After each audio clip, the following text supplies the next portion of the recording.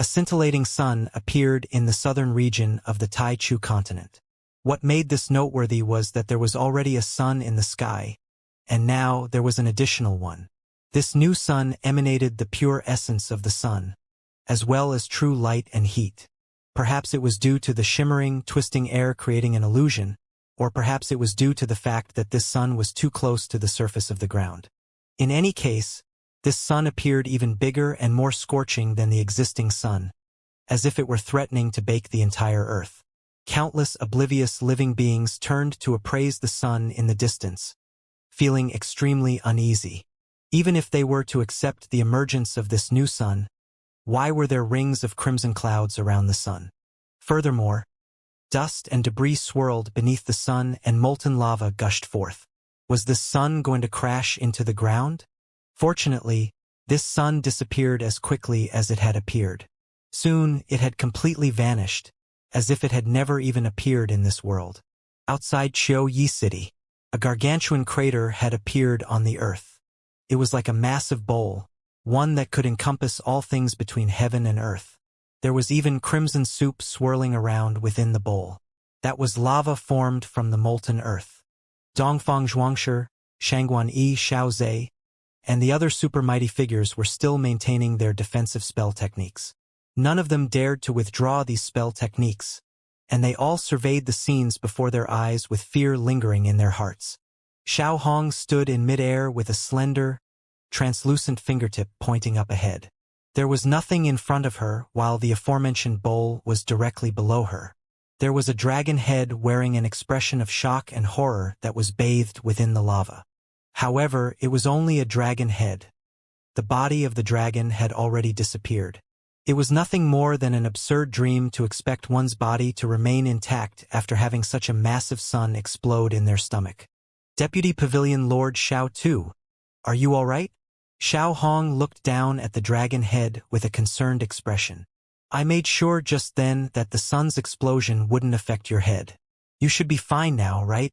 Xiao Tu blew bubbles within the lava and looked up at Xiao Hong. He was on the brink of death, and he grimaced as he asked with difficulty, Who told you I would be fine as long as my head remains intact? Xiao Hong patted her voluptuous chest and heaved a sigh of relief. Thank heavens. You can still speak, so it looks like you really are all right. Xiao Tu. All of his other comrades also burst into celebration upon seeing this.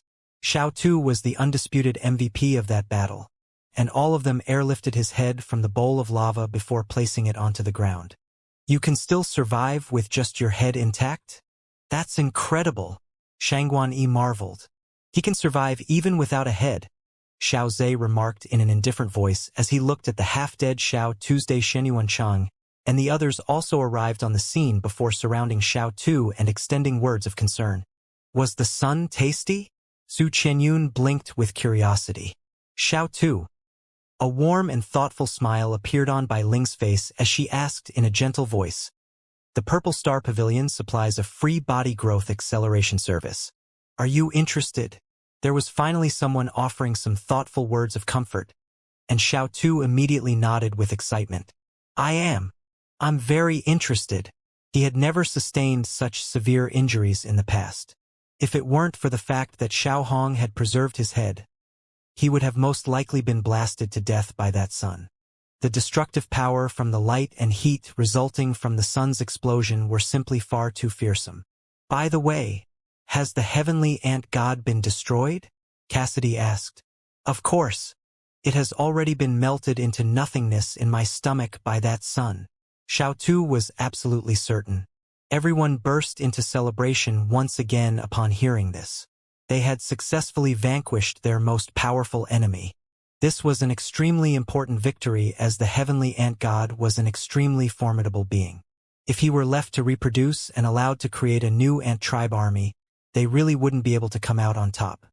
Once they were defeated, the rest of the Kingdom of the Nine States United Army would inevitably follow. Does that mean we've completely foiled the paramount heavenly god's plan? Tang Shimin was quite elated. Bai Ling nodded with a smile, but she was also a little confused.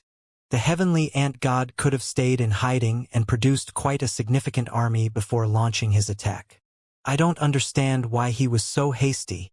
Perhaps he was too arrogant and thought that he had produced an army that was powerful enough to destroy the kingdom of the 9 states? Woof, Tobai speculated.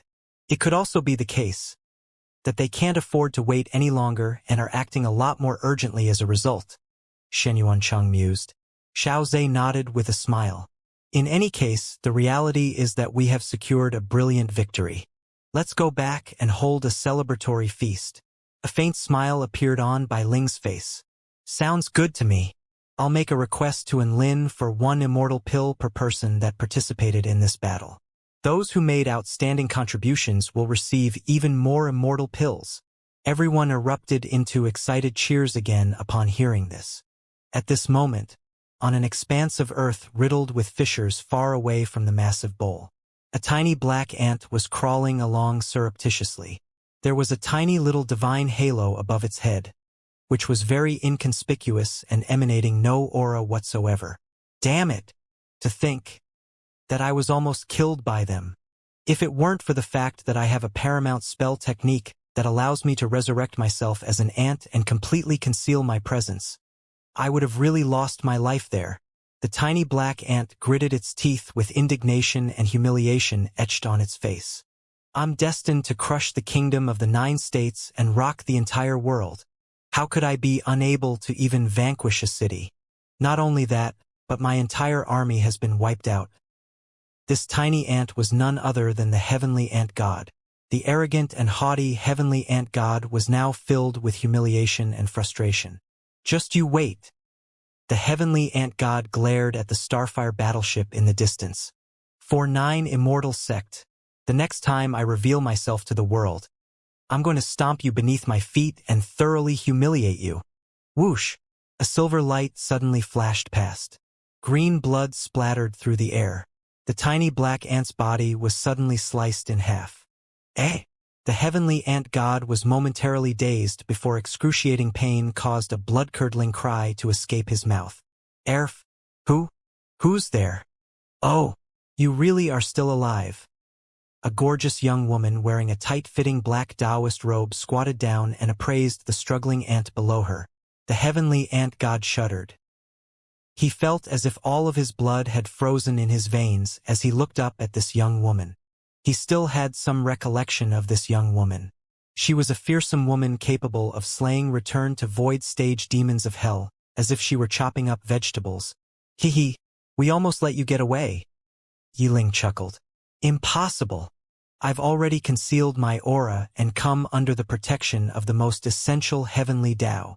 How could you still find me? The heavenly ant god wore an expression of incredulity and despair. He was currently in an extremely feeble state, and this young woman was definitely capable of killing him. How did I find you? Yiling smiled as she blinked, and her eyes were so clear that they were seemingly capable of reflecting the entire heaven and earth. I found you naturally because I saw you. Impossible. This can't. Whoosh! Splat! The silver light flashed past once again. The heavenly ant god didn't even get a chance to finish his sentence before his body was sliced into tens of thousands of pieces. Bam! His divine halo shattered and merged into heaven and earth as specks of light. He should be dead for sure this time, right? Yiling blinked. Sister Yiling, what are you doing over there? Come over here. Xiao Zhe yelled from a distance away. We're all getting immortal pills. Lu Qianhuan waved her hands as she yelled. A faint smile appeared on Yiling's face, and she stood up before replying in a crisp voice. Coming! Crack! Boom! Within the sea of light, something suddenly cracked. The heavenly light goddess shuddered, and she could no longer remain calm. Things were spiraling out of control, and she never anticipated that something like this would happen. The heavenly light goddess was still waiting for the heavenly ant god to sweep through the kingdom of the 9 states before setting the rest of her plans into motion. Why was it that her plans had been foiled right after their commencement? A sense of extreme horror welled up in her heart. She was not horrified by her enemy's power. Instead, she was horrified because things had completely progressed beyond her expectations, and she was no longer able to control the situation. In the past, she viewed everyone as mere pawns, And even after all of Lin's earth-shattering feats, she was still able to keep her cool. However, the death of the heavenly ant god had completely shattered her setup. There was not enough time and not enough power that she could use or draw upon.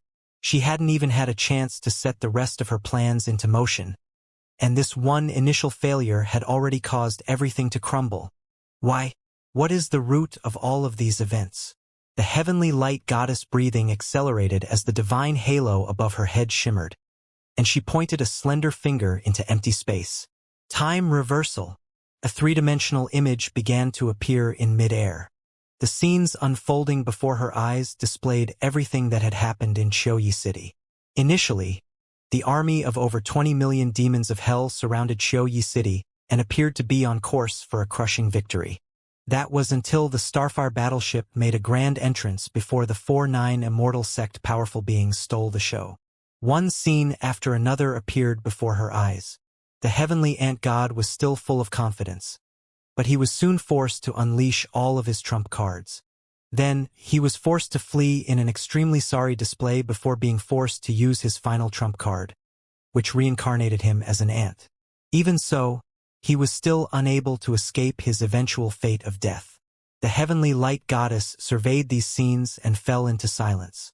How did they make such a timely appearance? Unbeknown to her, her hands had already clenched into tight fists. The 4-9 Immortal sect sure is filled with spectacular talents. Bai Ling, Xiao Hong, Missing and Celestial Immortal. Who would have thought that there would be so many people capable of ruining my plans? A smile suddenly appeared on the heavenly light goddess face, but her smile was not warm or pleasant in the slightest. The 4-9 Immortal sect again. The 4-9 Immortal sect had foiled her plans over and over again. Couldn't they just settle down and do nothing like the heavenly court did? Right at this moment, the soil beside the heavenly light goddess began to stir.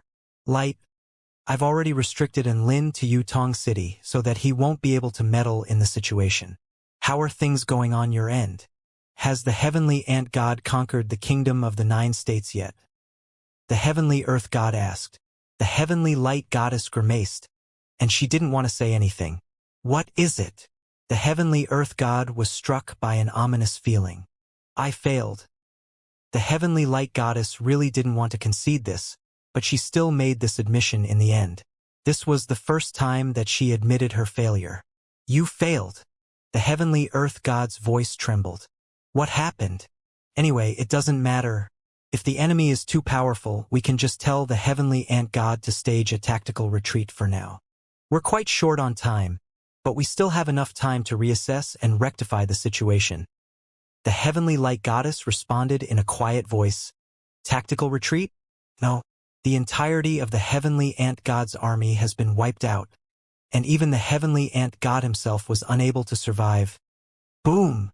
The earth beneath the heavenly earth god's feet cracked open. He was rooted to the spot for several seconds, as if he had been struck by lightning. Are you serious? Who was capable enough to do such a thing? The heavenly earth god's words gushed out in a rush, and his head was ringing from shock. The 4-9 Immortal sect, the heavenly light goddess replied. We underestimated this sect. But Lin and Su Xiaolan are at Yutong City. The heavenly earth god was still in disbelief. But there are other people in the 4-9 Immortal sect.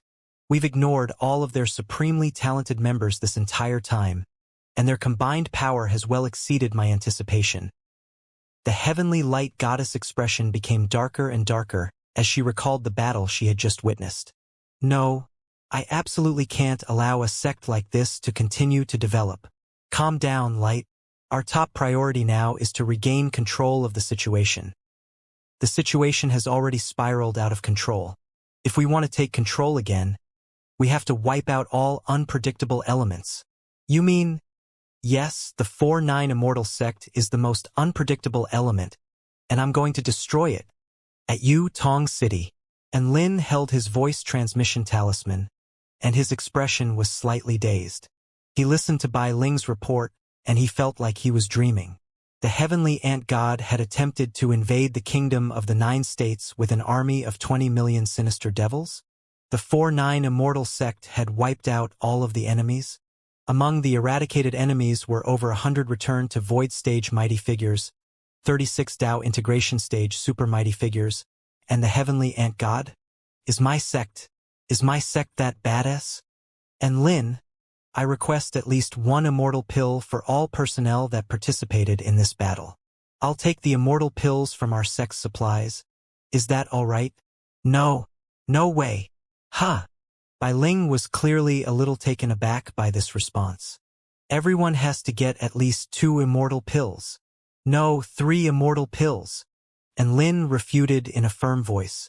Bai Ling wasn't expecting Lin to be so generous, and she fell silent for a long while before responding. But if everyone gets 3 Immortal pills, our sect doesn't appear to have that many Immortal pills. I have enough, and you can take them for now. And Lin replied boisterously. The voice transmission talisman seemed to be on speaker mode as Lin was greeted by the excited cheers of all of his friends. There were also cries of "Long live the great sect leader," "Big brother and is the best," and things like that. And Lin was still a little dazed when he cut off the voice transmission. He then turned to Su Xiaolan. Su Xiaolan was also a little stunned. She had clearly also heard the good news from the voice transmission. Who would have thought that they would be capable of such an epic feat? Su Xiaolan mused as she looked up into the sky. I'm feeling very gratified. And Lin sighed with emotion. He felt like the little brats under his care had finally grown up. He knew that the enemies this time were extremely formidable. In the face of such a terrifying army, even the Heavenly Court would have most definitely fallen. However, the 4-9 Immortal sect managed to stop them. Furthermore, they had minimized casualties during the process, thereby securing a splendid victory. His friends at the 4-9 Immortal sect were already a force to be reckoned with. And Lin was very happy, but he knew that this was not the time to rest on his laurels. We've managed to foil the Heavenly Light Goddess plan this time, but she definitely won't give up. In fact, there is a good chance that she will try to seek revenge, so we should get Xianyuanchang and the others to return to the sect as soon as possible. That way, they would at least be protected by the sect protection spell formation. And Lin remarked, If we do that, what will become of the Eastern Front? Su Xiaolan asked. The 4-9 Immortal sect isn't that far away from the Eastern Front. If mishaps do arise, we can get to the Eastern Front very quickly. I'm sure the Heavenly Court would be able to keep 5 million heavenly humans at bay. And Lin replied. He had just received a voice transmission from Chen Chen, informing him that they had killed another 5 million heavenly humans. As such, the heavenly human tribe had extremely limited troops. If a battle was to erupt, there was no guarantee that it would take place on the Eastern Front. Instead, a battle could erupt at any location, so it was best for them to hold down the fort. Just as Lin was dialing through a voice transmission to inform Bai Ling and the others. Within the White Nectar Sea, in the depths of the pure white seawater, light suddenly burst forth from a spatial gate. The light emanating from the spatial gate became more and more dazzling. The aura of another world began to spread. This was clearly a passageway between 2 worlds. All of a sudden, a slightly thin man with fair skin, blue hair, and green eyes emerged tentatively from the spatial gate before surveying the surrounding environment. After a while, an ecstatic expression appeared on his face, and he whooped with joy. We've made it! We really made it! This is a new world, and it's very likely to be the world the Immortal King is situated in. A surge rippled within the light. Immediately afterward, a series of figures with powerful auras began to emerge. This was a group of over 100 people, and all of them were returned to Void Stage Mighty Figures, while the 3 at the very center were Dao Integration Stage Super Mighty Figures. There was a blue-haired man with bright blue eyes that was holding a golden trident and exuding a natural air of prestige and authority. There was a woman in a red dress with flames burning around her body. Her figure was extremely tall and slender, and her gorgeous eyes were seemingly capable of sucking away one's soul. Lastly, there was a man with a concealed aura. He was wearing a plain Taoist robe and had an antiquated sword hanging from his waist. Is this the Tai Chu continent mentioned by the Immortal King? What rich, vital energy! all of the powerful beings exclaimed with curiosity and amazement. At the same time, an air of pride was emanating from their bodies. In the divine source continent, they were exalted immortals who were extremely revered. Furthermore, they possessed the abilities to topple mountains and part oceans, and their powers would be sure to hold them in good stead even on the Taichu continent. Indeed, these powerful beings were from the divine source continent. Ever since Enlin took the heavenly Tao fragment with him, not only did the divine source continent not fall into decline, it instead began to thrive. It was as if something that had been repressed for a long time was finally released. Vital energy density swelled drastically, and all types of peculiar immortal phenomena appeared. All of the immortals found it easier to attain enlightenment, and there were even 3 return to void pinnacle stage exalted immortals who had reached Tao integration stage. Ms. Yang Lingqian, can you contact the Immortal King? At this moment, one of the Tao integration stage super mighty figures turned with a rare, respectful expression to a return to void initial stage female cultivator in a red dress. Yang Lingqian extended a slender hand and looked at the crimson bracelet on her wrist. Her cheeks were slightly flushed as she replied in a quiet voice. I can sense that he's here in this world, but I don't know his exact location. Hee. Then let's stir up some big event in this world and let the Immortal King come to find us. A return to void pinnacle stage exalted immortal chuckled. The Tao integration stage super mighty figure holding the golden trident furrowed his brows slightly. That's not a good idea. The Immortal King definitely wouldn't be pleased if we were to stir up trouble in this world. Heishin, you're now at the Immortal King stage already as well. Do you really have to worry about what the Immortal King thinks?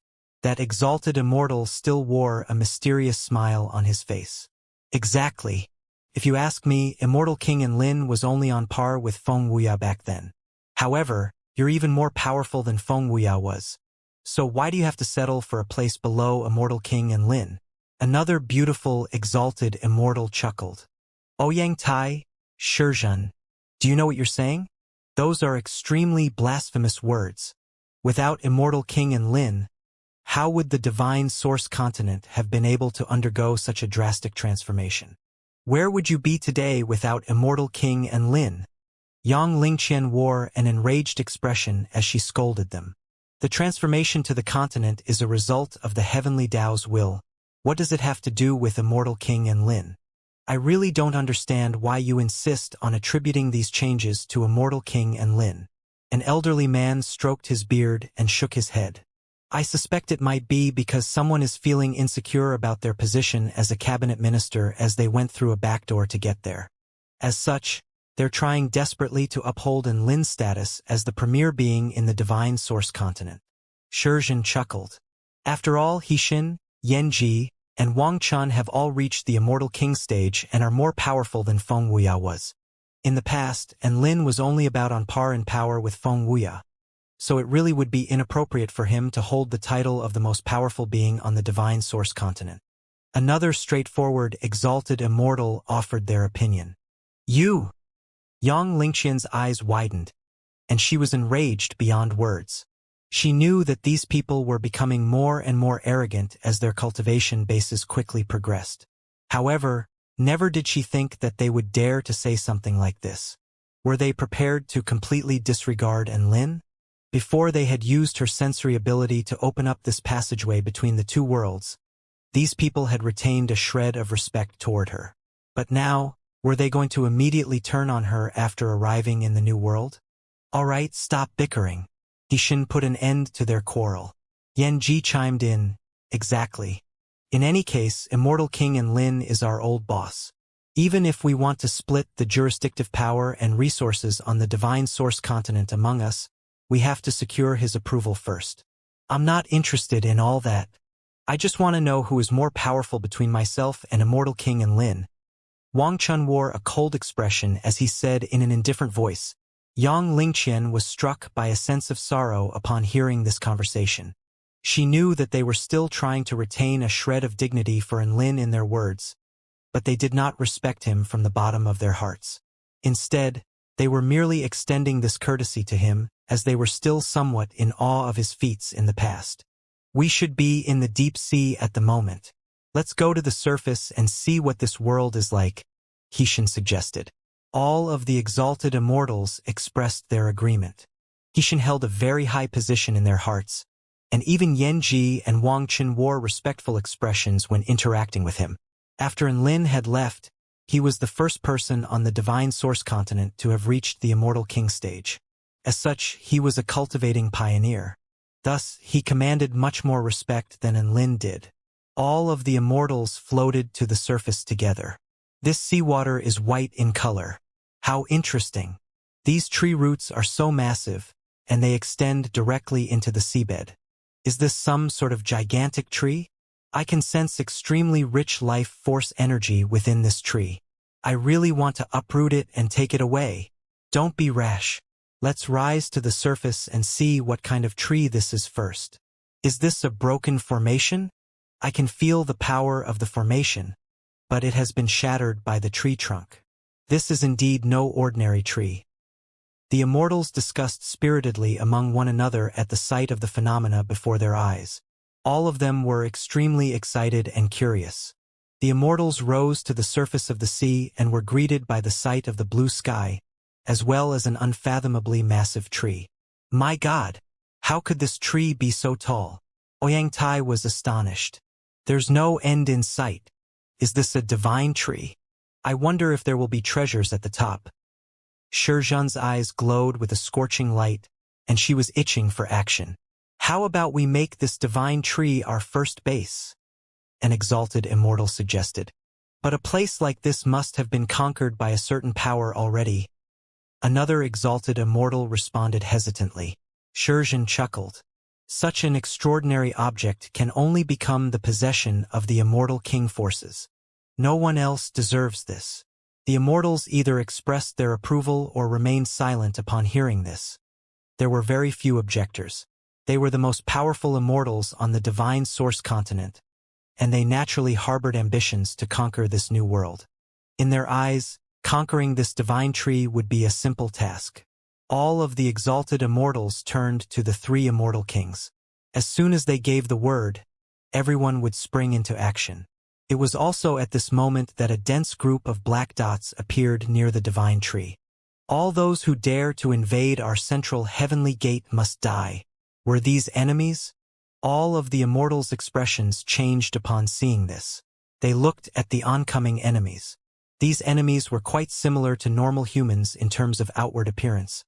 But their skin was fairer, and they possessed pairs of snowy white wings. Furthermore, the auras they exuded were slightly different as well. Fellow cultivator, we have no intention to intrude. As the leader of the group of immortals, Xian extended a respectful bow and tried to explain the situation in a graceful manner. He clearly didn't want to cause any conflicts. However, those peculiar, flying humanoid creatures seemed to view them as sworn enemies. Enemy invasion!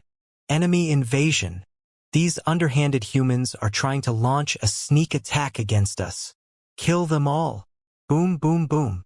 Cannon blasts that were imbued with the power of the heavens fell upon them in a merciless and frenzied barrage.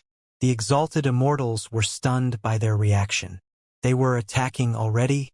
Why did they harbor so much hatred toward them? Wasn't this their first meeting?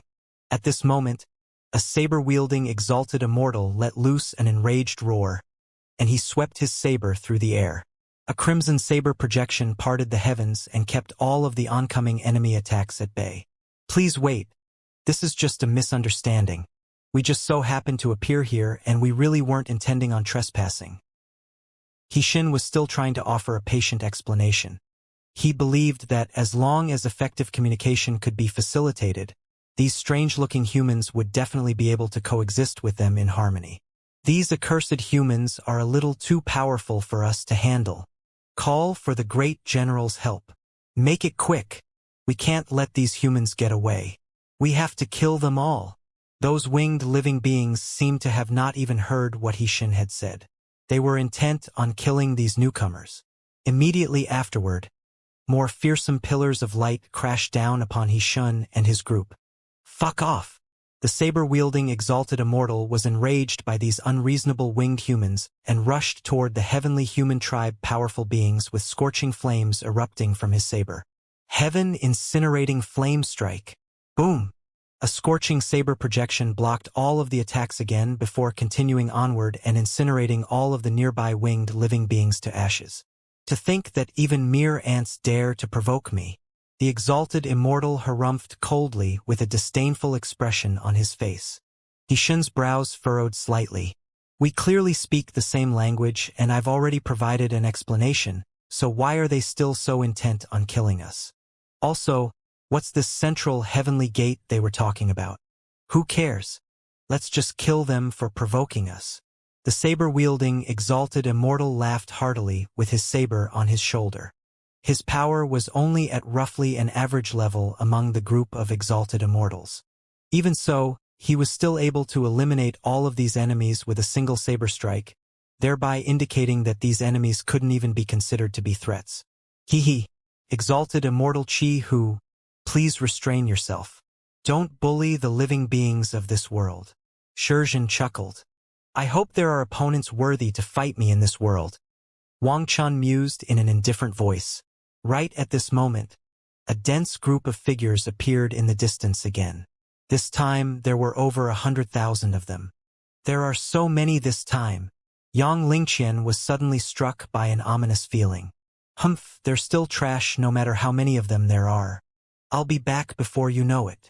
A cold smile appeared on exalted immortal Chi Hu's face as he rose into the sky and charged toward the oncoming enemies. As expected, the 100,000 peculiar living beings harbored fierce animosity toward him and immediately attacked. Exalted immortal Chi Hu let loose a thunderous roar, and crimson flames erupted into the heavens from his saber. He slashed his saber through the air, and a saber projection extended for several dozen kilometers. This was an extremely powerful attack, and it threatened to wipe out all of the enemies before him. However, a gorgeous woman suddenly emerged from the army of winged living beings. She wore a long white robe with a cold, haughty expression in her eyes, as if she were a proud, holy being. In her fair, slender hand was a thin, long sword. Xianxia's expression changed as soon as he caught sight of this female living being, and he was just about to extend words of caution. At this moment, the female living being had already unleashed a sword strike, and a silvery white light erupted forth. This light seemed to be imbued with the vast power of the entire heavens and struck the onlooker with the urge to kneel and concede. Every single cell within exalted immortal Chi Hu's body trembled as he felt that supreme aura, and his expression changed drastically. What kind of power is this? Whoosh! The silvery white sword projection instantly tore through the surging wave of flames unleashed by exalted immortal Chi Hu. Exalted immortal Chi Hu was horrified to see this, and he tried to flee, but the sword projection continued onward before eventually slicing exalted immortal Chi Hu's body in half. Blood splattered to the ground from above. At this moment, all of the immortals looked on with wide eyes. Exalted immortal Chi Hu was insta-killed by a single sword strike. One had to realize that exalted immortal Chi Hu could be considered to be a first-rate powerful being on the divine source continent. However, a being of his caliber wasn't even able to block a single sword strike from his opponent. Just how powerful was his enemy? All of the exalted immortals who were looking down on the living beings of this world were now thoroughly embarrassed.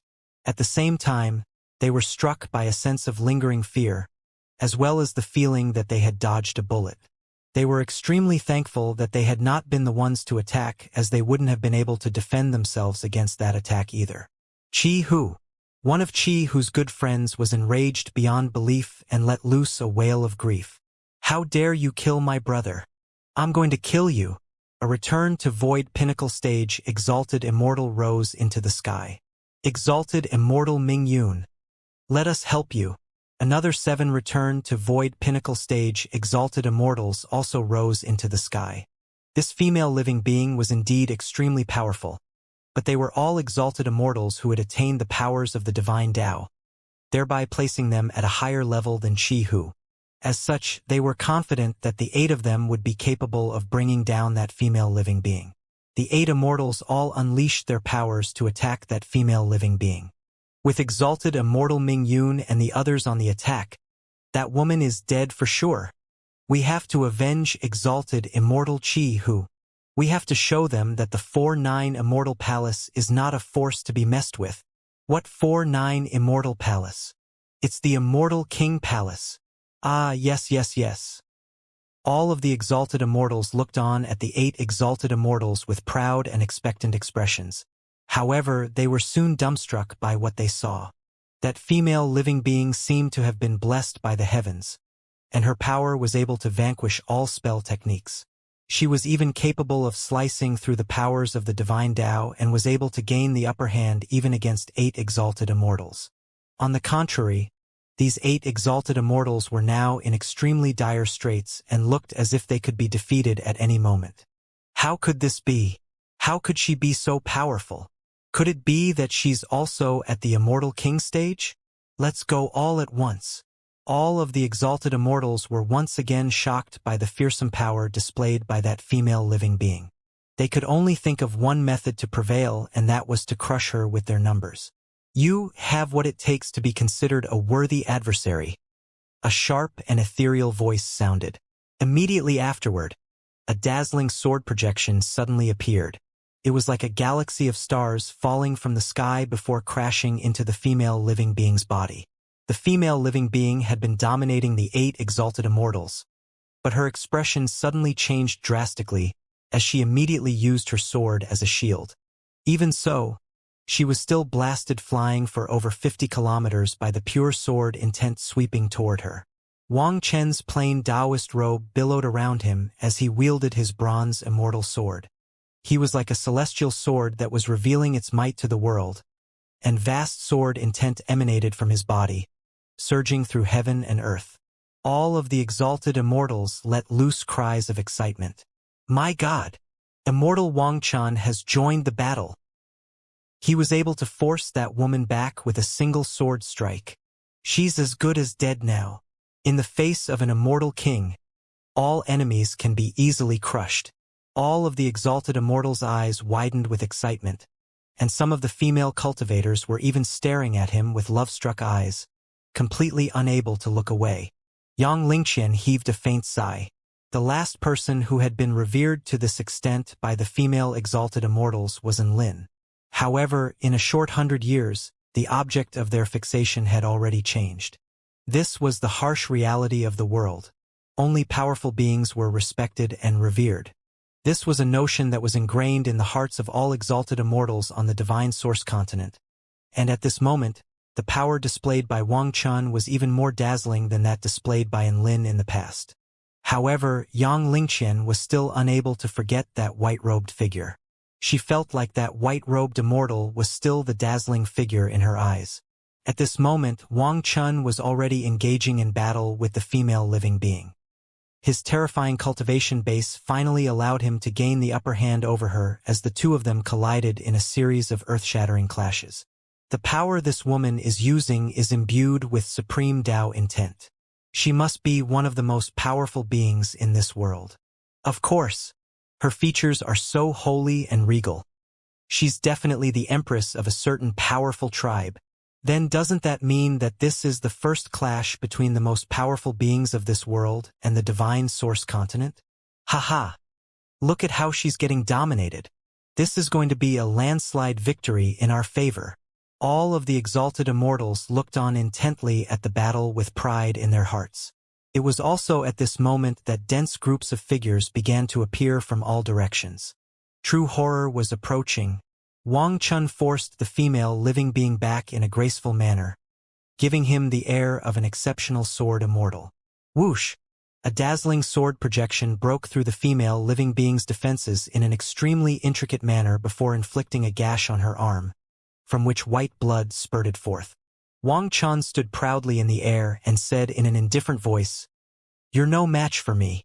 This woman was indeed very powerful, but there was still a clear gap between the two of them. Through this battle, he was able to verify that he was still one of the most powerful beings in this world. Thinking back, Immortal King Enlin of the past was about on par with this woman's power. When Enlin had arrived on the divine source continent, he had been revered by countless immortal and built an extraordinary legacy. However, in his heart, Enlin's era was a thing of the distant past, and the new immortal kings were the true rulers of the divine source continent. Wang Chun was just about to finish this battle and slay his opponent when he suddenly sensed several extremely powerful auras approaching them. What's this? He looked at the dense groups of black dots flying over from all directions, and his calm facade finally cracked a little. How are there so many of these powerful beings? He discovered that there were now 5 more beings emanating auras that were comparable to his current opponent. The other 100 or so exalted immortals were no slouches either, and they had also discovered this.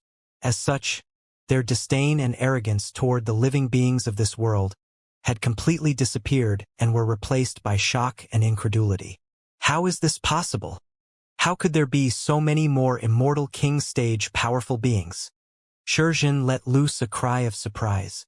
There are only 3 immortal king stage powerful beings on our entire divine source continent, but there are 6 here already? Even though they're slightly weaker than our immortal kings, we might not be able to hold them off if they attack all at once. And then there's their army of several million powerful beings. Ouyang Tai was trembling with fear. The 2 immortal king stage cultivators, Hixin and Yanji, also wore extremely grave expressions. Things had clearly progressed beyond their expectations. A white sea and a massive divine tree. We must have emerged in the core of this world's power, which explains why there are so many top-rate powerful beings here. Yanji analyzed in a grim voice. We can't keep fighting like this. We have to negotiate a truce with them. If things continue like this, both sides will suffer severe casualties. Hixin's brows were tightly furrowed. He didn't think that they would fall prey to such a terrifying force as soon as they appeared in this new world. Hixin made his way over to the 5 oncoming, powerful winged humans and announced in a voice as loud as the strike of a gong. Fellow cultivators, we did not intentionally trespass on this place. We are feeling very apologetic about our intrusion, and we're willing to provide compensation, so I hope we can let bygones be bygones. Let bygones be bygones. The approaching winged living beings were baffled by this offer. Sure, we can do that. One of the tall and handsome winged living beings smiled. The other powerful beings also flew toward Hixin with friendly expressions. Hixin put on a friendly smile of his own. He had already unleashed his aura just then, so these winged beings were presumably intimidated by his power. Furthermore, there was no need for a battle to the death over something as insignificant as this, and a peaceful ending would be ideal for both sides. The winged living beings began to approach Hixin. All of them wore smiles on their faces and surreptitiously formed a triangular formation.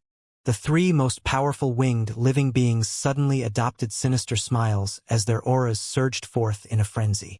Their energy converged in a special structure, thereby creating a devastating force.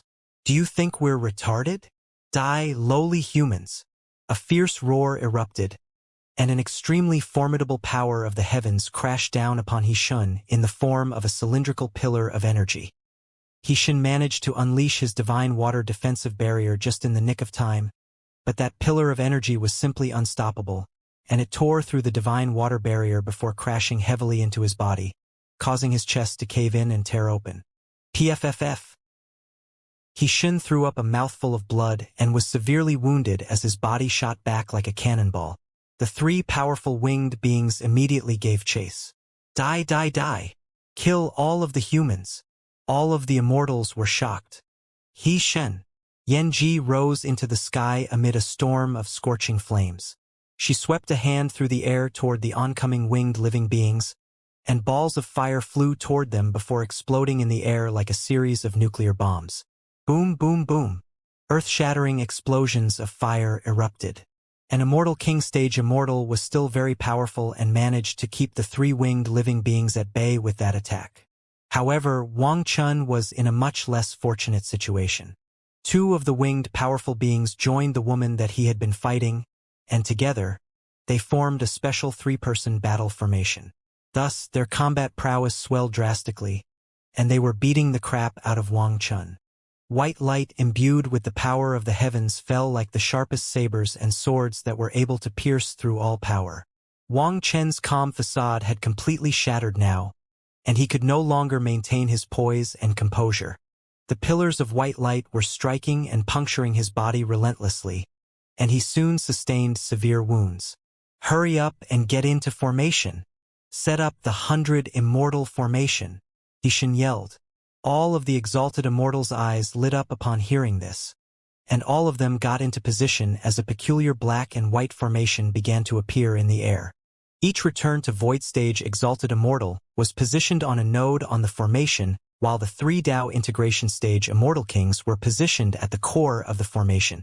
At the same time, a burst of boundless immortal might began to surge forth. Boom, boom, boom. The attacks from the winged powerful beings fell upon the formation, but they were all kept at bay. A formation created by over 100 return to void stage exalted immortals and 3 Dao integration stage immortal kings was not that easy to break open. This was the trump card they had prepared specifically for their trip to this new world. The confidence of the exalted immortals was finally restored somewhat. These winged living beings had almost beaten them senseless. What do they have against us? Why do they insist on killing us? Yan Ji's gorgeous features were filled with confusion and fury. Our top priority now is to escape and find Enlin as soon as possible. Enlin is the sect leader of the 4-9 Immortal sect in this world. We'll be safe once we find him, Yang Lingqian suggested. Enlin, Shizhen chuckled. Are you kidding me?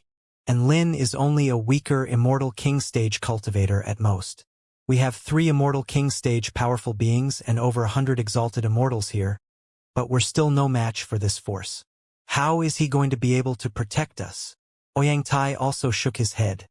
Furthermore, this is most likely not the extent of the true power of these winged living beings. How is Enlin going to stand against them? Ms. Yang Lingqian, I understand that you revere Enlin, but please be more logical. However, Xianxia offered a different opinion. In any case, it's always a good thing to have more allies. After we escape from this place, we should seek out Enlin and ask him about this world. Let's focus on getting out of here first. Yan Ji was getting quite concerned at the sight of more and more winged, living beings gathering to bombard their formation. Thus, the exalted immortals controlled the 100 Immortal formation and quickly fled toward the north. This formation was indeed quite a powerful one. There were 6 Immortal King stage enemies, but they were still unable to break the formation. All they could do was continue to exert pressure upon them in order to slow them down. Right at this moment, a voice imbued with the might of the gods erupted in the heavens. Just hearing that voice struck all of the immortals with a sense of fear. You want to get away after coming to the central heavenly gate? You can all stay here. What's that sound? Xianxia's expression changed drastically as he looked up into the sky. Before they knew it, the entire heavens had transformed into a golden color. Golden energy swept through the sky, bringing with it unimaginably scorching temperatures, as if it were threatening to reduce this entire world to ashes. Immediately afterward, a golden figure emerged from the boundless energy and slowly descended while looking down upon the fleeing immortals. Terrifying might crashed down, striking all of the immortals with a sense of crushing asphyxiation. Expressions of confusion and horror began to appear on the faces of the divine source continent immortals. What kind of enemy was this? How could such a formidable being exist? They could sense just from its aura alone that this enemy was far more terrifying than the Immortal King stage winged living beings. This time, horror even appeared on the faces of the 3 Immortal Kings Xianxia, Yan Ji, and Wang Chun. They were the most powerful among all the immortals, and it was exactly because of this that they were more able to sense just how formidable this enemy was. They felt like they were being confronted by the heavens, as if the entire sky and this entire world were trying to kill them. Their enemy was so supreme and insurmountable. What kind of enemy have we provoked? Xianxia's voice was already trembling slightly. Wang Chun was flexing as if his life depended on it not long ago, but he was now gripping onto his sword with trembling hands like a shivering coward. He had never been struck by such an oppressive sense of horror. At this moment, He felt like he was just as insignificant as the ants on the ground. "Senior, this is all a misunderstanding. Can we have a good chat?" Yanji forced a smile onto her gorgeous face and began to refer to this being with a respectful honorific. Ever since she reached the Immortal King stage, she had become one of the most powerful beings on the entire Divine Source continent, and as such it had been a long time since she had been reduced to such a pitiful display. However, that high and mighty godlike being looked down coldly at all of the immortals and gave no response. Instead, he drew closer and closer, and the divine halo above his head also became more and more dazzling. Is he a god? Shurjin had turned completely pale with fright. All of the other exalted immortals were also filled with shock and horror. They had thought that the Immortal King stage was the highest cultivation base, but they now knew after seeing this godlike being that there was a level beyond that. So this world was at such a high level. The most tragic thing was that they had done nothing, but they were now being hunted down by such terrifying beings. They had envisioned themselves conquering this world as representatives of the Divine Source continent. But they now realized that that was nothing more than a farcical joke. Whoosh! The golden godlike being tore through space and quickly arrived at the forefront of the 100 Immortal formation. Brilliant light erupted from the divine halo above his head, and he threw a vicious punch. Bam! His fist struck the formation. Unfathomably monstrous power came crashing down along with it. Countless cracks instantly appeared on the formation, which had been created by over 100 exalted immortal and 3 immortal kings. All of the immortals within the formation were struck by a backlash and threw up mouthfuls of blood. At the same time, an extremely scorching burst of power erupted from the godlike being's fist, making all of the immortals feel as if they were being scorched in an infernal pit of lava. All of the immortals were in despair. The enemy had just destroyed their most powerful trump card with a single punch. How were they going to stand up against such a fearsome being? Immortal reversal. Complete cycle. Xianxia roared. An enormous power began to revolve within the black and white formation, and the scorching power unleashed by the godlike being's fist swirled in a lap around the formation before being redirected back to himself. The godlike being was blasted back a few steps by this reversal of power. Run! Xianxia roared. All of the immortals immediately continued to flee while trying their best to maintain the formation. They were escaping very quickly, but the godlike being was much faster. He soon appeared in the sky above the formation with a scorching golden energy surging from his hand. The space within a radius of several hundred kilometers around him shimmered and twisted from the insane temperatures as he pressed his palm mercilessly down upon the formation. Heavenly God Technique. High Energy Heavenly Palm. The massive golden palm fell from the sky, and all of the immortals were struck by a sense of inevitability and despair. The massive palm was imbued with unimaginably high temperatures, and those temperatures, in turn, contained the paramount power of laws to melt all things. The surface of the formation was completely melted away, and boundless power crashed down. Countless immortals threw up mouthfuls of blood as they fell into the sea like birds with broken wings. There were about a dozen or so unlucky immortals who just so happened to be situated at the center of the palm, and they were instantly evaporated into wisps of smoke.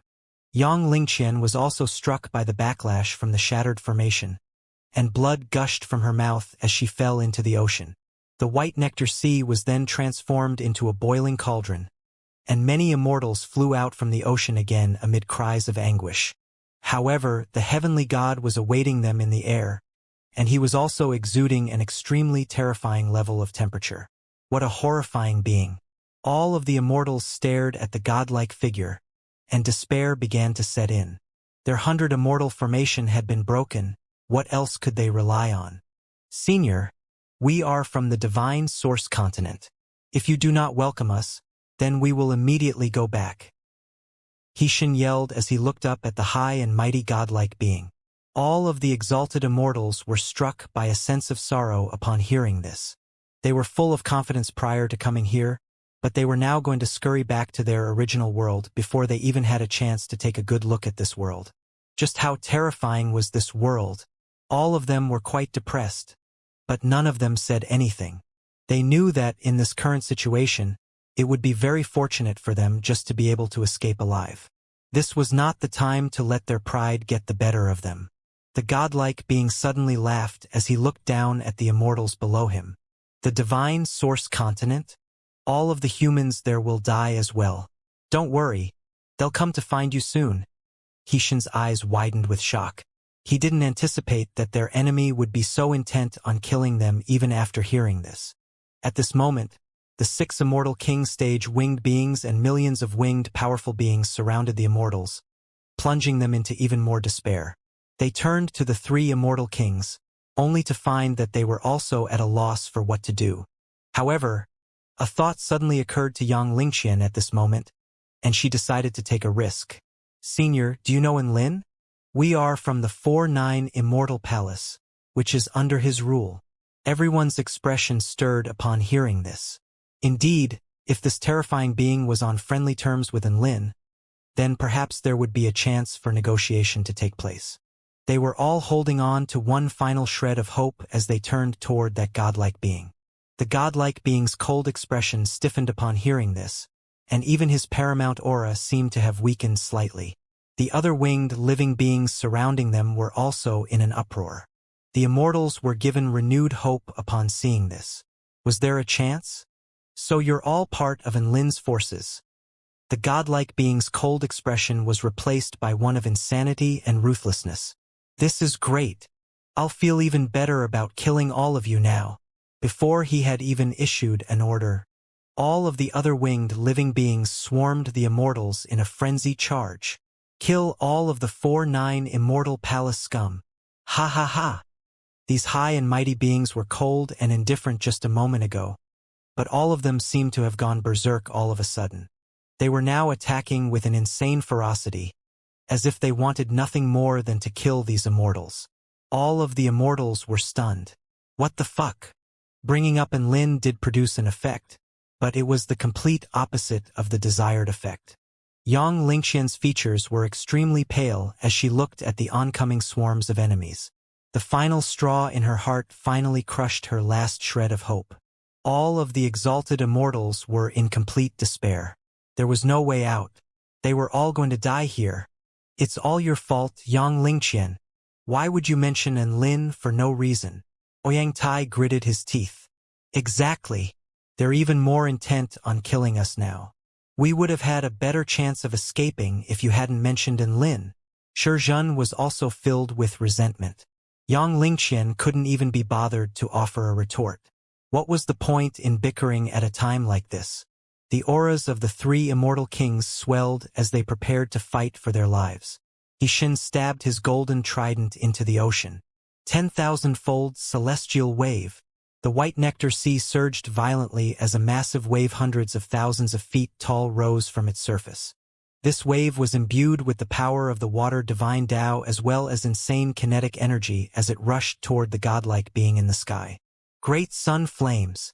Yanji bit through her lower lip and spat out drops of blood essence into the fireball in her hand. The crimson fireball suddenly began to expand in a frenzy, releasing crimson flames that threatened to incinerate this entire world. Wang Chun drew his sword, and a white sword projection parted heaven and sea. The sword projection traveled faster than a bolt of lightning and descended upon the godlike being in the blink of an eye. Instant divine slash. All of the immortal kings unleashed their trump cards at once. The exalted immortals also began to launch desperate retaliation as they unleashed barrages of spell techniques toward the oncoming army of winged beings. Even Xianxia had joined in on their efforts, but a sense of impending doom was beginning to settle over everyone's mind. However, in the eyes of their enemy, their efforts were nothing more than futile child's play. The golden godlike being merely swept a hand through the air, and Wang Chen's instant divine slash was vanquished.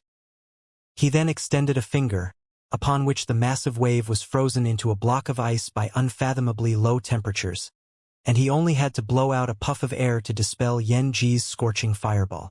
It was as if all of those attacks had never even existed. Then, he swept a hand toward the 3 dumbstruck immortal kings. All of the immortal kings were severely wounded as a result, and they threw up mouthfuls of blood as they plummeted into the ocean once again. Short, decisive, and effective. This was the true power of this godlike being, and he didn't even see the most powerful beings from the divine source continent as worthy adversaries. At this moment, he was like an insurmountable nightmare to all of the exalted immortals. It's time to finish this.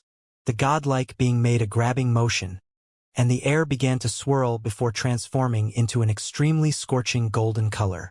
If this golden air was to fall from the sky, it would be able to instantly incinerate all of the exalted immortals down below. Am I going to die like this? But I haven't even gotten the chance to see you yet. Xianxia looked up at the terrifying power in the sky, and her features were filled with sorrow and indignation. She had come here full of hope and was thinking about what she should say and do when she finally saw the man of her dreams. She was thinking about how she was going to tell him about what had happened on the divine source continent for the past 100 years. But who would have thought that she was now going to be killed having just arrived in his world? Oh? Who do you want to see? Me? A warm and gentle voice suddenly sounded. Xianxia felt like this voice was quite familiar, and she shuddered as a thought occurred to her. She looked up, and her body immediately stiffened. A white-robed figure occupied her entire field of vision. The entire heaven and earth seemed to have fallen silent at this moment. That figure was far too familiar, so familiar that she couldn't help but let loose a cry of surprise. And Lin! All of the other immortals faltered upon hearing this. They had also discovered this figure that had suddenly appeared. He turned around, revealing his handsome features, as an ethereal air emanated from his body. For some reason, everyone was reminded of the scene where he turned around after defeating immortal King Feng Wuxia. All of the immortals thought that they had already forgotten this legend of the past, but in the instant they saw in Lin, they realized that the image of this man had already been carved into their hearts. And Lin, it really is you. Tears began to shimmer in Xianxia's eyes. I suddenly sensed the energy fluctuations from the bracelet I gave you, so I came to find you. I didn't think that you guys would be able to get to the Taichu continent from the divine source continent. And Lin smiled. Xianxia pressed her lips together upon hearing this, and a sense of warmth flowed through her heart. He emerged from the ocean and was also a little dazed at the sight of Enlin. It really is you. Enlin, you really did appear. The other immortals were also extremely shocked. Am I dreaming? Is that really him? This is great. Immortal King Enlin is here. So what? He's just going to die here along with us. How is an immortal king stage cultivator going to turn the tables? We have 3 immortal kings on our side, but we're still no match for our opponents. Shizhen didn't place any hope in Enlin. That's not necessarily the case. Enlin is inferior to Wang Chen and the others in terms of combat prowess, but what if he knows some of the other powerful beings in this world? Perhaps we still have a chance at turning the tables. Ouyang Tai was a little more expectant toward Enlin, and Lin's arrival attracted the attention of all of the exalted immortals. They were clearly treating Enlin as their final hope, even though this was quite an abysmal hope. Everyone thought that Enlin was going to bring out some friends or backers to support him, but all he did was stand still on the spot. In contrast, all of the winged living beings stopped in their tracks and looked at Enlin with extremely cautious expressions. Even the terrifying godlike being's aura faltered at the sight of Enlin. His apathetic, haughty expression had been completely wiped away and replaced by an extremely grave and solemn one. Enlin, why are you here? The white-robed man chuckled. I'm here to save them. Do you know what place this is? The godlike being roared with rage, and it was as if the entire heavens were venting its fury. Ha ha ha! Enlin burst into laughter. Have you forgotten how I beat you like a dog last time? Get the fuck out of here. All of the exalted immortals were stunned. Was Enlin suicidal? How dare he provoke such a mighty being? Shizhen and the others all wore extremely anxious expressions. They had thought that Enlin was here to save them, but who would have thought that he would start provoking their enemy?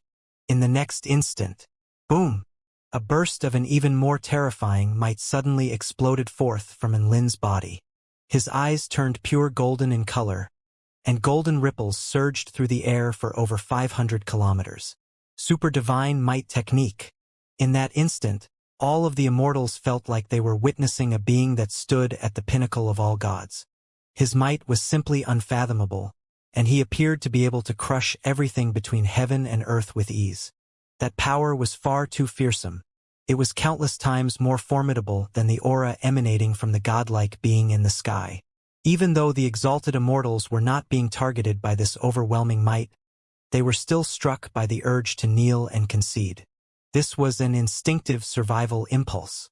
In that instant, millions of heavenly human tribe living beings were crushed by this unfathomable aura and plummeted into the sea. They fell like a torrential downpour, creating countless splashes on the surface of the ocean. All of the exalted immortals were dumbstruck by this turn of events, and their minds fell completely blank. Even the six-winged powerful beings that were powerful enough to face off against Immortal King stage powerful beings were unable to withstand this invincible might and began to fall into the sea. The godlike being's body trembled violently, but he didn't attack. All the trash has been cleaned up. Now, do you want to fight, or do you want to piss off? And Lin clasped his hands behind his back and looked up at the godlike being with a cold expression. All of the exalted immortals and immortal kings stared blankly up at the white-robed figure in the sky. They felt like they had been taken back to the time when this white-robed figure stood proudly at the pinnacle of all immortals. This white-robed man was a peerless figure, and Lin, who was dressed in a snow-white robe, blocked the army of several million enemies all by himself. In fact, the aura that radiated from his body was even more mighty than that of the divine being who had brought nightmares upon the other immortals. What a domineering display this was! What a commanding sight this was!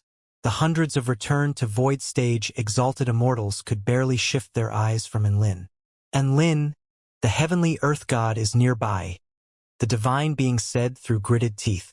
Do you really think you can do whatever you want? Enlin shrugged his shoulders. Heavenly temperature god.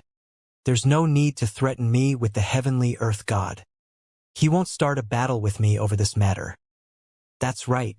The divine being before Enlin was none other than the heavenly temperature god, who he had fought against not long ago. At the time, he had been beaten half-dead by Enlin. If it weren't for the heavenly earth god making a move, he would have had absolutely no chance of escaping. The heavenly temperature god trembled in fury, yet he didn't dare to erupt in rage. He truly didn't dare to fight against Enlin. Even if they were brainless fools, the immortals could still tell that the divine being was fearful of Enlin. He didn't dare attack Enlin at all. As they gradually came to their senses, they suddenly started to feel shocked about Enlin's strength.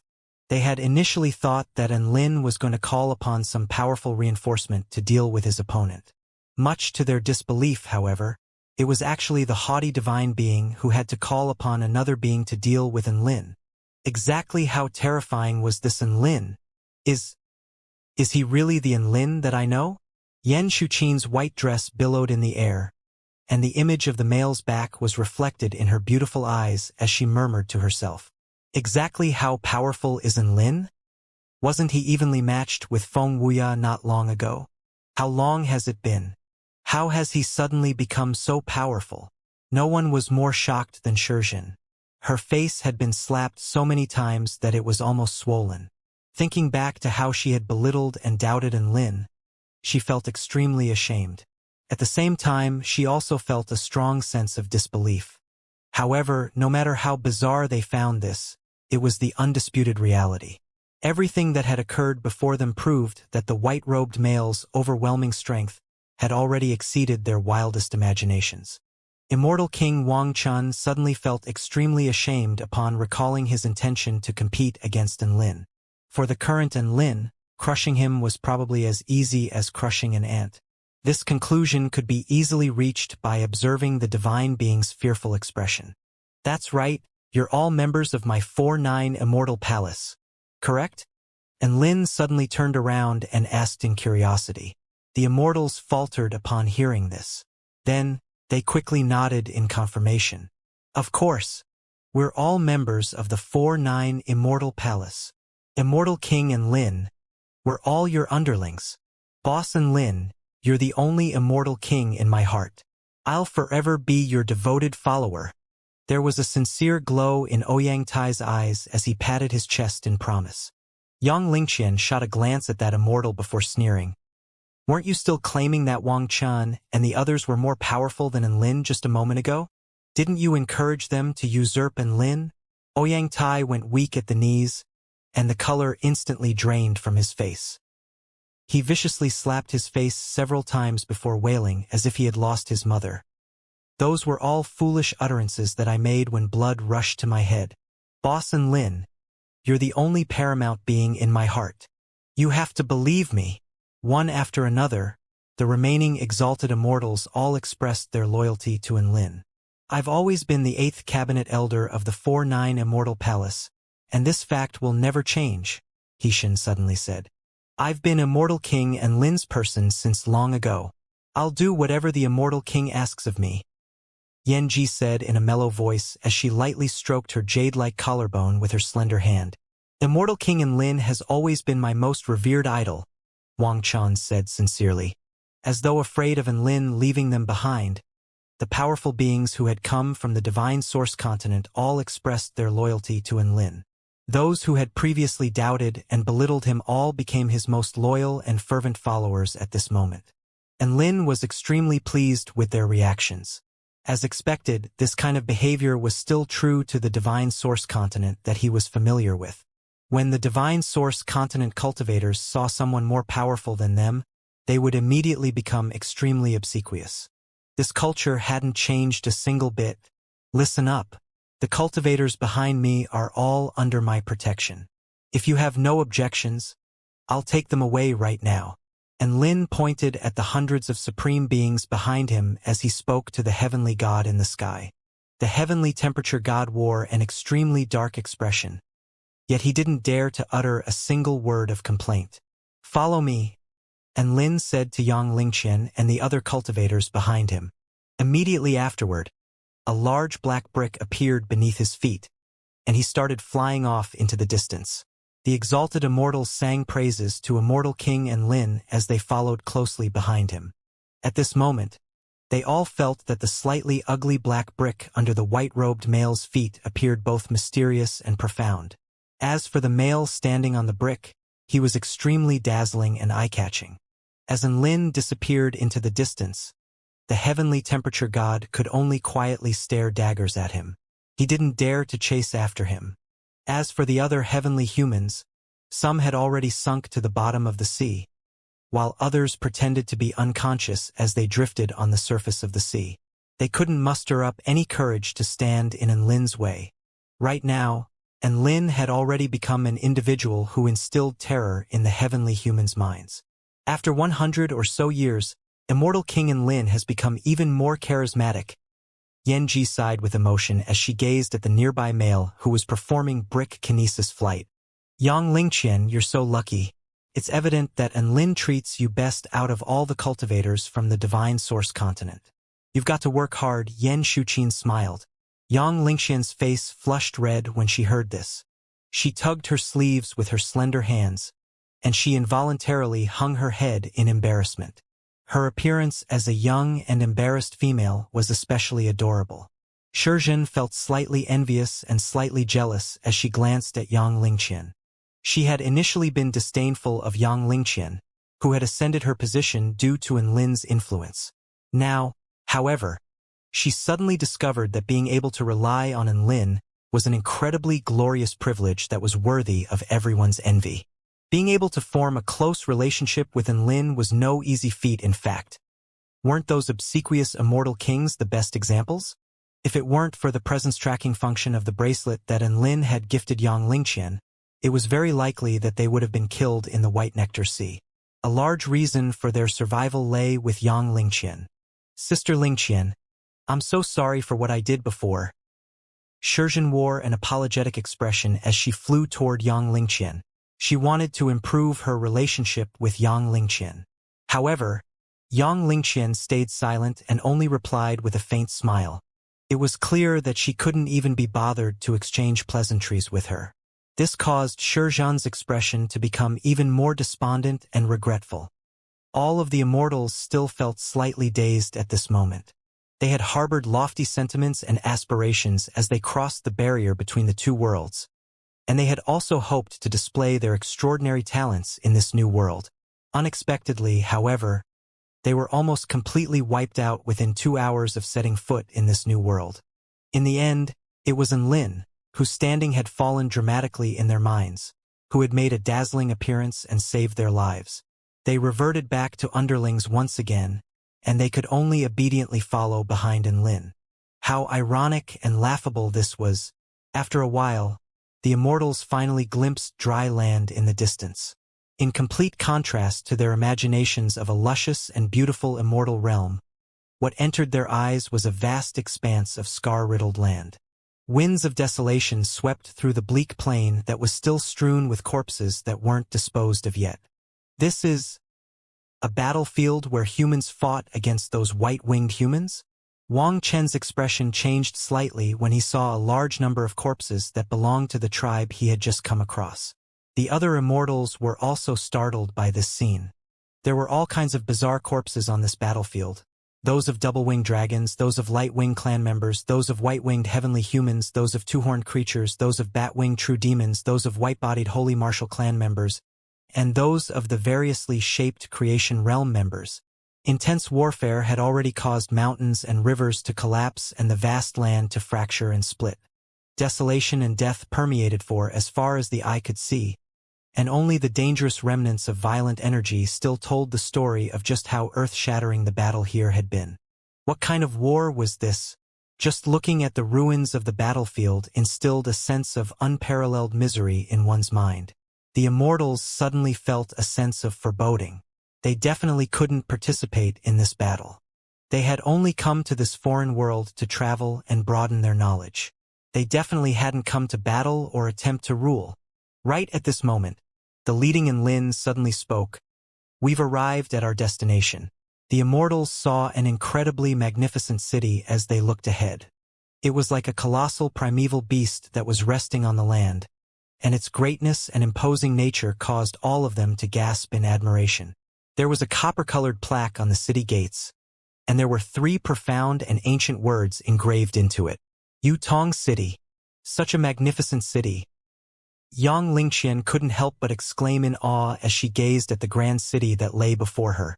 She could feel the extraordinary nature of the city just by looking at its towering city walls, sensing the gigantic yet vaguely discernible spell formation, as well as sensing the tremendous auras of the beings standing guard on the city wall.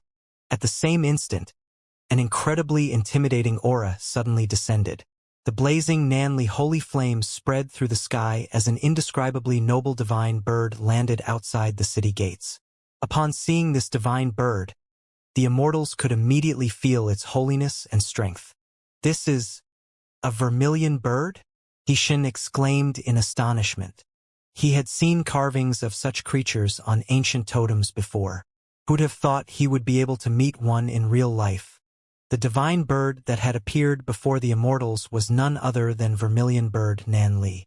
The exalted Immortals all gasped in surprise upon seeing Vermilion Bird Nanli. There was a hint of awe and veneration in their curious expressions. This was a legendary beast. Just its aura alone was a power that they couldn't challenge. However, before they could even recover from their astonishment, several other streaks of light shot down from the sky. Boom! Boom! Boom! Several proud and noble figures appeared above the city gates. Like haughty holy beings from heaven, each of them radiated with a tremendously powerful aura. They clearly wore arrogant and condescending expressions. Yet the exalted Immortals felt like such attitude was only natural for legendary beasts such as vermilion birds. The expressions of the divine source continent cultivators gradually froze as they stared blankly at the scenes before them. There were a whopping 9 vermilion birds in front of them. Moreover, they could sense that these 9 vermilion birds were all radiating with the aura of immortal kings. Wang Chun, Hishin, and Yan Ji were all extremely shocked. They discovered that the vermilion birds before them were all much more powerful than they were. They, individuals who had already reached the pinnacle at the divine source continent, had initially thought that they would still be in the top echelon of cultivators when they arrived in this world. After a short while, however, They were greeted by another 9 mythological beasts that were far more powerful than them. The group of immortals had already become numb with shock. Ever since arriving in this world, they had witnessed far too many mysterious and unfathomable scenes. Their last remaining shred of confidence was only barely being maintained by their 3 immortal kings. All of them had a single thought running through their minds at this moment.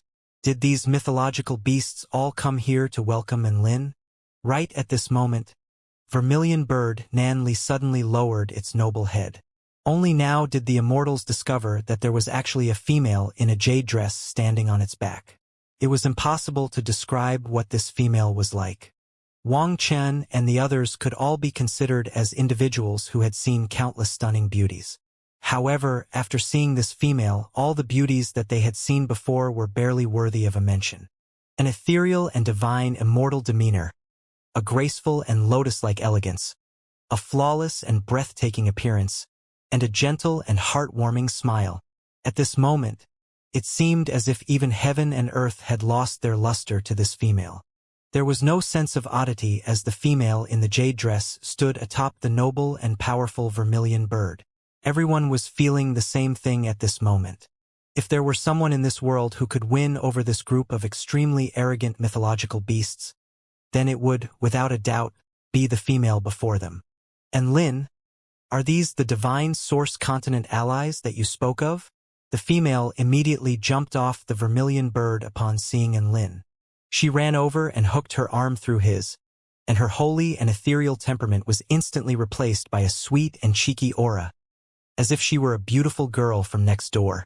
That's right, they're all members of the 4-9 Immortal Palace, Enlin said with a smile. The immortals' hearts shuddered when they saw this scene. Even a fool would be able to tell that the female had a special relationship with Enlin. How bloody badass was this Enlin? He had even captured the heart of such an ethereal and otherworldly celestial maiden. Hi guys, I'm Su Xiaolan, and people often refer to me as the Divine Phoenix Maiden. After learning that they were allies, Su Xiaolan immediately greeted them warmly.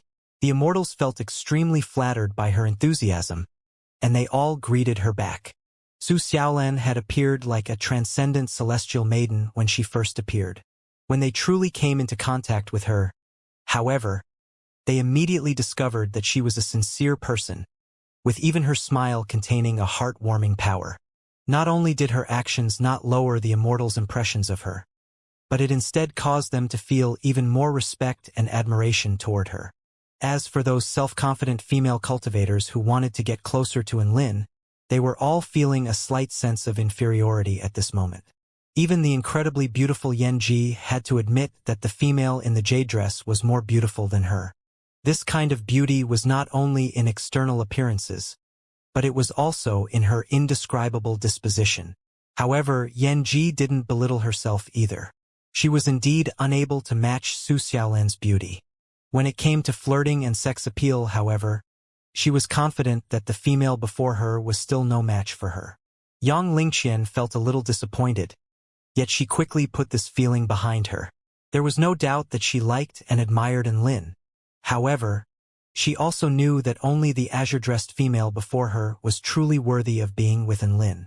After a round of quick introductions, Enlin and Su Xiaolan started leading the Divine Source Continent cultivators into Yutong City.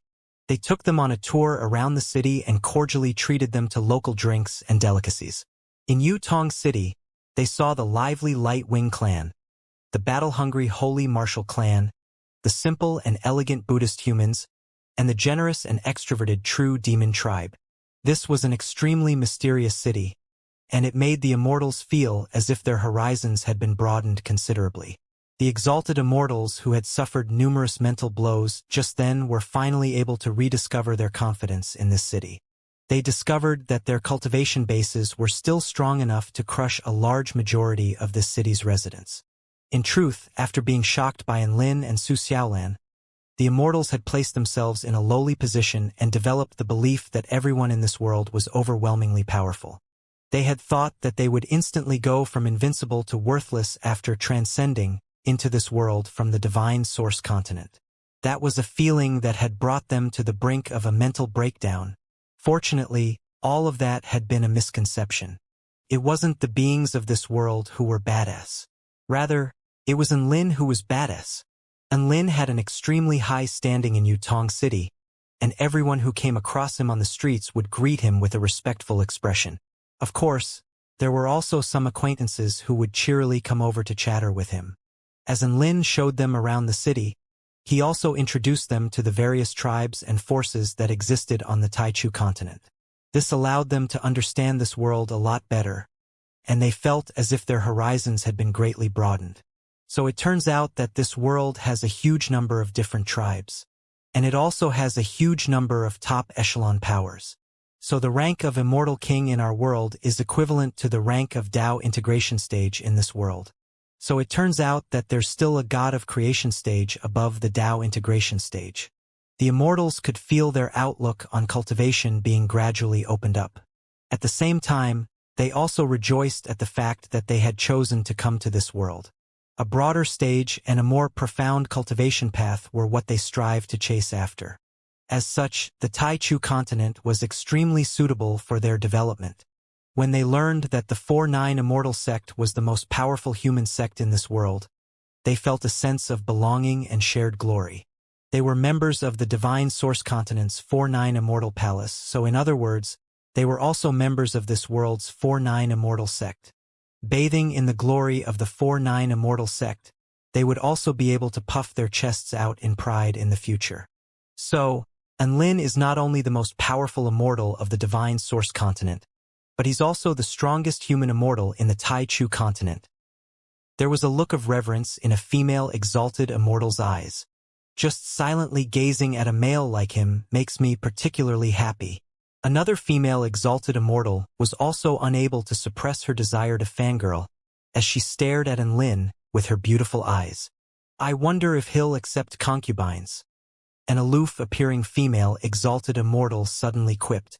I wonder if he likes males. There was a fervent gaze in one of the male exalted immortal's eyes.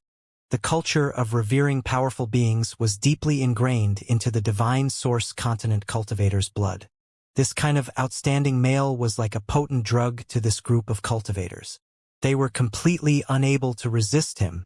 The cultivators of the 4-9 Immortal Palace became acquainted with many other powerful beings after touring through Yutong City. Afterward, everyone gathered together, including the cultivators above the rank of return to Void stage from Yutong City. The battling Buddha, Michael, Yun Menjing, and other beings who caused the 3 Immortal Kings' hearts to palpitate in fear also sat to the sides with solemn expressions. The immortals from the Divine Source Continent were well aware that Enlin was definitely about to announce something of immense importance. You all have a rough understanding of the power distribution in the Taichu continent now, and I imagine that you're all extremely curious about the battlefield outside Yutong City. Am I correct? Enlin casually looked around the room. Curiosity gleamed in the immortals' eyes as they nodded. They weren't fools, and they could somewhat guess why those white-winged creatures had exhibited such hatred toward them at that time. The humans of this world were definitely enemies with those white-winged creatures, and those white-winged creatures had most likely mistaken them for humans of this world. The enemies that we face are incredibly powerful, so I definitely have to explain these matters to you thoroughly, Enlin said. As for whether you stay or leave, you can decide after listening to my explanations. What do you mean, sect leader? Your enemies are our enemies. The proud Wang Chun immediately expressed his feelings. That's right. We're also members of the 4-9 Immortal sect. No matter who the enemy is, we'll definitely fight against them and obliterate all the obstacles in our path. We'll create the glory of the 4-9 Immortal sect together. There was a hint of zeal in He Shun's calm expression as he spoke without hesitation. The remaining immortals all expressed their desire to advance and retreat with the 4-9 Immortal sect. They would be retarded not to ride on this coattail. The 4-9 Immortal sect was clearly a formidable sect. Thus they were all hell-bent on becoming a member of this power. If they were still hesitant and shirked in the face of enemies, then even they themselves would feel ashamed of their actions. Enlin felt extremely content upon hearing their firm and unwavering answers. He started to explain the current situation to the cultivators. The pure white-skinned, golden-eyed, and white-winged beings that you saw before were members of the heavenly human tribe.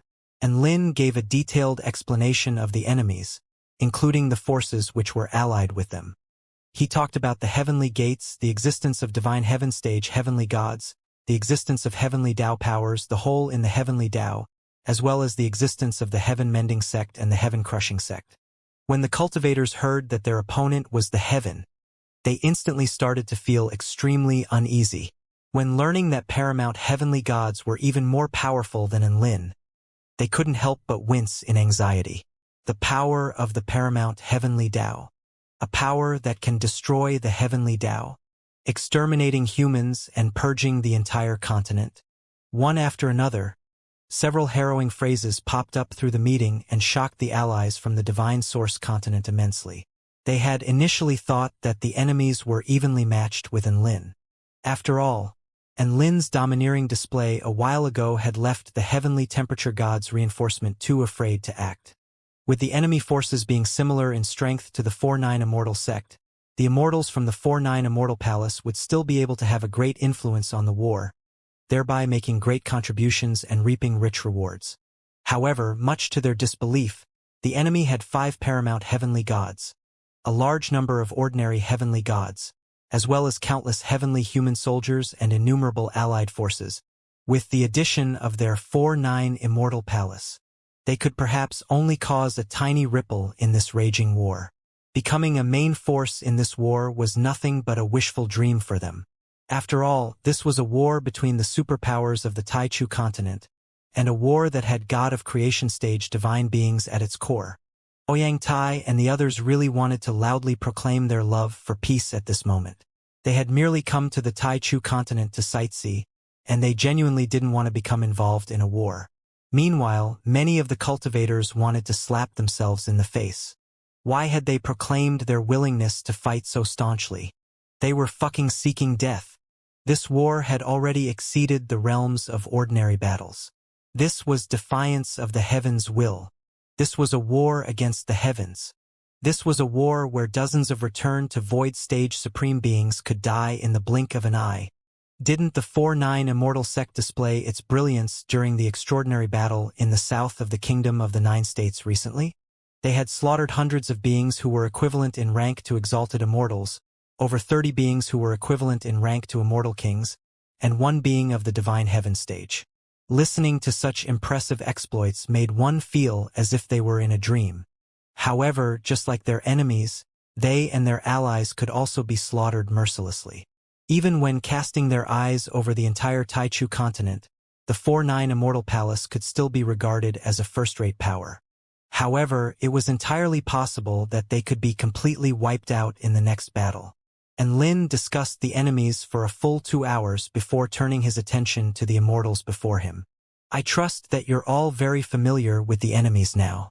There are at least several dozen more enemies who are as powerful as the heavenly god who pushed you guys to the brink of death. Moreover, there are still 5 enemies who are even more powerful than that heavenly god. Are you guys still willing to fight alongside me? The group of immortals all wore spectacular expressions at this moment. Some tried to force smiles onto their faces, yet they realized they couldn't bring themselves to smile at all. They had initially planned on unleashing their overwhelming powers upon arriving in this world. Once they arrived, however, they were immediately swept up in a war that was destined to rock the entire world. I can't speak for the others, but I'm willing to follow sect leader Lin, Hixin said solemnly. A soft murmur swept through the room. They hadn't expected Hixin to make a decision so quickly. One had to realize this was an incredibly brutal war, and even powerful beings such as immortal kings could be killed at any moment. However, he still chose to stand with Lin, the first individual to reach the Tao integration stage in the divine source continent was surprisingly resolute in his decision. I'm also willing to follow Lin. Yang Lingqian was the second person to state their decision. She had planned to say this all along, and she was merely afraid that it would have been improper for her to state her position first. Yanji lightly stroked her slender chin as she spoke in a lazy and mellow voice. I'm already a member of the 4-9 Immortal sect, and I'll be a member of the 4-9 Immortal sect for the rest of my life. Sect leader Lin, please don't leave Yanji behind. I'm definitely going to follow you. Su Xiaolin blinked her bright eyes upon hearing this, yet she didn't make any comments. I also want to battle against more powerful beings. The 4-9 Immortal sect is the best place for me to go, Wang Chan said calmly. There was a look of determination and sincerity on his face. The declarations from the 3 immortal kings were extremely influential in swaying the others' decisions. The overwhelming majority of exalted immortals all expressed their desire to follow Enlin. Out of the 117 exalted immortals, only 9 decided to head back to the Divine Source continent. After learning of the enemy's strength, the remaining 108 still chose to participate in the battle. They weren't stupid, nor were they blind followers. Rather, the heavenly human tribe's clear desire to exterminate the human tribe made them understand that they already had no path of retreat. Their only option was to battle to the death. Cowering from the enemy would merely prolong their life by a few days. Only by battling would they be able to create a glimmer of hope. As for the 9 exalted immortals who didn't want to participate in the war, it was highly likely that they were handing the difficult task of battling to Enlin and the others while sitting back and waiting for the benefits themselves. Enlin chuckled lightly and didn't put them in a difficult position. In a while, I'll ask the heaven-crushing sect's heavenly disciple to teach you all the heaven-crushing true intent. Before that, however, I hereby announce that the 108 return to Void Stage Cultivators, as well as the 3 Dao Integration Stage Cultivators, as official members of the 4-9 Immortal Sect's Divine Essence Pavilion, Land of Eternal Light, inside the heaven-crushing glazed palace. The ancient dragon Empress wore an extremely complicated expression as she held the voice transmission talisman in her slender and jade-like hand. She had learned of another explosive news. The 4-9 Immortal Sect had just established a Divine Essence Pavilion. Its members consisted of 3 Dao Integration Stage Cultivators and 108 Return to Void Stage Cultivators. She had heard that this was the most powerful group of cultivators from the Divine Source continent. If news of this spread, it would definitely make headlines and create a stir through the entire Taichu continent. Moreover, she was the first person to hear about this matter. This wasn't to say Enlin was especially friendly with her. Rather, that bastard was actually asking her to act as a teacher again. Can't you find someone else? The ancient dragon empress was on the verge of tears. Aren't the battling Buddha, Yun Menjing, and Michael all by your side? They're only heavenly disciple candidates. They're nowhere near as powerful as you, the 4th heavenly disciple, no? Moreover, in terms of teaching, I'm only satisfied with you. I mean, look at all the brilliant students that you've taught. You're the gold medal teacher of our heaven-crushing sect. The ancient dragon empress shuddered when she heard Enlin's gentle yet slightly obsequious voice. Don't mention those students, the ancient dragon empress pleaded as she resisted the urge to vomit blood. She recalled the horrifying experiences of going to the 4-9 Immortal sect to teach those students. The first time she had been severely wounded, she had to recuperate at the 4-9 Immortal sect. The second time she had been severely wounded, she had to recuperate at the Land of Eternal Light. The third time she had been severely wounded, she had to lie in a sickbed at the 4-9 Immortal sect. Fuck. Thinking about it carefully, it appeared as if she would always be faced with a bloody calamity whenever she taught members of the 4-9 Immortal sect. Why can't I mention those students? You've taught such an outstanding bunch of students. To mention just a few, Tina, Su Xiaolan, and the 6 vermilion bird sages are all capable of becoming heavenly disciple candidates. Moreover, Bai Ling, Rabbit Maiden, and Su Xiaolan are even capable of becoming legitimate heavenly disciples. Having taught such an impressive group of students, shouldn't you be feeling super proud and super smug about yourself? These students are all living proof of your honor, and a sign of you reaching the pinnacle of your dragon life. And Lin cheerfully praised the ancient dragon empress.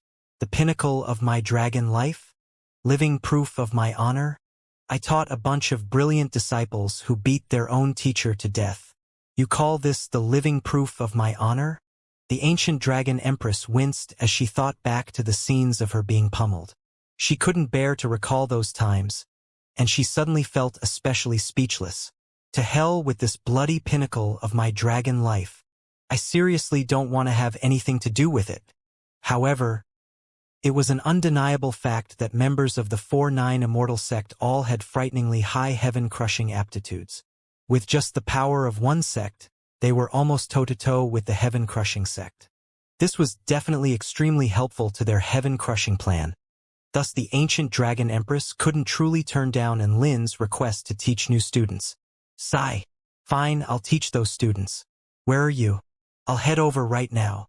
After hesitating for a moment, the ancient Dragon Empress eventually agreed to Lin's request. She was already mentally prepared to receive a beating. Teacher, ancient Dragon Empress is the best. We'll be waiting for you at Yutong City. Lin said happily. The ancient Dragon Empress heaved a light sigh as she ended the voice transmission talisman. Her mind was floating with a mixture of complicated emotions. She had become instinctively sickened by the term teacher. Whenever the word teacher was mentioned, she would be reminded of her time as a teacher at the 4-9 Immortal sect. Once she recalled that period of time, she would then recall the tragic memories of being beaten up when conducting tests to examine her students' heaven-crushing true intent. Don't tell me that my biggest contribution as a heavenly disciple is acting as a teacher? The female murmured to herself. Thinking about this from another angle, it's not entirely a bad thing seeing that I've taught so many outstanding talents. If in the rare chance one of my students genuinely shatters heavens and becomes the heavenly Tao, then that will bring me unfathomable honor and glory. Heavenly Tao teacher? Heavenly teacher, ancient Dragon Empress. A smile suddenly spread across the ancient Dragon Empress' face. There was a bright glimmer in her eyes, and she felt that this title sounded fairly nice. The knot in her mind finally untangled, and she started to fly toward Yutong City. With Chun Chun and Cyril, two powerful heavenly disciples, guarding the land of eternal light, their base would be in safe hands for the moment. Yutong City, drill ground. Hundreds of immortals stood on the drill ground as they silently awaited their teacher. Rip. A pitch-black spatial fissure appeared in the sky. Immediately afterward, a tall and beautiful female stepped out from it. She had a pair of beautiful dragon horns, a pair of inky black eyes, supple and red lips, and extremely sharp facial features.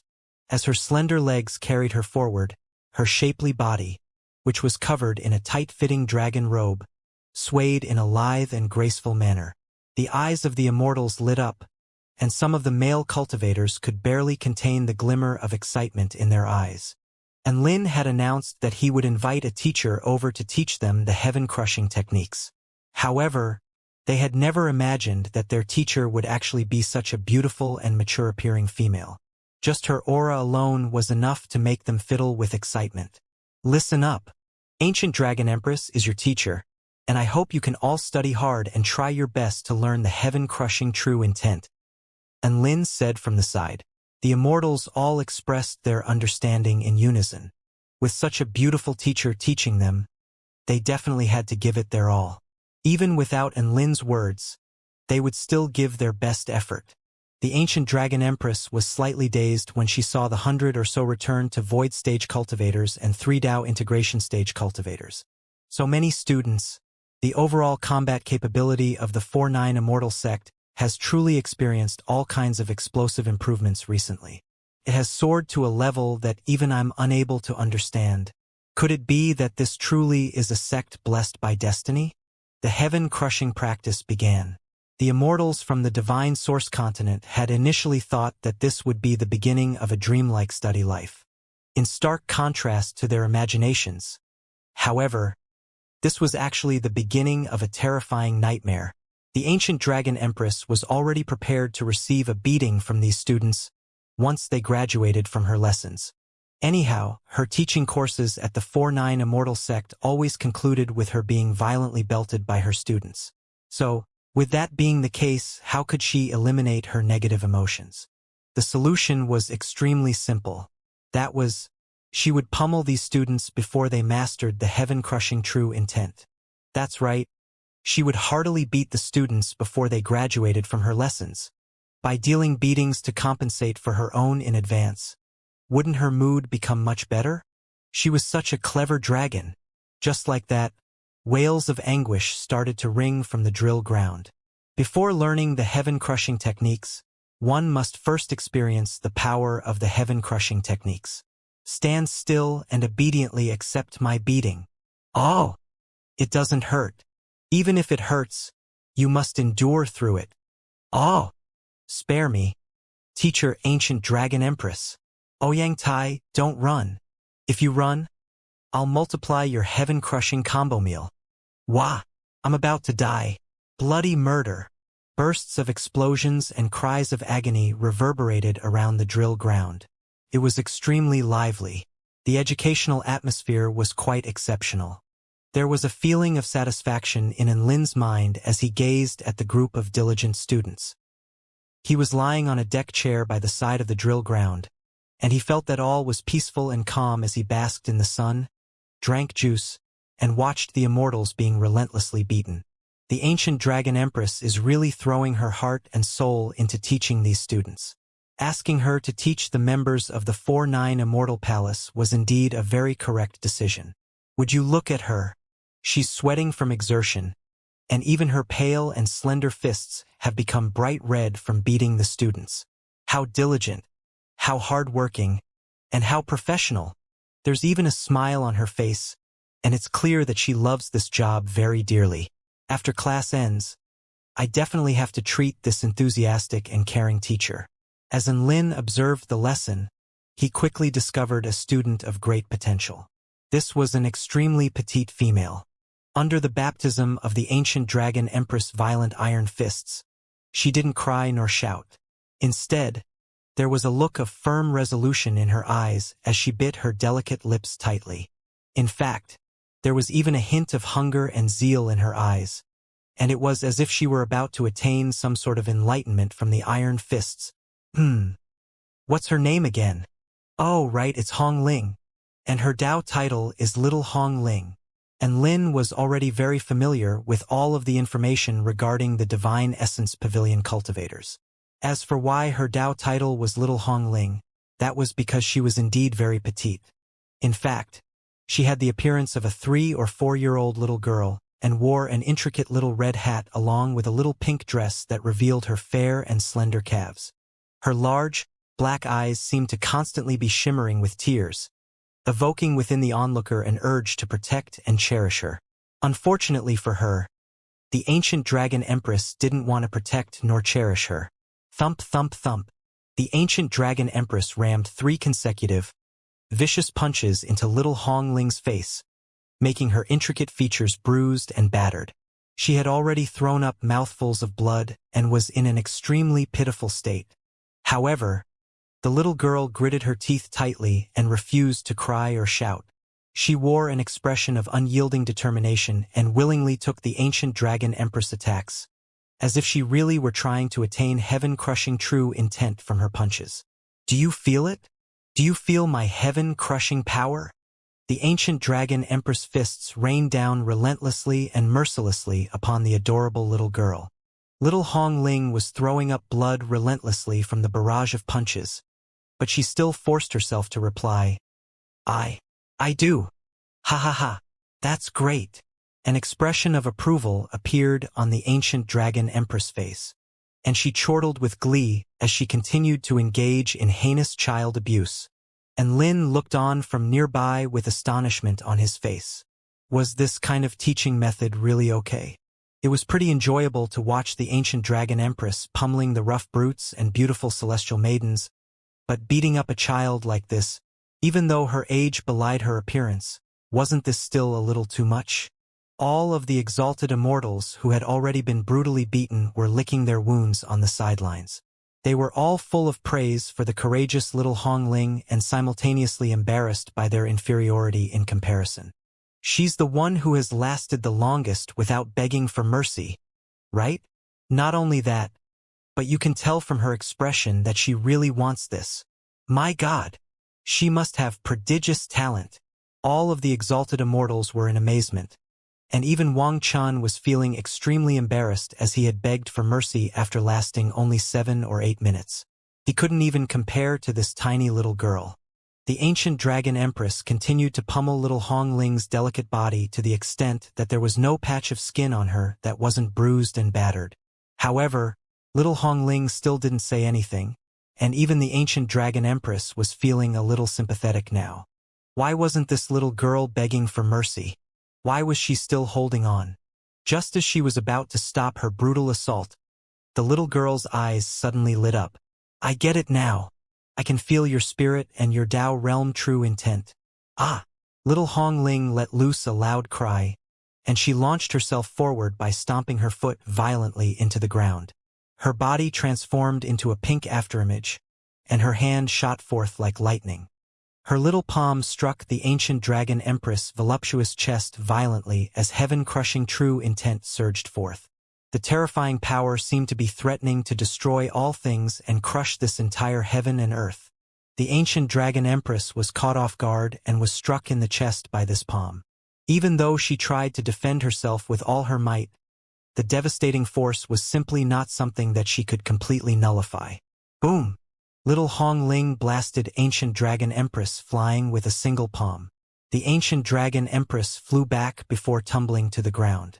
Her long legs were pressed tightly together, and she gripped her chest as she curled up into a ball. She clenched her teeth tightly and was on the brink of tears. Ow, ow, ow, ow. Everyone instantly fell silent with the exception of the ancient dragon empress, who was groaning with pain. Everyone looked on with incredulity at the scenes unfolding before their eyes. Little Hong Ling managed to hurt teacher ancient dragon empress? My God! She's only a return to void pinnacle stage exalted immortal. I thought it was already very impressive that she was able to withstand that onslaught for so long. But who would have thought that she could stage a successful retaliation? She is a role model for all of us.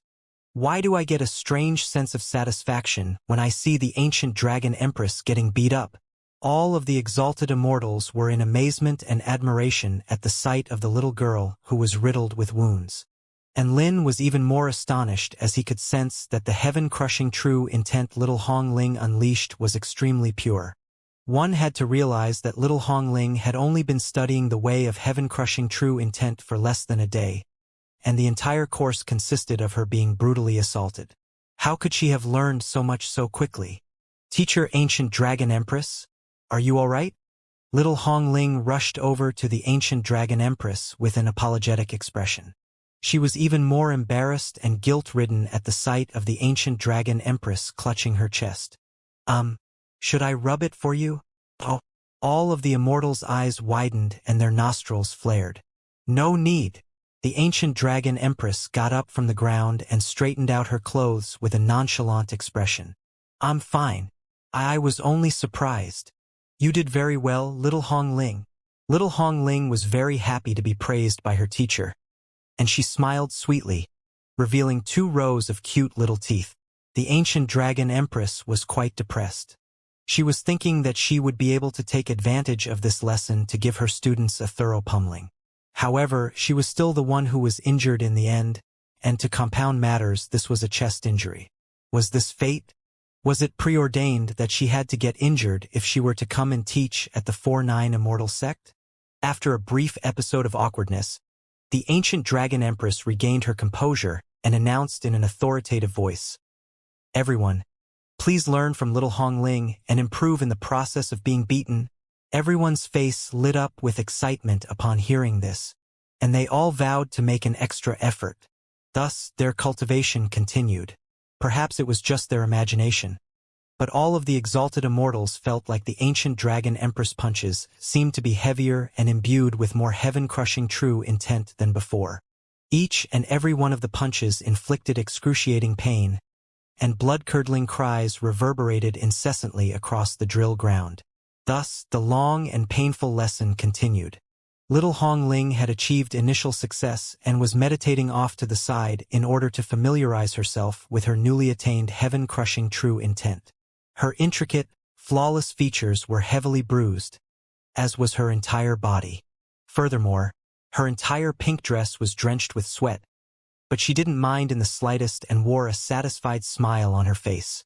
At this moment, a white-robed man made his way over to her and handed her a high-rank spirit pill. Here, this will help you recover from your external injuries. Little Hong Ling faltered momentarily before a deep blush appeared on her face. She accepted the spirit pill, and her voice trembled as she replied, "Thank you." She was extremely nervous, and her heart was thumping like a jackhammer. The man before her was Enlin. This was the man that she admired the most, and never would she have thought that Enlin would take the initiative to offer a spirit pill to her. Little Hong Ling was extremely tense, much more so than when the ancient dragon empress was pummeling her. There were so many injured immortals. Why was he only offering a spirit pill to her? Why is he so good to me? Is he interested in me? Could it be that he likes my type? The more Little Hong Ling followed this train of thought, the deeper the blush on her delicate cheeks became. What are you spacing out for? Eat the pill. And Lin was perplexed. Oh, yes. Little Hong Ling hurriedly placed the spirit pill into her mouth with an obedient expression. And Lin sat down beside Little Hong Ling and appraised the adorable little girl. Little Hong Ling was getting more anxious by the second under Lin's gaze, and she had no idea where to put her hands or where to look. Can you tell me about yourself? I'm very interested in hearing about your past. And Lin asked with a warm smile. Every being who managed to attain extremely powerful heaven-crushing true intent had very unique stories. And Lin discovered that hearing about these people's experiences could inspire him to a certain degree and improve his mastery of heaven-crushing true intent. Little Hong Ling was initially taken aback by this question before she shuddered. Sect leader and Lin really is interested in me. So what now? Do I accept his feelings or turn him down? The divine Phoenix Maiden is very powerful. I won't be a match for her in battle. Little Hong Ling was at a complete loss for what to do, and her blush deepened further as her breathing became a little jagged. And Lin thought that he had triggered some unpleasant memories in the little girl's mind with his question upon seeing this, and he offered warm words of comfort. Finally, Little Hong Ling began to speak about her past, while in a state of extreme anxiety and excitement. I was born in a very ordinary family. My father was the emperor of the flowing cloud nation, while my mother was an ordinary concubine. When I was 3 years old, the palace's Taoist elder tested my cultivation aptitude to find that I had none. Little Hong Ling looked up into the sky with her large, watery eyes. I should have been a normal princess with a normal childhood. When I came of age, I was going to get married and lead a normal life. However, something terrifying happened. Little Hong Ling hugged her knees with her soft little arms. For some reason, my body was unable to grow and has always maintained this child form.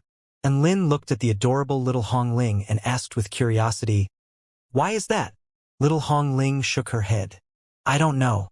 My father also asked many supreme beings, and they all conducted checks on me, but no one could figure out why my body is like this.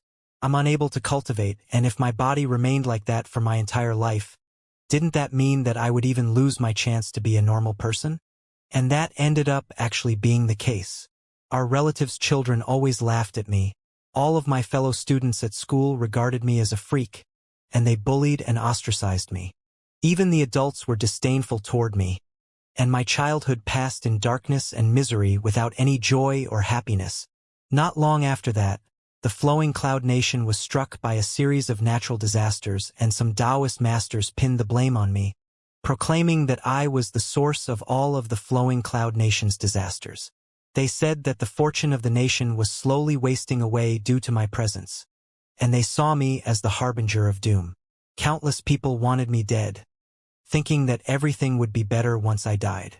My father finally folded to the pressure exerted on him by all of the officials and cultivators and was forced to banish me. Many people applauded this decision, and there were even some who were plotting to kill me.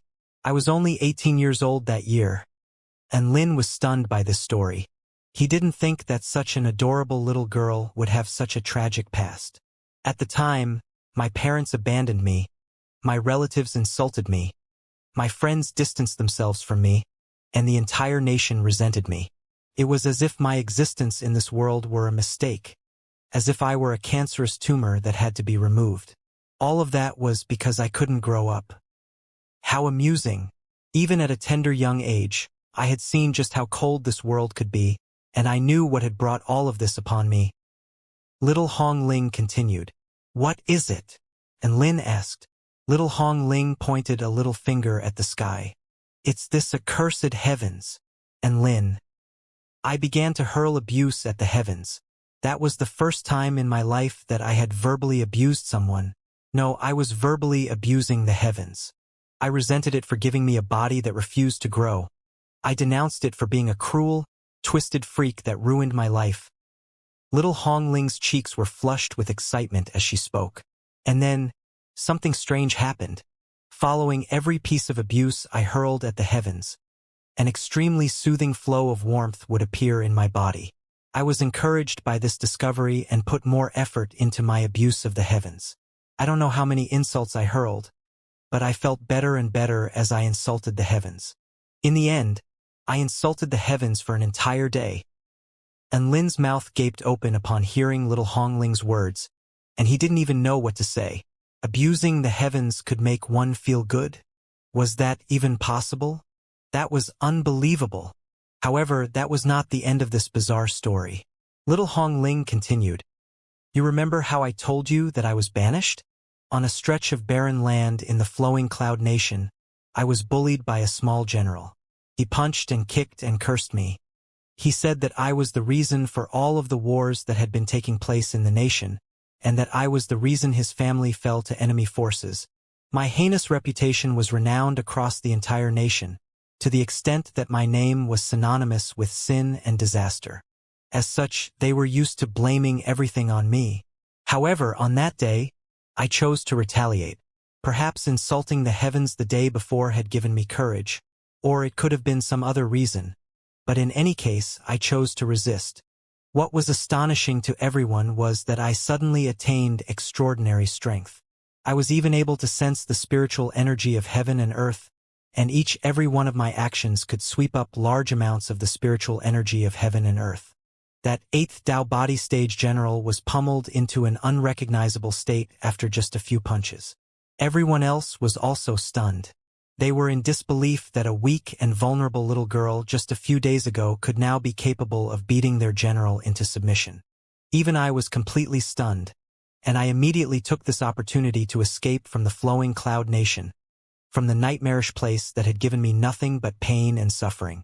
I escaped into a forest, and I wanted to verify something, so I continued to insult the heavens. Sure enough, more flows of warmth began to appear in my body. When I woke up the next day, I discovered that I had become more powerful yet again. I finally managed to verify something, and that was that I could become stronger by insulting the heavens. Little Hong Ling looked up at the sky with intensity in her eyes, and Lin drew a sharp intake of breath and was astonished once again. He had seen countless strange beings, but this was the first time he had met a freak that could become stronger by abusing the heavens. She was so strange that she absolutely crushed all of the beings that he had met that he thought were strange. Thus, I began my heaven-abusing cultivation journey. That was the most joyful time in my life. I felt like, for the very first time, I had a target in life, and that I wasn't some orphan abandoned by this world. However, this method of cultivation had its flaws. The higher my cultivation base became, the more difficult it became for me to progress. I had to diversify the insults I hurled at the heavens. For example, the weather is bad today? Abuse the heavens. Breakfast tasted like crap? Abuse the heavens. A famine has struck? Abuse the heavens. A tragic homicide has occurred? Abuse the heavens. And Lin's lips twitched in incredulity. What kind of cultivation path was this? He really wanted to ask if little Hong Ling thought that he was an idiot, but the serious expression on her little face suggested that she wasn't lying. If that was the case, then either she was insane or the heavens were insane. And Lin was also struck by the urge to hurl abuse at the heavens. The heavenly Tao wasn't fair. Why was it that other people could cultivate through such unreasonable methods? If Xianxia were to attain little Hong Ling's cultivation ability, he would most likely be a god of creation already. Were the heavens masochistic or something? It was granting her more power in exchange for verbal abuse? After cultivating by insulting the heavens for 100 years, I reached the return to void stage, a cultivation base that countless cultivators yearned for. I became the widely renowned, exalted, immortal Hongling. After a while, the imperial family of the Flowing Cloud Nation suddenly contacted me and begged me to save their dying nation. It turned out that the nation was invaded by two particularly ruthless return to void stage vicious beasts, and they were unable to stop these two beasts. As such, they were at the end of the road and could only beg for my help. An ironic chuckle suddenly escaped little Hongling's lips. Isn't it funny that the entire imperial family and the citizens of the nation were all cursing me, hoping that I die, and regarding me as the embodiment of the plague? They banished me to a barren wasteland where I suffered all kinds of torment. If it weren't for the fact that I had attained my new power, I would most likely have already perished. Were they not ashamed to ask for my help? Did they think that I was Virgin Mary? So what did you do? And Lin asked. Little Hongling pursed her lips and replied in a quiet voice. I still returned to the Flowing Cloud Nation and slew those two return to void stage beasts. And Lin fell silent upon hearing this. After slaying those two beasts, all of the nation's citizens called me the savior, the gem of the nation, the #1 flowing cloud celestial maiden. Some of them even knelt down to worship me. Little Hongling smiled. I stood in the imperial palace, and everyone liked me, respected me, and praised me. All of them wore genuine smiles on their faces when they looked at me. In the past, they resented me, insulted me, and tortured me just because I couldn't grow up. But now I still couldn't grow up, but they treated me completely differently. I didn't know what I felt at the time. It wasn't grief nor joy. I simply felt like everything was extremely absurd, and that there was something weighing down on my chest. I didn't know what to do, so I began to insult the heavens again in front of tens of thousands of people. Can you imagine what it was like for me to insult the heavens in front of so many people? All of them wore extremely spectacular expressions, as if my image in their hearts had been turned on its head once again. However, I didn't care. And then, I immediately made a breakthrough to the return to void pinnacle stage and attained my divine Tao. Lin felt like his experiences were already quite extraordinary, but little Hongling's experiences made his appear normal. She attained her divine Tao by hurling abuse at the heavens? How was that even possible? So what is the divine Tao you attained on that day? And Lin repressed the urge to go insane and asked, My divine Tao? A reluctant expression appeared on her face. You might not believe me when I say this, but my divine Tao is growing up. And Lin was perplexed. Growing up? Just as his voice faded, a brilliant light suddenly erupted from Hongling's body. Under the dazzling light, her body began to elongate while her black hair fell like a waterfall. Her short, delicate arms extended to become long, slender arms, and her short little legs became long legs as flawless as white jade. And Lin's mouth gaped open as he stared at the little girl in front of him, who had transformed into a gorgeous young woman around 18 years of age in the blink of an eye. She wore a tight-fitting pink dress that accentuated her glorious curves, and her slender waist was like a wicker branch in early spring. Her graceful figure simultaneously gave off a sense of grace and youthful energy. Little Hongling looked at Lin with her brows in a gentle arch, and her long eyelashes quivering slightly. Her vibrant, red lips were as supple as ripe cherries, and there was a shy blush on her beautiful features as she said in a voice as present as a lark's cry, Do you see now, sect leader? This is the power of my divine Tao. It can make me grow up? And Lin wore an astonished expression as he murmured to himself, I detected your aura and couldn't identify any change. Do you have some sort of special ability now?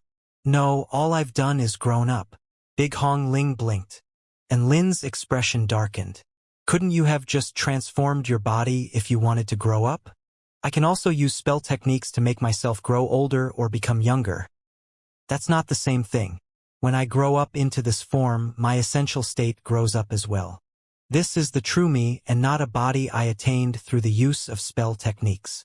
A sweet, refreshing smile appeared on Hongling's face as she asked, Do I look good? and Lin nodded with a speechless expression.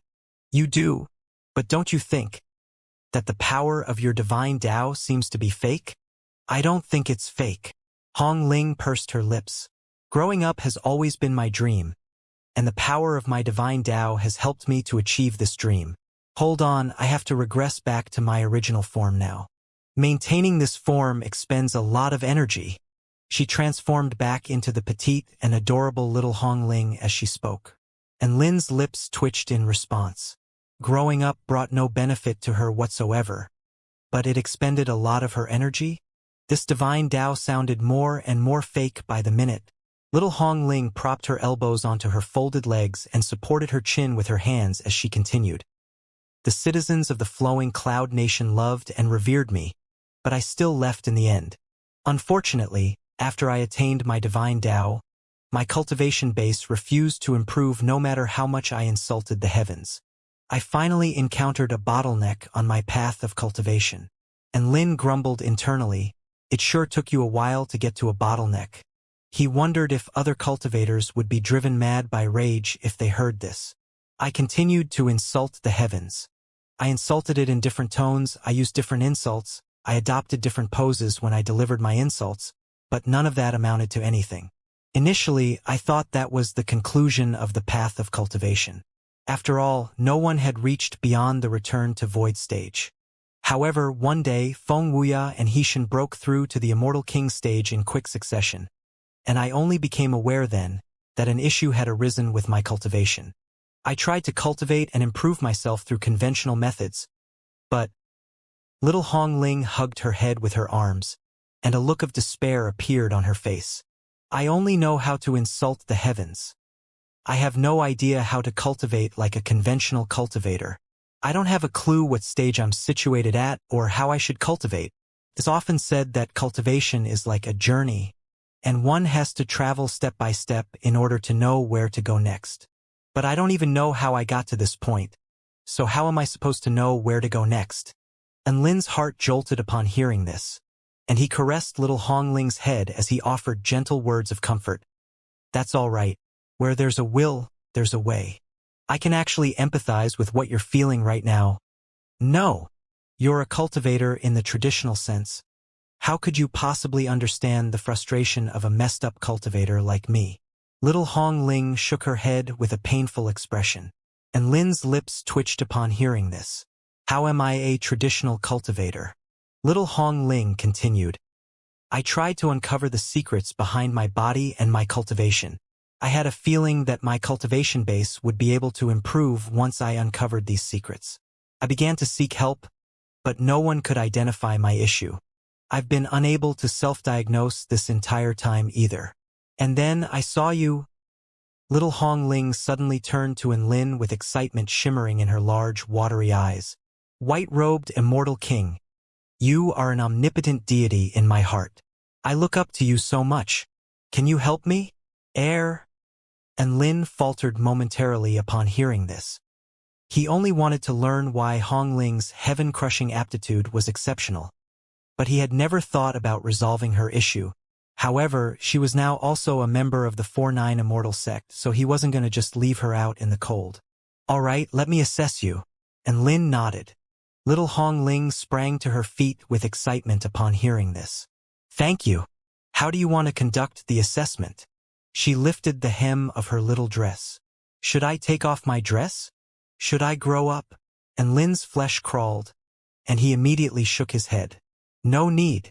Please don't do any strange things. Oh. Little Hong Ling nodded obediently before looking at Lin with an expectant expression. And Lin continued, Give me your hand. Little Hong Ling immediately placed her soft little hand on top of Lin's palm. And Lin began to assess her bodily condition, but he was unable to find anything different about her compared to a normal return to void stage mighty figure even after conducting his assessment for several minutes. The only real difference was that she was a lot more petite. However, he knew that Hong Ling was definitely no simple character. Her outstanding heaven-crushing aptitude most likely had something to do with her ability to cultivate through insulting the heavens. As for why she was able to cultivate through such a strange method, and Lin's brows furrowed, and he hesitated momentarily before issuing an instruction. "Can you grow up for me?" "Oh!" Little Hong Ling twirled and transformed into her grown-up form before laying her slender hand obediently onto Lin's palm. In the instant little Hong Ling made her transformation, and Lin finally captured a slight divine Tao fluctuation. That fluctuation was very feeble, and it disappeared in a flash. And Lin was unable to fully assess it. He could only issue another instruction: "Regress for me." "Oh!" Little Hong Ling twirled and turned back into a little girl before looking at Lin with her head cocked to the side. "Now grow up again," Lin commanded. "Oh?" Little Hong Ling nodded before transforming into a gorgeous young woman once again. And Lin managed to capture that wisp of divine Tao power again, but it still wasn't all that prominent. "Now regress," Lin instructed. Little Hong Ling, "All right, grow up again," Lin immediately instructed. Little Hong Ling, "What are you looking at me for? Grow up." Lin's brows furrowed slightly. Little Hong Ling could only do as she was told. This was the first time she had received such strange requests. Just what was Lin trying to achieve? Could it be that he had some sort of weird fetish? Regress. Grow up. Regress. Grow up. Lin issued one instruction after another while Hong Ling transformed back and forth between her two forms. Their interaction had even attracted many exalted immortals to gather around and spectate. This was no surprise, as this scene was a little baffling, after all. This was the first time Hong Ling had ever used her divine Tao so frequently, and it was also the first time she had felt like growing up was such an exhausting endeavor. She was only holding on by drawing on her trust and admiration toward Lin. Finally, Lin stopped issuing his diabolical instructions. "I've finally discovered it. I know what that faint divine Tao fluctuation is now."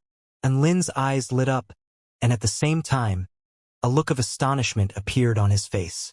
The fluctuations are very faint, but they're also supreme and ethereal in nature, as if they're the source of all things. This is the power of the heavens. Hong Ling was shocked. The power of the heavens? You're not kidding around, are you? She was well aware of what the power of the heavens entailed. That was the power of the heavenly Tao. How could an ordinary return to void stage cultivator like her possess such a special power? There's no mistaking it. I come into contact with this type of power on a regular basis, and I'm sure that the same type of power is present in your body. Lin was also very shocked. The heavenly human tribe powerful beings were capable of using the power of the heavens, but that was only because the heavenly Tao bestowed that power upon them. Even among all of the cultivators that Lin knew of, only the Celestial the Arch was capable of using the power of the heavens. The Celestial the Arch was only able to use the power of the heavens due to his extremely deep understanding of the heavenly Tao. So why was little Hong Ling's divine Tao the power of the heavens? But isn't my divine Tao to grow up? Its effect is also to grow up. Hong Ling was still finding it a little difficult to accept Lin's evaluation, and Lin was a little stumped. This result had gone well beyond his expectations. At this moment, a black light suddenly flashed behind him, and a faint, fragrant bodily scent wafted forth as a petite little lowly appeared beside him. This lowly wore a black dress with smooth, black hair that pooled all the way down to her waist. Her inky black eyes were like those of a dead fish, and her face was slightly chubby and round. "Little Xie, why have you come out?" Lin was very excited to see her. Indeed, this super adorable lowly that had appeared before him was none other than his sword spirit, Little Xie. Little Hong Ling didn't say anything as she stared intently at little Hong Ling with her dead fish eyes. "Wow, she's so cute." Little Hong Ling also looked back at little Xie with shimmering eyes. She was very short, even shorter than little Xie, but she felt like little Xie was so adorable. She was even struck by an impulsive urge to hug her. "Sect leader, is this your sword spirit? Can I touch her?" Little Hong Ling looked at little Xie's chubby little cheeks and struggled to keep her hands in check. Those soft, round cheeks were simply irresistible. "Piss off." Little Xie gave a cold reply. "You still haven't told me why you suddenly appeared. Did you miss me?" Lin had already enveloped little Xie's soft, delicate body in a tight hug before he pressed his hands to her face, as if he were playing with a pile of dough. Her face was so soft and smooth. It was so satisfying. Let go of me. No. Tear. The evil-slaying sword suddenly stabbed viciously into Lin's waist, sending blood splattering through the air. Ow! Are you going to let me go or not? Yes, yes, yes. My emotions got the better of me as I haven't seen you for so long. And Lin smiled sheepishly as he reluctantly let go. Little Hong Ling's eyes widened with shock. The invincible war god and Lin had been wounded? This was no ordinary sword spirit. I appeared because of you? Little Xia pointed her slim index finger at Little Hong Ling as she said in a cold, tender voice, I know what you are. And Lin was immediately intrigued. What is she? A being blessed by the heavenly Tao, Little Xia replied. A being blessed by the heavenly Tao? And Lin and Little Hong Ling were both taken aback by this response, and they both repeated Little Xia's words at the same time. That's right. You are a living being who has been blessed by the heavens. Little Xia nodded. After seeing you and hearing about your experiences, this piece of information appeared in my mind. Little Hong Ling's first reaction was incredulity, and she shook her head. That's impossible. I've never been able to grow up, and I've led such a tragic life. How could I be someone that is blessed by the heavenly Tao? Think about it. What is the ultimate pursuit of the vast majority of living beings? Little Xia suddenly asked. Little Hong Ling's eyes were slightly glazed over, but she still replied, They pursue the pinnacle of Tao? They pursue transcendence. Wrong. Little Xia immediately shook her head, and a profound light appeared in her eyes as she continued in a slow voice. For the vast majority of living beings in this world, regardless of whether they're highly intelligent life forms or organisms with no sentient will, all of them simply want to live. As such, their ultimate pursuit would be immortality. And Lin nodded slightly upon hearing this, clearly agreeing with Little Xia's words. Little Xia looked at the little girl in front of her and said in a serious voice, Soon after you were born, you were unable to age. You have maintained your 3- or 4-year-old form this entire time, and your life force won't diminish with the passage of time. So you will always live on as the most perfect life form. This is the immortality that all living beings dream of, and you attained it at just 3 or 4 years of age. Is this not the ultimate blessing from the heavenly Tao? Little Hong Ling was dumbstruck. My life force won't diminish? Now that you mention it, Little Xia, that really is the case. I can sense that the state of Little Hong Ling's life has been locked at her 3- or 4-year-old state, and none of her life essence has receded. And Lin used his evergreen technique to detect Little Hong Ling's body before arriving at this shocking conclusion. But I want to grow up. That has always been my wish. Couldn't the heavens have granted me immortality after I turned 18? Little Hong Ling wore an aggrieved expression. The heavenly Tao didn't know that you wanted to grow up so badly at the time. All it wanted to do was purely to grant you immortality. After it learned of your wish, it granted you the power of your divine Tao, which is to grow up, Little Xia explained. And Lin was immediately enlightened. Little Hong Ling and Lin were both astonished. Holy fuck, that explanation makes a lot of sense. As for why you become more powerful by insulting the heavens, that's because the subconscious will of the heavenly Tao can sense your negative emotions whenever you insult it. It wants to bless you, but it's not a separate entity and doesn't know what it has done wrong. As such, it can only resort to the most direct and simple method to make you happy, which is to make you more powerful. Little Xia continued in her explanation, and Lin was astonished. Little Hong Ling's little mouth gaped open. This explanation sounded really bizarre, but why did it make so much sense? Now think about your cultivation journey. Isn't it the case that you've always had fantastic luck and encountered many miraculous opportunities? Little Xia asked. Little Hong Ling nodded with difficulty as she pulled out a high-rank immortal sword with water and fire surging from its blade. Back when I was crafting this sword, I was lacking in 2 immortal rank items of water and fire nature. At that time, I slew the 2 return to void stage vicious beasts who were running rampant in the flowing cloud nation. and their bodies coincidentally yielded the immortal rank items I needed. There are many other examples of this, like that time when I fell off a cliff and discovered a secret tome containing powerful immortal spells, or when I met an immortal who was on the brink of death with an inheritance to pass on, or when I discovered a treasure map in the stomach of a small beast I slew. And Lin was stunned. Why hadn't he ever been as lucky as little Hong Ling? Don't you see? This is all because you have been blessed by the heavenly Tao. Little Xie reiterated her point.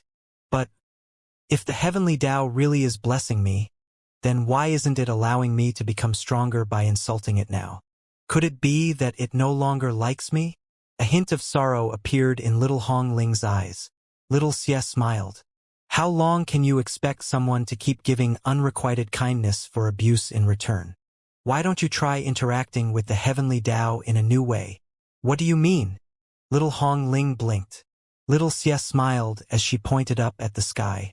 You've abused it for so many years, so why don't you try praising it from now on? At times, a simple sentence was all that was required to enlighten someone. Little Xie's words completely dispelled all of the confusion in little Hong Ling's heart. In that instant, little Hong Ling seemed to have understood something. She looked up at the omnipresent sky and recalled her past. She insulted the heavens when eating, when sleeping, when engaged in battles, when bored. She insulted the heavens over and over again, and she had never considered the heavens' feelings, but the heavens had still bestowed upon her so much. The heavens had given her a cultivation base that struck awe into the hearts of countless people, and had presented to her one miraculous opportunity after another, and the heavens had even given her immortality, a trait sought after by countless living beings. Bastard heavens! I've always been insulting and abusing you, but you've still been so good to me.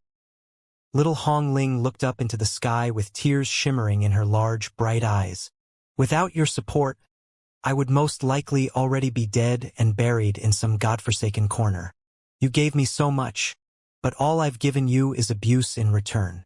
I'm sorry, I really am. The little girl had tears in her eyes, but an earnest smile appeared on her face. Heavens, thank you for everything, and thank you for being so good to me. You're the best. And Lin listened to little Hong Ling's words of gratitude, and was struck by the urge to remind her that she was supposed to be praising the heavens rather than thanking the heavens. However, the phenomenon that took place immediately following her words of gratitude made him refrain from doing so. Heavenly light surged as a layer of holy sheen suddenly appeared on the little girl's body. Her skin became translucent and pristine white as she stood in her pink dress on the drill ground. She was very serene and peaceful as the heavenly light surged like flowing water, making her appear like a holy, ethereal being. In the next instant, immortal music reverberated between heaven and earth as iridescent light swept forth. All of the immortals stopped cultivating, and even the ancient dragon empress had stopped teaching. They were all staring at the little girl bathed in boundless heavenly light with looks of astonishment on their faces. Vital energy surged for over 500 kilometers, creating an extremely spectacular swirl of energy. Extremely spectacular phenomena began to spread through the entire heaven and earth as a series of images of beautiful worlds began to appear in the sky. One peculiar godlike being appeared after another, and all of them extended their blessings to the little girl on the ground below, as if they wanted to bestow everything that was good and beautiful in this world upon her. Bursts of energy and iridescent light converged toward little Hong Ling. This is the aura of the divine Tao. Divine phenomena appearing up above, and the heavenly Tao and great Tao resonating in unison. Exalted immortal Hong Ling is about to construct a complete divine Tao. Is she going to complete Tao integration and progress to the immortal king stage? All of the immortals on the drill ground were in an uproar. The immortal king stage was the highest cultivation base on the divine source continent, and the emergence of a new immortal king was a monumental event that could rock the entire continent. Even on the Taichu continent, an immortal king would be at the tip of the cultivation pyramid, and all of the return to void stage exalted immortals present were in envy and admiration toward her. I recall that little Hong Ling just asked sect leader and Lin for some cultivation advice, right? That's right. And sect leader and Lin was getting her to grow up and regress over and over again. So that means sect leader and Lin managed to get little Hong Ling to take that near impossible step after instructing her for less than 2 hours? Gasp. Almost all of the exalted immortals drew a sharp intake of breath. They all turned to Lin with shock and a hint of intense yearning in their eyes. They really wanted to be instructed by sect leader and Lin as well. And Lin had naturally also detected the intense gazes coming from the exalted immortals, but he wore a completely oblivious expression. He had a feeling that these exalted immortals seemed to have misunderstood something. This breakthrough had caused a massive commotion. Many of the powerful beings and mighty figures in Yutong City couldn't help but approach the drill ground in order to spectate these magnificent heaven and earth phenomena. Isn't that one of the 4-9 immortal sect's divine source pavilion members who's transcending her tribulation? Holy shit! Am I seeing this correctly? These heaven and earth phenomena are the types that only appear during Dao integration. Is the 4-9 immortal sect going to get another Dao integration stage super mighty figure now? Don't celebrate too early. A divine Dao tribulation is not that easy to transcend. You're right. I wonder what that little girl's divine Dao tribulation could be. A series of powerful figures appeared around the drill ground, but none of them drew too close. They were maintaining a safe distance so that they would still have the chance to run away should the divine Dao tribulation fall upon them. Divine Dao tribulations came in all shapes and sizes, but there was one thing that they all shared, which was that all of them were extremely dangerous. When these tribulations descended upon the world, they didn't care if you were the designated tribulation transcender or not. Bursts of exuberant light appeared in the heavens above before flowing relentlessly into little Hong Ling's body like streams of wind. Little Hong Ling's aura began to climb steadily as a result. Everyone was waiting for little Hong Ling's tribulation transcendence. Little Hong Ling's aura became more and more vast and powerful. Time was still passing by. Little Hong Ling's aura became progressively more badass, and the oppressive might exuding from her body had already exceeded that of the average immortal king. However, what was perplexing to everyone was that little Hong Ling still wasn't showing any signs that she was transcending a tribulation. Wang Chen's expression had already become quite sour. The aura little Hong Ling was exuding was even more powerful than his, and it was still climbing steadily. Soon, even Yan Ji was astonished as little Hong Ling's aura had even outstripped her own. Not long after that, He Shin's lips began to twitch. He discovered that little Hong Ling's aura was now more powerful than his. One had to realize that he had progressed to the Dao integration stage almost a century before her. However, little Hong Ling was still getting stronger. There seemed to be no end to the reciprocation heaven and earth was bestowing upon little Hong Ling. And Lin felt like his horizons had been significantly broadened, and he was rooted to the spot. So this is what it means to be blessed by the heavenly Dao.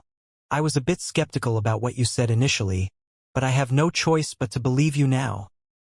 Little Xia harumphed delicately as she crossed her arms across her chest. I've never lied to anyone. I'm quite looking forward to seeing little Hong Ling's divine Dao tribulation now. Her divine Dao is connected to the power of the heavens.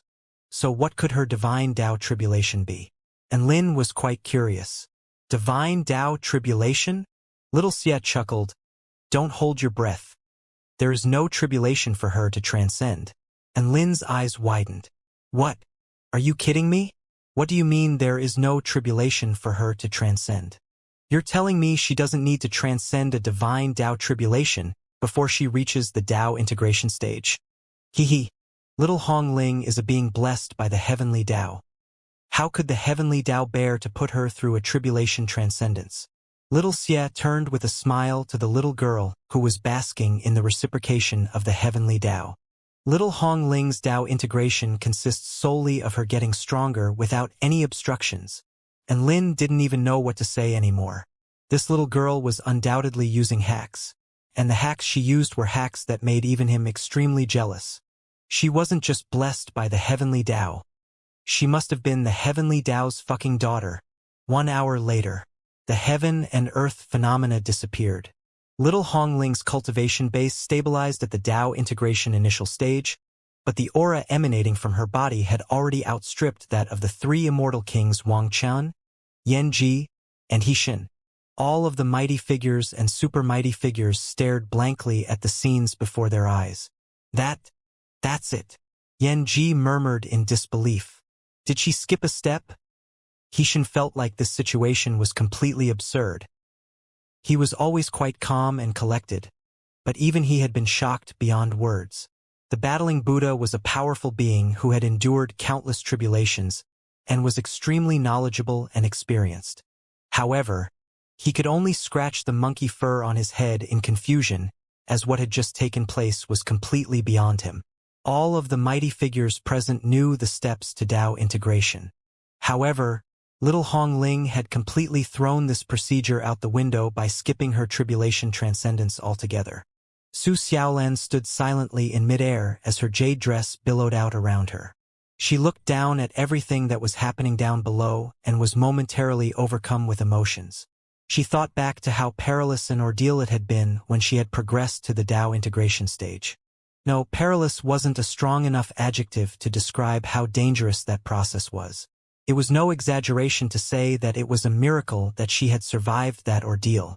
She was attempting dual Tao integration, which had never been done in history, and somehow, she managed to grab hold of a quickly receding shred of light amid a boundless expanse of darkness. However, what she had just witnessed was someone progressing to the Tao integration stage after skipping her tribulation. Most importantly, the aura emanating from her was very badass for a rookie Tao integration stage super mighty figure. Sigh. I already find it outrageous that little Ling can transcend her tribulations like she's taking a stroll in the park. But this little Hong Ling is even more absurd. I can't believe she can just bypass tribulations altogether. Su Xiaolan massaged her brows and wanted to say something, but words failed to describe her current feelings. The world was like that sometimes. There was never true fairness. It was often said that the heavenly Tao favored none, but that did not appear to be the case. The little girl standing on the drill ground bowed toward the sky with an earnest expression. Such a formal and serious expression on her little face created quite an adorable contrast.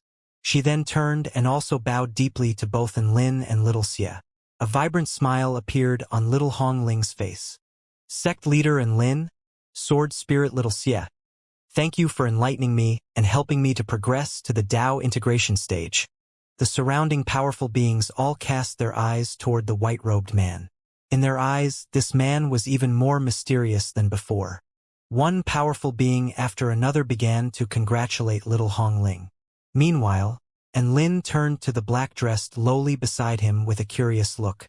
I now believe that Hong Ling is blessed by the heavenly Tao, but why is that the case?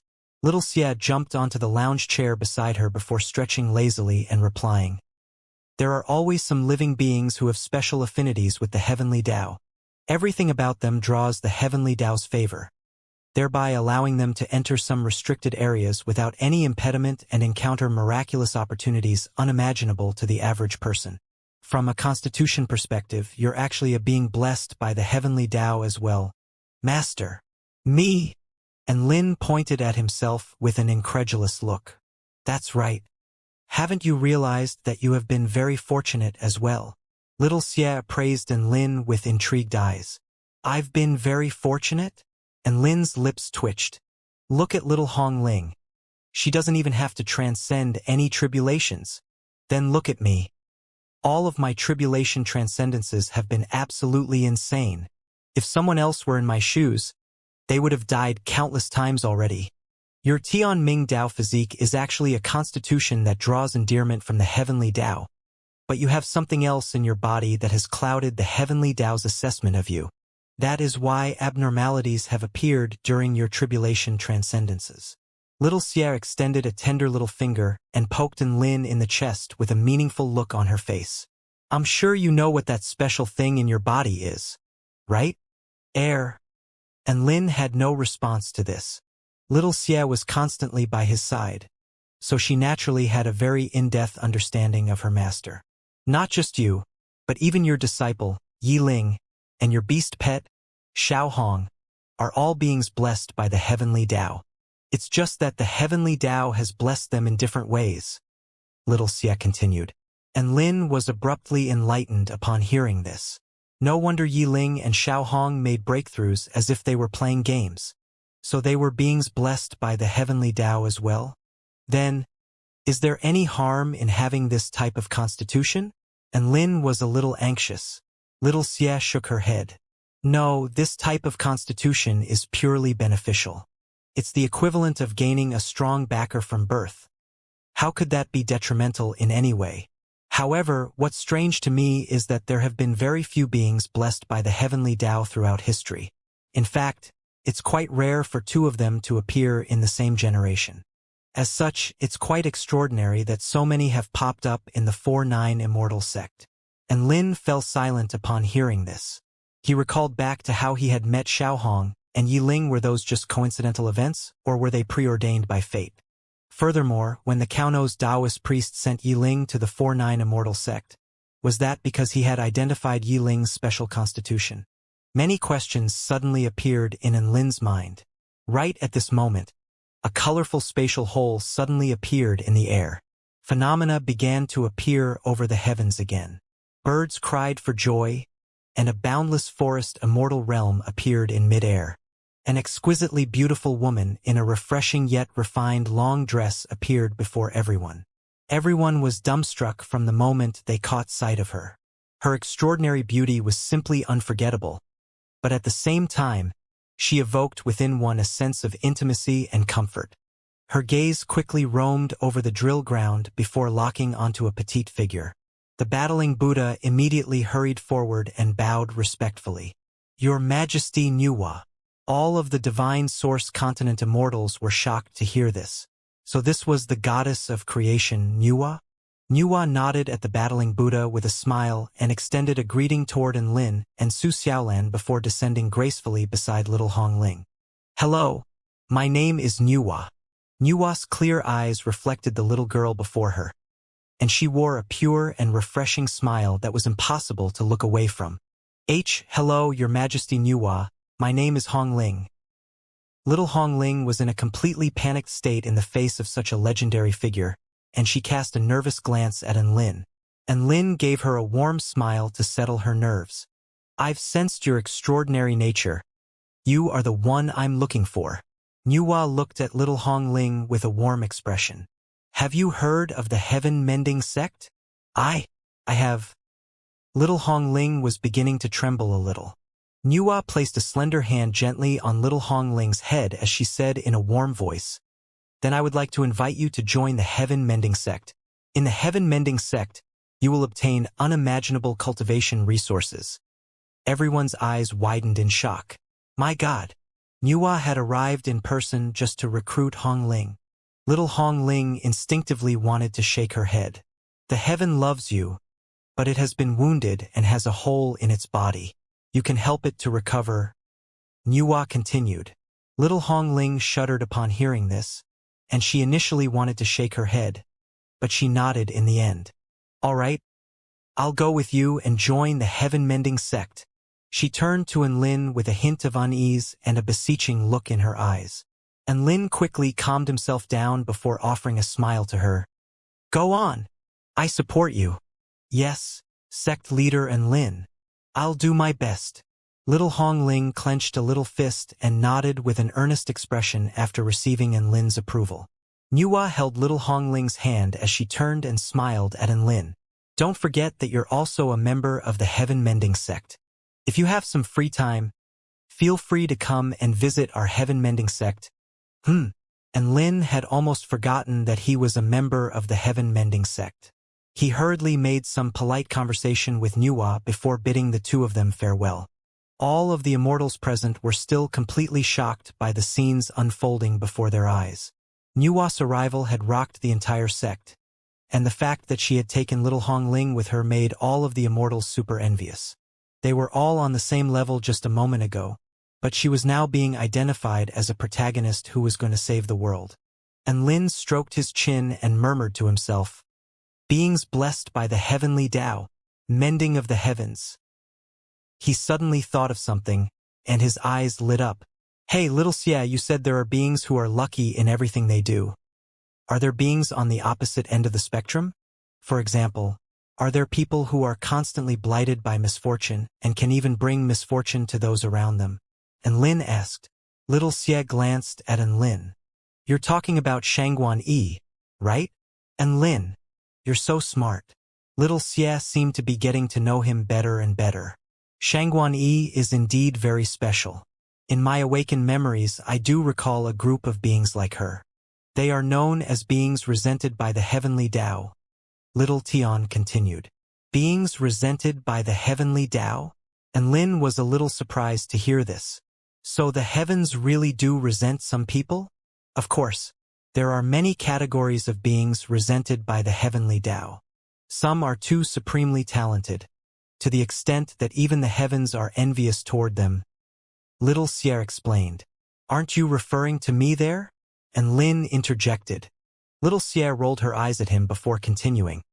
Some are beings whom the heavenly Tao deem to be major threats to the stability of the heavenly Tao if allowed to develop, so the heavenly Tao wants to kill them as soon as possible. Some are beings who have already inflicted severe damage upon the heavenly Tao, and they will be instantly wiped out. And then, there are some who have hurt the heavenly Tao in their previous life, and even after their reincarnation, the heavenly Tao still harbors resentment toward them. Shangguan Yi is quite special in that, among the beings I've seen, she is the one who is most resented by the heavenly Tao. She is constantly bearing the burden of ill fortune, and even those around her share the burden. To be honest, I'm quite surprised that she has managed to live up to this point. Little Xie's brows were slightly furrowed. She has been extremely unfortunate ever since she was born, so she couldn't have drawn resentment from the heavenly Tao because of something she did in this life. Apparently, she is the reincarnation of the Ice Matriarch, so could it be that she did something to infuriate the heavenly Tao back when she was the Ice Matriarch? And Lin pinched his chin and speculated. You'll have to ask her about that, Little Xie replied indifferently. And Lin pinched her cheeks. You don't know the answer? I'm not a god. How am I supposed to know everything? Little Xie slapped Lin's hand away and glared at Lin with a cold expression. But Little Xie, how do you know about beings that are blessed by the heavenly Tao and resented by the heavenly Tao? And Lin appraised his sword spirit with curiosity. Little Xie shook his head. I only recalled this information after I met Little Hongling. I don't know how, but I seem to have forgotten many things. And Lin was a little speechless upon hearing this. So his sword spirit was playing the memory loss card now. However, he had always been well aware that his sword spirit was very special. Just the fact that she could wound a heavenly god without using heaven-crushing true intent was a clear indication of how extraordinary she was. All right, that's enough talking.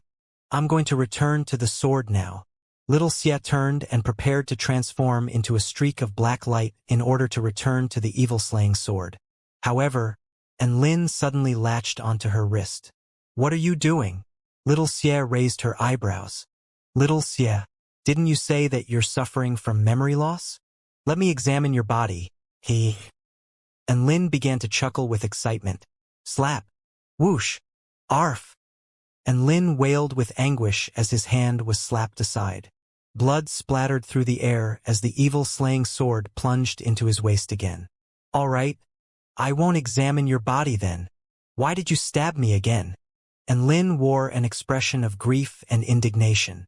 Little Xie couldn't be bothered to respond to him, and she disappeared back into her evil-slaying sword again. And Lin heaved a faint sigh. He had learned many new things, but for some reason he was even more confused. So even the heavens harbored emotions of love and resentment?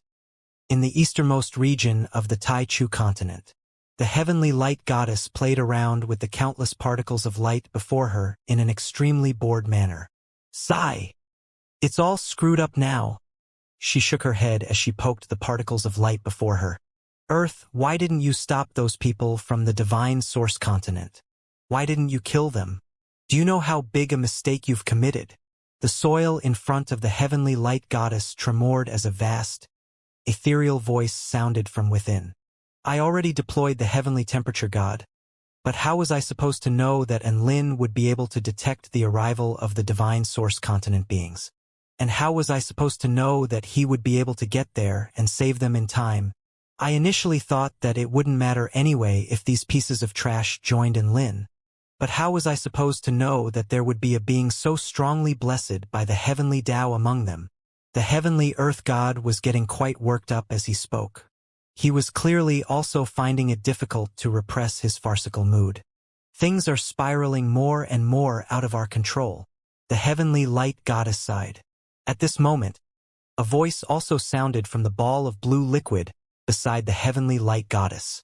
After obtaining a being blessed by the heavenly Tao, Nuwa would be able to further accelerate her mending of the heavens. If she manages to mend the power of Tao, all of us will be rejected and kept out by the Taichu continent. The heavenly sea god said, I suggest we launch the final attack immediately. What do life and heaven say? Are they still unwilling to help? The heavenly light goddess asked. They've agreed to give us some help. They won't appear in person, but all of the heavenly human tribe powerful beings and heavenly gods under their control can temporarily be transferred to us. However, we have to agree to a condition they proposed first. The heavenly sea god replied. What's their condition? The heavenly light goddess was struggling to hide her excitement. The soil in front of the heavenly light goddess also began to tremor violently.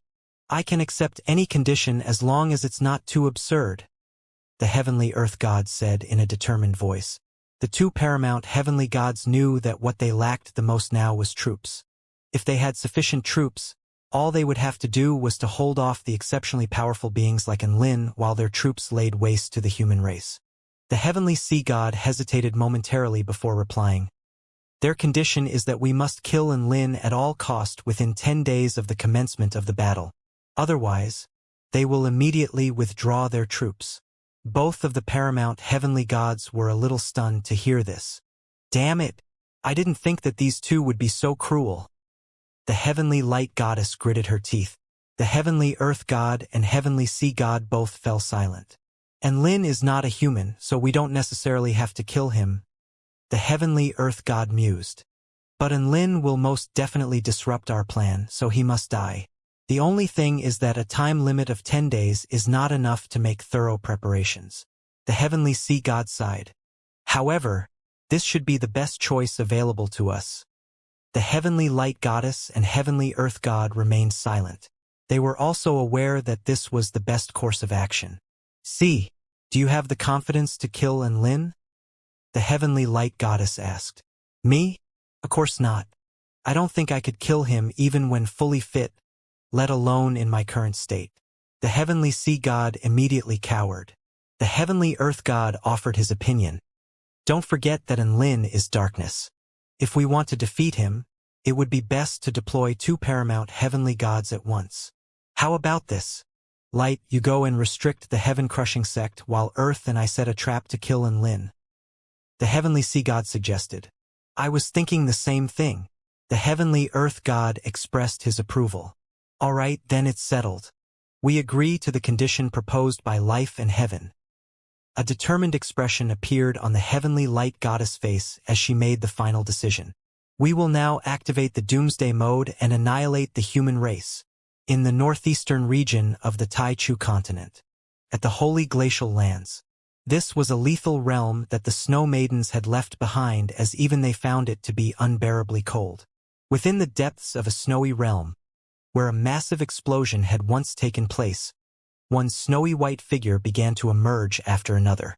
All of them had snowy white fur and sinister-looking red claws, but behind them was a vast expanse of twisted darkness. Initially, only several hundred of these creatures appeared. This number soon rose to several thousand, tens of thousands, hundreds of thousands. In the end, they created a wave of monsters that began to rush toward the south. In the eastern region of the Taichu continent, a gargantuan hole appeared in the heavens. Countless heavenly human tribe powerful beings gushed forth from the hole, and there seemed to be no end to their numbers. The 5 million heavenly human tribe powerful beings on the seashore were all astonished by the vast expanse of newly arrived heavenly human tribe powerful beings, and they were momentarily lost for words. A powerful heavenly god stepped forward and said in an indifferent voice, "We were deployed by heaven to assist light in destroying the human race. The heavenly heaven god is helping us?" That's great. The heavenly heaven god is finally on our side. There must be at least 100 million heavenly human tribe powerful beings here, right? We won't have to worry about a lack of troops now. All of the heavenly humans on the Eastern Front burst into celebration. Following their kamikaze attacks, their numbers had dwindled significantly, and they constantly faced the threat of being completely wiped out. As such, they could only cower and hide at the foot of the Eastern Heavenly Gate. But now everything had changed. With this influx of over 100 million allies, they finally had the courage to go into battle again. A heavenly god with a massive saber spread open his arms and yelled at the top of his lungs, "Let's destroy the human race! Destroy the human race!" The heavenly human tribe united army echoed. Immediately afterward, the massive heavenly human tribe united army began to travel toward the Eastern Front. Within the White Nectar Sea, a massive gate floated on the White Sea. The gate seemed to be a living being as it sank to the bottom of the ocean at times and climbed to the top of the World Tree at other times. At this moment, it was situated beside the World Tree. There were over 100 million heavenly human tribe powerful beings standing before the gate, awaiting further instructions. Right at this moment, a vast expanse of heavenly humans descended from the top of the World Tree, and there were over 100 million of them as well. "We have been deployed by the heavenly life goddess to assist you in raising you Tong City to the ground," a divine heaven stage heavenly human announced. The army of 100 million heavenly humans down below looked up with a scorching light in their eyes at the massive horde of allies in the sky above. All of them raised their arms in unison, and their collective voice rocked heaven and earth. "Raise you Tong City to the ground. Raise you Tong City to the ground." Meanwhile, an army of over 70 million heavenly humans had emerged from the depths of the West Sea and was closing in on the West Sea Alliance base. Massive, turbulent tsunami waves erupted from the West Sea and surged toward the east. In the central region of the Taichu continent, the earth tremored violently as terrifying power forced the tectonic plates into a state of unrest. Mountains were toppled, rivers were parted, and countless buildings collapsed. The Western Paradise, Demon Realm, and Holy Paradise were all impacted by those terrifying earthquakes. Extremely cold temperatures closed in on the wind plain state of the Kingdom of the Nine States, threatening to freeze everything in this world. Wind and snow swept forth violently towards Xianxia City, freezing the tens of thousands of horrified soldiers on the city wall into ice sculptures. The wind and snow then bypassed the city wall and descended upon the wind plain state. The extreme frost covered an extremely large area and wreaked havoc for hundreds of thousands of kilometers. The wind plain state was soon covered in boundless ice and frost, and normal people were completely unable to withstand these absurdly low temperatures. Soon, countless people within the wind plain state had been reduced to lifeless ice sculptures. One mortal city after another was frozen into eternal cities of ice, and everyone's expression was still frozen in the state they had been in prior to the onslaught of wind and snow. Many people still wore smiles as if they were chatting and taking a stroll, and they didn't even get a chance to adopt a horrified expression before they were frozen solid. Everything between heaven and earth had been completely frozen. Within the territory of the Dark Wind Imperial family, the sound of alarms rang out across the entire heaven and earth. Highest threat level. We are being invaded by the extreme frost from the north. The return to Void Stage Divine General responsible for patrol roared. Battles had been very rare ever since the Northern Heavenly Gate had been destroyed and the Snow Maidens had joined the 4-9 Immortal sect. As such, all of the powerful beings were quite surprised that they were now required to do something.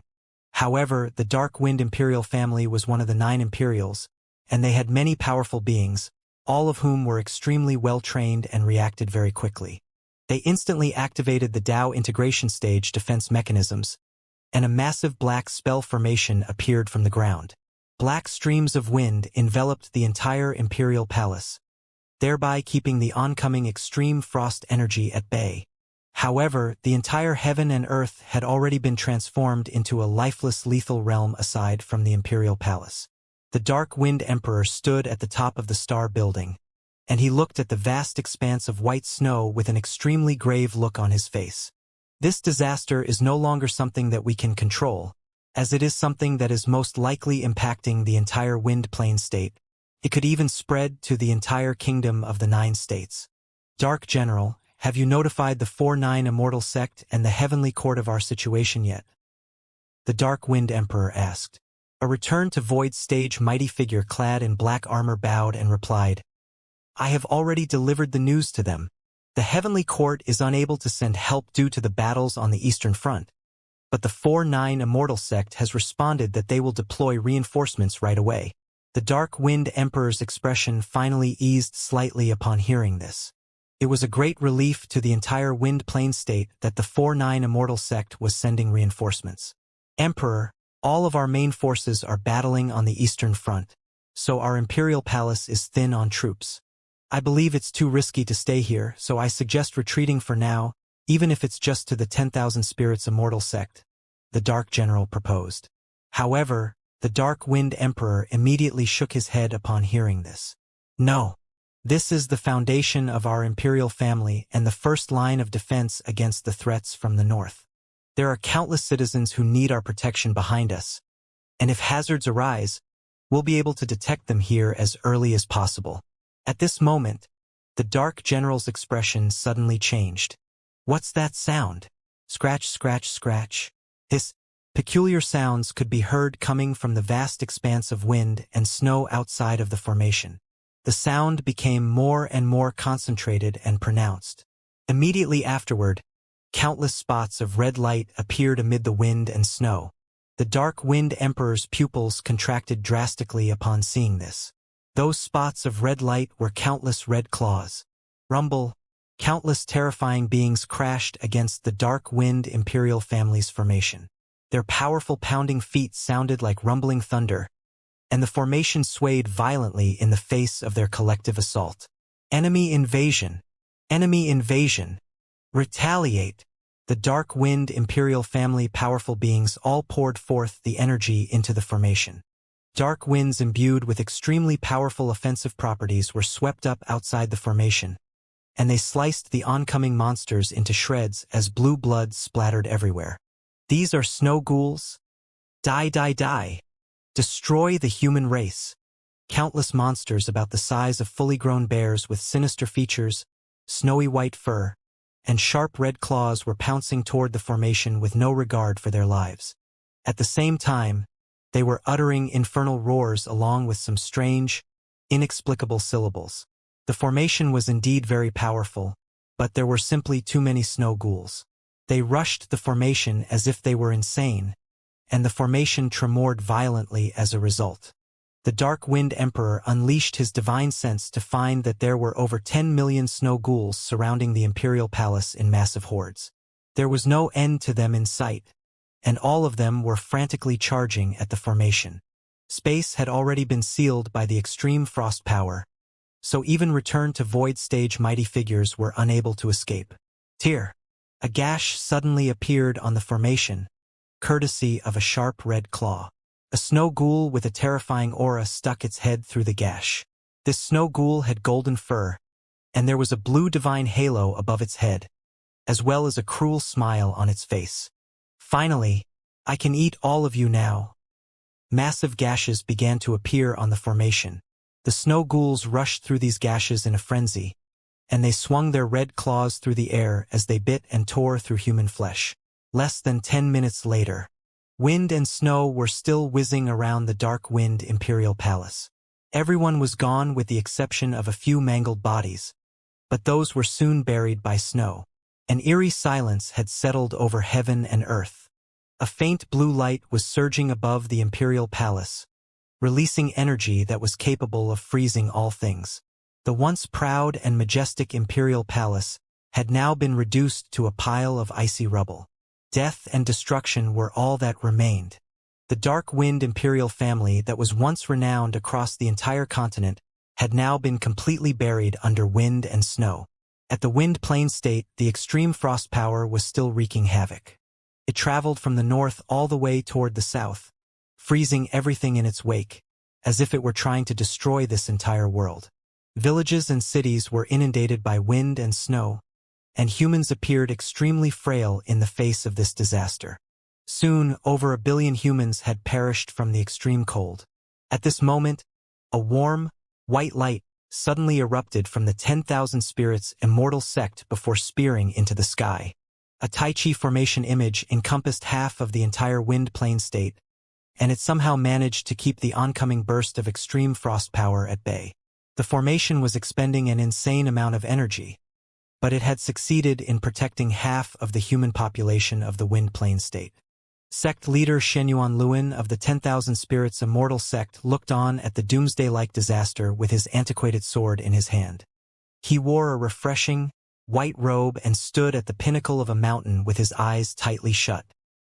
He had unleashed his myriad spirit Tai Chi to its maximal extent, and his handsome features were clouded with grave concern. The wind originates from the extreme north. The monsters come from the flaw in the heavenly Tao. It looks like the heavenly gods are taking advantage of the flaw in the heavenly Tao again. How ironic that the heavenly light goddess is committing such dark deeds. Shenyuan Luin opened his eyes and shook his head with a faint sigh. The dark wind imperial family has also been annihilated.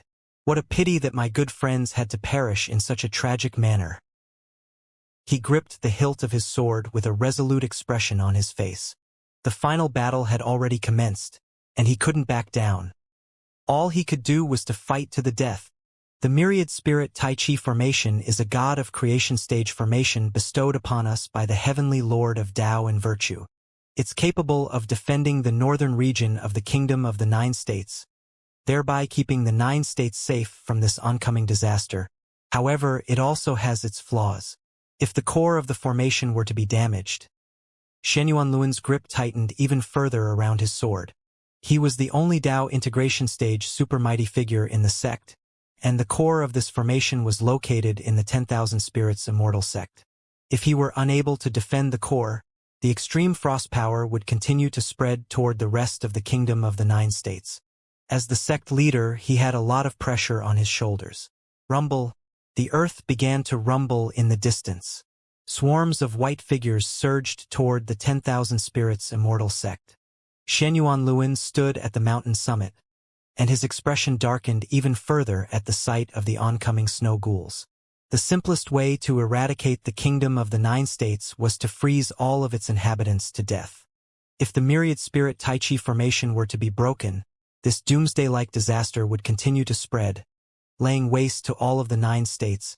The heavenly gods were clearly planning to raze the 10,000 Spirits Immortal sect to the ground in the most direct and ruthless way possible. Prepare for battle, Shenyuan Luin yelled. Tens of thousands of white-robed disciples readied their weapons as they stood on the mountain summits and looked on at the swarms of invading monsters. Myriad spirit Tai Chi, destructive yang. The disciples poured forth the pure yang power within their bodies into the formation. Pillars of flames suddenly erupted from the ground upon which the snow ghouls walked. All snow ghouls who came into contact with these pillars of flames were instantly incinerated to ashes. In the face of these monsters that were born in the holy glacial lands, the best course of action was to combat them with fire. Boom, boom, boom. Balls of scorching flames exploded from the earth, burning swarms of monsters into ashes. However, there were simply too many monsters to contend with. From a rough visual estimate, there appeared to be about 70 to 80 million of these monsters, and there was no lack of formidable beings among them. The mere sight of such a terrifying wave of monsters struck onlookers with a sense of horror and despair. Tens of thousands up against tens of millions. This stark disparity in numbers made all of the disciples completely petrified. Most of the 10,000 Spirits Immortal sect's forces had been deployed to the Eastern Front, and they were the ones left behind to look after the sect. How were they supposed to contend with such terrifying opposition?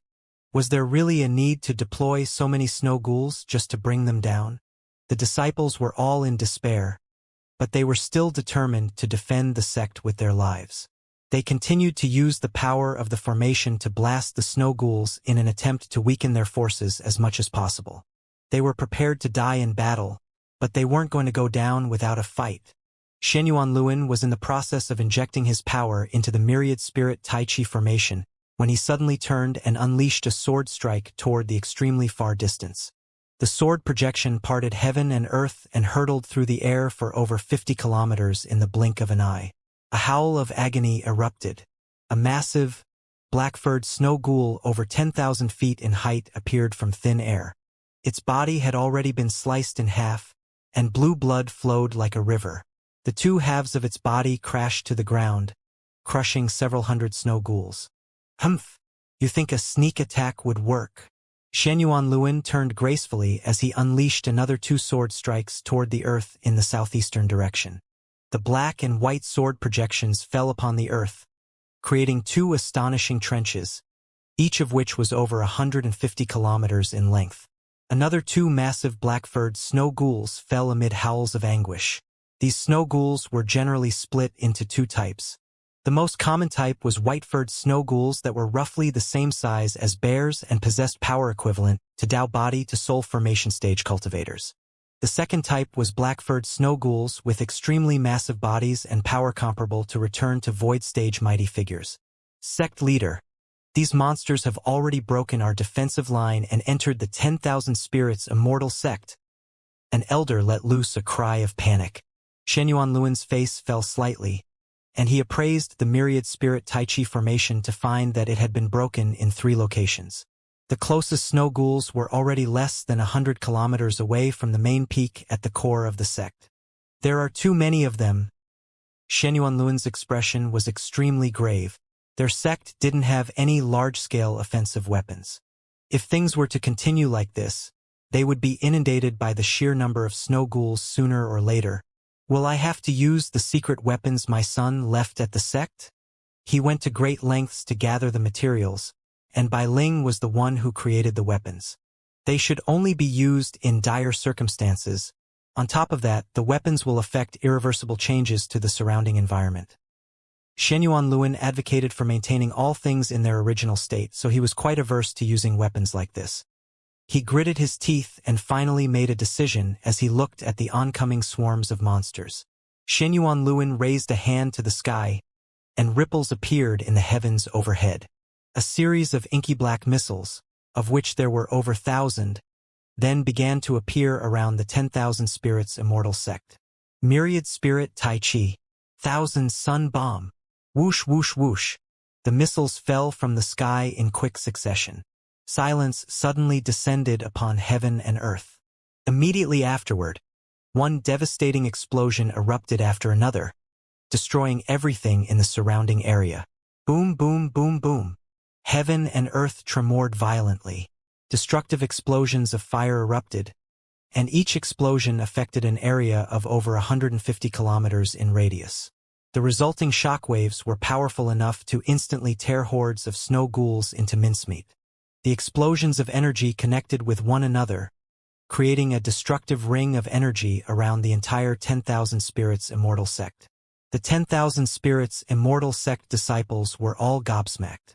They had been scared shitless by all of the terrifying mushroom clouds. It was simply far too astonishing a spectacle for 1,000 mushroom clouds to appear around them in such a short time. They felt as if over 1,000 suns were shining upon them, casting them into a world of dazzling golden light. Terrifying energy swept forth, and even the sect protection formation was almost destroyed by the monstrous explosions. As for the snow ghouls who were situated the closest to the 10,000 spirits Immortal sect, they had been struck by extreme casualties. The majority of them had perished, and those who remained alive were all severely wounded. From what the disciples could see, there were over 10 million snow ghoul casualties, and there was even a large number of black-furred snow ghouls that had perished during the explosions, as those explosions were capable of pulverizing space.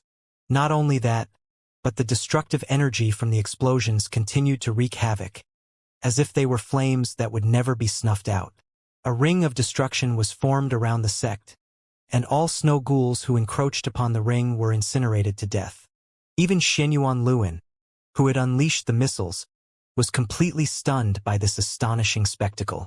He stared blankly at the terrifying flames burning around the sect and murmured to himself, "My son's bombs? Are this powerful?" Xianxuan was shocked beyond words by the scenes unfolding before his eyes. Even a god of creation stage attack probably wouldn't possess such a monstrous offensive power. If only everyone in the 10,000 Spirits Immortal sect had a bomb like that. In that case, they wouldn't have to fear anyone in battle. However, he knew that this was not a realistic prospect. Even though these bombs belonged to his son, they were created by Ling, and countless precious materials had been expended in the process. They couldn't be mass-produced, and only 1,000 had been made. These bombs were non-renewable resources to be used solely during an emergency, and there were none left following that epic bombardment. They set off a very satisfying round of explosions, but Xianyuan Luin was still a little sheepish that he had used up the fruits of his son's hard work in such a short time. Sect leader, those bombs were so powerful. Do we have some more? We can kill all of the snow ghouls in the distance as well. An elderly peak leader asked with an animated expression. Xianyuan Luin's lips twitched, and he clasped his hands behind his back without giving a reply. If he had more of these bombs, then he would have brought them out already. The golden ring of energy created by the 1,000 missiles had completely surrounded in the 10,000 Spirits Immortal sect. All snow ghouls that encroached upon this ring were all burned to ashes. The frenzied snow ghouls seemed to have calmed down. All of them stopped in their tracks and appraised the destructive energy before them with caution. We managed to stop those monsters. Long live the sect leader. The tens of thousands of disciples were elated that they had escaped that ordeal. Xianyuan Luin also heaved a sigh of relief as a smile appeared on his face. He really did think that he was going to die here, but who would have thought that his son's bombs would be so effective? Not only had they killed over 10 million snow ghouls, but they had also stopped the remaining snow ghouls in their tracks. You seem to be quite happy? An icy voice sounded.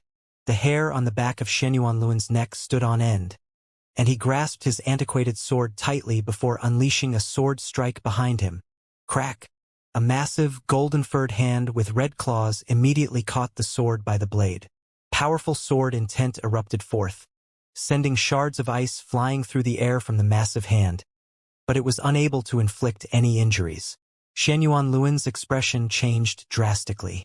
How was this enemy capable of catching his sword with its bare hand? He focused his gaze to find that his enemy was still a sinister snow ghoul, but its fur was golden in color, and it had a blue divine halo above its head. Before Xianyuan Luin had a chance to do anything, a burst of severe pain shot through his chest. He discovered that a sharp red claw had already punctured his chest, and an extreme frost power was spreading through his body. His blood, flesh, and consciousness were all being frozen solid as his life force was slowly wiped away. A cruel grin appeared on the golden snow ghoul's face. Hee, are you still happy now? It must be quite a joyful experience to be able to experience true death and feel your life force slowly ebbing away. It pulled its claw out from Xianyuan Luin's body, and blood splattered through the air before being frozen into crimson ice crystals. There was already a thin layer of frost covering Xianyuan Luin's skin. This frost power was coming from within his body, thereby indicating just how dire a state his body was in. Sect leader, I'm going to kill you. The powerful elders were infuriated that their sect leader had been attacked, and they unleashed formidable spell techniques to strike the golden snow ghoul. The golden snow ghoul harumphed coldly and kicked Xianyuan Luin off the mountain before swatting all of the oncoming attacks aside with a single paw. It was able to keep all of the elders' attacks at bay on its own. In its eyes, Xianyuan Luin was already dead. He had been struck by its paramount heavenly power, which was imbued with the power of laws to freeze all things, and there was no chance that he could survive. It was also at this moment that two massive holes of frost and ice appeared in the golden ring of energy around the 10,000 Spirits Immortal sect. Hordes of snow ghouls began to surge through those openings. What was even more disturbing was that there were two more golden snow ghouls situated at the center of the holes. The disciples and elders of the 10,000 Spirits Immortal sect were in complete despair. How were they supposed to fight this battle? The first golden snow ghoul stood atop the main peak of the 10,000 Spirits Immortal sect, and the massive mountain quickly began to freeze. Bright blue chunks of ice spread in a frenzy, sealing the peak entirely in ice and frost. Light reigns supreme. All things are inferior. It spread open its arms, and extreme frost power spread at an alarming rate from its body. It clearly intended to freeze all of the 10,000 spirits Immortal sect living beings to death. Right at this moment, a galaxy of stars suddenly appeared in the heavens above. Immediately afterward, an energy cannon blast that seemed to be imbued with a limitless galaxy of stars fell from the heavens. It was as if celestial bodies had fallen from the sky before crashing heavily upon the golden snow ghoul's body, and the entire main peak was annihilated by the shockwaves from the explosion. Everyone was stunned by this spectacular scene. A gargantuan battleship emerged from the starry sky. An extremely handsome white-robed man picked up Xianxia Luin from the ground and held him in his arms. The white-robed man trembled as he locked his arms tightly around Xianxia Luin's cold, hard body. "Father, I'm so sorry. I came too late." Xianxia Luin looked at the familiar face before his eyes, and he moved his lips with difficulty before shaking his head. "No, you're not too late. The core of the myriad spirit Tai Chi formation still hasn't been broken. The humans of the kingdom of the 9 states can still be saved."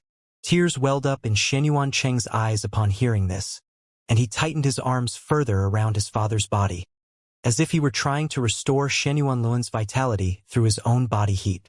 The golden snow ghoul's fur was charred black as it leaped out from the cannon blast. It looked up at the battleship in the sky and let loose a ferocious roar. "Who are you?" "The 4-9 Immortal sect." A cold voice reverberated throughout heaven and earth.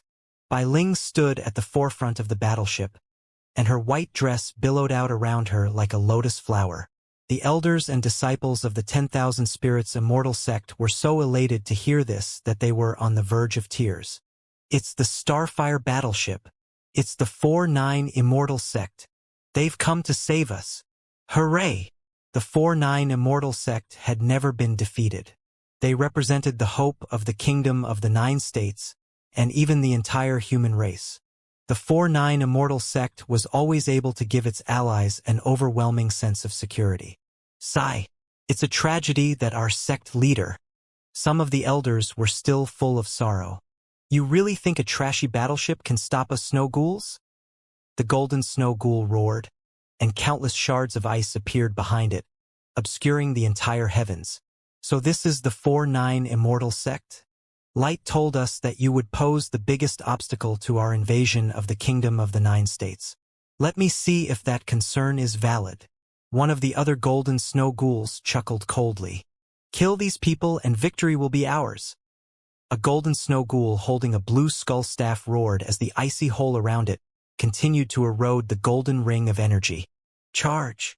Countless snow ghouls swarmed toward the 10,000 Spirits Immortal sect through the massive holes of ice and frost.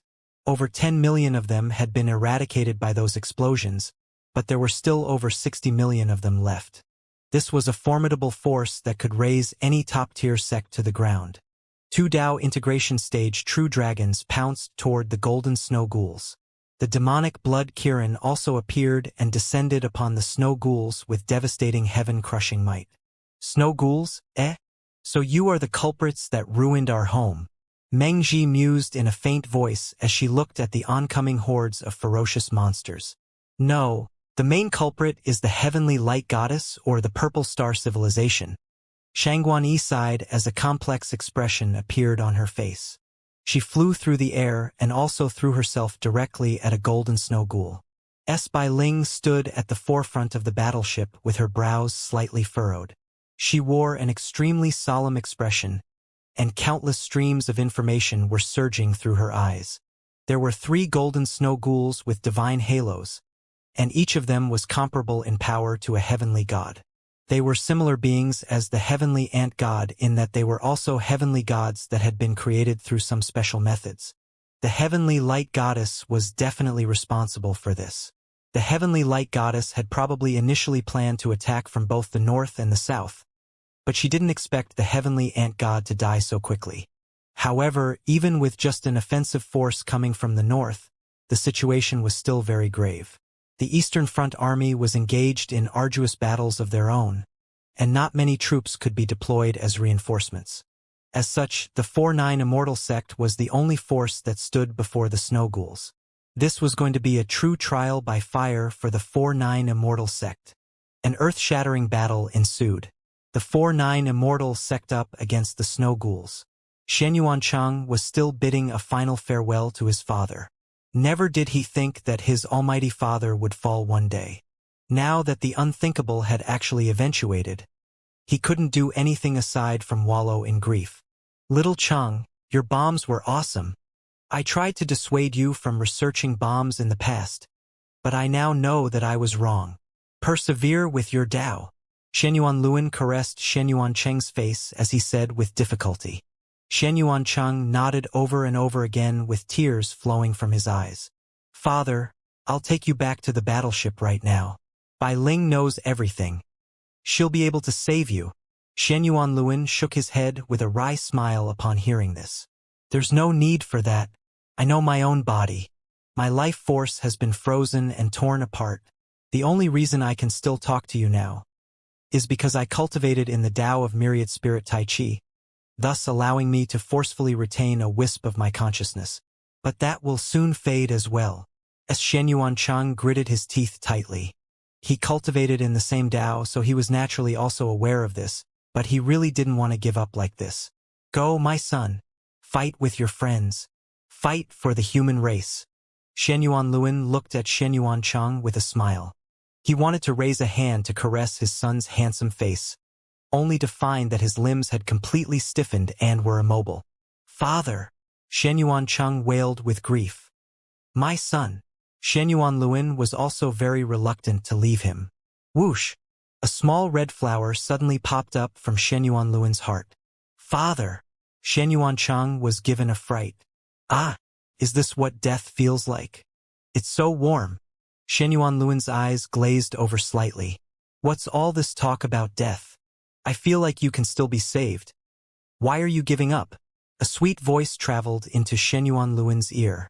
Shen Yuanluan was struck by the feeling that something was amiss. He looked at Shen Yuancheng, then at the flower growing from his heart, and his mouth gaped open in shock. I can feel my vitality returning to me. Shen Yuancheng was ecstatic to hear this, and his voice trembled with excitement. Xiao Hong, can you save my father? Of course. I can dispel both the power of light and the power of ice within his body. I can also use my power of light to forcefully gather the vitality that dissipated not long ago. However, I can't leave Shen Yuanluan's side in the process, and I won't be able to battle either. So take me and him back to the Starfire battleship, Xiao Hong replied. Of course. Shen Yuancheng heaved a long sigh of relief before picking up Shen Yuanluan in his arms and rushing toward the Starfire battleship. Shen Yuanluan was struck by the feeling that he was dreaming. He was well aware of the condition that he was in, and he had a thorough understanding of the essence of life. He had thought that he was going to die for sure, but this flower from the 4-9 Immortal sect was telling him that he could be saved? What an emotional roller coaster. The 4-9 Immortal sect was a place where miracles were created. This notion had circulated in the Taichu continent for a long time, and Shen Yuanluan was finally experiencing it for himself. The battle between the 4-9 Immortal sect and the snow ghouls had already erupted. Xiao Tu and Xiao Zhe were battling one golden snow ghoul. The great empress of the snow maidens and Shangguan Yi were fighting another, and the demonic blood Kirin and the phoenix little Huang were taking care of the final golden snow ghoul. However, all of them had been forced onto the back foot. This was no surprise, as all of their opponents were heavenly gods who wielded heavenly power. They weren't the ancient dragon empress, so they were naturally unable to combat such fearsome enemies. At this moment, powerful snow ghouls began to rush in through the massive blue holes. The 4-9 Immortal sect and 10,000 Spirits Immortal sect joined forces to offer spirited resistance. This was bound to be an arduous battle. In the southern region of the Kingdom of the Nine States, Chiuyi City had just been ravaged by a fierce battle. All of a sudden, lightning began to fall from the sky. Boom, boom, boom. The area of lightning strikes encompassed several thousand kilometers and was slowly progressing further into the Kingdom of the Nine States. The inhabitants of the city began to scramble and flee in panic. Those who didn't escape in time were blasted into ashes along with their houses. The cultivators in the city were unable to do anything either. They couldn't tell where the lightning was coming from, as it seemed to be originating from the deepest point within the heavens. The bolts of lightning fell with devastating power, and no one could keep them at bay. All they could do was run for their lives. At Tong City, a massive army was approaching. This was the first time the heavenly human tribe had taken the initiative to launch an attack since Enlin and Su Xiaolan's arrival. The number of troops being thrown at them was unprecedentedly high, with over 200 million heavenly humans invading the city. Looking out across the horizon, both heaven and earth were filled with dense hordes of winged heavenly humans. They surged forth like massive white waves, creating an extremely formidable sight. Enlin stood on the city wall and listened to one emergency report after another being delivered via voice transmission talisman. An army of 70 million had descended upon the immortal land above water, while tsunami waves hundreds of thousands of feet in height swept through the ocean. Terrifying earthquakes ravaged the central region of the Taichu continent, resulting in hundreds of millions of casualties. Mysterious divine lightning was falling from the sky in the southern region of the Kingdom of the Nine States, sweeping through everything in their path. Snow ghouls had appeared in massive hordes in the northern region of the Kingdom of the Nine States, and the Dark Wind Imperial family had been destroyed, while the 4-9 Immortal sect rushed to the aid of the 10,000 Spirits Immortal sect. In the eastern region of the Kingdom of the Nine States, an army of over 100 million heavenly humans had emerged, and Lin sighed with emotion as he listened to all of these reports. The final battle had well and truly begun. He had been eagerly anticipating the commencement of this final battle, but he was feeling extremely nervous now that it had actually begun. Regardless of what happened, he would have to face the paramount heavenly gods in direct battle. The ancient dragon empress had already returned to the land of eternal light, and all of the Divine Source Pavilion members had graduated. They all possessed extremely powerful heaven-crushing true intent and were determined to make an impact on the war.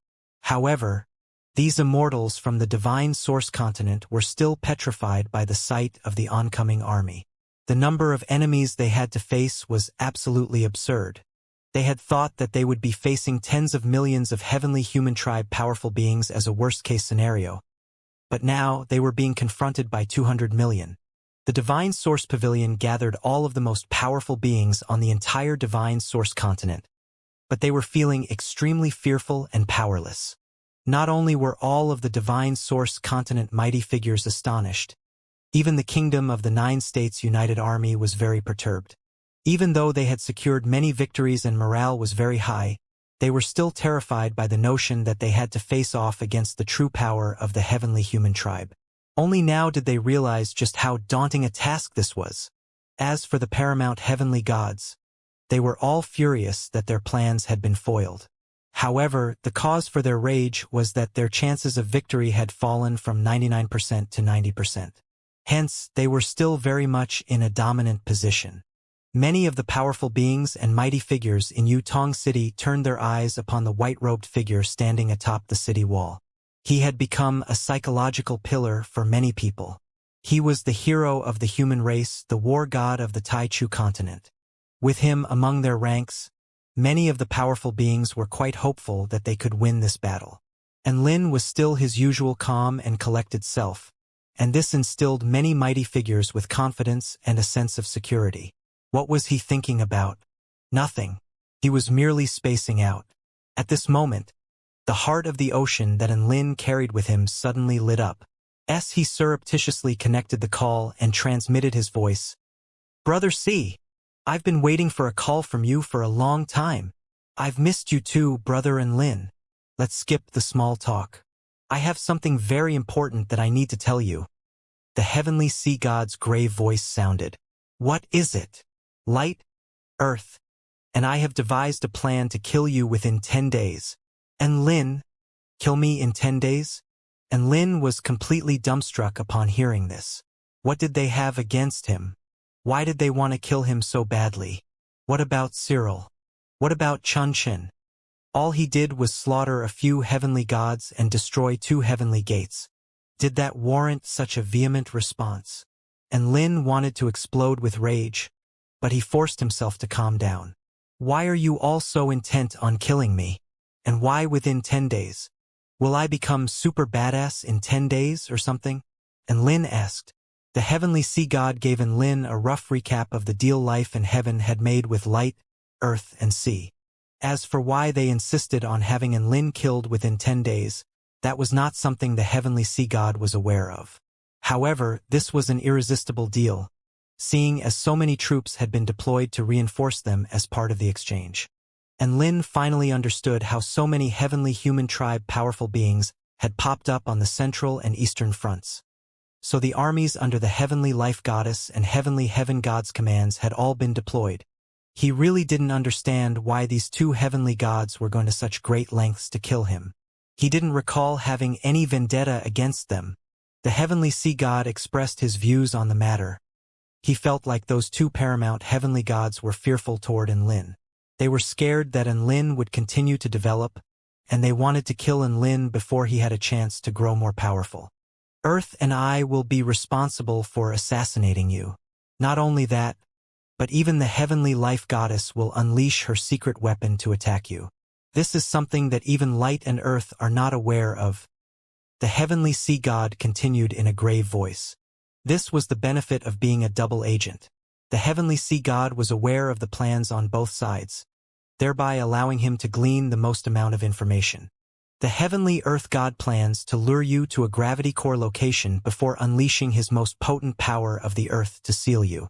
I think you should pretend to be unaware of his plan and allow yourself to be lured there. Theoretically, you will most definitely be defeated there, but I can tell you a few of the heavenly earth god's fatal weaknesses that you can exploit. You have to gradually guide it, and so on so forth, so on so forth. The heavenly sea god elaborated on the plan he had devised, and Lin listened intently. This was something that could save his life, so he had to pay extra attention. So that's how I advise you to combat the heavenly earth god. If you can't win, you can still run away, but if you do win, I can help you land the killing blow on him. That's also part of my agreement with life and heaven. The biggest unknown factor in this operation will be the heavenly life goddess secret trump card. That is not something even she can control. She is completely insane, so we must be very careful during this upcoming battle. And Lin committed all of the heavenly sea god's advice to memory. He also had many trump cards, but he was feeling quite uneasy. This battle was going to be the highest caliber one he had ever been involved in. There were going to be 3 paramount heavenly gods taking part in it. Earth, sea, and life each held different objectives, thereby culminating what was surely going to be an extremely perilous battle. But at the same time, this was a fantastic opportunity. For some reason, just the very thought of this made Lin tremor with a mixture of fear and excitement.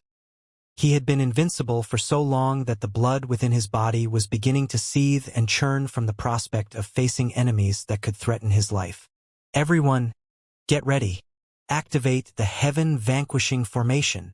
Michael stood at the forefront of the army, and he spread his 8 wings as he yelled. 9 Dao integration stage, 99 return to void stage, and 9,999 soul formation stage powerful beings all poured forth their energy into the formation etched into the earth of Yutong City. The internal section of the formation was a black ring that encompassed a radius of over 100 kilometers, whereas the external section was a white ring that covered a radius of over 1,000 kilometers. The black and white rings fused together at a certain point, and one gave rise to the other, thereby creating an infinite loop. Not only that, but there was 9-colored divine light erupting into the heavens from the very center of the formation. It was like a sword or spear that threatened to pierce through the entire heavens, emanating exceptional power that struck fear into the hearts of all living beings. This was a god of creation stage formation that had been left behind at the holy paradise by a godlike being that no longer resided in this world. Its name was the Heaven-Vanquishing Formation. All allies who entered this formation would be able to tap into their latent potentials to a great degree, thereby drastically enhancing their combat prowess. Furthermore, the 9-colored divine light at the center of the formation was a devastating weapon, and also the final trump card of the Central Front United Army. Now that the final battle had commenced, they had finally brought out this trump card. There were over 90 million troops in the Central Front United Army, and all of the most powerful beings among them were situated within the heaven-vanquishing formation. The rest of them were distributed around the battlefield, forming battle formations of various sizes that could engage in mobile guerrilla warfare. The Divine Source Pavilion of the 4-9 Immortal sect had also set up their 100 Immortal formation. This formation was unable to combat Divine Heaven stage enemies, but it had no problem crushing Heaven Pioneer stage great generals. Furthermore, the 3 heavenly disciple candidates, Michael, the Battling Buddha, and Yun Menjing, were also releasing auras that were comparable to heavenly gods. They stood at the forefront of the army, directly before the devastating oncoming army.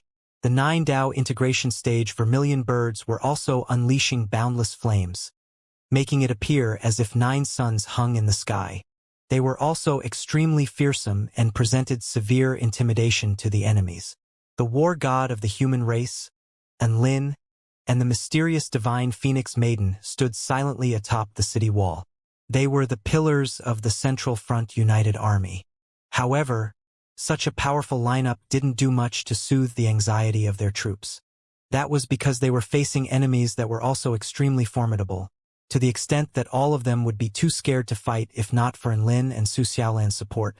The enemy army comprised of over 200 million heavenly humans, along with 30,000 powerful beings from the Creation Realm, Blood Tribe, Void Spirit Tribe, and Western Dragon Forest. Among them, there were 12 Dao Integration Stage super mighty figures and over 50 Heaven Pioneer Stage great generals. There were even 10 heavenly gods who were considered to be final bosses. How terrifying was that? One had to realize that on the battlefield, only the 3 heavenly disciple candidates were comparable in power to the heavenly gods. Even if they fought without any regard for their lives, they would only be able to bring down 3 heavenly gods at most. Who was going to combat the 7 remaining heavenly gods? No matter how many troops they had, 7 heavenly gods would be able to crush them. There was simply an insurmountable gap in power that could not be bridged by numbers. Their last resort would be to ask Enlin and Su Xiaolan to fight. However, who would combat the paramount heavenly gods then? Thus, this was going to be an extremely perilous battle, and they couldn't simply rely on Enlin and Su Xiaolan. Everyone had to be willing to fight to the death, and even then, there was still a good chance that they would lose. Everyone was actually aware of this, but the vast majority of them still chose to fight. This was certainly not going to be an easy battle. With this in mind, Enlin turned with a curious expression to the muscular male true demon who had a massive gourd on his back. Did Cyril send you here as a precaution for situations like this? Me? The male true demon faltered upon hearing this before drinking a large mouthful of wine from the gourd on his back and chortling with mirth. Ha ha ha! Heavenly disciple Enlin, you hold me in far too high regard. This male true demon was none other than the former top dog of the demon tribe, as well as Cyril's heavenly disciple attendant, demonic Emperor Siyu. Then why did you come here? Aren't you a trump card deployed here by Cyril to combat the paramount heavenly gods? Demonic Emperor Siyu's cultivation base was at the Dao integration pinnacle stage, and he possessed supreme heaven-crushing true intent. As such, he assumed that this true demon would be able to make a huge impact on the battlefield. Combat paramount heavenly gods? Demonic Emperor Siyu was given a fright and shook his head vehemently. If I were capable of that, I would be a heavenly disciple already. Why would I settle for being Cyril's attendant? Then why has Cyril sent you here? Why? Of course it's to keep an eye on the battlefield and fight a heavenly god or two. Demonic Emperor Siyu laughed heartily before gulping down a few more mouthfuls of wine from his massive gourd. His cheeks were quite flushed from drinking, and he appeared to be thoroughly enjoying himself. However, Enlin was a little confused upon hearing this. He had thought that Demonic Emperor Siyu was a secret weapon sent here by Cyril. Even though an ally with power comparable to a heavenly god was very useful, he still couldn't make a critical impact on the battle. If Su Xiaolan and I were not here, how would you go about trying to win this battle? A thought suddenly occurred to Enlin. Back when the heaven-crushing sect first devised their plan, Enlin had not joined them yet. As such, he really didn't understand how they were planning to face such a fearsome heavenly human tribe army. Win! Demonic Emperor Cu's crimson eyes scanned the suffocating oncoming army. Why would we try to do that? And Lin's pupils contracted upon hearing this, and he exclaimed in shock, "Don't tell me that you guys never planned on winning this battle." Demonic Emperor Cu was momentarily silent before nodding his head. Not all battles must be won. The enemy is more powerful than us, so we had no choice but to make sacrifices. The heaven-crushing sect's top priorities are to defend the kingdom of the 9 states and the land of eternal light. And Lin was trembling slightly in disbelief. So the West Sea Alliance, Lightwing Clan, Buddhist Kingdom, Holy Martial Clan, and all other allied forces are mere cannon fodder in your plan? Not cannon fodder. They'll be known as heroes who tried to defend the continent. Demonic Emperor Cu objected, and Lin burst into laughter upon hearing this. He couldn't accept this absurd notion of glorifying cannon fodder. Their battles will buy time for our heaven-crushing sect. You don't understand how difficult it was for us to make the decision to sacrifice all of these allies. If victory were that easy to secure, then why would forces like the creation realm choose to side with the heavenly gods? In our plan, we were even prepared to sacrifice all of our brethren in the true demon tribe. We were very transparent to them and revealed everything, but they still chose to follow Cyril and me in our pursuit to crush the heavens. Do you know why that is? Demonic Emperor Cu sighed. All of these sacrifices were planned in order to crush the heavens, so we can hold our destiny in our own hands. That is the only way out for the living beings on the Taichu continent. He turned to Enlin with a smile. Thankfully, you have since joined the heaven-crushing sect, so we can try to explore methods that would result in fewer sacrifices but still secure us victory in this war. Weaklings have no choice, but powerful beings can explore more courses of action. And Lin fell silent upon hearing this. He was initially a little disgruntled after learning about the heaven-crushing sect's plan. Sacrificing all of one's friends and companions under the guise of saving the world left an unsavory taste in his mouth. However, he knew that if the heaven-crushing sect wanted to succeed, this was the only path they could take. In any case, I'm here now, and I won't allow all of that to happen. And Lin looked on with a resolute expression at the army of 200 million heavenly humans. He felt very fortunate that he was no longer weak and that he possessed the power to protect his friends so that they wouldn't have to die. As such, he had to make use of his power and make significant contributions to this war. Boom, boom, boom. The sky began to rumble. It was as if the wrath of the heavens was crashing down upon Yutong City. Unfathomable pressure descended upon the united army, attempting to crush their resolve and battle intent. It was also at this moment that loud rumbling began to erupt from within Yutong City. Boom, boom, boom. That was the sound of a battle drum being struck. Each and every strike of the drum seemed to be able to boost morale among their allies. The drummer was Martial Lord Zhan Xiong of the Holy Martial Clan, a Dao integration stage super mighty figure. He wielded the divine tool, divine golden drumstick, and each strike of the drum was imbued with boundless divine Dao power and heaven-crushing true intent. This combination was able to keep the pressure of the heavens at bay, reinvigorating the troops. After seeing that the pressure of the heavens had been rendered ineffective, 10 extremely mighty beings within the heavenly human tribe began to exude their supreme might. Their collective aura was terrifying to the extreme, as if 10 gods of creation were venting their fury upon Yutong City at once. The heavenly god at the forefront of the group was a handsome man with green hair, and he smiled at the opposing army.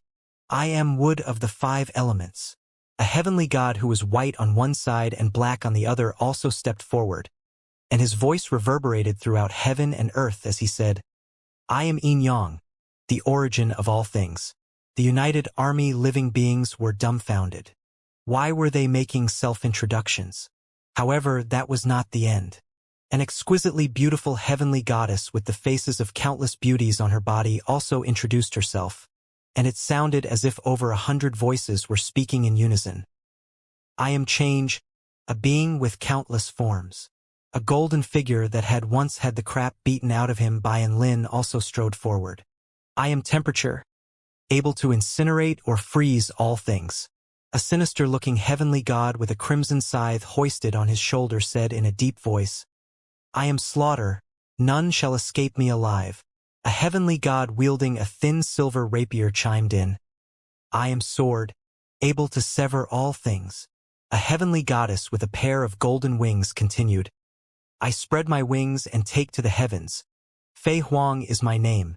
A heavenly goddess with her eyes closed stroked the lute in her hands as she said in a heavenly voice, I am soundless, but my heart encompasses all sounds. An absurdly gorgeous heavenly goddess descended amid a downpour of flower petals with an intoxicating smile on her face. I am Centauria. Please enlighten me. A heavenly god with purple eyes that seemed to encompass countless stars said in a clipped tone, I am Xing Ji. Soon, all 10 heavenly gods had finished their self-introductions. Everyone fell into silence, and Lin and the others were all caught off guard by this turn of events. Was this some sort of new battlefield protocol? Should they make self-introductions as well? Just as he was thinking this, the battling Buddha stepped forward in high spirits. He swung his golden-banded staff viciously into the ground, causing the earth to tremor, and his voice rang out like thunder. I am Goku, the one who will crush the heavens beneath his feet. The battling Buddha's self-introduction lifted everyone's spirit. All of the heavenly gods remained expressionless. The heavenly wood god appraised the battling Buddha with a cold expression. We only made self-introductions as the heavenly life goddess respects all life forms and wants all of you to know your killers. As for who you are, we're not interested. The battling Buddha and Lin. Everyone. Holy fuck! What a huge flex. The battling Buddha was trembling with rage. We hereby announce that you can all go die. Accept the judgment of the heavens. The heavenly wood god swept a hand through the air, and the army of 230 million swept toward Yutong City. The battle finally erupted. Thunderous war cries rang out from both sides. The battling Buddha transformed into a divine monkey over 10,000 feet tall and led the charge from the front. He had already decided that he was going to bludgeon the heavenly wood god to death. He was going to kill this cocky heavenly wood god and make sure to let him know who was the one that ended his life. Following the commencement of the battle, both sides began bombarding one another with long-range spell techniques. The 200 million heavenly humans all used heavenly spell techniques that manifested as pure white energy. From a distance, it looked as if a sea of white light was descending upon the city. As for everyone else's spell techniques, they were all extremely diverse and created a kaleidoscope effect, making it appear as if a sea of colorful light were clashing with a sea of pure white. Boom, boom, boom. Heaven, earth, and space tremored violently. Countless clashes resulted in countless energy explosions, transforming heaven and earth into a realm of destruction. The two seas of light collided in a terrifying clash for dominance. Even returned to void stage mighty figures felt like they were merely tiny rafts on a turbulent ocean. All they could do was relentlessly unleash spell techniques like everyone else. They didn't know if they were actually hitting anyone, but that hardly seemed to even matter. The heavenly human tribe united army was less than 500 kilometers away. They had actually already entered the external white ring of the heaven vanquishing formation. All of a sudden, all types of fearsome attacks began to appear from thin air and erupt from the earth. There were fierce flames, blades of ice, and lethal poisons, and all of them crashed down upon the invading enemies, instantly slaying countless beings. The allied army was using this god of creation stage formation from the get-go in order to weaken the heavenly human tribe forces.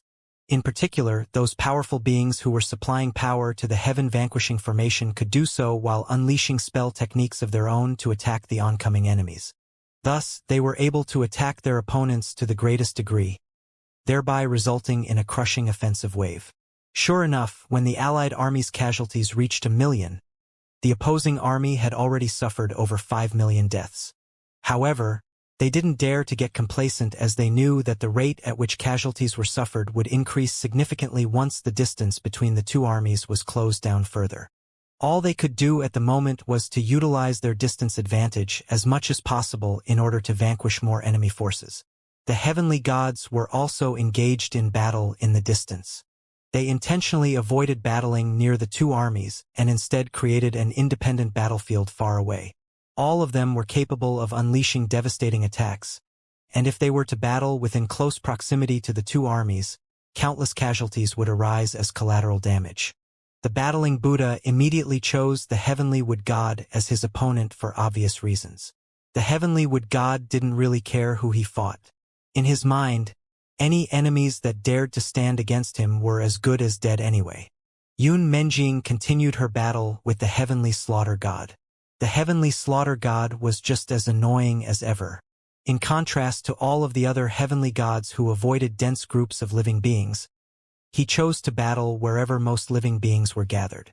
He harvested countless lives, indiscriminate of friend or foe, as he fought Yun Menjing. Michael chose to engage the heavenly temperature god in battle. This heavenly temperature god had had the crap beaten out of him by Enlin not long ago, and he hadn't recovered from his severe injuries, so his combat prowess had dropped significantly. He felt like he had a good chance of securing victory against the debilitated heavenly temperature god. As for the other 7 heavenly gods, all of them flew toward Yutong City like tigers rushing into a herd of sheep.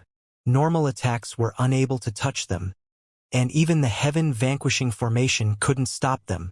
A rain of flower petals followed the heavenly Centauria goddess wherever she went, and even enemies were entranced by her beauty. "Dance, my roses." A faint smile appeared on the heavenly Centauria goddess' supple lips, and she danced gracefully through the air as red rose petals fluttered down from her sleeves. All of the allied army living beings felt as if they had fallen in love and simply couldn't bring themselves to try and hurt her. However, the red rose petals soon fell upon them before quickly depleting their life force energy. All those who were struck by those petals had the blood sucked from their bodies at an extremely quick rate. When the petals flew out from within their bodies, they would have already been reduced to dried corpses. Even such a gory scene wasn't enough to rouse everyone out of their stupor. Instead, they only became more and more infatuated with the heavenly Centauria goddess. "What a dangerous woman!" a cold voice suddenly sounded. Immediately afterward, blue flames imbued with bone-chilling power suddenly appeared in the air. These blue flames also contained extremely powerful heaven-crushing true intent and were able to incinerate all of the flying rose petals to ashes. The heavenly Centauria goddess' brows furrowed slightly at the sight of her flowers being burned away, and a pitiable expression appeared on her face. Who is burning my flowers?" Boom! The flames exploded to reveal an extremely proud and regal figure. "Vermilion bird Bing Xian." The blue vermilion bird replied as it ruffled its vibrant feathers. Soon, another pillar of scorching light descended, and a vermilion bird wielding the extreme power of Yang appeared. "Promiscuous women like you should be burned to death." This was one of the 6 vermilion bird sages, Vermilion Bird Taijing. A vermilion bird with a seemingly illusionary body also began to appear. Its name was Long, and it used its wings to trap the heavenly Centauria goddess. These wings were semi-transparent and twisted everything around her, making her feel as if the world around her were an illusionary realm. Not long after that, flaming feathers fell from the sky like the most vibrant and beautiful flower petals. "Only flowers that can burn are the most beautiful." A vermilion bird with pink feathers looked down upon the gorgeous heavenly goddess from above. This was Vermilion Bird Fei Hua. The 4 vermilion birds surrounded the heavenly Centauria goddess, and coincidentally, all of them were female vermilion birds. But then again, this was perhaps not a coincidence. All of them were extremely proud of their own regal beauty. As such, it was unacceptable to them that a captivating slut like this heavenly goddess had appeared on this battlefield. Aside from the great Empress Vermilion Bird, they couldn't allow anyone more beautiful than them to appear here. "They think they can stop me with merely 4 Dao integration stage vermilion birds? Do I really look that weak?" The heavenly Centauria goddess brought a sleeve to her eyes as if she were going to cry. All 4 vermilion birds let loose enraged cries before pouncing toward the heavenly Centauria goddess with overwhelming might. Fuck off. Not only was she beautiful, but she was also even flexing on them. This bitch had to die. Heaven vanquishing infernal flames. the six-winged archangel, Uriel, stood upon a vital node in the heaven-vanquishing formation and spread open his arms. Green flames imbued with extremely powerful heaven-crushing true intent suddenly erupted from the ground ahead of the heavenly human tribe army. The heavenly humans who came into contact with those green flames had their feathers reduced to ashes and their skins scorched into charcoal. All of them perished in excruciating pain and misery, as if they had been plunged into hell. These infernal flames covered a distance of over 100 kilometers and instantly killed over 1 million heavenly human tribe living beings, creating an astonishing spectacle to behold. Uriel normally wouldn't have been able to unleash such a powerful spell technique, but with the enhancement effect of the heaven-vanquishing formation, he was capable of doing so. Vital energy surged violently, and he began to quickly replenish his energy in preparation to launch another spell technique. All of a sudden, the space beside him cracked open. An invisible being was rapidly approaching. Wind Walker! Uriel's expression darkened as he launched a palm through the air. Boom! A monstrous explosion of energy ensued. Uriel swayed slightly as blood trickled from the corners of his lips. The invisible figure he had struck was also forced to reveal its wind body. I really didn't think that I would have to fight you like this. Uriel gritted his teeth. The Wind Walker remained silent. The two of them were once friends who had fought side by side. However, their respective forces had chosen different paths, and they had diverged away from one another. All of a sudden, flames erupted in the distance, coloring heaven and earth red. Heavenly goddess Fei Huang let loose an enraged cry as 5 divine halos appeared around her. 5 pairs of wings of different colors had also appeared behind her, and the layers of wings increased in size in ascending order. Vermilion birds Nanli, Yuluo, Huanjin, Tianjin, and Shuya roared in unison as they charged toward heavenly goddess Fei Huang. This was for no reason other than the fact that this heavenly goddess Fei Huang was even more despicable than the heavenly Centauria goddess in their eyes. Her arrogant demeanor and her multiple pairs of vibrant wings had completely provoked the proud vermilion birds, thereby prompting them to gang up on her. This was a lineup consisting of 6 vermilion bird sages at the Dao integration pinnacle stage and a Dao integration intermediate stage vermilion bird. Their frenetic reverence toward their great Empress Vermilion Bird allowed them to develop heaven-crushing true intent that was very close in caliber to that of a heavenly disciple candidate. The collective power of all 5 of them far surpassed that of a heavenly disciple candidate and was even slightly superior to the ancient Dragon Empress. As such, heavenly goddess Fei Huang was forced to unleash 5 of her divine halos from the get-go. They were the only group that had been creating substantial trouble for the heavenly goddess thus far. Heavenly goddess Fei Huang was in some peril, but the other heavenly gods were unstoppable. The heavenly change goddess, the heavenly yin-yang god, heavenly god Xingji, heavenly soundless goddess, and the heavenly sword god swept aside all obstacles en route to the core of the heaven-vanquishing formation. Some returned to void stage mighty figures attempted to slow them down, but all of them were instantly slain. Glug glug glug. Demonic Emperor Siyu continued to chug more wine at the sight of the oncoming heavenly gods, and his aura began to slowly elevate as he drank. The sweet fragrance of wine wafted through the air. Demonic Emperor Siyu laughed heartily. Heavenly disciple and Lin, I'll be heading into battle now. Whoosh! A red streak of light punctured space. In the distance, sword intent wreaked havoc, slicing countless Buddhist kingdom disciples into pieces.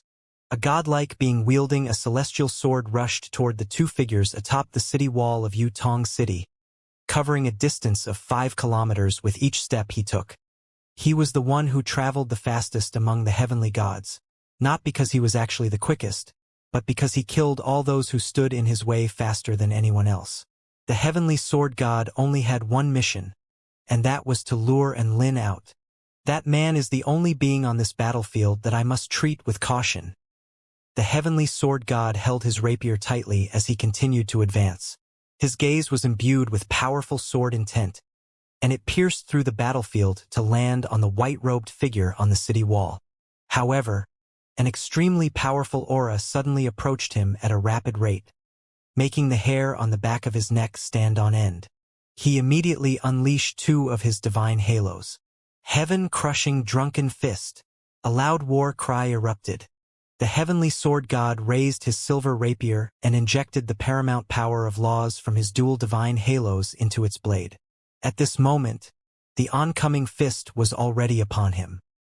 He tried to use his sword to block the punch, but the rich scent of wine suddenly wafted into his nostrils, and he discovered that there appeared to be thousands of fists raining down upon him at once. An illusion? The heavenly sword god's expression changed slightly before he was pummeled by thousands of punches. Boom, boom, boom.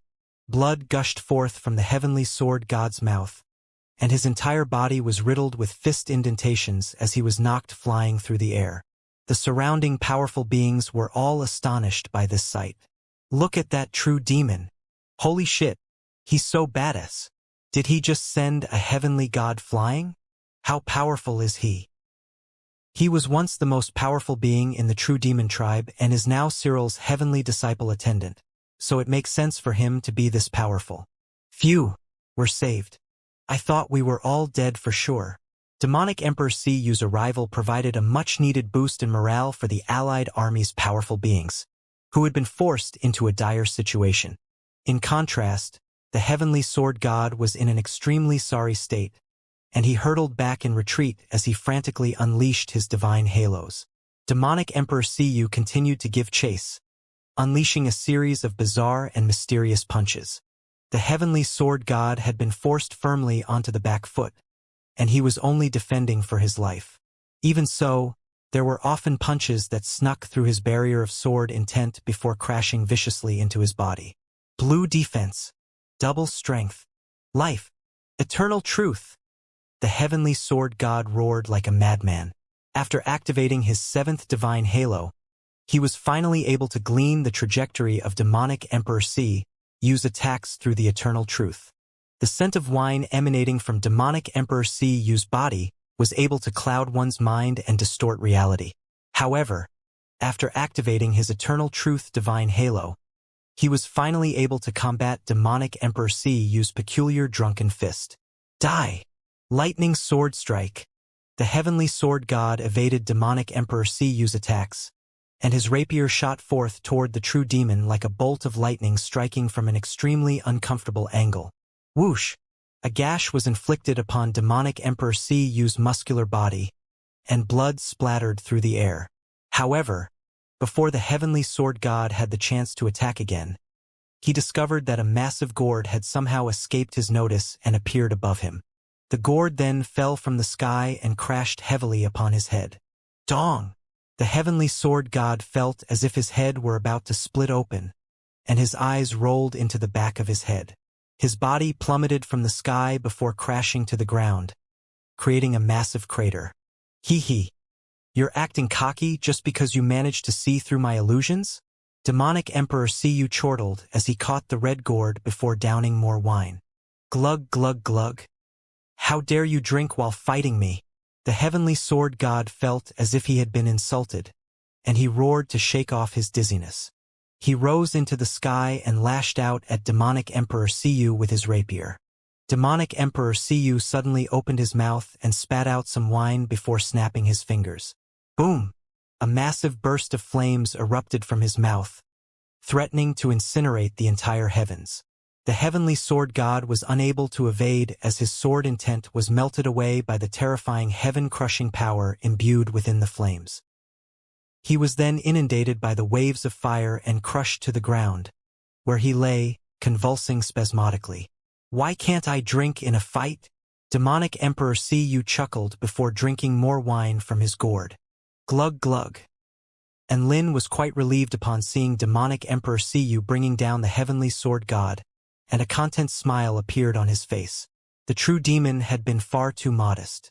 What was this about his combat prowess only being comparable to a heavenly god? He was clearly well above that level and was beating up the heavenly sword god for fun. The heavenly yin-yang god, heavenly change goddess, heavenly soundless goddess, and heavenly god Xingji continued to forge ahead, closing in on Enlin and killing all powerful beings who stood in their way. Su Xiaolan's jade dress billowed out around her in the wind, and she turned to look at Enlin. And Lin also looked back at her, and no verbal communication was needed before she slowly drew her dragon sparrow sword.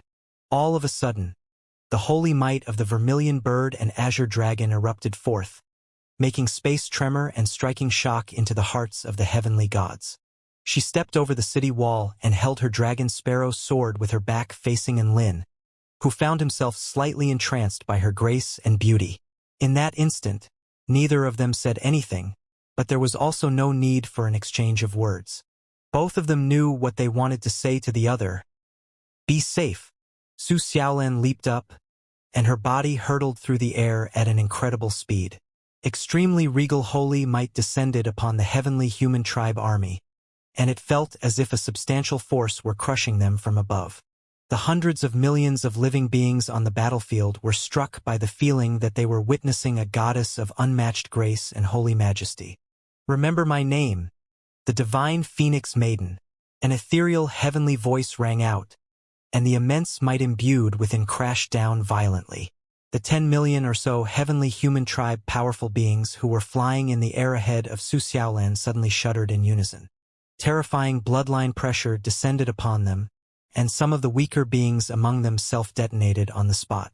Even the most powerful cultivators among their ranks were so intimidated that they were unable to move. She pierced through the heavens and threw herself directly at the heavenly change goddess. All of the beautiful faces on the heavenly change goddess body smiled in unison. They were all quite gorgeous to behold on their own, but to have them present on one body created quite an eerie sight. You've finally come out. I just need to hold you off and… Boom! Before the heavenly change goddess had even finished her sentence, she was slapped mercilessly into the ground by Su Xiaolan. You're not going anywhere either. Su Xiaolan turned to the aloof heavenly god Xingji, and she stamped her foot into the air, shattering the space beneath her in the process. Her body shot forth like a striking dragon, instantly covering a distance of over 150 kilometers and arriving directly before heavenly god Xingji. She swiveled, and her long, well-proportioned leg swept toward her target's chest. In that instant, the holy projection of an azure dragon whipping its tail appeared between heaven and earth. An earth-shattering collision took place. Heavenly god Xingji crossed his arms in front of his chest, but he was still kicked flying for over 1,000 kilometers by Su Xiaolan's devastating strike and was completely unable to defend himself. Gasp! The divine Phoenix Maiden is holding off 2 heavenly gods on her own. That's insane! All of the allied forces were stunned by Su Xiaolan's power. They had known that she was extremely strong, but it looked as if they had still underestimated her.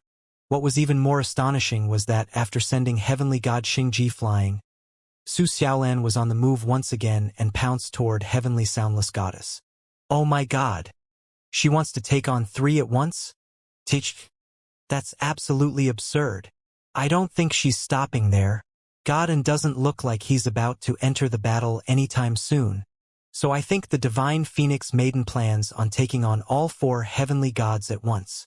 Many of the powerful beings present drew sharp intakes of breath upon hearing this. In their eyes, heavenly gods were supreme beings, each of which had the power to destroy a realm on their own. But now, Su Xiaolan was going to take on several heavenly gods at once on her own? This was undoubtedly an unprecedented feat. The heavenly soundless goddess still had her eyes closed, but she was already rushing back in retreat when Su Xiaolan began to pursue her. At the same time, her long, slim fingers quickly strummed the strings of her lute, sending bursts of ethereal music spreading through heaven and earth at an extremely fast speed and creating substantial energy. Lone string echo. Her lips parted, and she spoke in an extremely delightful voice. Countless golden musical notes formed a series of circulating energy barriers around her body. At this moment, a flaming sword strike imbued with the power of the vermilion bird had already fallen from the heavens and struck her defensive barrier. This was an extremely fearsome strike, but the heavenly soundless goddess' peculiar sound barrier was able to nullify the vast majority of its power. Invisible sound, string soul strike. After blocking Su Xiaolan's attack, the heavenly soundless goddess fingers strummed the strings of her lute again, sending blades of sound imbued with the power of the great Tao surging through the air. These blades were invisible and untraceable, hurtling directly towards Su Xiaolan's heart. This heavenly soundless goddess was seemingly frail and vulnerable, but she was actually the most dangerous among all of the heavenly gods present. Su Xiaolan was quite surprised that there was a heavenly god capable of blocking one of her sword strikes. She was just about to unleash a second attack when her heart suddenly jolted. Her vermilion bird heart essence was issuing her warning, and through it, she was able to sense the heavenly soundless goddess attack. She abruptly took evasive measures, immediately following which the invisible attacks passed through the location she had previously been situated at. An unnoticeable ripple flashed through the air before slicing a small gash onto her arm with ease. What a powerful attack! Su Xiaolan wore an expression of shock. Her combat prowess was comparable to that of a god of creation, but this heavenly soundless goddess still struck her with a sense of peril. Heavenly gods were beings that had been completely acknowledged by the heavenly Tao, and there really were no weaklings among them. You evaded that? The heavenly soundless goddess was also in disbelief. That was one of her most powerful finishing techniques, and never had it not killed its target. However, Su Xiaolan had managed to dodge at the last moment, and now that she was aware of the nature of that attack, it would be quite difficult to catch her off guard with it again. The heavenly soundless goddess was only caught in a stunned stupor for an instant, but a divine sword with lightning and flames revolving around its blade was already upon her. Heaven-crushing dragon sparrow strike. 1,000 sound strands. Countless musical notes erupted from the lute in the forms of strings and strands, clashing with the might of the dragon sparrow sword.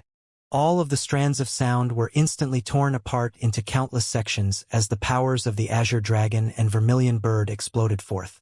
The heavenly soundless goddess' delicate body was sent flying by the explosion, and her clothes were in tatters as blood gushed from her mouth, putting her in a very sorry state. The explosion of energy seemed to possess sentient will as it parted to allow Su Xiaolan through. An azure dragon projection revolved around her, while the wings of a vermilion bird appeared on her back. She was like an exceptional goddess standing proudly in mid-air. She was using her vermilion bird essential power and her power of the azure dragon at the same time, revealing her true power to the heavenly gods. Su Xiaolan was just about to attack the fourth heavenly god when the sound of something being torn apart erupted in the distance. This was an extremely sharp and piercing sound, and it was accompanied by the anguished cries of countless mighty figures. Not only did that attract her attention, but even Lin also turned toward that direction, upon which both of their expressions darkened. There, a heavenly god with a black and white body with 2 pupils in each eye stood. He wielded an extremely peculiar black and white sword in one hand, and his other hand was locked tightly around someone's head. He was the heavenly yin-yang god, and the head he was holding belonged to that of Immortal King Wang Chun. And Lin almost exploded with rage upon seeing this. He had thought that he was the heavenly yin-yang god's target and that the heavenly yin-yang god would focus on hunting him down, ignoring everyone else in the process. In reality, that was indeed what he had done initially. However, to Lin's surprise, the heavenly yin-yang god suddenly changed direction while flying past the 100 Immortal formation and attacked the formation instead. Furthermore, he had unleashed his most powerful attack from the get-go, the yin-yang heavenly blade, and caught the divine source pavilion immortals completely off guard. Thus, a gash was torn into the formation, after which the heavenly yin-yang god instantly slaughtered several return-to-void stage exalted immortals and beat Immortal King Wang Chun into submission. Everything had happened far too quickly. On this earth-shattering battlefield, many people didn't even notice what had happened at the 100 Immortal formation, and were only alerted after hearing the cries of agony erupting from within. And Lin shifted his gaze away from Su Xiaolan. Su Xiaolan was already glaring at the heavenly yin-yang god with gritted teeth. She was trying to hold off 4 heavenly gods at once, but she had wasted too much time dealing with the heavenly soundless goddess, thereby creating an opportunity for the heavenly yin-yang god to exploit. As such, she was feeling slightly guilty and ashamed. He, and Lin, the heavenly yin-yang god, held Wang Chun by the head and cocked his head to the side with a smile. Sect leader and Lin, save me. Wang Chen's entire face and body were smeared with blood. He was a completely different person in comparison to the exceptional sword immortal he once was, and he was already regarding Enlin as his last hope. Boom! An extremely terrifying aura erupted from the city wall. Enlin wore a thunderous expression as he roared with rage. Heavenly Yin-Yang God! Release him at once! Release him! The heavenly Yin-Yang God's smile widened as he tightened his grip. Bam! Wang Chen's head exploded. A cloud of blood mist appeared in the air as his headless body fell to the ground. The entire battlefield suddenly fell silent. Countless people looked on at this scene and were too shocked to say anything. A grief-stricken wail erupted from the great Tao of heaven and earth. The fall of a Tao integration stage super mighty figure was mourned by the entire heaven and earth. The immortals from the divine source continent were completely stupefied. No. Immortal King Wang Chun. How could this have happened? Some of the immortals wore dull, dumbstruck expressions, while others had already burst into tears. Immortal King Wang Chun was a being revered by countless exalted immortals on the divine source continent. For him to die in such a tragic manner right before their eyes was truly a massive shock. The heavenly Yin-Yang God's smile widened to an eerie and unnatural degree. Who the hell do you think you are? You think you can command me? Everyone. The entire atmosphere seemed to have congealed. The sky began to darken. The eyes of the man standing atop the city wall turned golden in color, as if they were the only sources of light within the darkness. However, none of the hundreds of millions of living beings on the battlefield received any warmth from those eyes. Instead, they were all struck by a bone-chilling sensation. Even the heavenly Yin-Yang God couldn't help but shiver. What is this power? Enlin stared intently at the heavenly Yin-Yang God, and an indescribably fearsome aura erupted from his body. The entire heavens seemed to be screeching and hissing, as if it were unable to withstand his power. Cold sweat materialized on the heavenly Yin-Yang God's forehead, but he still maintained his taunting grin. At this moment, a golden ring appeared behind Enlin. The supreme powers of the 5 elements circulated along set paths before converging at the center of the ring, forming a new 5 elemental power. That power was like a ferocious beast baring its teeth, intent on tearing into the flesh of its enemies. The monstrous aura emanating from Enlin's body struck fear into not only the enemy's hearts but also into the hearts of his allies. He stepped forward, and his body tore through space, hurtling toward the heavenly Yin-Yang God at an incredible speed. The heavenly Yin-Yang God immediately turned and fled. If he were to fight Enlin in his current state, he would most definitely be killed. Yin-Yang lightning speed. The image of a Yin-Yang symbol appeared beneath the heavenly Yin-Yang God's feet, and his body transformed into an intertwined black and white light. His speed was amplified significantly as a result, and he frantically fled for his life. There was a very important factor that gave him the confidence to provoke Enlin. He was the fastest among the 10 heavenly gods. However, the sounds of wind and lightning exploding suddenly erupted behind him. The heavenly Yin-Yang God turned to have a look, and he almost shit himself.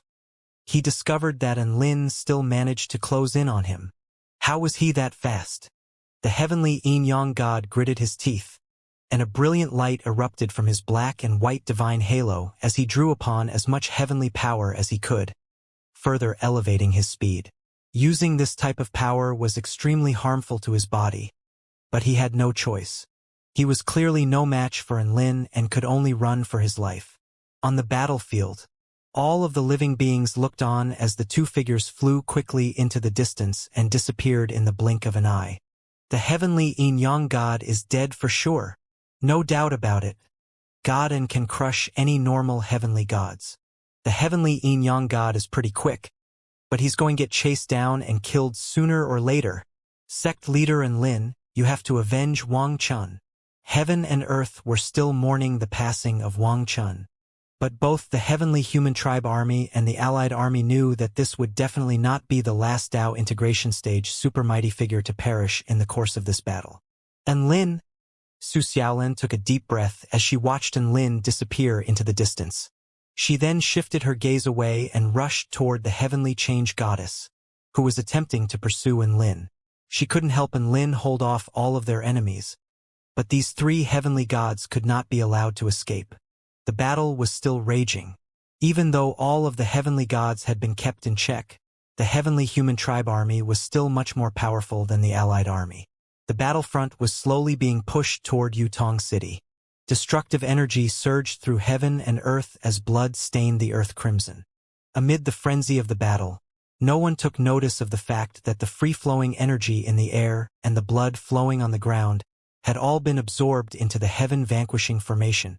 Before everyone knew it, some things had begun to emerge from the 9 massive pillars of light in the formation. Charge! Kill all humans! Kill all enemies! The heavenly human tribe united army charged toward Yutong City with strength and vigor. Right now, only 210 million soldiers remained of the initial 230 million strong heavenly human tribe united army. Meanwhile, the heaven-crushing united army had already been reduced to a little over 800 million. The casualty rate of the heavenly human tribe united army was twice that of the heaven-crushing united army, yet this discrepancy would almost certainly change when they advanced closer to Yutong City. The heavenly human tribe united army advanced without any regard for their safety. Like a rain of missiles, countless streaks of white light arced through the sky and smashed into the heaven-crushing united army, causing blood and flesh to erupt everywhere. The heavenly human tribe's attacks were particularly singular, yet their might was something to be reckoned with. Faced with volley upon volley of increasingly intense firepower, the heaven-crushing united army started to display signs of cracking. When it came to top echelon beings and the core nucleus of the armies, the heaven-crushing united army was still lagging far behind the heavenly human tribe united army. After all, the heavenly human tribe had far too many heaven pioneer stage great generals. More than a whopping 50 to be exact. In addition to that, their army still had another 12 Dao integration stage super mighty beings, 200 return to void stage supreme beings, and thousands of soul-piercing stage heavenly humans. No matter where this army appeared, they would be able to frighten any top echelon powers into pissing their pants. The soldiers of the heaven-crushing united army knew that their fate would be incredibly wretched and tragic if they allowed their enemies to advance any closer. They were under immense pressure right now, and they could only rely on the heaven-vanquishing formation to furiously launch spell formations toward the distant enemies. Archangel Uriel had initially thought that he would welcome a battle of destiny against the Windwalker. To his surprise, however, the enemy had far too fucking many individuals with top echelon combat capabilities. With the Windwalker gaining another 2 Heaven Pioneer stage great generals as allies, how on earth was he supposed to fight him? Much like Archangel Uriel, the remaining Dao integration stage super mighty beings were all overtaken by a feeling of despair. At this time of great danger, the 9 Dao integration stage super mighty beings who were maintaining the heaven-vanquishing formation exchanged glances with each other. They could all see the firm resolution in each other's eyes. "It's time to use that technique," the glazed light Buddha said in a benevolent voice. "First heaven-vanquishing earth-destroying tune, immortal slaying. The spirit element martial lord, a Dao integration stage super mighty being of the holy martial clan, gripped his blue-colored divine sword and pierced it into the sky. Rumble. Within the range of the heaven-vanquishing formation, wind and clouds suddenly started swarming about, and vicious bursts of sword intent blanketed the entire sky. At the pinnacle where the energy shot into the sky, the 9-colored light pillar in the very center of the spell formation suddenly ejected countless beams of colorful light.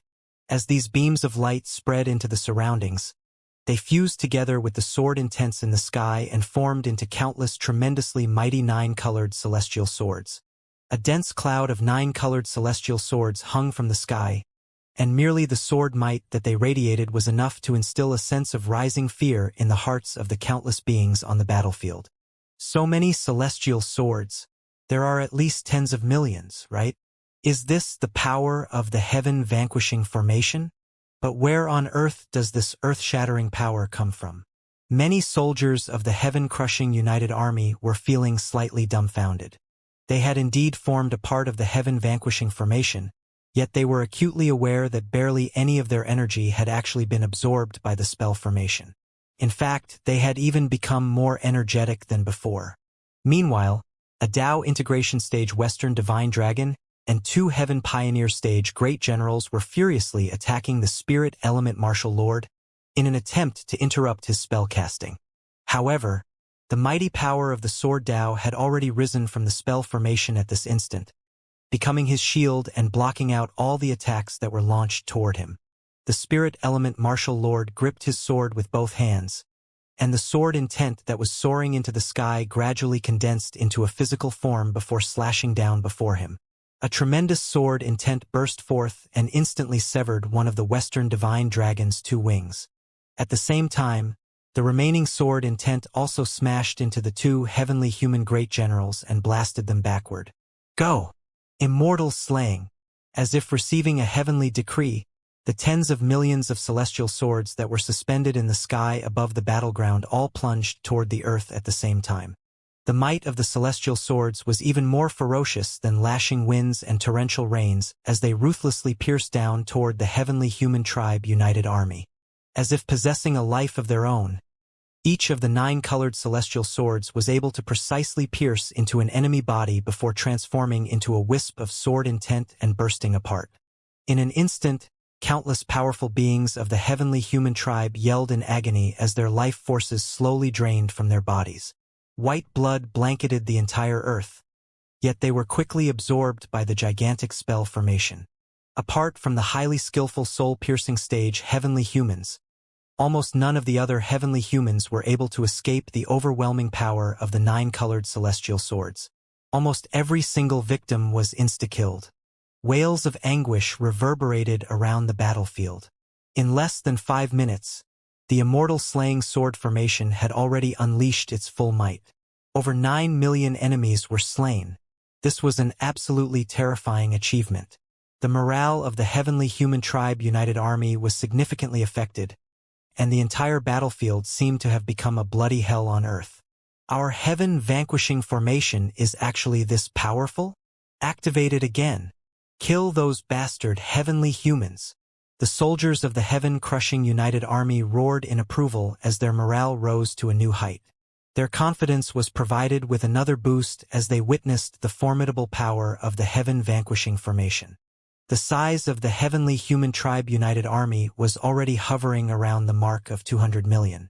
However, this number was still twice that of the heaven-crushing united army. In fact, the heaven-crushing united army was still under immense pressure, though this didn't weaken their enthusiasm in the least. Rather, they became even more brave and fearless. This was also a sight that the 9 Tao integration stage cultivators who were in charge of the heaven-vanquishing formation wished to see. Standing within the heaven-vanquishing formation, their hearts were involuntarily filled with a will to vanquish the heavens. They wouldn't take a single step backward, and they wouldn't feel regret even if they were killed. The heavenly human tribe united army continued to charge forward and close the distance to Yutong City. The closest enemies had already advanced to within 50 kilometers of Yutong City, and they had already started to engage in close-quarter combat with the soldiers of the heaven-crushing united army. The battle became increasingly violent and intense. The explosions of colliding spell techniques rang through the air, while blood and shredded flesh sprayed through the sky. As the battle reached this point, the casualty rate of soul formation stage powerful beings and return to void stage supreme beings started to climb rapidly. They had clearly been all-powerful just a moment ago, yet in a flash, the return to void stage supreme beings suddenly became prey that could be easily killed by the groups of heaven pioneer stage great generals that had suddenly appeared. The heaven-crushing united army had initially enjoyed an advantage thanks to the threat provided by the heaven-vanquishing formation. However, as they were dragged into close-quarter combat by the soldiers of the heavenly human tribe united army, the ratio of casualties gradually fell from 2-to-1 to almost 1-to-1. Demon Lord Luan Yu, it's your turn now, the Spirit Element Martial Lord suddenly said. A fire-shrouded and black-bodied super-mighty being of the true demon tribe roared in anger as he violently stamped his foot into the ground. Chains that were decorated with divine patterns were twisted around his arms, and streaks of blood-red flames sprayed out from below the earth and spread into the surroundings as his ferocious strike sent large cracks across the surface of the ground. Second heaven vanquishing earth destroying tune, earth destroying sea of fire. The earth below the feet of the heavenly human tribe united army suddenly became scorching hot. In the beginning, it merely turned red and radiated heat. Immediately afterward, however, the surrounding rocks started to melt, transforming the land into a sea of lava that could melt all matter. Countless heavenly humans who were sprinting across the land were instantly burnt to death by the blazing earth. Some who had reacted quickly hastily spread their wings and soared toward the sky. However, the wingless blood tribe beings and creation realm tribe beings were met with a far more wretched fate. One after another, they were scorched and melted to death by the devastating heat rising from the earth. They had absolutely no chance of escaping. The entire earth had already become a hell that could melt all matter. Where could they escape? Before the soaring heavenly humans could even breathe a sigh of relief, they discovered that several fissures had already opened up on the blazing earth. Columns of even more devastating red fire erupted from the fissures, and like the claws of demons, they grabbed toward the heavenly humans in the sky. Unable to evade this overwhelming attack, large groups of heavenly humans were engulfed by the flames. That's right. In this earth-destroying sea of fire, both sky and earth had been transformed into a deadly hell. The heavenly humans who were at the forefront of the charge felt a scorching heat lick at their backs. After turning around, they realized that the space behind them had already transformed into a fiery hell. This fiery hell separated the heavenly human tribe united army into two segments. In the beginning, they could still charge forward without concern, as there were still fellow soldiers guarding their backs. As such, they didn't need to panic when they fought. Now, however, the space behind them had become a fiery hell.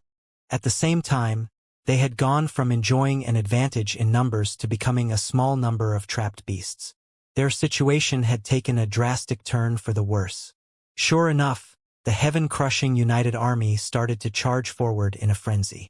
They wanted to seize this rare opportunity to annihilate the heavenly human tribe united army's vanguard. The Heaven Pioneer Stage great generals started to use their heavenly powers to suppress the flames on the earth and carve a path out for their army. However, this very action coincidentally reduced their ability to engage with other enemies. Anyhow, the heaven-crushing united army would gain an advantage no matter what. The destructive power of the second heaven-vanquishing earth-destroying tune, the earth-destroying sea of fire, was slightly inferior to the immortal-slaying celestial sword formation. Only a mere 7 million enemies were killed. However, this number only appeared small in comparison. In reality, it was definitely a devastating loss for the heavenly human tribe united army. Hurry up! Come with me to slay demon Lord Luan Yu. We also need to deal with the glazed light Buddha and Archangel Gabriel.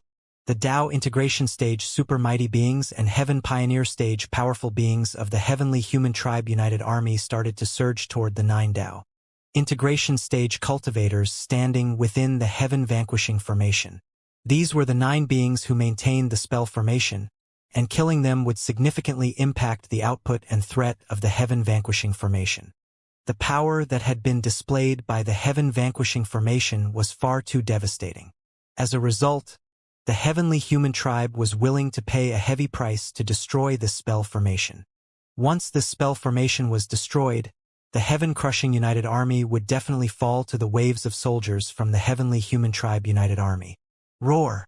Kill them! Shunran Byakuya, a Tao integration stage divine dragon, flapped its wings and transformed into a razor-sharp crescent as it swept toward the glazed light Buddha. Wherever the divine dragon flew past, the bodies of the heaven-crushing united army soldiers would be sliced into 2 by bursts of deadly wind blades. Kill the glazed light Buddha.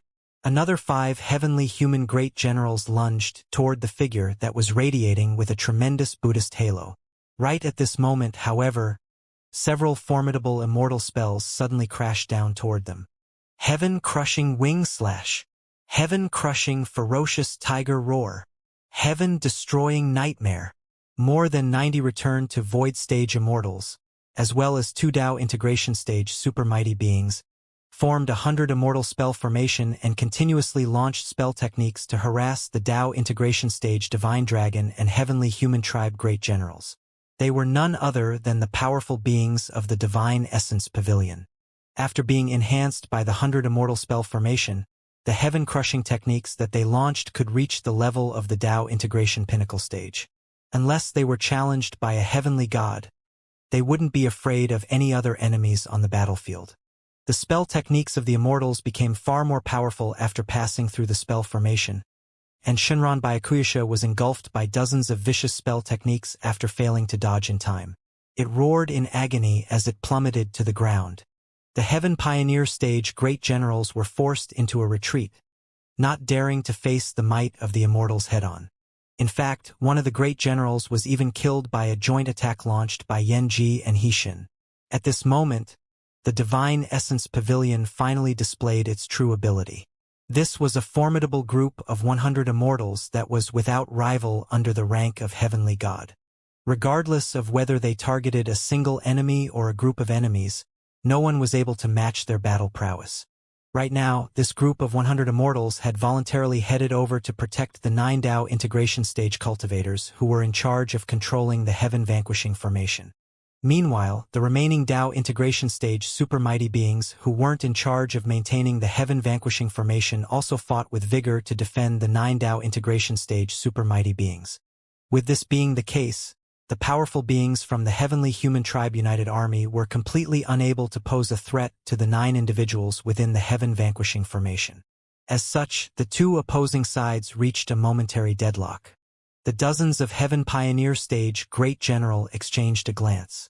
A great general who possessed an extraordinary aura walked toward the sky and spread his arms open with an expression of piety. A holy light suddenly beamed down from the sky and illuminated his body. Esteemed and eternal heaven, I'm Chun Er. Please allow me to use the ultimate punishment of heaven so that I can cleanse the world of heaven's enemies. Chun Er's voice was reverberant and humble, yet firmly devout. A thin beam of golden light descended from the sky and fused into Great General Chun Er's glabella. Great General Chun Er's aura started to climb explosively as a golden heavenly patterned formation slowly materialized on his forehead. At the same time, the remaining Heaven Pioneer stage great generals all seemed to detect something. They started to silently recite in a unique language as bursts of energy radiated from their bodies and surged into the sky.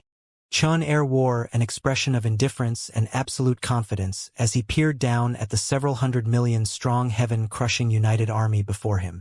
Don't think for a second that only you possess trump cards. Our Heavenly Human Tribe United Army also has trump cards. He pointed a finger toward the sky. At the same time, the remaining Heaven Pioneer stage great generals also pointed their fingers toward the sky. A white, cloud-like energy was already swarming in the sky at this instant.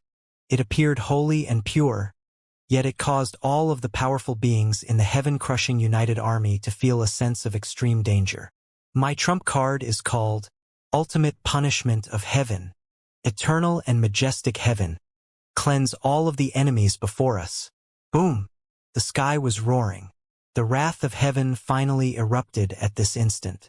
Its magnificence was tremendously vast, and it contained an absolute might. The swarm of white clouds became denser and denser, and it appeared as if the entire sky were about to crash down into the earth. As if detecting something, the glazed light Buddha's expression changed drastically. A Buddhist mantra instantly enveloped the entire battlefield, though no one was able to understand what he was reciting. However, everyone understood the message that he was trying to relay. Don't run, and defend as if your life depends on it. Right at this moment, a beam of white light had already descended from the sky. It was like a beam of sunshine, and it instantly illuminated every being on the battlefield. A spirit-nurturing stage true demon was enveloped by the white light before he could even activate a defensive spell technique. Then, his body shuddered, and his gaze started to become hazy and unfocused. This light is so warm. Is this what I've been pursuing my entire life? He raised an arm and tried to touch the white glow in the sky. So that's how it is. It was I who had been wrong this entire time. I beg you, please forgive me. Tears of remorse streamed down the true demon's face as he suddenly fell on his knees and pleaded toward the sky. Then, his body transformed into specks of light that gradually vanished from the world. As though he had achieved redemption, a content smile spread across the true demon male's face. Then, without a shred of resistance, he disappeared from the face of the world. This scene replicated itself on countless members of the heaven-crushing United Army. Regardless of whether they were true demons, members of the holy martial clan, or firmly devout monks of the Buddhist kingdom, no one was able to resist the power of this white light. Some wore expressions of confusion and yearning, while others were reduced to tears and remorse. Eventually, all of them transformed into specks of light before vanishing from the world. The ultimate punishment of heaven enveloped an area that measured thousands of kilometers in radius. White light flooded throughout this entire vicinity, and even the tiniest of particles was illuminated by its dazzling radiance. This was a genuine large-scale attack, and tens of millions of heaven-crushing United Army soldiers were instantly killed by its devastating might. Only powerful beings who had activated defensive spell techniques were able to drastically reduce the probability of being affected. However, they still weren't absolutely safe, and there were already some soul formation stage powerful beings who had disappeared into specks of light. This spell technique emitted no energy fluctuation at all, and it looked as if it posed absolutely no danger. Instead, it appeared incredibly holy and pure, much like a holy light that could cleanse one's heart of all negativity. However, it was for this exact reason that the heaven-crushing United Army was at a loss as to how to defend against this large-scale attack. All they could do was silently wait out its effects. However, the white light in the sky showed absolutely no signs of dimming. Instead, it was becoming even brighter with the passing of time. The casualties faced by the heaven-crushing United Army were still piling up at a rapid rate. The tens of millions of heaven-crushing United Army soldiers were all stunned beyond words. If this ultimate punishment of heaven continued to sweep through their ranks, then their army would be annihilated no matter how many soldiers they had. The ultimate punishment of heaven was incredibly eerie and unfathomable. Wherever the white-colored light of heaven shone, countless beings would transform into specks of light before disappearing from the world. This immensely powerful large-scale attack was nothing but pure terror in the eyes of the heaven-crushing United Army. Shit! We have to stop this spell technique. Ancient Buddha Daipanraka roared in fury as he tapped a finger toward Great General Chun-Er, who was situated in the center of the devastating spell technique. Last radiance of the lamp, karma reversal. A flaming, dim yellow lamp fire that flickered with a silent and despondent glow materialized behind Great General Chun-Er. In this instance, it seemed as if even heaven and earth had fallen into silence. All that could be heard was the faint crackle of the lamp fire.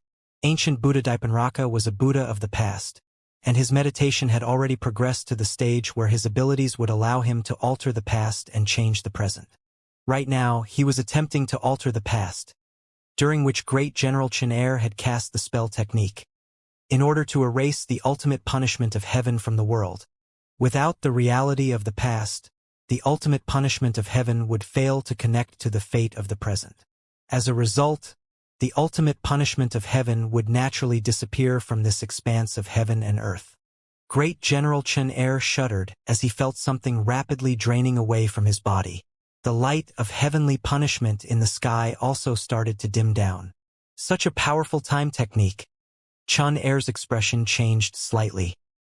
He clasped his hands together, and a peculiar, sun-like white light erupted from his body as the heavenly patterns on his forehead lit up with a brilliant glow. The heavenly Tao is eternal, and its myriad techniques are undying. Chun-Er's veins bulged as he roared in anger. Blood seeped from the corners of his mouth, and it was evident that his body had suffered a significant backlash.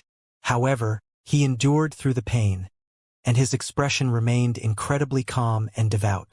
Dozens of Heaven Pioneer stage great generals all sent a wisp of pure heavenly power through the air and into Chun-Er's body. This caused the heavenly patterns on his forehead to become even more dazzling. The dim yellow lamp fire behind him was gradually suppressed by the white light before eventually being ripped to shreds. As if receiving a heavy blow, ancient Buddha Daipanraka spat out a mouthful of blood as he kanonied back in retreat. Chan Er gazed at the heavily wounded ancient Buddha Dipanraka apathetically and said coldly, "A mere Tao integration stage Buddha dares to challenge the will of heaven? Ah!" Piercing cry cut through the air. The heavenly change goddess was being rammed through the air by an extremely terrifying vermilion bird. Even the expanses of the void that lay in their path were set alight, and countless powerful beings of the heavenly human tribe were burnt to a crisp by the remnant power exuded by the flames. "Heavenly change goddess, your—" Chan Er faltered momentarily. Then, he discovered that there was a jade-dressed figure within the vermilion bird.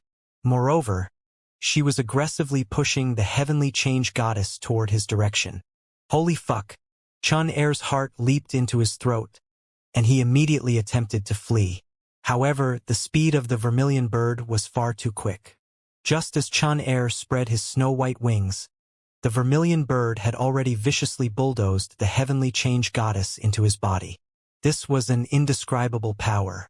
Just the power generated by the collision with the heavenly change goddess alone was enough to cut through any and all spell techniques. All of his internal organs were shattered by the immense force.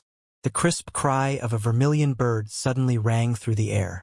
The sharp beak of the vermilion bird that was formed from the vermilion bird origin energy carried an incredible heat as it pierced through the heavenly change goddess chest. Then, without experiencing any resistance, it poked out of the heavenly change goddess back and continued through Great General Chan Er's chest, skewering the two of them together. Pwah! Great General Chan Er coughed up a large mouthful of blood. It felt as if his entire body were burning, and his consciousness also started to become hazy. This was a feeling of death. How did it become like this? Great General Chan Er was stuck in a daze as he gazed at the nearby female, who was bathed in a sea of holy vermilion bird flames. Why did this person suddenly charge over and try to kill me without so much as a word? The vermilion bird pulled out its sharp beak, and gigantic holes appeared on the chests of the heavenly change goddess and Great General Chan Er. The blood within their wounds had already been baked dry by the insanely hot flames. Immediately afterward, the beak of the vermilion bird transformed into a golden-blue, double-edged divine sword. This was none other than Su Xiaolan's dragon sparrow sword. Su Xiaolan brandished her sword as she looked at the two people before her. "Heavenly change goddess, I warned you not to block my path. Must you force me to kill you along with him?" The heavenly change goddess opened her mouth dazedly. Each of the beautiful faces on her body had a fiery gash running along its side. Moreover, the raging flames that burned in her gaping chest wound furiously ate away at her body. She looked to be in an incredibly pitiful state, and she didn't even have the strength to speak anymore. Great General Chan Er was at a loss for words upon seeing this sight. It was clear that the heavenly goddess had already tried her best. This was simply how his fate had panned out. Just a moment ago, he had still been transcendent above the battlefield, as if he were the ruler of the entire battle. Now, however, he had been vanquished by a single sword strike from Su Xiaolan. How ironic and laughable fate was. Divine Phoenix Maiden. Stop right there. Your opponent is us. Heavenly God Xingji and the heavenly soundless goddess dashed over from the sides. Heh! Just then, you two attacked me from different directions and forced me to run all over the place. You sure did drain me of quite some energy. Now, you two are finally willing to charge at me together. Huh. Su Xiaolan's lips curled up into a faint smile. It's a shame that it's too late now. She chuckled as she turned her gaze toward Great General Chan Er. The technique that you used was far too damaging. Die. The dragon sparrow sword quivered slightly. The flames near Great General Chan Er's chest suddenly erupted with a deafening boom. An excruciating cry of agony pierced through the air as the devastating flames engulfed Great General Chan Er's body and burnt him to crisp. Rumble.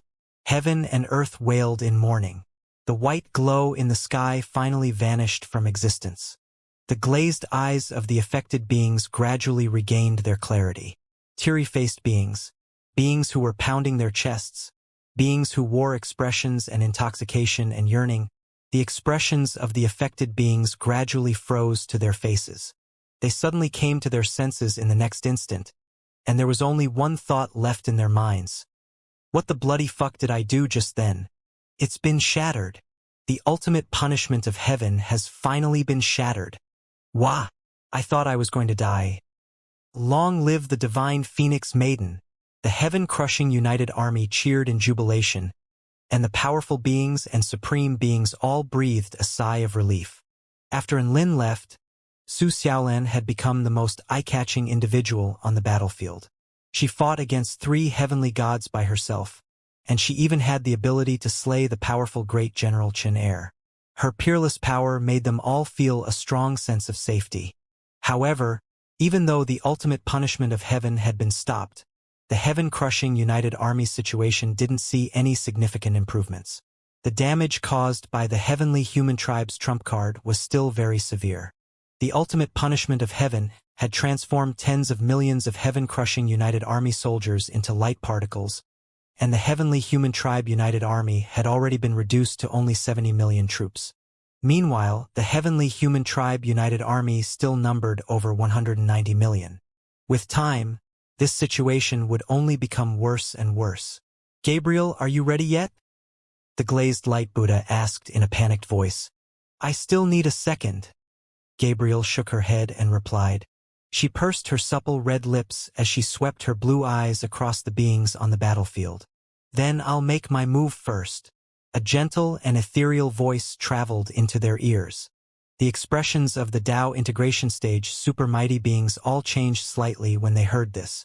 Sect Master Wu Tian, you're planning on making your move now?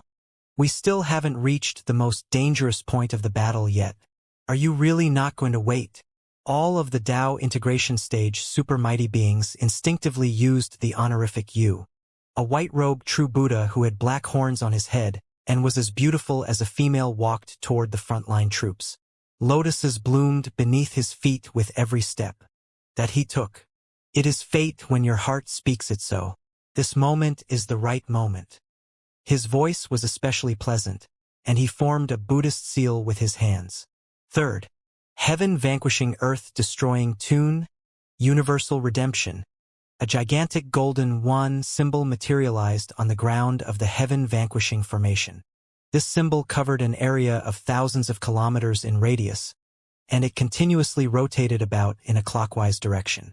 A tremendous Buddhist halo proliferated throughout the entire battlefield and filled the air with an aura of great benevolence and great perfection. At the same time, 7-colored iridescent clouds floated into the sky overhead. Above these iridescent clouds, there were tens of thousands of golden-bodied holy Buddhas peering down at the world. Rays of iridescent Buddhist light soared hundreds of thousands of feet through the air as waves of pleasant Buddhist mantras, which contained some sort of enlightenment, flowed into every single being's ears. Feelings of goodwill mysteriously welled up in the hearts of the heavenly human tribe united army soldiers, making them feel as if participating in this battle was an extremely abhorrent and unjust behavior. Sin, guilt, remorse, self-criticism. These feelings eventually transformed into beliefs that became firmly entrenched in the soldiers' minds. Thump, thump, thump. Regardless of whether they were heavenly humans who were engaged in battle or blood-sucking blood tribe members, countless heavenly human tribe united army soldiers suddenly dropped their weapons as looks of profound enlightenment appeared on their faces. Salvation is achieved as soon as one gives up evil. This was the only thought running through the minds of the affected soldiers. However, although they were entranced by the same Buddhist mantra, the heaven-crushing united army became increasingly brave and ferocious instead. Their bodies were brimming with energy, and they immediately ended the lives of a huge number of enemies. Buddha is benevolent, but there also exists an enraged Vajra. If killing one person could save the lives of tens of millions of others, then why not fight to the death to achieve the same? This was enlightenment, an elevation of thought, and the wisdom of the Buddhist mantra. This Buddhist mantra had starkly different effects on the opposing armies, and this was one of the reasons why this universal redemption could become the third heaven-vanquishing earth-destroying tune. In no time, large groups of the heavenly human tribe united army had fallen victim to this hypnotizing Buddhist mantra. One side had given up evil, while the other side became increasingly ferocious as they butchered their enemies. Thus, one could imagine the startling rate at which the heavenly human tribe united army was being decimated. In a mere few seconds, tens of millions of defenseless heavenly human tribe united army soldiers were slaughtered by the heaven-crushing united army. At this moment, a willowy female heavenly goddess soared into the clouds as she lightly stepped onto the chords of the Buddhist mantra with her naked, jade-like feet. Such a powerful sound-based mind attack. However, it still has its flaws. The heavenly soundless goddess shut her eyes and placed her fingers onto the strings of her pipa. She formed an extremely peculiar hand seal with her other hand. Then she abruptly plucked at the cords of the pipa. At the same time, the divine halo that was dancing above her head started to release a limpid and pleasant tune that permeated throughout the entire expanse of heaven and earth. Shatter! Ding! The crisp melody tore open the mantra that was being recited by the tens of thousands of golden holy Buddhas. As it did so, the iridescent clouds in the distance were also dispersed by a sound wave that contained a paramount heavenly god power. You dare to shift your attention and attack the heaven-vanquishing formation while battling against me? Su Xiaolan's dragon sparrow sword roared as she suddenly flashed behind the heavenly soundless goddess back. This sword strike was far too quick, and it instantly ripped through the heavenly soundless goddess robe, as well as her pale white skin. In fact, the extreme sharpness contained within the sword strike even sliced the heavenly soundless goddess body into two halves. Heavenly soundless goddess! Heavenly goddess! Countless heavenly humans wailed in grief and indignation upon witnessing this sight. Heh! Sacrifice the insignificant me to achieve a greater goal. How touching! Su Xiaolan chuckled coldly. At this moment, the two halves of the heavenly soundless goddess body slowly started to become transparent. As if becoming one with sound, it slowly became a beautiful melody that reverberated around the sky. Then, this melody slowly became softer and softer, before eventually condensing back into an intact physical body. It was as though the heavenly goddess had transformed from sound back into a person. It seemed like she had revived with full health, yet in actual fact, two glaring cracks had already appeared on the divine halo above her head. The beings of the heavenly human tribe all knew that the heavenly soundless goddess life essence had already suffered a severe blow.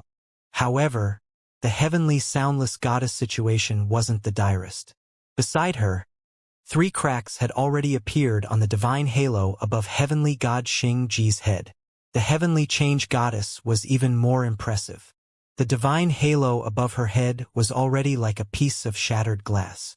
The once perfect divine halo now looked like a fragile piece of glass that had cracks branching throughout every inch of its existence. It seemed as if it would shatter into 1,000 shards at the lightest of touches. The heavenly change goddess felt a strong sense of despair. For some reason unbeknown to her, it appeared as if Su Xiaolan had some sort of bitter vendetta against her. Whenever the 3 heavenly gods launched a joint assault on Su Xiaolan, she would definitely chase after her and beat her with all her might. If this continued, she would definitely become the first heavenly god to die. Soundless. Upon seeing that the heavenly soundless goddess was in danger, heavenly god Xianxia and the heavenly change goddess immediately charged towards Su Xiaolan, preventing her from following up her relentless attacks. A look of disdain surfaced on Su Xiaolan's face when she saw the heavenly change goddess, and she immediately raised her sword and hacked toward her without saying a single word. The heavenly change goddess almost burst into tears when she saw this. The densely packed faces of beautiful females on her body also looked as if they were about to cry. Look, she's coming to beat me again. Why? However, Su Xiaolan's reason for targeting her was actually very simple. That was, she didn't like the look of her. What's wrong with being a normal, beautiful female? Why do you have to form so many beautiful female faces on your skin? Who are you trying to gross out? I must incinerate this thing. If the heavenly change goddess learned of Su Xiaolan's reason for targeting her, how terrible would she feel? The 3 heavenly gods continued their bitter struggle against Su Xiaolan. To those with a discerning eye, it was clear that all 3 heavenly gods could end up being killed by Su Xiaolan if the battle dragged on like this. The formidable battle prowess displayed by Su Xiaolan had already turned the powerful being's understanding of her upside down. The battle raged on. The iridescent clouds in the sky, along with the tens of thousands of golden holy Buddhas, had already been ripped apart by the heavenly, soundless goddess. However, the heavenly human tribe united army discovered that the golden wand symbol on the ground was still rotating without pause. A sense of foreboding welled up in their hearts. This sense of foreboding was spot on. After absorbing a sufficient amount of free-flowing energy from the battlefield, the golden wand symbol suddenly released countless powerful Buddhist power-imbued divine weapons. Each of the divine weapons radiated with a brilliant golden light, and they all had countless phrases of true Buddhist scriptures carved onto their bodies. These divine weapons contained the most essential and most transcendent true meaning of Buddhism. Now, the true meaning of the third heaven-vanquishing earth-destroying tune, the universal redemption, is to set up the fourth heaven-vanquishing earth-destroying tune. Sect Master Wu Tian put his hands together in prayer as a pure and well-meaning smile spread across his face. Fourth heaven-vanquishing earth-destroying tune. Dusk of the gods. Ring. As though they were bringing dusk to the world, the divine weapons radiated with a magnificent Buddhist light as they started to soar into the sky. The entire sky was dyed into the soft orange glow of dusk. The heaven-vanquishing formation is unleashing another technique? Is there no end to this? Some of the heavenly humans' voices trembled in fear. Don't panic. There are only 10,000 divine weapons. Even if they're extremely powerful, they still don't pose much of a threat to us. That's right. We still have 180 million soldiers.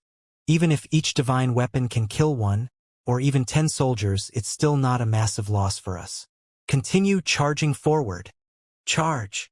Some great generals shouted words of encouragement to raise the morale of the soldiers. Waves of deafening roars surged through the heavenly human tribe united army as they continued to exchange blows with the heaven-crushing united army. The heavenly human tribe united army was far too great in numbers. With 180 million remaining soldiers, a mere 10,000 divine weapons truly paled into insignificance. When compared to the tens of millions of celestial swords from before, they appeared even more lacking and inconsequential. Pew! Pew pew! The divine weapons carved dazzling golden arcs into the void as they suddenly slashed down toward the heavenly human tribe united army. General Lin Hai, be careful! A heavenly human tribe soldier shouted in warning. There's a divine weapon flying toward you. Humph! What impudence! It actually dares to shoot toward me? Lin Hai raised his great holy lightsaber as he shot a cold glance at the nearing divine weapon. He had deflected over a dozen immortal slaying celestial swords. Thus he was overflowing with confidence as he slashed his sword toward the Buddhist power-imbued divine weapon. Its speed is quite quick. Let me test its mig. Pwah! Before Lin Hai could even finish his sentence, the divine weapon had already shattered his great holy lightsaber and ruthlessly hacked his body into two halves. General Lin Hai, the surrounding heavenly human tribe soldiers were all dumbfounded. Lin Hai was a powerful being of the soul-piercing stage, a being who could be near the level of the return to void stage if he unleashed his full powers. He was a being who could wreak havoc on the battlefield. But he was actually insta-killed by a divine weapon? One had to realize. There were a whopping 10,000 of these divine weapons. A cold chill started to grip at the soldiers' hearts. At this moment, a torrent of anguished wails from numerous powerful beings confirmed their worst fears. These divine weapons specifically targeted the powerful beings of the heavenly human tribe united army. They were only responsible for slaughtering soul-piercing stage generals and heaven pioneer stage great generals. This was a terrifying spell technique that only targeted the powerful beings of the enemy army. It was due to this exact reason that this technique was called the Dusk of the Gods. The anguished wails of heavenly human tribe generals reverberated throughout the battlefield. There weren't that many divine weapons, only 10,000 to be exact, but they were all materialized from gargantuan golden swastika symbols. The power they contained was sufficient to split mountains, part oceans, and slice through space. They were devastating weapons that the immortal vanquishing celestial swords from before could not compare to. Whoosh, whoosh, whoosh. The golden divine weapons harvested the lives of heavenly human tribe powerful beings in a frenzy. At most, about a dozen of these weapons would be enough to kill a soul-piercing stage general, while even the more powerful Heaven Pioneer stage great generals would fall in the face of several hundred of them. The dusk intertwined with the blood of powerful beings. It was as if one legend after another had drawn to their conclusions. Sect Master Wu Tian recited Buddhist mantras, as if he were helping the fallen powerful beings reach the afterlife. However, he wore a carefree smile on his face, making people quite skeptical toward whether he was actually guiding deceased souls to the afterlife. A great general who had once dominated the battlefield was now like a porcupine with countless golden divine weapons protruding from his body. His vitality was being destroyed by supreme Buddhist power, and when he fell from the sky, there was still an expression of shock and confusion on his face. Even up to the moment that he died, he was still unable to believe that he had been killed by a bunch of random divine weapons triggered by a formation. However, he wasn't the one who had suffered the most tragic fate. There was a Tao integration initial stage Red Sun spirit demon from the Void Spirit realm who had been chased by over 1,000 golden divine weapons. These divine weapons seemed to be convinced that he would be the easiest to bring down among all of the Tao integration stage super mighty figures, and they were intent on killing him. In the end, the Red Sun spirit demon was reduced to a wasp's nest by over 1,000 divine weapons amid an anguished howl of despair. The fall of a Tao integration stage super mighty figure was mourned by the entire heaven and earth. But that was not the end. The divine weapons were still frantically chasing down the other powerful beings. A few minutes later, the fourth heaven vanquishing earth destroying tune, Dusk of the Gods, began to trail off. The 10,000 divine weapons that the heavenly human tribe united army had once looked down on had slain one of their Tao integration stage super mighty figures, 10 heaven pioneer stage great generals, 17 return to void stage mighty figures, and over 200 soul-piercing stage generals. How terrifying was that? Following that horrific attack, everyone from the Tao body stage and spirit refining stage noobs to the Tao integration stage and heaven pioneer stage powerful beings had all developed a great deal of fear toward the heaven vanquishing formation. The heaven vanquishing formation was relentlessly throwing devastating attacks at them and was able to vanquish strong and weak cultivators alike. This had thrust them deep into despair, and they were constantly fearful that there would be a fifth tune, a sixth tune, a seventh. The most powerful beings of the heaven-crushing united army had had a lot of pressure alleviated from their shoulders, and the tides were turning on the battlefield. The heavenly human tribe united army had suffered a fall in morale, but they still fought valiantly. They wanted to try and utilize their advantage in numbers to end this battle as quickly as possible.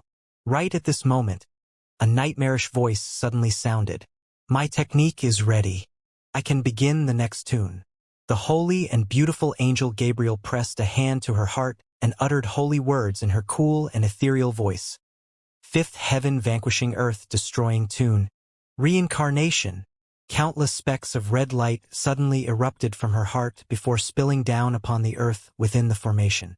A faint red light appeared on the heaven vanquishing formation, encompassing an area of over 500 kilometers. The heavenly human tribe united army was absolutely petrified. The fifth tune. There really was a fifth fucking tune.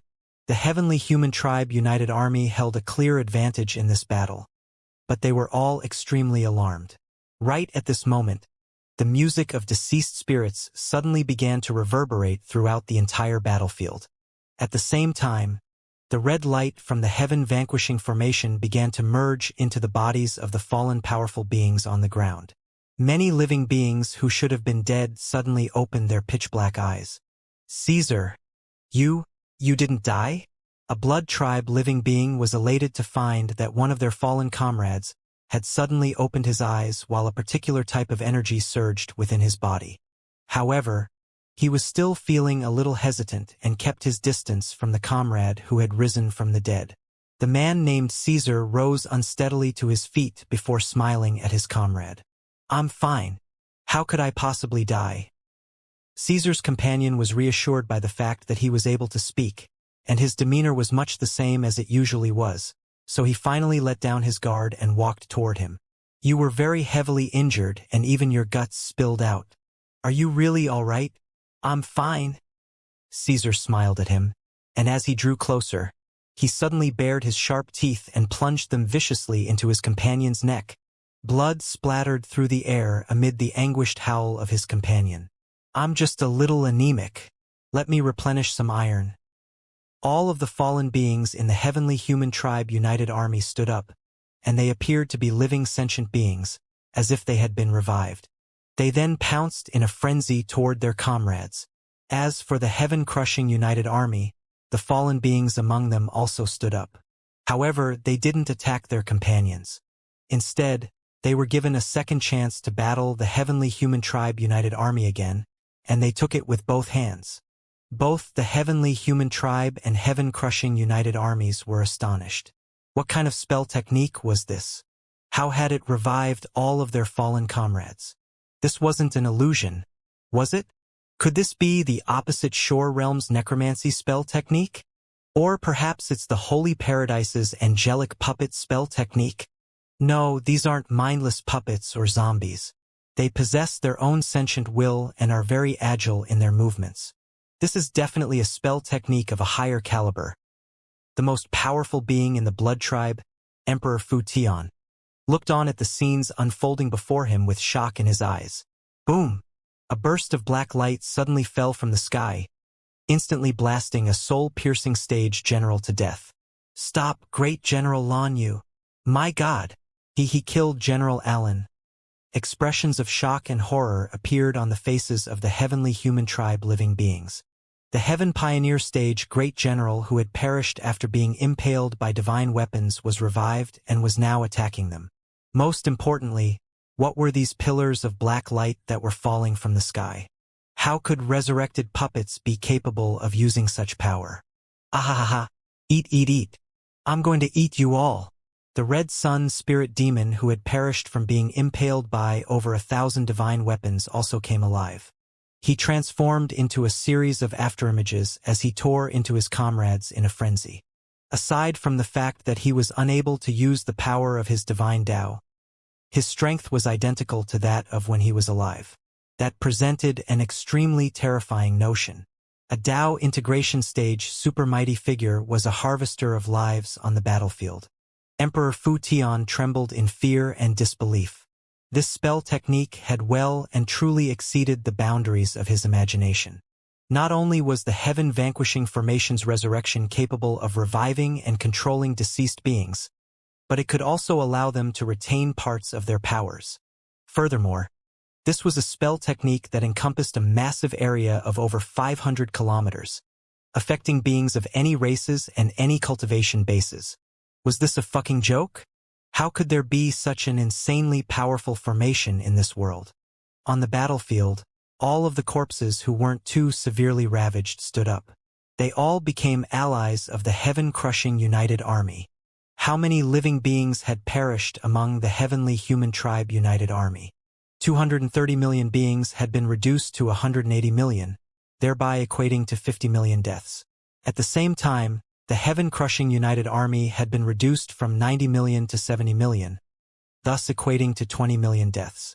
Among these deceased beings, there were 50 million who still had viable bodies that were too severely damaged. This meant that the number of troops in the heaven-crushing united army had increased by a full 50 million.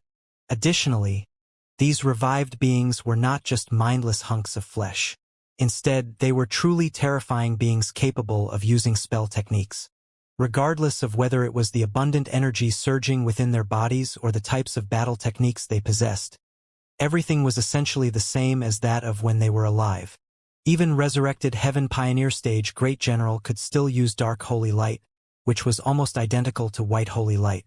All of a sudden, the battlefield had become a paradise for the dead. After powerful beings from the heavenly human tribe united army were slain by these undead beings, they would also rise from the dead to attack their comrades. Similarly, the same thing would happen to troops of the heaven-crushing united army that were cut down. except they continued to attack their enemies rather than their comrades. This was an absolute nightmare to the heavenly human tribe united army. They were immediately forced into an arduous battle. The advantage they had in numbers had been completely wiped away by this monstrous undead army. Explosive booms reverberated throughout the battlefield outside Yutong City.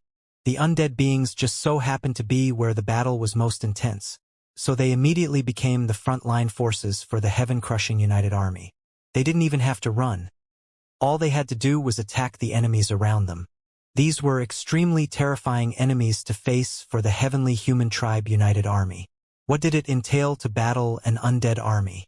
It entailed fighting someone who was already dead by giving one's life in the process. Essentially, they were sacrificing themselves to kill enemies who weren't even alive. And that wasn't even the end. Those who fell in the process of battling the undead army would rise again, and they would join forces with those they had been slain by, thereby creating a perpetual loop. If things continued like this, just the undead army alone would be enough to destroy the heavenly human tribe united army. This can't go on any longer. We have to destroy that formation.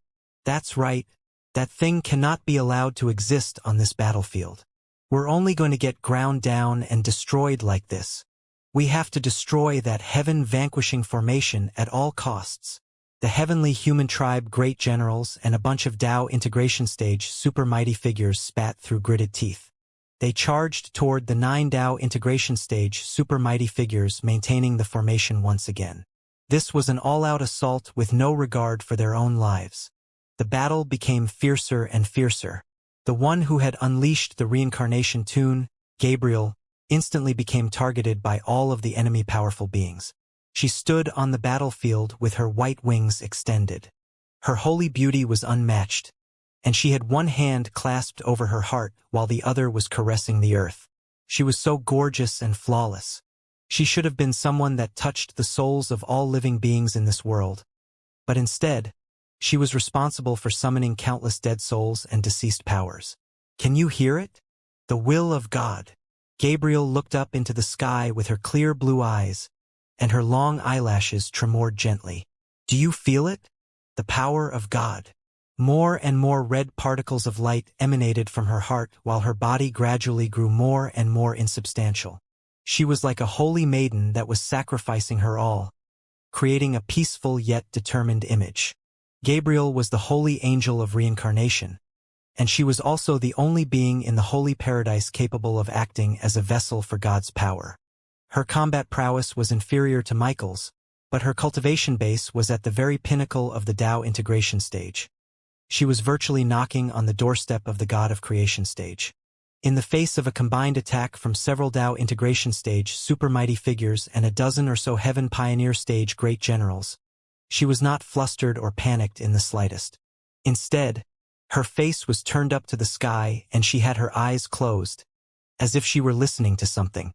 The red and black energy vortex released by the heaven-vanquishing formation enveloped Gabriel's body, engulfing all of the oncoming spell techniques. The Dao integration stage super mighty figures and Heaven Pioneer stage great generals were powerless against that energy vortex. All of them were unleashing their most powerful attacks, but all to no avail. Damn it! The power unleashed by this formation has already transcended beyond the Dao integration stage. We need the power of a heavenly God to break it. Which heavenly God can lend us a hand? The powerful beings of the heavenly human tribe united army turned to the heavenly gods on the battlefield with beseeching glances. They couldn't count on heavenly god Xingji, the heavenly soundless goddess, and the heavenly change goddess. Su Xiaolan had learned her lesson from last time and was making sure that they weren't going anywhere. In fact, it was yet to be seen whether they would be able to survive for much longer. Heavenly goddess Fei Huang was unable to extricate herself from her battle with the 5 vermilion birds, while the heavenly sword god was getting the crap beaten out of him by demonic Emperor Siyu.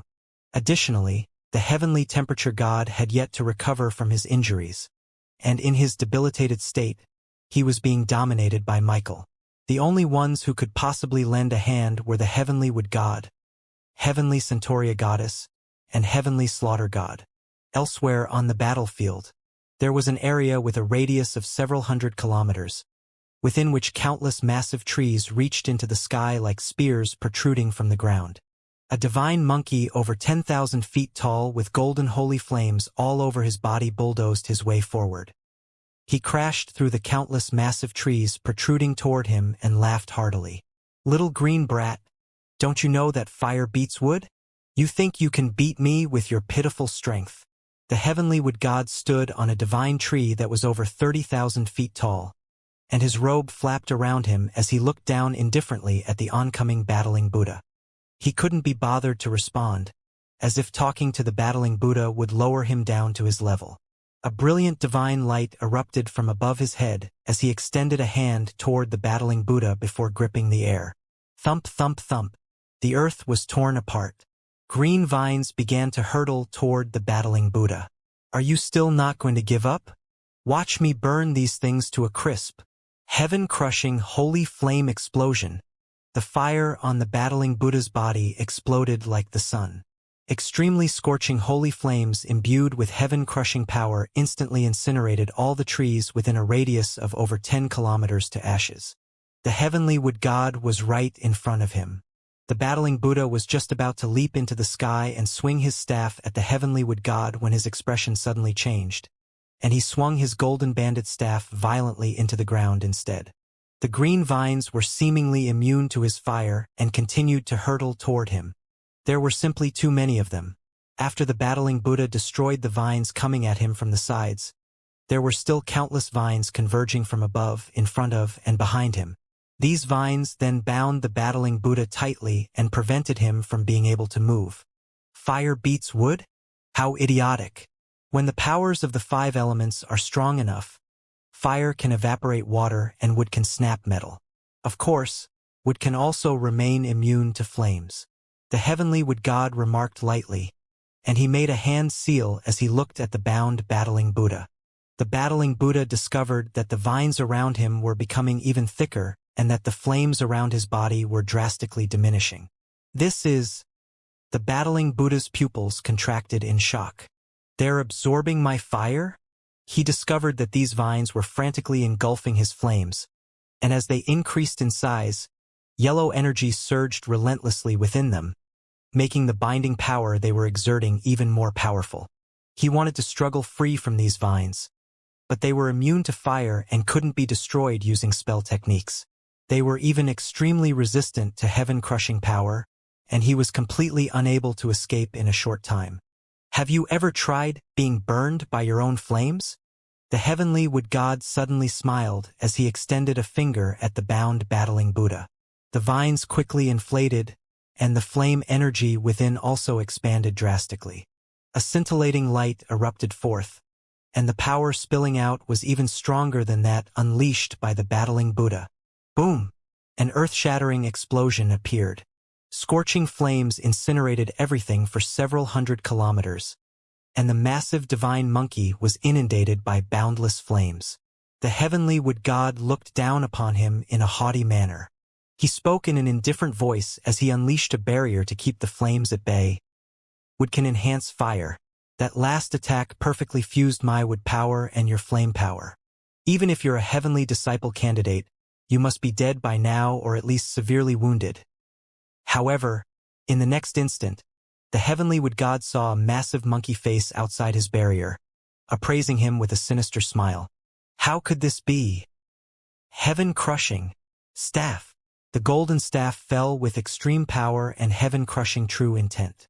It pierced viciously into the heavenly wood god's barrier, as if it were trying to punch a hole in the sky before crashing into his chest, causing it to cave in massively. Boom! The heavenly wood god's eyes widened as his chest was crushed by the golden banded staff, and he threw up a mouthful of blood as he flew back through the air. A divine monkey in iridescent armor emerged from amid the flames. His eyes were as dazzling as the sun as he chortled with mirth. "Your flames are indeed more powerful than mine, but one thing you don't know is that I am not scared of any fire. I finally got to pummel you, you little green rascal. Weren't you uninterested in my name last time? Well, let me give you a reminder.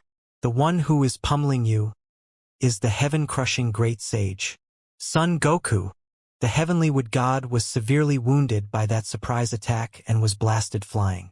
The battling Buddha gave chase and swung his staff in pursuit while making a self-introduction.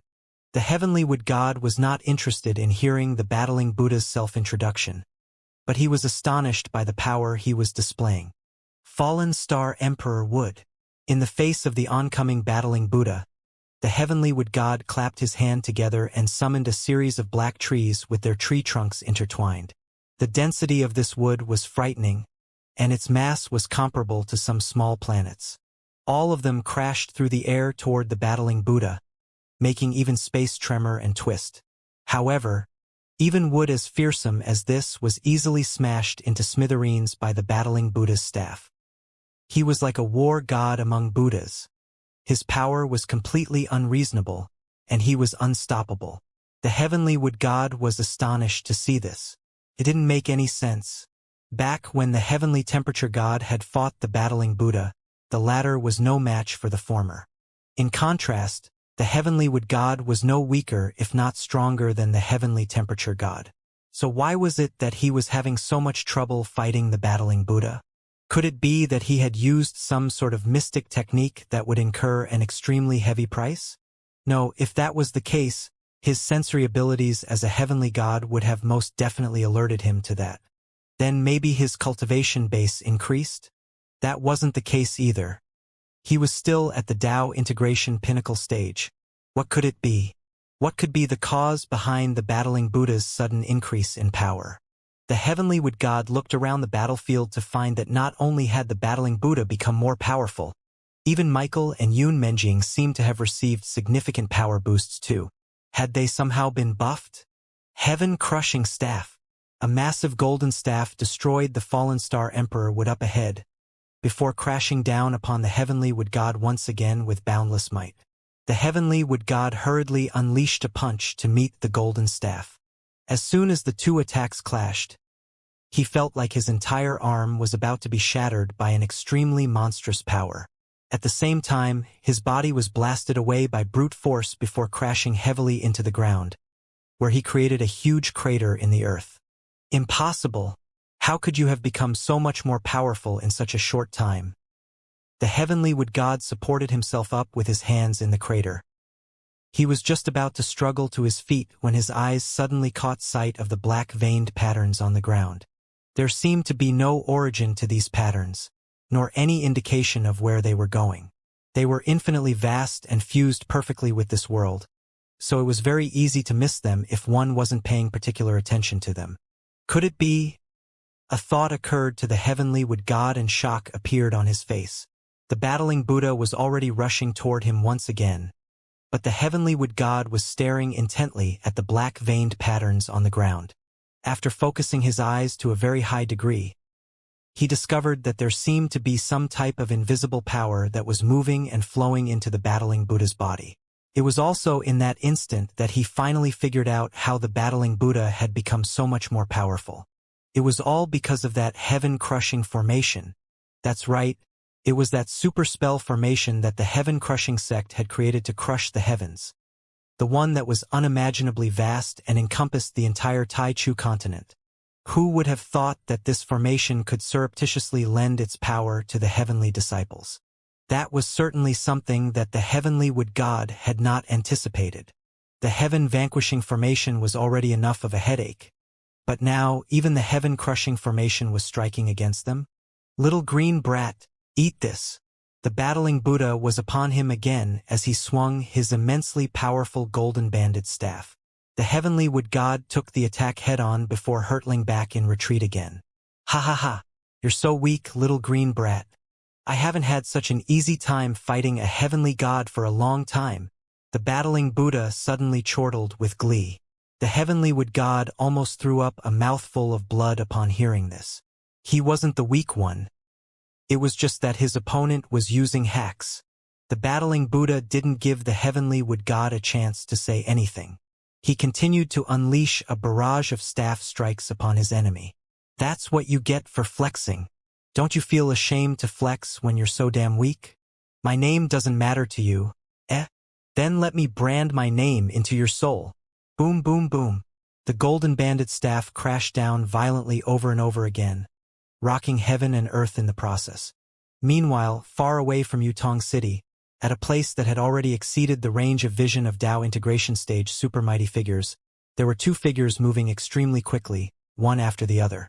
The heavenly yin-yang god was frantically running for his life and had even used a mystic technique that was extremely harmful to his body.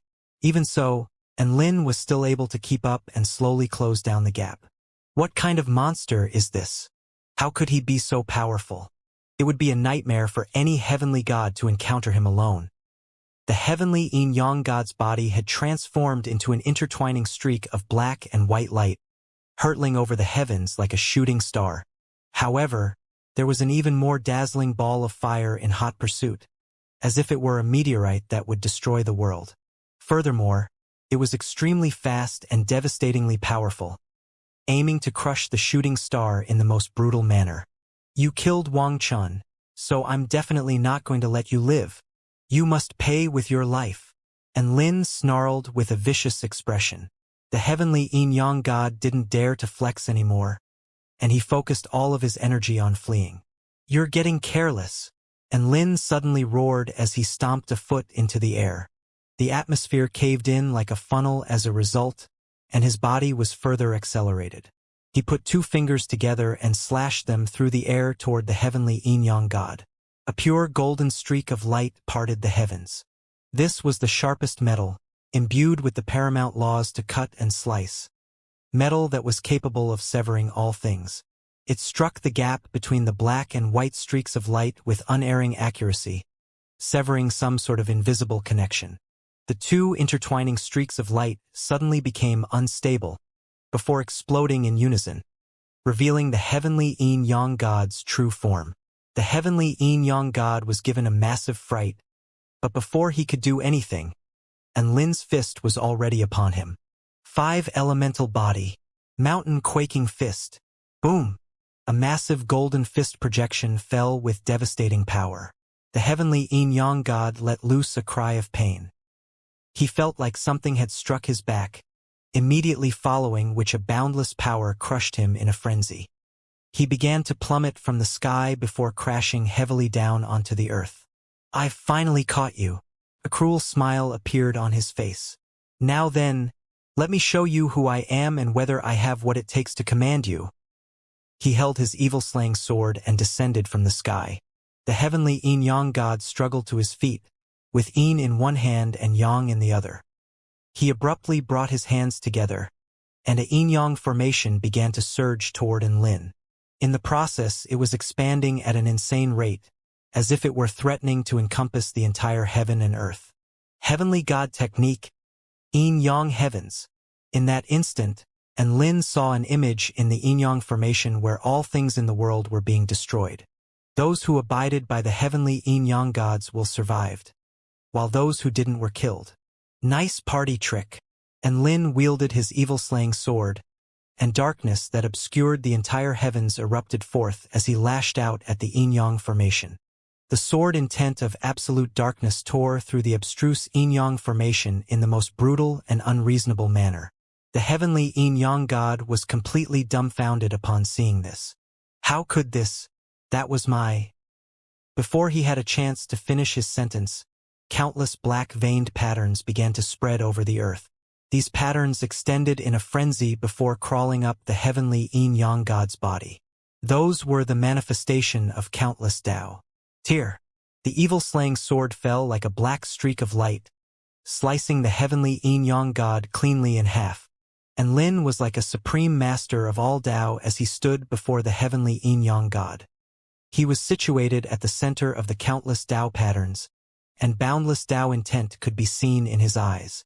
6 strikes of the war god, Tao sword, and Lin's Tao sword was able to sever all Tao, even the great Tao of heaven and earth.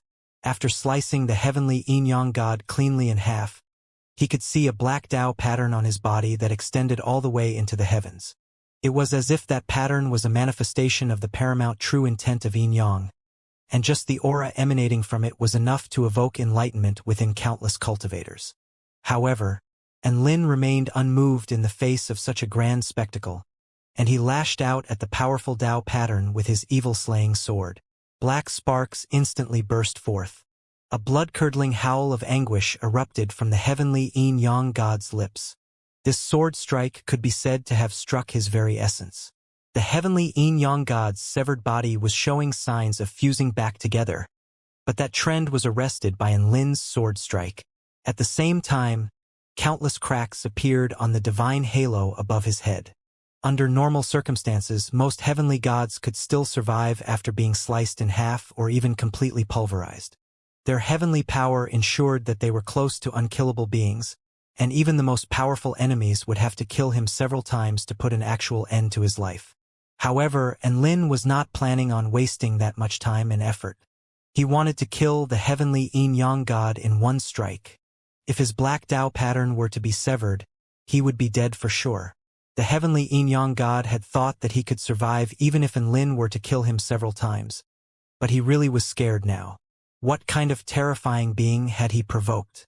If things continued like this, not only would he be unable to lure Enlin to the designated location, he wouldn't even be able to stall for time. He was going to get killed by a single strike from Enlin. Heavenly yin-yang god, you failed. An infinitely vast voice reverberated throughout the earth. No one could identify the origin of the voice, but it echoed between heaven and earth like an eternal divine decree. Enlin had already cracked the Tao pattern, but he had yet to completely sever it. He seemed to have sensed something, and his expression changed drastically as he swung his sword toward the ground. Boom! A massive abyss was torn into the earth. However, a streak of green light managed to evade Enlin's attack at an extremely fast speed. A finger then shot forth, and Enlin felt like countless mountains and oceans were crashing down upon his chest.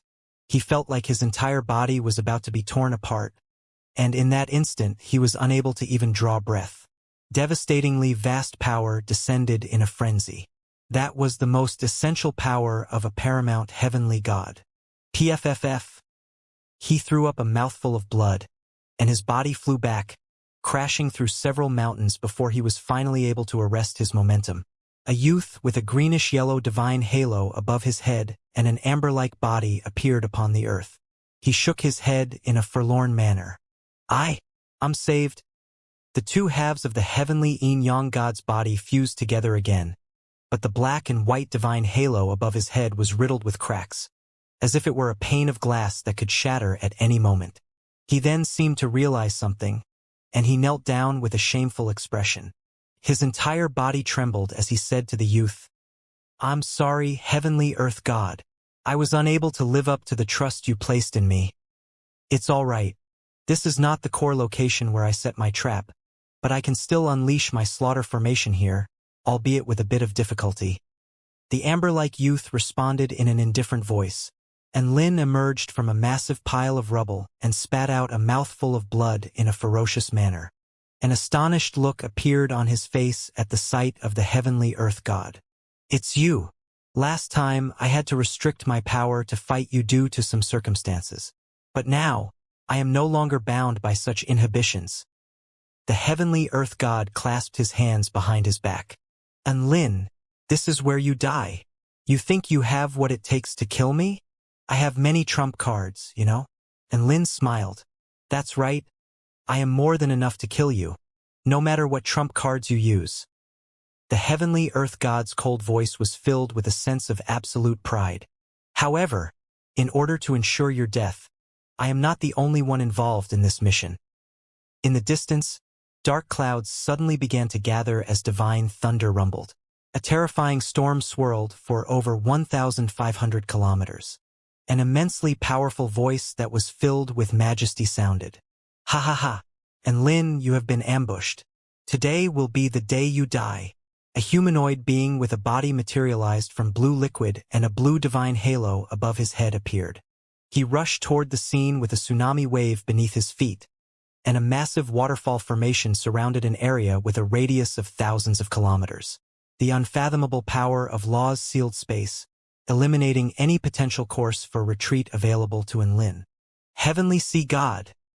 Enlin grimaced slightly, and even though he was trying to maintain a calm facade, He was struggling to hide the shock and unease in his heart. You deployed 2 paramount heavenly gods to kill me? What an honor. I am the only one who will be attacking. The heavenly sea god will be solely responsible for maintaining this formation, so as to keep you from getting away. The heavenly earth god had his pride, and he was not going to join forces with another paramount heavenly god just to bully a return to void stage mighty figure. He felt like he was more than enough to destroy Enlin. In his heart, Enlin's power was comparable to that of a weaker god of creation, so there was no need to treat him all that seriously. Enlin, I'm going to savor your downfall. It's about time you pay for your crime of destroying the 1 billion heavenly human eggs. The heavenly sea god announced in a cold, haughty voice. Enlin took a deep breath and turned without any hesitation before fleeing into the distance. He was traveling slightly faster than even when he was chasing down the heavenly Yin-Yang god. 6 strikes of the war god, Shadow Tiger. His body transformed into an afterimage, and he moved faster than a bolt of lightning. Not only that, but everything around the 3 heavenly gods had descended into darkness, and they were suffering from complete sensory deprivation. You think you can get away? Don't make me laugh. You've already been lured by the heavenly Yin-Yang god into my slaughter formation. The heavenly earth god chuckled coldly as he laid a foot gently onto the ground. Come on out. Core of the earth. Rumble. The earth tremored violently. A greenish-yellow formation suddenly appeared, encompassing an area with a radius of over 1,000 kilometers.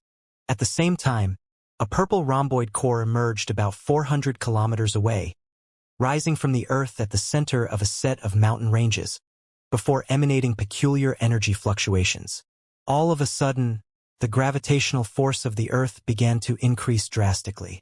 As Enlin was flying, he was affected by the increased gravity, and he almost fell from the sky. Additionally, the purple rhomboid core behind him was also unleashing an incomparable suction force, as if it were a powerful vortex that was trying to suck him in. 10,000-fold gravity, the heavenly earth god said in an indifferent voice.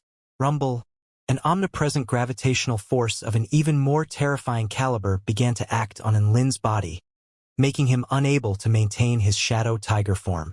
Thus, he fell heavily into the ground, creating a massive crater. I wanted to activate this earth slaughter formation after you arrived at a location near the core of the earth. That way, the gravitational force of the formation would combine with the core's suction force, thereby creating the most power. However, this isn't bad either. I'm able to use the earth slaughter formation alone to completely render you immobilized. The heavenly earth god wore a faint smile as he looked at Enlin, who had struggled to his feet and was trying to continue to flee. He stepped a foot onto the ground again. 100 million-fold gravity. Boom! The earth had been strengthened through the use of a special formation, but it suddenly began to cave in at an alarming rate. Enlin stood at the very center of the gravitational force, and he felt like there were countless mountains crushing his body. Omnipresent pressure made his joints pop and crack even though he was in his 5-elemental body form. He felt like every single cell in his body was being torn apart by the insane force being exerted upon him. He was struck by an extreme sense of dizziness and asphyxiation. Enlin's legs trembled as if they were going to give out at any moment. The gravity was far too fearsome, able to easily crush any living beings into mincemeat with ease. Even Tao integration stage super mighty figures wouldn't be able to last more than a few seconds in such a setting. After all, this was gravity amplified by 100 million times. Do you feel it? The power of Earth. The amber-like youth made his way over to Enlin with a calm smile on his face. To me, killing you is an extremely simple task.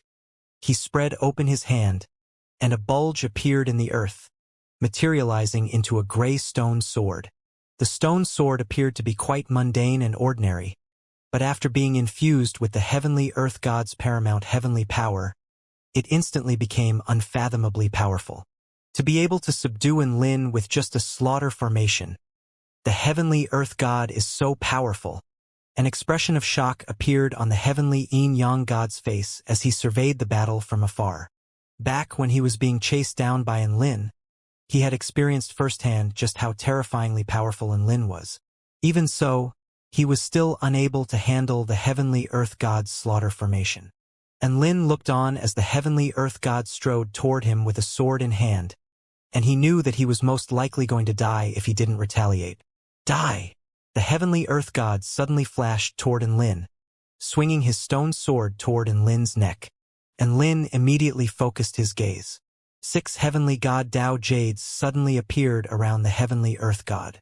Dao Jade of Lightning, Dao Jade of Wind, Dao Jade of Poison, Dao Jade of Fire, Dao Jade of Metal, and Dao Jade of Weather. All of those were imbued with the supreme power of laws. At the same time, an earthy yellow divine halo appeared above Lin's head. Reverse gravity, activate. A purple barrier of light appeared around Lin's body, and he shifted to the side in a wraith-like manner, thereby evading the heavenly earth god's attack. Simultaneously, a boundless golden light erupted from his fingertip, which he pressed into the heavenly earth god's chest. How did you? The heavenly earth god's pupils contracted. Finger of the heavenly Tao. And Lin let loose an explosive cry as the golden light from his fingertip became the only color between heaven and earth. Vast heaven-crushing power poured forth directly into the heavenly earth god's chest, reaching into the essence of his being. Boom! The golden finger pulverized the earth for several hundred kilometers up ahead. Countless mountains were annihilated into dust. As the golden light began to dim, one could see that tiny cracks had already appeared on the heavenly earth god's chest. And Lin was just about to unleash another attack when he suddenly caught sight of a fist hurtling toward him from up ahead, constantly expanding in his field of vision. In the blink of an eye, it had become taller than the tallest mountains and more vast than the entire earth. It struck him with a sense of complete powerlessness, as if all he could do was to look on in despair before being reduced to dust. Don't try to use your paramount heavenly power to scare me. And Lin's pupils suddenly turned pure golden in color as invisible ripples proliferated forth. A supreme being with the heavens beneath his feet and countless stars in his hands appeared before the heavenly earth god. Super divine might technique. Not only did Lin nullify the pressure the heavenly earth god was exerting upon him, he even managed to stun his opponent for a split second. And Lin instantly took advantage of the opportunity to retaliate as a boundless golden light erupted from his fist. Fist of the heavenly Tao. The power of the 5 elemental body used in conjunction with heaven-crushing techniques produced absolutely devastating effects. His fist clashed with the heavenly earth gods, instantly shattering the space within a radius of over 100 kilometers. And Lin's arm was unable to withstand the heavenly earth god's power, and it had become bright red, as if it were going to explode at any moment. Meanwhile, the heavenly earth god was also suffering, and Lin's attack was extremely powerful, and his body was forced back over and over again. It appeared that the two were fighting on par with one another.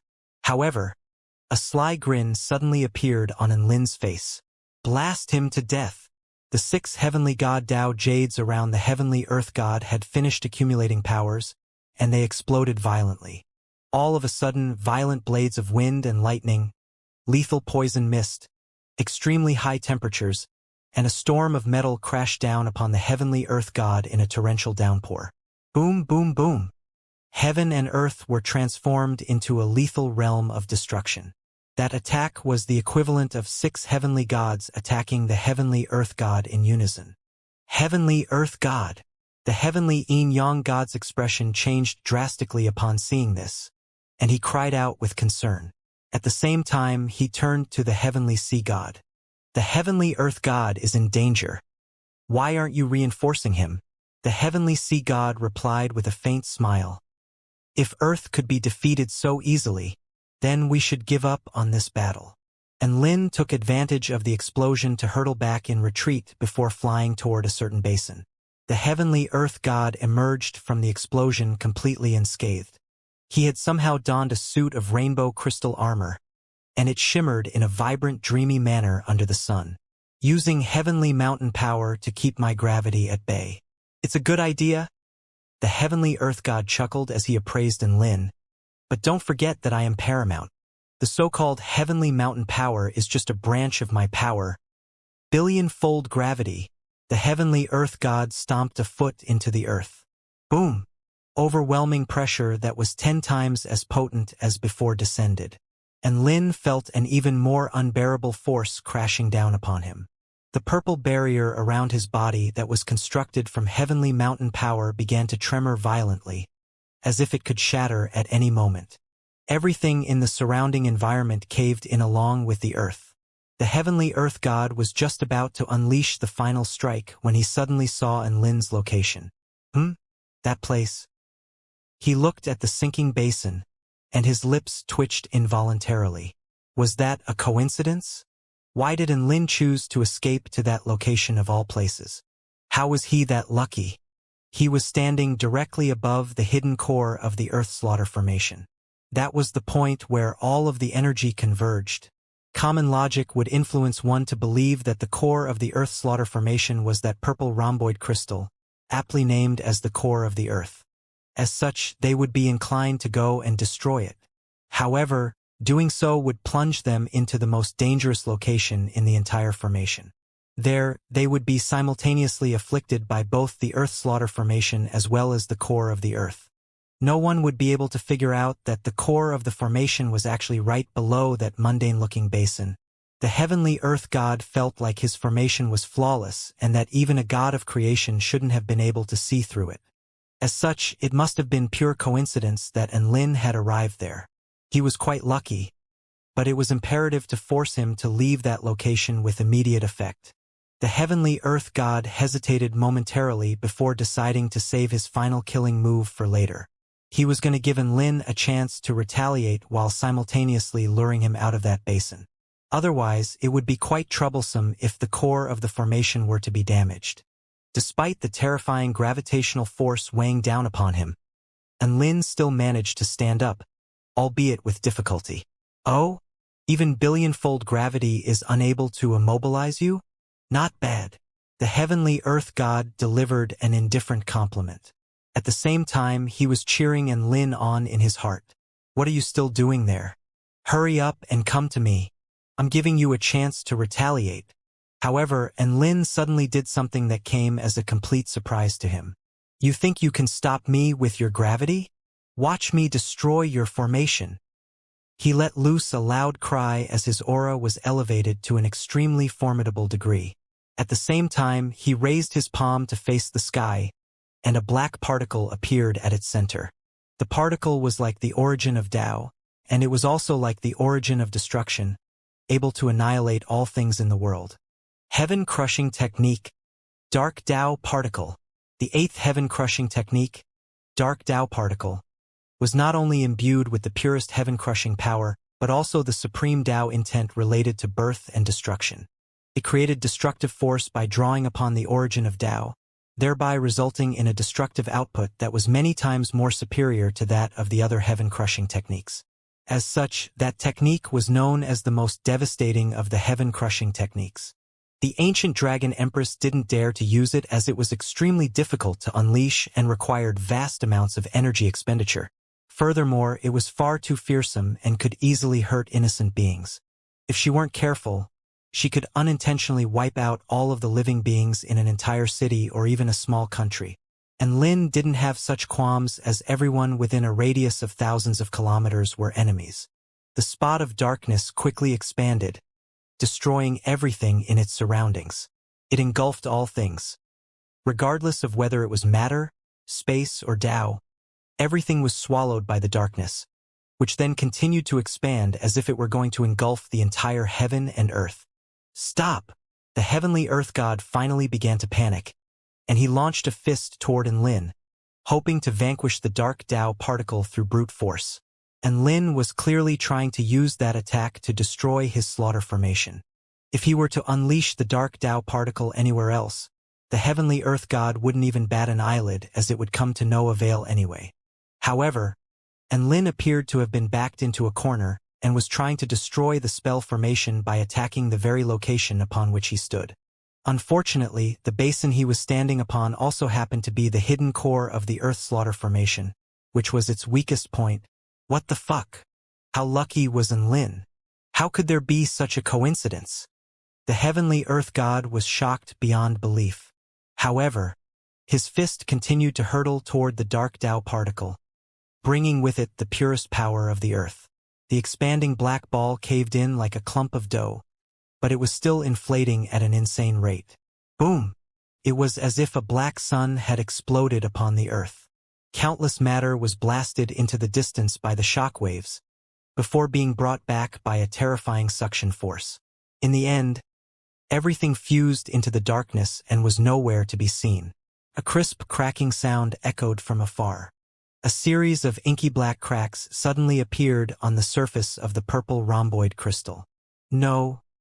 The heavenly earth god's eyes widened. Bam! The crystal shattered into purple light particles. The core of the earth was broken, heralding the collapse of the entire earth slaughter formation. The top-tier slaughter formation painstakingly prepared by the heavenly earth god was somehow destroyed by Enlin through dumb luck. PFFF? The heavenly earth god threw up a mouthful of golden liquid as he panted heavily. The destruction of the formation had inflicted powerful backlash upon him, injuring him in the process. Heavenly earth god. The heavenly sea god's expression changed drastically. Are you all right? Do you need help? The heavenly earth god shook his head as he glowered into the distance with a furious look on his face. A white-robed figure emerged from the massive crater in the ground, before making his way toward him, covering a distance of dozens of kilometers with each step. He was quite handsome and wore a pristine white robe, giving him the air of refined grace. He was Enlin. Heavenly earth god. Your slaughter formation isn't all that impressive. You can't even take a dark Tao particle attack from me. Enlin wore a disdainful sneer on his face. The heavenly earth god almost threw up another mouthful of blood upon hearing that. If it weren't for the fact that Enlin had hit the jackpot and unleashed his attack right above the core of the formation, how could it have been broken so easily? However, the heavenly earth god was far too proud to explain those things to his opponent. He could only swallow his indignation and glower at the man standing before him. I'm going to crush you in the most direct way possible, the amber-like youth announced in a cold voice. What a coincidence. I was thinking the exact same thing. Enlin replied with a smile. The 6 heavenly god Tao Jades returned to him, and the divine halo above his head began to shimmer with light. Mountain armor, wind armor, lightning armor, metal armor, fire armor, weather armor, and poison armor. 7 suits of heavenly armor stacked on top of one another, creating a new suit of armor over his body. The heavenly earth god had his 7-colored rainbow armor, while he had his 7-fold heavenly armor. It was a competition to see who had the hardest armor. It had to be said that his suit of armor was very extravagant, and even the heavenly earth god couldn't help but steal a few extra glances at it. However, he soon composed himself after his initial surprise. Whoosh! Enlin rushed forward and launched a fist toward the heavenly earth god's face. The heavenly earth god cocked his head to the side, easily evading Enlin's attack, while the space beside him shattered like glass. As he was evading, he also thrust a palm toward Enlin's chest. Enlin's punch was actually a decoy anyway, and it was intended to distract the heavenly earth god from the kick he was aiming into his side. Foot of the heavenly Tao. The heavenly earth god's palm struck his 7-fold heavenly armor. Enlin's foot also made contact with the heavenly earth god's rainbow armor. Boom! Earth-shattering explosions of energy erupted forth. Enlin's kick seemed to be capable of destroying an entire planet, sending boundless power pouring forth. The new 5 elemental power combined with his heaven-crushing true intent resulted in an unstoppable combination, and even the rainbow armor was beginning to crack. However, at the same time, Enlin's 7-fold heavenly armor was also tremoring violently, as if it were being struck by some sort of extremely overwhelming power. Even the supreme power of laws was proving to be insufficient against the heavenly earth god's formidable palm strike. Let me show you what it means to be a paramount heavenly god. The heavenly earth god stepped forward and began to exert even more force with his palm. In that instant, the mighty power of the entire vast earth flowed toward his hand. The earth stretched for as far as the eyes could see, and all of it was lending its power to a single palm. A paramount heavenly god entailed absolute power. and Lin could feel that his sevenfold heavenly armor was quickly crumbling. Just a single palm was able to vanquish all 7 heavenly powers, and it struck his chest with terrifying force, showing him what truly boundless power felt like. His chest caved in amid the sound of bones being broken. Boom! Crimson blood exploded along with his flesh, and Lin's eyes widened as a massive hole was instantly blasted into his chest. Before he even had a chance to retaliate, his body was sent flying for over 100 kilometers by the residual power of the palm. The heavenly earth god stroked the cracks on his rainbow armor, and it began to recover at a rate that was discernible to the naked eye.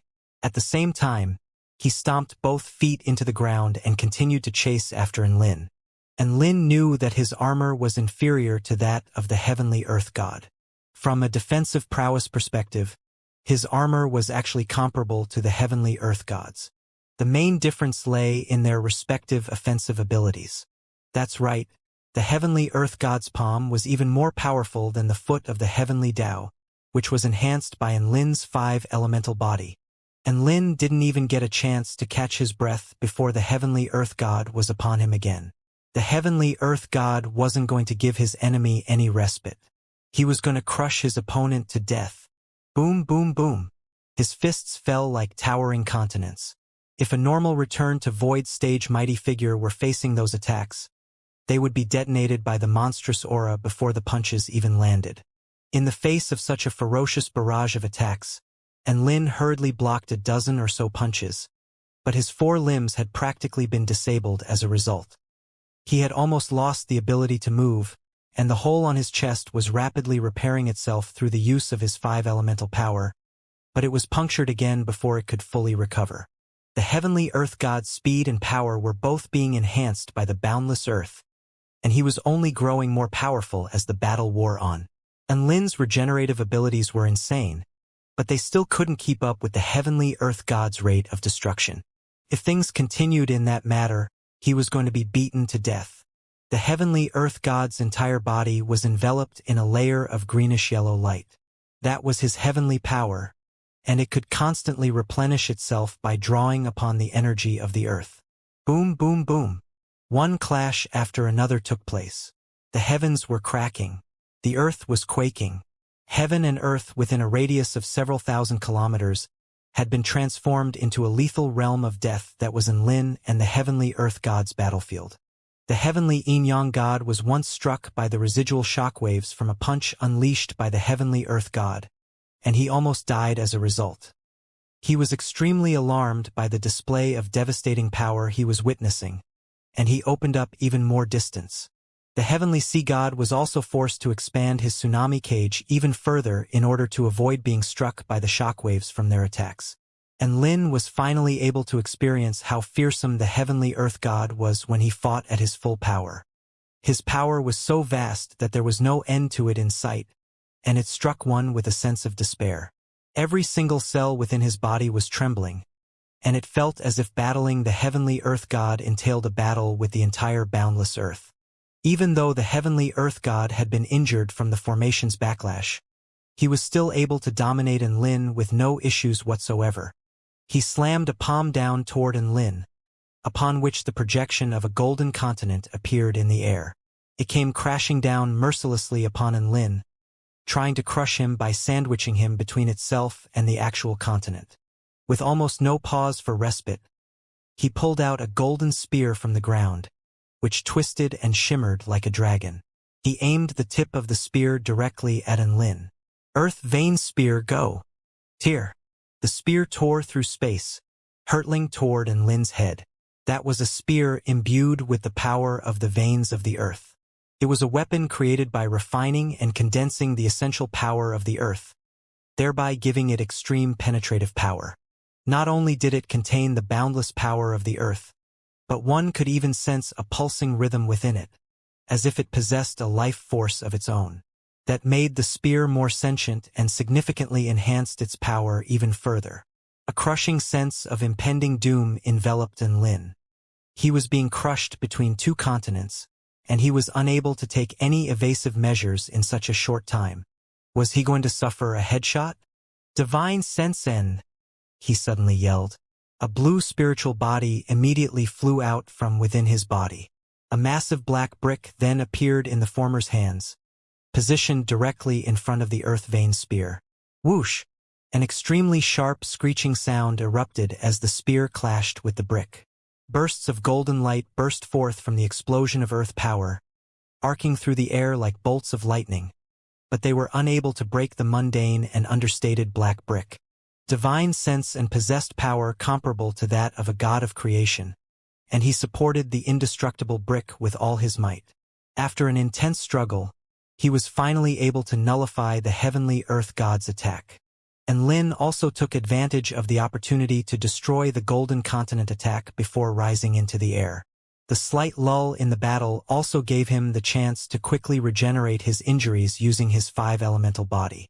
Within a short few seconds, the hole on his chest and his mangled limbs were all fully recovered. The regenerative ability of the 5-elemental body simply defied the natural order and gave him insane stamina in battle. That was also the main factor that instilled him with the confidence to face the heavenly earth god in battle.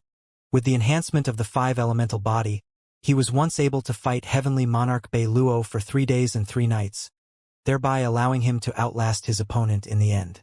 A god of creation stage spirit body. You can separate your physical and spiritual bodies to engage in battle as 2 entities. The heavenly earth god's expression darkened even further as he made a divine seal with his hands. Paramount heavenly god technique. Eternal guardians of the earth. All of a sudden, the earth began to quake violently. 5 monsters constructed from rocks and stones began to emerge from the ground. There was a metallic heavenly wolf, a ghost vine tree monster, a lava giant, a heavy rock crocodile, and a liquid octopus.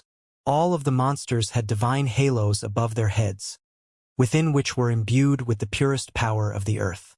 Furthermore, the auras emanating from their bodies were countless times more fearsome than that of Tao integration stage mythological beasts.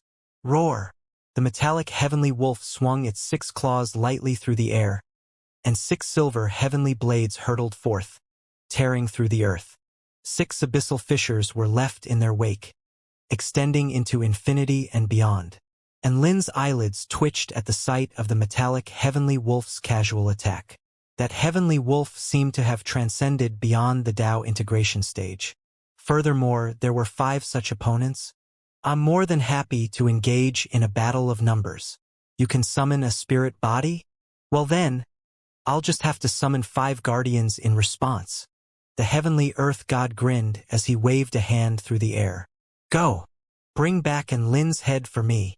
Whoosh whoosh whoosh. The monsters tore through space as they pounced toward Lin and Divine Sense Lin. Countless black ghost vines shot forth toward Divine Sense Lin, moving as fast as bolts of lightning.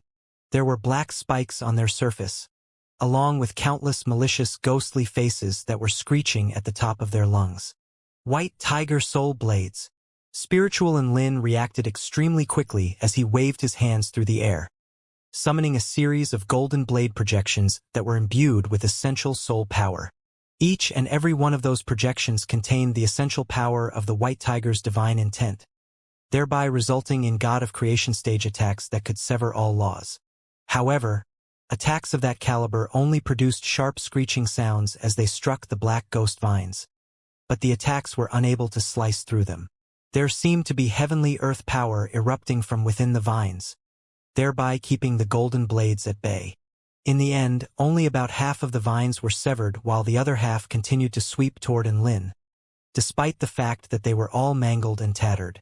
So they really do possess god of creation stage power. Divine Sense Lin's expression darkened as he continued to unleash white tiger soul blades in order to sever the oncoming vines. At that moment, the lava giant roared as it rushed over from the side. It had scorching flames burning all over its entire body, and each and every one of its punches was as fearsome as blazing shooting stars. The silvery white metallic heavenly wolf tore through space and pounced toward Lin's physical body. And Lin clenched a fist and also rushed toward the metallic heavenly wolf. At the same time, energy began to accumulate in his right arm in a frenzy, making his arm bulge and turn crimson in color. Howl! The metallic heavenly wolf's claws were like the sharpest heavenly blades, and they lashed out viciously toward Enlin's chest. In order to maximize the power of his punch, Enlin chose not to take any evasive measures, as he also launched his fist at the metallic heavenly wolf. The silvery-white heavenly blades struck his chest, tearing 6 bloody gashes into his 5 elemental body. Meanwhile, Enlin's fist crashed heavily into the metallic heavenly wolf's head. Fist of the Heavenly Tao, 6 times Fire Sage Fist. Extreme heaven-crushing power erupted from his fist, colliding with the metallic heavenly wolf's head with ferocious might.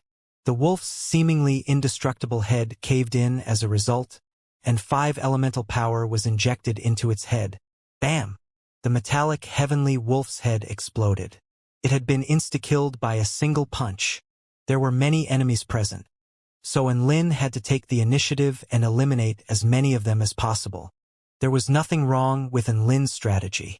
However, when the metallic heavenly wolf plummeted to the ground, the earth suddenly flowed toward its head, upon which the boundless power of the earth was injected into its body. Thus, it managed to grow a new head from the injection of power. Howl! The resurrected metallic heavenly wolf raised its head and taunted Enlin with a disdainful roar. That thing can resurrect itself?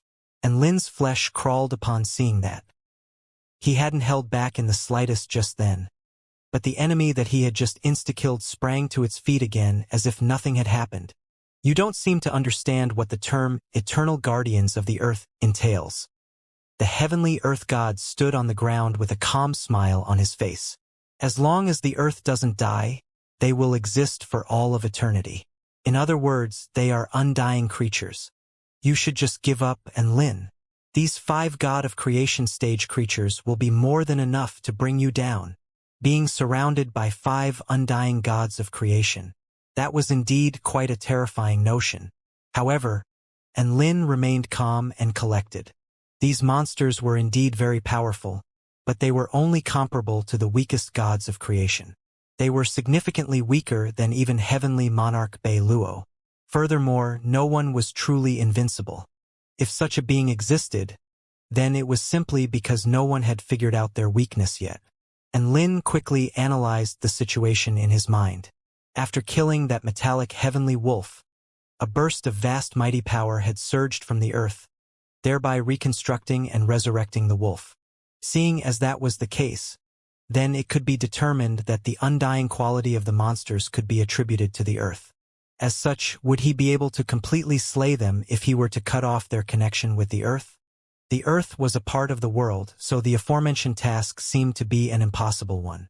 However, that was not the case for Enlin, as he had a spell technique that was perfect for the situation.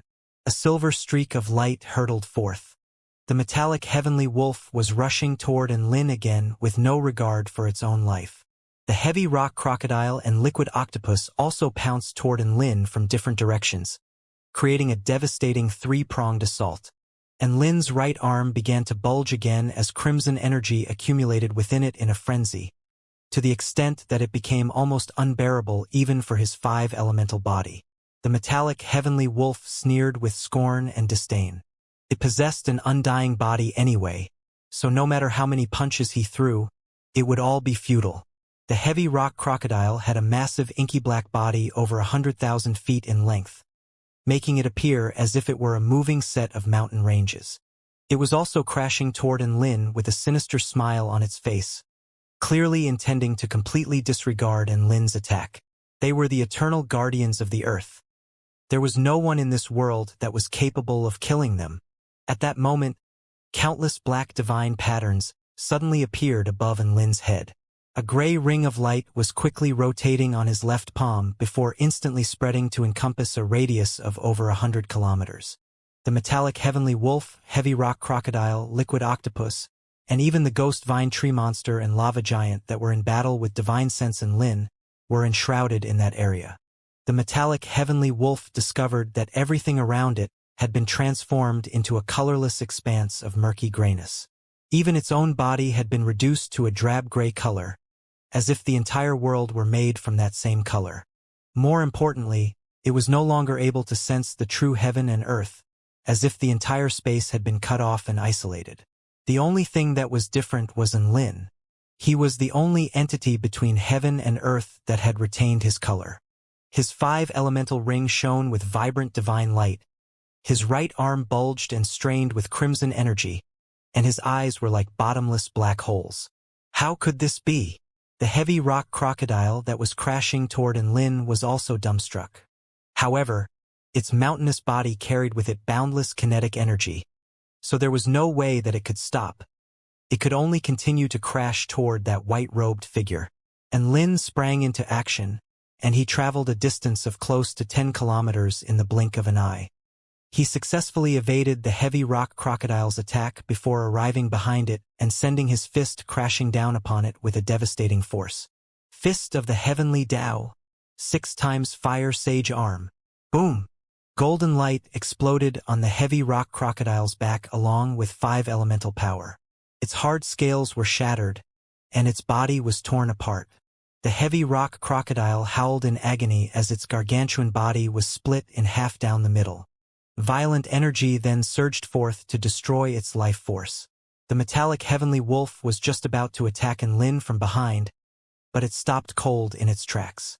It discovered with shock and horror that the heavy rock crocodile had died. The kind of death where its vitality had completely dissipated, giving it no chance for resurrection. How could this be? Why didn't the earth save its life? An ominous feeling suddenly welled up in the metallic heavenly wolf's heart. There was definitely something off about the gray world around it. At that moment, Lin had already turned to appraise the wolf with a sneer on his face. "Didn't you say you don't fear death? Come over here." A chill ran down the metallic heavenly wolf's spine, and it was nowhere near as arrogant as it had been. It retreated a few steps nervously as it appraised the gray space around it, attempting to find a way out. That gray space was a strange realm created by Lin's sky sealing technique. Lin had enhanced the sky sealing technique by infusing it into his heaven-crushing power, thereby creating a more independent and stable space. The entire space was cut off from the rest of the world. There was no heaven and no earth. Amid the grayness, Lin was the only one grounded in reality. He was the most powerful being and the overlord of the gray world. The eternal guardians of the earth weren't actually undying creatures. It was just that when they were about to die, the earth would suddenly inject them with energy to facilitate instantaneously regeneration. In essence, the earth was their omnipresent first aid kit. As such, he decided to use his sky sealing technique to cut off the connection between the eternal guardians of the earth and the earth itself. Without the protection of the earth, killing the guardians would result in true death.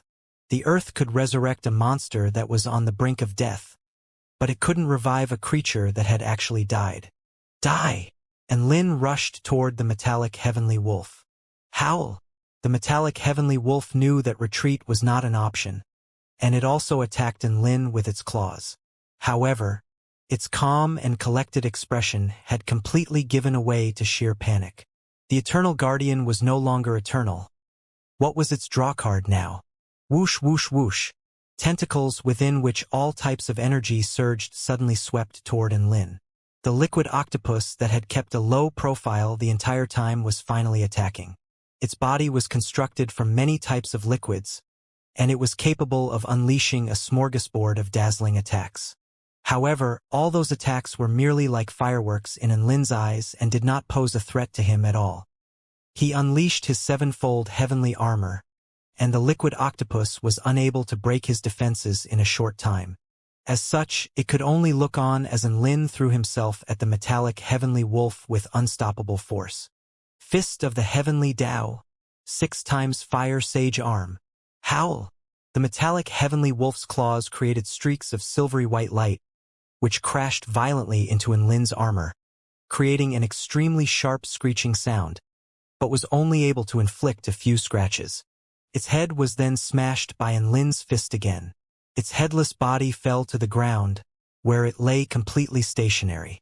Divine Sense Lin also took advantage of an opening on his end and sliced the ghost vine tree monster into sawdust. Hee, your turn now. Physical Lin turned to look at the liquid octopus behind him. The octopus' floating tentacles were all trembling uncontrollably. Killing an eternal guardian of the earth with one punch? This man is way too terrifying. Just what kind of terrifying being is the heavenly earth god pitting us against? Tear. And Lin tore through the air as he threw himself at the liquid octopus. The octopus began to swing its countless tentacles at Lin, each of which could easily crush mountains and part oceans. However, Lin's body only tremored slightly upon being struck by them, and they couldn't inflict any substantial damage. That type of power had already transcended beyond its realm of imagination. Fist of the Heavenly Tao, 6 times Fire Sage Arm, and Lin wore a sinister smile as he used the same technique again. Right at that moment, his sky-sealing technique was suddenly torn apart by an extremely fearsome power. A greenish-yellow figure shot forth while holding a ball of unidentifiable white substance in his hand. And Lin, enjoy the present I prepared for you. The heavenly earth god suddenly tore through the sky-sealing technique and flew toward Lin. He had never expected that the eternal guardians of the earth would be able to kill Lin. All he wanted was for them to buy him some time so that he could prepare that spell technique. And Lin's fist was about to fall upon the liquid octopus, but he immediately changed direction and swung it toward the heavenly earth god instead. The white substance revolved around the heavenly earth god's hand, and within the pure white, the light of stars could be visible. At the same time, it was transitioning rapidly between various states. At times, it was as hard as a rock, or as sharp as metal, or as soft as glue, and Lin looked at it and felt as if he was seeing a compound substance created from countless types of matter. It wasn't astoundingly powerful, but it was particularly mighty and vast, striking the onlooker with a sense of insignificance and inferiority. Fist of the Heavenly Tao, 6 times Fire Sage Arm, independent vital substance. The heavenly earth god pressed his hand forward, and the white substance lay at the center of his palm. And Lin's fist crashed into the heavenly earth god's palm with a resounding boom, and a power that could kill an eternal guardian of the earth erupted forth, instantly shattering the already damaged sky-sealing space around them. However, to Lin's astonishment, his fist was unable to punch through that white substance. It was as if that substance were on a different plane compared to the power he was unleashing. The white substance on the heavenly earth god's palm suddenly turned into what felt like a soft sponge, completely absorbing the power of Lin's fist. Even his 5 elemental power and heaven-crushing power were nullified by the purest essential earth power. And Lin felt as if he had aimed his punch into a bottomless swamp. In the next instant, the white substance suddenly became as sharp as knives and began to shred Lin's fist. It was able to tear through his 5 elemental body as if it were cutting fruit, and his flesh and bones were being sliced apart. And Lin was struck by an indescribable sense of agony, and his expression changed drastically as he hurtled back in retreat. However, the heavenly earth god seemed to have already predicted his actions in advance, and he accelerated so that his speed of advance far outstripped that of Lin's retreat. The peculiar white substance on his palm rushed forward and reduced Lin's entire arm to nothingness in the blink of an eye, and Lin's heart jolted with shock as he stared at that white substance with an extremely cautious expression. That thing was way too terrifying. His power was unable to strike it as its level was too high, but it was capable of attacking him through dimensional reduction. Could it be that this was a power of an even higher caliber than the essential power used by gods of creation? No, impossible.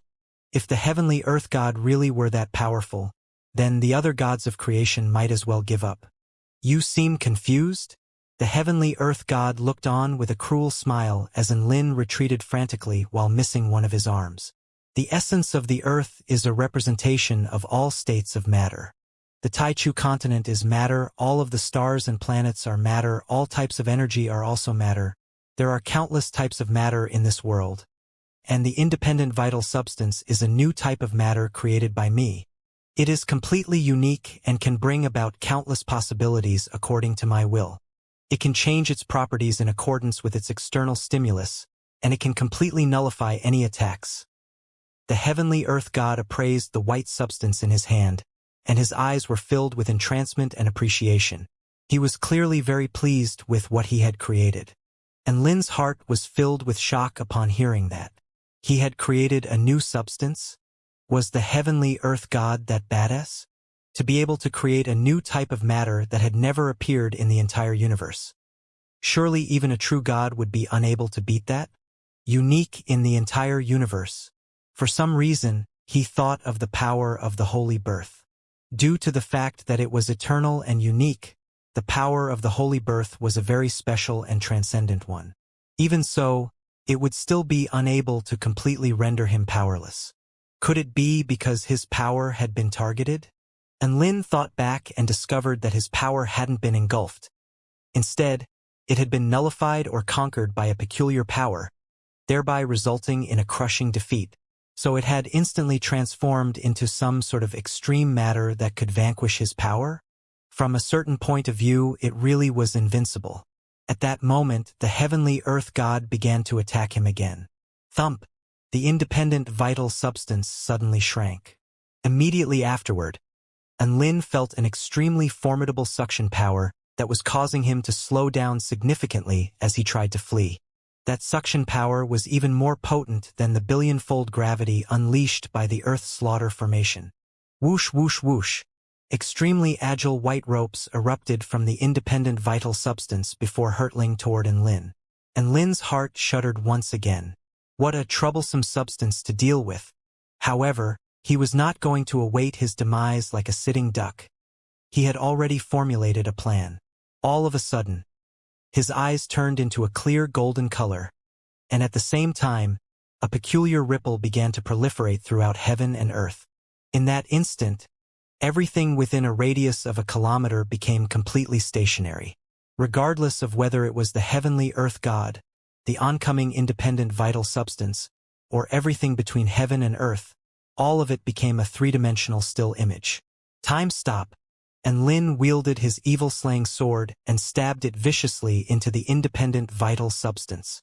The effects of time stop could only last a second, and Lin wasn't confident that he could kill the heavenly earth god in a second, but he could certainly destroy the trump card he had painstakingly prepared during that time.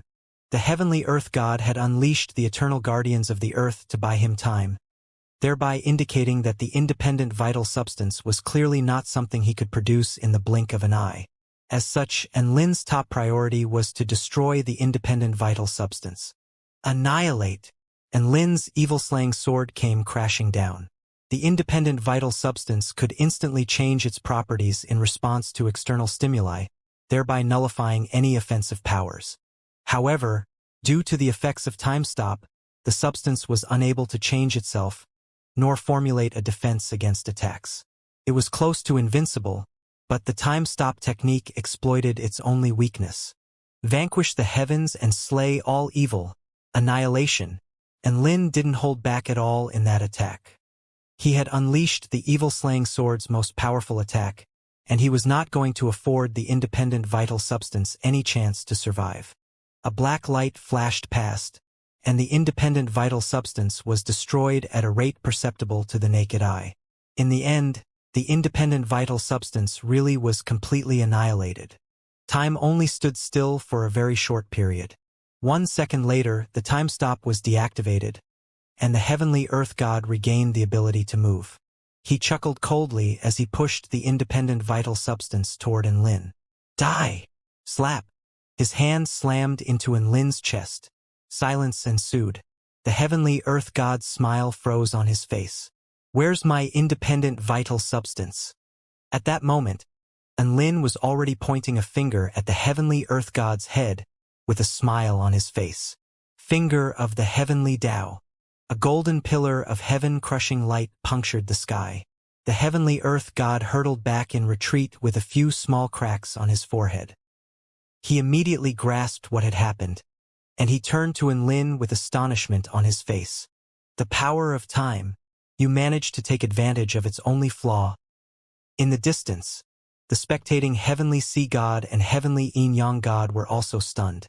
Not only had the eternal guardians of the earth been killed, but even the independent vital substance had also been destroyed. Furthermore, he had been wounded by Lin again. Never would the heavenly yin-yang god have thought that the invincible heavenly earth god would struggle so much against Enlin. Even the heavenly sea god was extremely surprised. From his simulation, he had determined that Enlin's combat prowess was insufficient to ward off the heavenly earth god's trump card.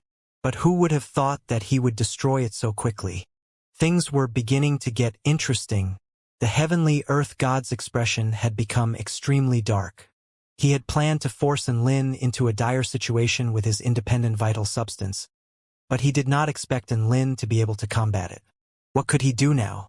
Liquid octopus, hold off Enlin for me, the heavenly earth god instructed in a calm voice. The liquid octopus immediately pounced toward Enlin upon hearing that.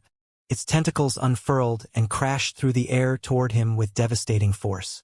As long as Enlin didn't use his sky-sealing technique, it possessed an undying body. No matter how powerful Enlin was, it wasn't fearful in the slightest. Trying to buy time with these guardians again? Enlin smiled as he spread open a hand, upon which a gray ring of light appeared on his palm. The ring of light expanded again, right before the liquid octopus' horrified gaze. Heaven and earth were transformed into a drab-gray color, and all connections to the surrounding world had been cut off. Sky-sealing technique. You can use it again? The liquid octopus was astonished. Who told you I could only use it once? Enlin chuckled, seeing as the heavenly earth god was trying to use the guardians to buy time. Then he definitely wouldn't have the spare capacity to destroy his sky-sealing technique again. As such, he was going to use the technique to destroy all of his underlings. The liquid octopus was in complete despair. It had been quite happy to attack Enlin at the heavenly earth god's behest. However, after the sky-sealing technique was unleashed again, the nature of its task had completely changed. It wasn't buying time anymore. It was sacrificing itself. Thump, thump, thump. The liquid octopus frantically attacked Enlin with its tentacles, but he was able to charge straight through the assault, relying on his sevenfold heavenly armor to ward off all attacks. He clenched his fist before unleashing a devastating punch. Fist of the heavenly Tao 6 times fire sage arm. A familiar scene ensued. The liquid octopus was struck by the despair that the metallic heavenly wolf and the heavy rock crocodile had felt. Enlin's fist descended with unstoppable force, pulverizing the feelers it was using to defend itself before crashing heavily into its head. Terrifying energy exploded, causing its head to cave in before exploding. Tentacles intermingled with chunks of flesh fell to the ground. The mighty liquid octopus didn't even get a chance to display its power before it fell. Physical Enlin did not rest after that. He immediately rushed over to help Divine Sense Enlin fight the lava giant. The lava giant's defenses were extremely powerful, and Divine Sense Enlin was unable to insta-kill it. Physical Enlin arrived and unleashed his fist of the heavenly Tao 6 times fire sage fist as usual, breaking through the giant's defenses and insta-killing it with one punch. There wasn't much creativity to his techniques, but they certainly worked. Both the heavenly yin-yang god and the heavenly sea god were a little stunned as they looked on from afar. Enlin had shown them the power of the invincible war god of the human race. Even the eternal guardians of the earth that had been summoned by the heavenly earth god were dismantled with ease. It was almost as if Enlin were fighting a bunch of defenseless animals. Tear. The sky-sealing technique was withdrawn by Enlin. The heavenly earth god's lips twitched as he witnessed Enlin's triumphant return. The time that the liquid octopus and lava giant had bought for him was significantly less than expected. How were they unable to even take a single punch from Enlin? Oh? You're still trying to use the independent vital substance. Enlin could see that there was a ball of white matter materializing between the heavenly earth god's cupped hands. He was very familiar with that substance. It was the independent vital substance. He didn't think that the heavenly earth god was going to reuse an attack that he had already vanquished. Was he simply stubborn? Was he trying to prove a point? No. The reality was that the independent vital substance really was very badass. Enlin was well aware of that. Most importantly, his time stop couldn't be used consecutively within a short time. If the heavenly earth god managed to produce more independent vital substance, then he would be plunged into an extremely dire situation. The heavenly earth god must have also identified that through his divination, thereby prompting him to create more independent vital substance. And Lin immediately lashed out with his evil-slaying sword without any hesitation. A streak of black light instantly flashed through the air toward the white substance in the heavenly earth god's hand. Vanquish the heavens and slay all evil. Annihilation. Bam! The power of annihilation struck the white substance, and invisible ripples blossomed like a lotus flower. However, the white substance instantly formed countless interconnected bodies, binding around one another to create a protective barrier. As the destructive power exploded, it tremored violently and even began to crack, but it was still able to withstand the attack in the end. It blocked that, and Lin's expression changed slightly. That was the first time his annihilation technique had been blocked. Hehe, you're still too late. A smile appeared on the heavenly earth god's face as he made his way toward Lin, carrying the white substance in his hand. Why don't you keep using your time stop? It's the only way to target the independent vital substance's flaw after all. What? You can't use it. The heavenly earth god used the earth to instantaneously appear beside Lin. At the same time, the independent vital substance in his hand erupted. Seeing as that's the case, then please die. Divine Sense Lin appeared behind the heavenly earth god, and the golden soul blade in his hand whistled through the air toward the latter's neck. However, before the blade had fallen, his chest was punctured by a spear constructed from that white substance. At the same time, countless white swords rushed toward physical Lin. Wind sword, and Lin lashed out with his evil-slaying sword at an extremely fast speed toward the oncoming white swords. However, just as the blade of his sword was about to make contact with the white swords, they suddenly became as soft as spirit snakes and wrapped themselves around his sword before crawling toward his body. As the power in Lin's sword receded, the spirit snakes suddenly turned back into sharp swords to attack him. And Lin still had his sevenfold heavenly armor to defend him. However, the independent vital substance was able to identify the properties of his armor before transforming in accordance with those findings, thereby allowing the swords to tear through Lin's defenses. Whoosh, whoosh, whoosh. A series of holes appeared in his suit of armor. A dozen or so white swords pierced through the armor with unstoppable force before stabbing viciously into his body. Blood instantly splattered everywhere, staining his white robe red. No matter what attack one used, it was able to formulate the best defense. No matter what type of energy one unleashed, it could use the bane of that energy in accordance. It was unavoidable and unstoppable. Those were the truly fearsome aspects of the independent vital substance. And Lin had been instantly stabbed by a dozen or so swords constructed from the independent vital substance. The heavenly sea god's eyes narrowed slightly, and he nodded upon seeing that. Even though there had been a few twists, things were finally progressing according to the plan. Next, the heavenly earth god would force Lin into a dire situation with his trump card. Then, Lin would be beaten to the brink of death, forcing him to become the true heavenly darkness god. Only after becoming the heavenly darkness god would Lin stand a chance against the heavenly earth god. The heavenly sea god would then be able to find an opportunity to complete his plan. And Lin turned toward the heavenly sea god with a distressed expression, trying to seek help from him. However, the heavenly sea god pretended not to see that, and only surreptitiously gave him an encouraging look. For fuck's sake. And Lin swore loudly in his heart. He felt like the heavenly sea god had screwed him over. He hadn't lied about the location and fatal flaw of the Earth Slaughter formation. He had also told the truth when he said that the heavenly earth god would suffer a backlash following the destruction of the formation. But he also said that the heavenly earth god would be severely debilitated by that backlash, thereby making them comparable in power. And Lin looked at the independent vital substance swords protruding from his body, and 10,000 mythological beasts stampeded across his heart. You fucking call this comparable in power? He was aware that the heavenly sea god knew of his 7 heavenly powers, his 5 elemental body, divine sense Lin, and his dark immortal transformation. However, he would be essentially disabled as soon as he used his dark immortal transformation, so this was the extent of his combat prowess. So just what was the heavenly sea god intending when he urged him to fight the heavenly earth god and when he told him that they would be comparable in power? Was he trying to screw him over? And Lin knew that the heavenly sea god wouldn't benefit from his death. As such, his intentions were quite clear. The heavenly sea god was definitely aware that he had a life-sacrificial technique. He wanted Lin to sacrifice his lifespan in order to fight the heavenly earth god. Perhaps only then would they truly be comparable in power.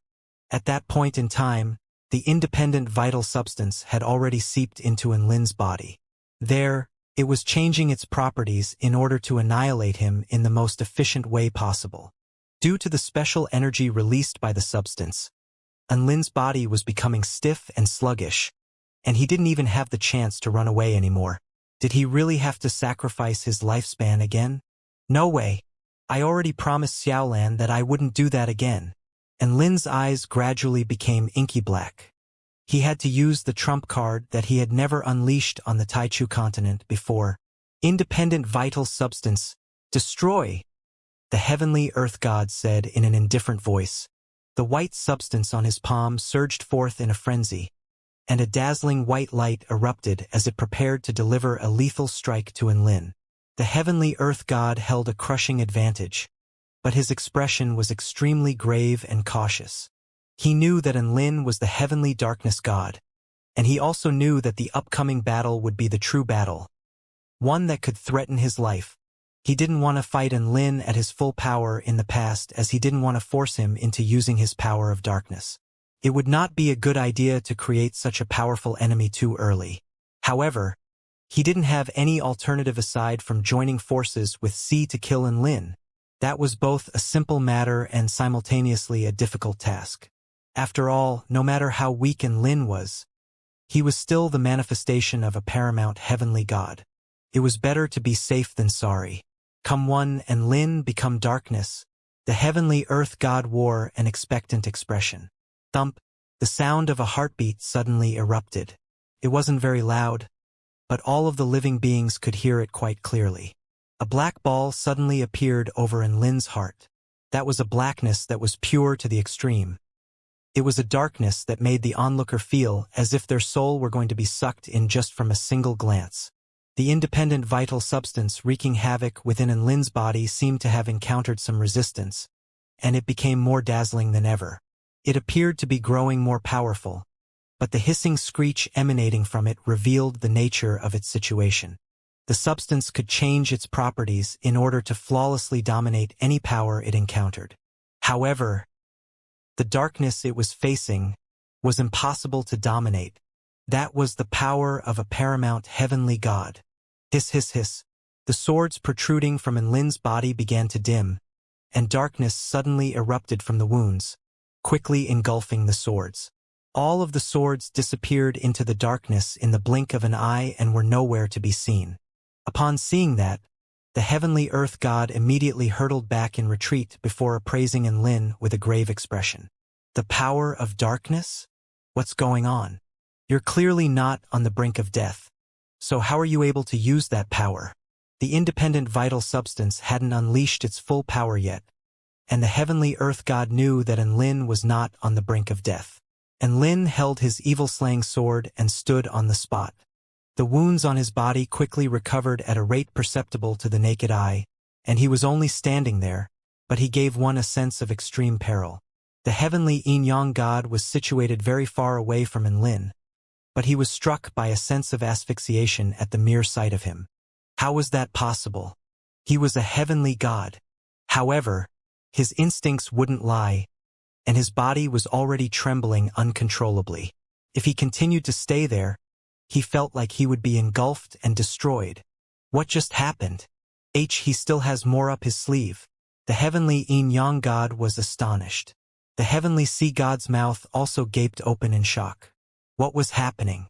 He didn't look like he was close to death, so how could he be capable of using heavenly darkness power? The 5 elemental ring behind Lin had already disappeared along with his heavenly god Dao Jade and divine halo. All of that had merged into the darkness in his heart. In the face of darkness, nothing else was required. All they had to do was to be engulfed by the darkness as fuel. Boom! and Lin's aura soared explosively once again. He strode toward the heavenly earth god, and the earth he walked was transformed into darkness and nothingness. Earth represented matter, and he was annihilating all matter in his wake. The heavenly earth god's expression was no longer indifferent upon seeing that, but he wasn't flustered either. He said in a calm voice, "So you can use a portion of the power of darkness. I'm quite surprised. However, don't forget that you're a flawed entity while I am perfect and whole. We are both paramount heavenly gods. How are you going to defeat?" Whoosh! Before he had a chance to finish his sentence, a black sword gash had already appeared on the heavenly earth god's chest. Before he knew it, and Lin had arrived in front of him before unleashing a sword strike that easily tore his body apart. Darkness fell. At Yu Tong City, the fierce battle was still raging. The heaven-vanquishing formation's reincarnation finally granted the heaven-crushing United Army the power to combat the heavenly human tribe United Army. The 50 million undead troops became the key to turning the tables. Many of the top-rate powerful beings in the heavenly human tribe tried to destroy the heaven-vanquishing formation, all to no avail. The heaven-crushing United Army mighty figures and super-mighty figures managed to fend off one wave of attacks after another. Even though the battle was extremely intense, all of the powerful beings present were still distracted by something in the distance. Look at the west. Why did the sky go dark there? Not just the sky, even the earth. I can't see anything in that direction. It's so dark. What is that? It's so terrifying. Just looking at it gives me goosebumps. All of the mighty figures could suddenly see a ball of extremely pure darkness that had appeared in the west. The darkness was like an abyss or like mist, but upon closer inspection, it also looked like a black hole that could suck in all things. Even though no one knew what it was, they were all filled with awe and veneration toward it. That seems to be the direction that sect leader and Lin went in pursuit of the heavenly yin-yang god. No way. Is sect leader and Lin going to be alright?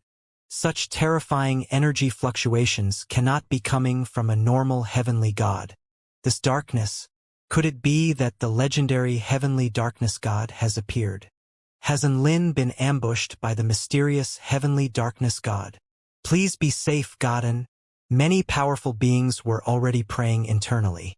Su Xiaolan was in the process of hunting down the 3 heavenly gods, and she also couldn't help but turn to appraise the darkness in the distance with concern in her eyes. In the western part of the Taichu continent, at the immortal land above water, massive waves surged forth in a frenzy, obscuring the entire heavens. Many powerful beings on the immortal land above water had already joined forces to activate the heavenly sea formation. The projection of a godlike being with the upper body of a human and the lower body of a fish appeared in the air. The golden trident it was wielding came crashing down and split the massive wave down the middle. Behind the wave, countless white figures emerged. It was an army of 70 million heavenly human tribe powerful beings. The West Sea Alliance only had over 30 million troops, and all of them drew a sharp breath upon seeing so many enemies. Did they all have to fight 1-on-2 battles? We meet again, Alliance Leader Lon. A mirror-like heavenly god chuckled coldly.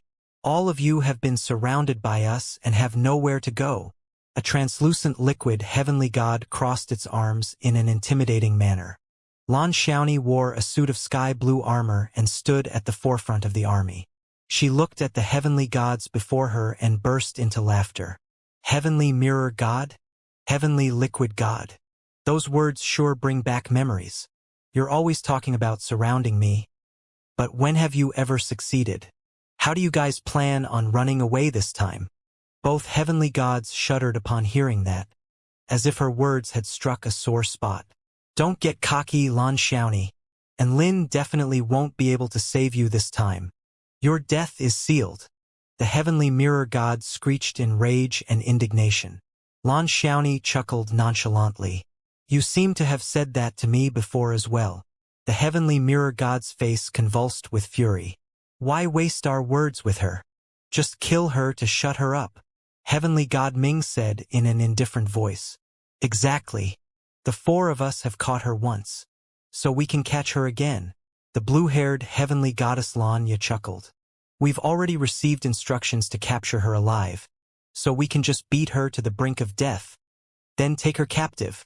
Lan Xiaoni harumphed coldly. Come and catch me if you can. She flicked her tail through the air and quickly flew away from the immortal land above water. All four heavenly gods wore cruel smiles as they gave chase. My daughter! Lan Xingyang looked on at her departing figure, and his heart throbbed with pain. There were countless powerful beings in the West Sea Alliance, but Lan Xiaoni was the only one who could combat heavenly gods. As her father, he was unable to offer any assistance and could only watch as she entered one perilous battle after another. The other powerful beings in the West Sea Alliance were also filled with shame and concern as they looked on powerlessly. Lan Xiaoni was the pillar of their alliance, but they could only watch her risk her life over and over again. On those occasions, all of them felt extremely useless. Wait for me, Alliance Leader Lan. All of a sudden, a man exuding a formidable aura rose into the air atop a red cloud and followed along behind Lan Xiaoni. That scene broke the brief silence that had settled over the West Sea Alliance. That's Demon Lord Ling Gu. He's following Alliance Leader Lan? Cries of surprises erupted throughout the immortal land above water. This is the egg-eating demon lord up to the task. Don't forget that he's a powerful being from the heaven-crushing sect. And he's already at the Tao integration pinnacle stage. I hope he can be of assistance to Alliance Leader Lan. Demon Lord Ling Gu's actions eased the guilt in everyone's hearts slightly. At the very least, Lan Xiaoni's departing figure didn't look so lonesome anymore. She had someone to fight by her side. Lan Xiaoni turned to the true demon tribe powerful being, who was practically radiating battle intent, and a hint of surprise appeared on her face. What are you doing? Ha ha ha. Heavenly Disciple and Lin bestowed upon me a massive opportunity, so I must repay the favor by fighting for him. Besides, this is a great opportunity for me to fight a heavenly god and test my strength. Demon Lord Ling Gu was very eager for the upcoming battle. In contrast, Lan Xiaoni was a little stunned. A smile finally appeared on her flawlessly intricate features. Big Boss and Lin was right about you. Many thanks, Demon Lord Ling Gu. No problem. It's only to be expected of me. Demon Lord Ling Gu waved his hands. After eating 1 billion heavenly human eggs, he was on the brink of reaching the God of Creation stage. He had arrived at the very limit of the Tao integration stage, so perhaps the catalyst required for a breakthrough would present itself in a battle with a heavenly god. The other 4 heavenly gods did not try to stop Demon Lord Ling Gu from following them. Instead, they were all elated. It's Demon Lord Ling Gu. Isn't that the bastard that ate our eggs? What's he doing here? Does he want to die? Ha ha ha. What a cocky idiot. We don't have to go looking for him now. He's delivering himself to our doorstep. There's no need to capture him alive. Just kill him to avenge our eggs. The 4 heavenly gods conversed with one another with excitement on their faces. Soon, they arrived at an empty patch of sea. The heavenly mirror god, heavenly liquid god, heavenly goddess Lanya, and heavenly god Ming he pounced in unison toward Lan Xiaoni and Demon Lord Ling Gu. A divine light erupted forth, encompassing the entire heavens. The most epic battle in the history of the West Sea Alliance had begun. The army of 70 million heavenly humans descended, and pillars of light imbued with the power of the heavens fell like shooting stars, bombarding the massive continent above the pillar of water.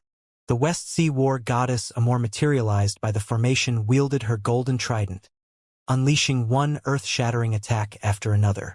Waves of several 100,000 feet in height were swept up before crashing down upon the opposing army. The West Sea Alliance army of over 30 million also began to charge toward the 70 million heavenly humans.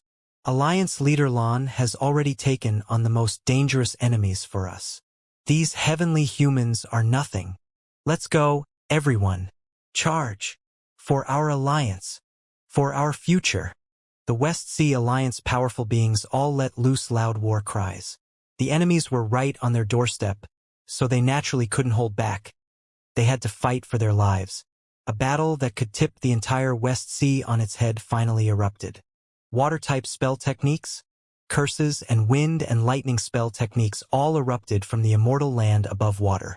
The sea began to churn as countless bolts of lightning began to fall. Magnificent spell techniques clashed with the pure white holy light, exploding in midair and sending gale-force winds sweeping in all directions. Red blood and white blood stained the entire ocean. The battle was a very gruesome one from the get-go. Tens of thousands of kilometers away from the immortal land above water. A battle of the highest caliber was taking place. "Let me take care of Demon Lord Ling Gu. Give me 3 minutes, and I'll come to help you guys." Heavenly God Ming, he said as his black chains rose around him. 3 minutes? We would have already captured Lan Xiaoni by then? Who would need your help? Heavenly Goddess Xianxia chuckled. Let's stop wasting time. The Heavenly Mirror God knew that the longer the battle wore on, the more chance for mishaps to occur. Let's complete the mission and leave the talking for later. Don't hold back. Whoosh, whoosh, whoosh. The Heavenly Mirror God, Heavenly Liquid God, and Heavenly Goddess Xianxia sprang into action in unison. I've been surrounded quite a few times by you guys already. Do you really think I wouldn't have made any preparations? Lan Xiaoni appraised the oncoming heavenly gods with a frosty expression. A blue divine halo appeared above her head as 2 divine tools appeared above each of her palms. One of them was the Roselle Dream Tear, while the other was the Deep Sea Sword. With those 2 weapons in her grasp, her aura quickly elevated to an unimaginable degree. Whoosh! A dazzling sword projection that was imbued with the might of the heavens descended. Heavenly Goddess Xianxia attacked first. The sword projection could easily slice a Dao integration stage supermighty figure in half, but Lan Xiaoni couldn't even be bothered to look at it.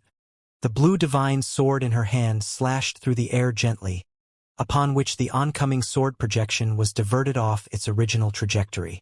Boom! The sword projection fell beside her. A massive splash rose over 10,000 feet into the air like a reversed waterfall. However, amid the countless water droplets that had flown into the air, a silvery white figure suddenly emerged from one of them. The Heavenly Mirror God had used a water droplet as a mirror to facilitate spatial skipping. Die! He wielded the sharpest mirror shard as a weapon, which flashed through the air like a streak of white light toward Lan Xiaoni's swan-like neck. Lan Xiaoni had just warded off Heavenly Goddess Xianxia's attack, and there was no way she could defend herself in time. The Heavenly Mirror God was ecstatic. He had done it. However, right at that moment, the countless water droplets around him suddenly converged to form a series of insanely powerful swords of water. Those swords then tore through space before piercing viciously into his body. Arf! Before his attack had even fallen, his body was punctured by countless sharp water blades, and he howled in anguish. Chaotic liquid! The Heavenly Liquid God emerged from the water droplets in another direction, and a brilliant light erupted from his divine halo. Streams of black and white liquid that were imbued with the purest essential power shot forth like spears. Their devastating penetrative power allowed them to puncture and pulverize the space up ahead for several hundred kilometers. Lan Xiaoni twisted her body, and her tail flicked through the air toward the Heavenly Liquid God. Boom! The sea roared, and a wall of heavenly water that obscured the heavens emerged, nullifying the might of the chaotic liquid. At the same time, pillars of water over 100,000 feet in length crashed into the Heavenly Liquid God, blasting him away into the air. Lan Xiaoni stood peacefully on the spot as a blue divine light illuminated the entire ocean. Her voice was quite mellow, but it was filled with a sense of majesty and authority. The Heavenly Sea God is not here, so I, Lan Xiaoni, am the master of the ocean. What insolence! Heavenly Goddess Xianxia swept forth with boundless sword intent surging around her, shredding through the countless water droplets blocking her way. She had already activated 6 of her divine halos, and boundless divine might poured from her body as she unleashed a devastating sword projection. Lan Xiaoni whipped her tail and flew toward Heavenly Goddess Xianxia. In response to her attack, she unleashed a blue sword projection of her own with her Deep Sea Sword. Her sword technique was not very remarkable, but with the enhancement of her heavenly water power, it became extremely fearsome. Thump, thump, thump. The The two of them engaged in a fierce battle in the air. The clashes between their sword intent made the ocean tumble and the heavens explode. Heavenly goddess Xianxia was extremely confident in her own swordsmanship, but she was being relentlessly forced back by Xianxia. Xianxia, we're coming to help you. The heavenly liquid god, who had just been blasted away, unleashed streaks of liquid toward Xianxia again. I'm coming too. The heavenly mirror god repaired his punctured mirror surface before returning to battle again. Xianxia was facing the combined attacks of three heavenly gods, but her expression remained calm as divine water revolved around her body. She unleashed a vast array of spell techniques to ward off her enemies, and her body was as agile and slippery as an eel. She was able to evade all of the attacks thrown at her before unleashing vicious retaliatory attacks when opportunities arose. The three heavenly gods became more and more alarmed as the battle progressed. According to their estimations, Xianxia should have been subdued a long time ago. However, not only had she not been captured, she only seemed to be growing more powerful as the battle wore on, much to the surprise of the heavenly gods. Boom! The heavenly mirror god was blasted by Xianxia's water explosion ball. Damn it! How did she suddenly become so powerful? Could it be because of those divine tools? That's impossible. If this was just any other DAO integration stage super mighty figure using those divine tools, I'd be able to cut them down with ease. Xianxia's cultivation base has progressed to the DAO integration intermediate stage, which has increased her affinity with her heavenly water power. Furthermore, she is restricted a lot less by the subconscious will of the heavenly DAO, so in a competition of heavenly power, we are at a disadvantage. The higher her cultivation base, the higher the affinity. Her potential is far too fearsome to be left unchecked. We'll have to bring her down in a mass brawl. Come on. Let's all use our final techniques at once. Following a brief period of astonishment, the heavenly gods were even more determined to bring down Xianxia. Mirror light clone. The heavenly mirror god unleashed 100 mirrors to reflect Xianxia. The Xianis within the mirrors then leaped out and emerged in a semi-transparent blue state. Those clones began to attack Xianxia, and each of them possessed half of her power. Boom, boom, boom. Sword intent erupted across the ocean. Xianxia cut through the clones like an invincible war goddess. We can't hold back any longer. Heavenly goddess Xianxia unleashed 8 of her divine halos before leaping into the air above Xianxia. She bent her long legs and a purple divine halo appeared beneath her pristine white feet. Gravitational stomp. Boom. Heavenly goddess Xianxia's feet came crashing down. A purple ring of light fell from the sky like a hammer, exerting an unavoidable force upon space itself. The ocean caved in for several hundred meters in that instant, creating an indentation much like that of a massive bow. Xianxia had been distracted by the clones and was caught off guard by the gravitational stomp. She felt as if her entire body was about to be crushed and torn apart as she was forced all the way into the sea. Soul-engulfing demonic liquid. The heavenly liquid god took the opportunity to wave his hand through the air, upon which bursts of black liquid squirmed into the sea like venomous vipers. The soul-engulfing demonic liquid moved extremely quickly and latched onto Xianxia's body in the blink of an eye. It wound itself around her tail, her snowy white arms, her slender waist, and the gorgeous arch of her back. It then pierced into her skin. An acute pain shot through Xianxia's body. This was a pain that pierced deep into one's body and soul. Xianxia hadn't screamed in pain when she was crushed by the gravitational stomp. When she experienced the excruciating pain caused by the soul-engulfing demonic liquid. However, she couldn't help but groan in agony. She's been hit by my soul-engulfing demonic liquid, the heavenly liquid god said calmly.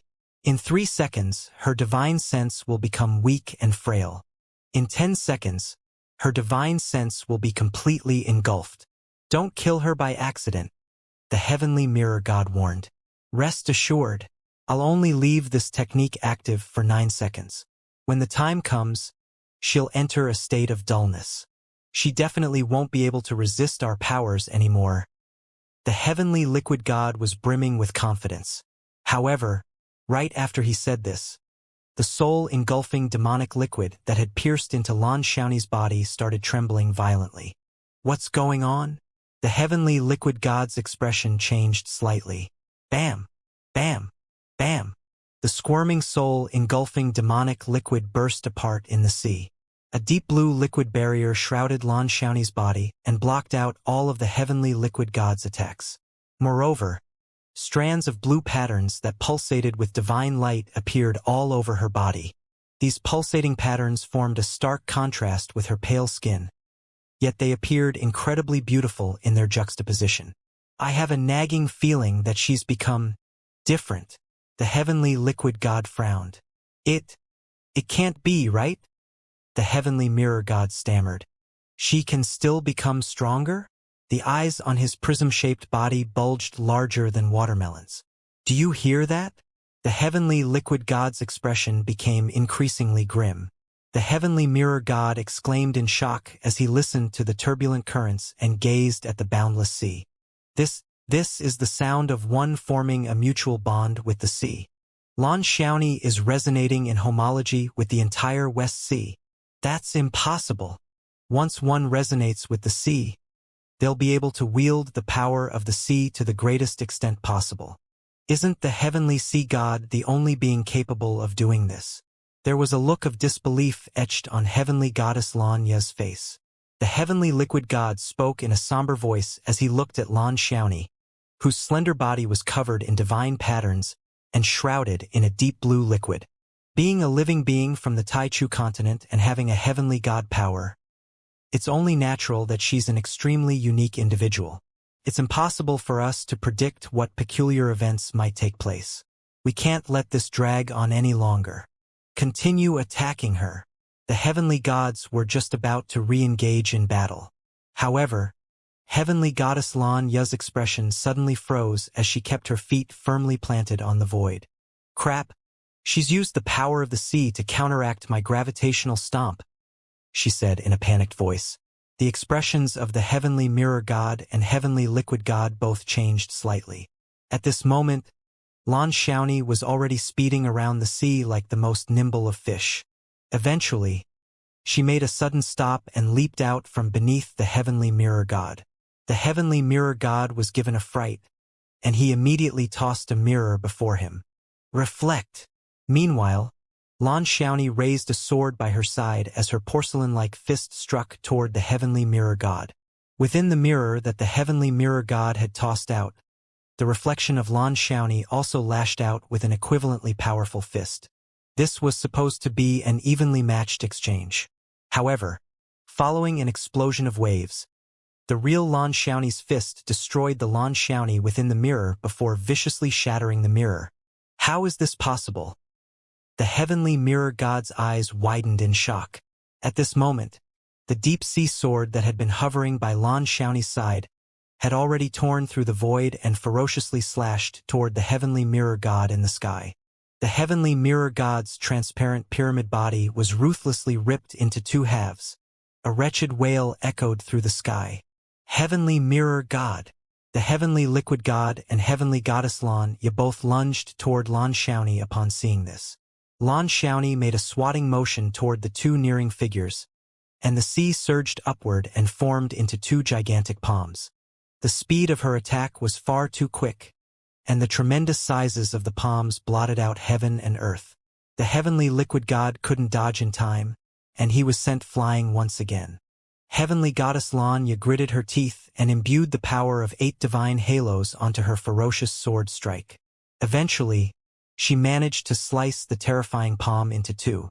However, before she could even breathe a sigh of relief, she saw Lan Xiaoni dash before her with a frosty look on her delicate and ethereal face. You stomped me into the sea just then? Lan Xiaoni extended a hand and grabbed onto heavenly goddess Lan Ye's long hair. Heavenly goddess Lan Ye's expression changed drastically as she tried to break free from Lan Xiaoni's grip. However, she discovered that a tremendously vast power had already flowed onto her head through her hair. Under the shocked expressions of the heavenly mirror god and heavenly liquid god, the noble and proud heavenly goddess Lan Ye was dragged along by her hair and mercilessly slammed into the sea. The devastating collision sent angry waves surging tens of thousands of feet into the air. Heavenly Goddess Xianxia felt as if the power of the entire sea was crushing down upon her. This was a power that was tremendous beyond her imagination. In fact, the boundless and profound nature of the power gave her the illusion that she was facing off against the heavenly sea god. This power was simply undefeatable for ordinary heavenly gods. Stay right where you are. Xianxia sensed an attack creeping up from behind her, and she immediately threw a fist at Heavenly Goddess Xianxia's head. Heavenly Tomb of the Sea. Boom! Heavenly Goddess Xianxia was smashed into the seabed. 999 tombstones, each measuring 1,000 meters tall and radiating with a brilliant blue divine light, rose from the seabed. They formed into a peculiar West Sea spell formation that drew on the power of the sea and unleashed a devastating restrictive power that rendered Heavenly Goddess Xianxia immobile. Come here, Xianxia. Get the fuck back over here. There was a look of humiliation on Heavenly Goddess Xianxia's face as she screamed at Xianxia. She was a supremely powerful heavenly goddess, yet she was trapped and rendered immobile at the bottom of the sea. This was the most humiliating moment in her life. However, that slender figure ignored her shouts and gradually disappeared into the distance as she charged toward the heavenly liquid god and the heavenly mirror god. Xianxia couldn't be bothered replying to her shouts. After all, she was pressed for time. The mystic technique that she was using was called the frosty water reversal. Upon activation, this technique would allow her power to soar drastically for a short period of time in exchange for draining all of her heavenly god power. Her heavenly water power would reach a pinnacle level for a short amount of time, meaning that she would be able to fight against 3 or even 4 heavenly gods. However, there was one glaring drawback. That was, this mystic technique only lasted a very short time. Killing all of the heavenly gods in such a short amount of time was clearly unrealistic. The heavenly gods possessed the attribute of immortality, and they would regenerate even if their bodies were hacked into 2 halves. As such, it was extremely difficult to deal with them. However, Xianxia could choose to trap her enemies if she couldn't kill them. That's right, Xianxia planned on sealing the heavenly gods away using the boundless and profound power of the sea. The heavenly mirror god and heavenly liquid god had both been charging toward Xianxia with fury emanating from their bodies. After seeing heavenly goddess Xianxia being immobilized by Xianxia, however, they instantly cowered back again. We can't beat her 3-on-1, the heavenly mirror god exclaimed in a shaky voice. We have to fight against her 4-on-1. Heavenly god Min He, are you still not ready? The heavenly liquid god shouted. Boom! Countless jets of water shot up from the sea. Heavenly god Min He crashed into the sea, landing close to where the other 2 heavenly gods were located. However, the spirits of the heavenly mirror god and heavenly liquid god weren't lifted at all. Blood was dribbling from heavenly god Min He's mouth, and there was also a massive crater smashed into his skull. He looked incredibly miserable. Divine heaven stage heavenly human? Pathetic. Demonic flames raged through the sky. Demon Lord Ling Gu wore a haughty expression as he crossed his arms across his chest and flew over on a crimson cloud. The heavenly mirror god and heavenly liquid god were both stupefied. It was understandable that heavenly goddess Xianxia was belted by Xianxia. However, why was heavenly god Min He pummeled by the spectating demon? No egg-eating demon. No demon Lord Ling Gu. Was heavenly god Min He that weak? Heavenly god Min He was still coughing blood when he sensed 2 shocked gazes staring at him. He knew that he was definitely being scorned and disparaged by the 2 other heavenly gods. Heavenly mirror god. Heavenly liquid god. Be careful. This demon Lord Ling Gu is surprisingly strong. After sucking in a breath with much difficulty, heavenly god Min He warned his fellow heavenly gods to be careful. The heavenly mirror god and heavenly liquid god were both speechless and slightly dizzy. They felt foolish for expecting heavenly god Min He to come over and help them. Heavenly god Min He, let me also give you a warning. The heavenly mirror god sighed in despair. Xianxia is even stronger than him. Boom! Boom! Boom!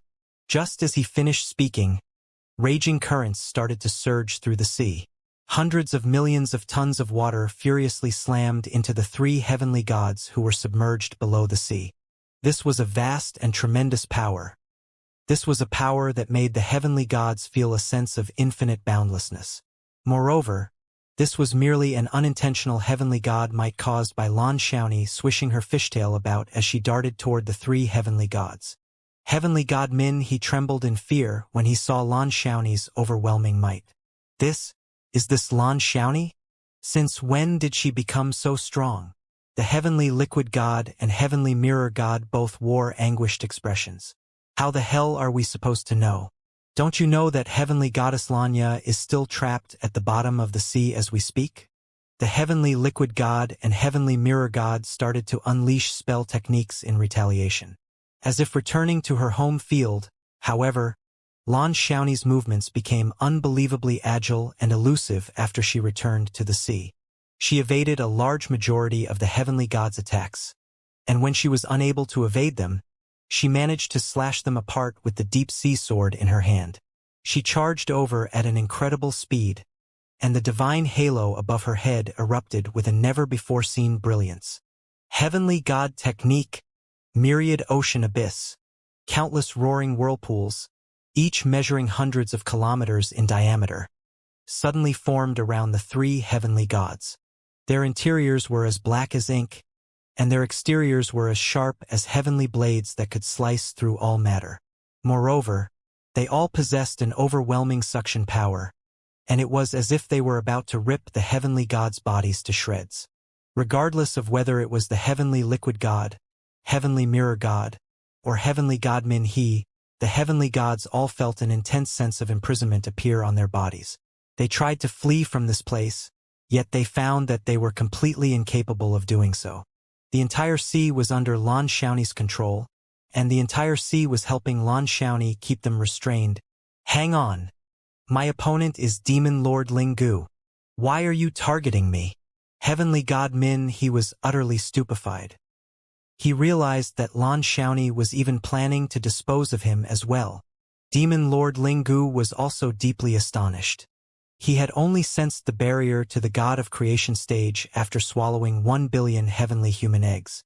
Moreover, he was only able to pummel heavenly God Min He thanks to his outstanding understanding of the heaven-crushing techniques, which saw his power reach the level of heavenly disciple candidates, as well as the buff provided by the heaven-crushing spell formation. However, what was with Lan Xiaoni?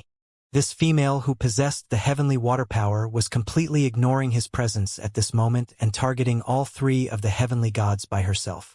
Was she planning on crushing all three of them by herself? Was she being a bit too arrogant? However, Demon Lord Ling Gu's worries were quickly proven to be extra.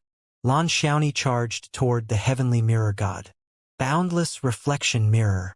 The heavenly mirror god hastily used another trump card. He swept a hand through the water, and two clear, circular objects appeared opposite each other.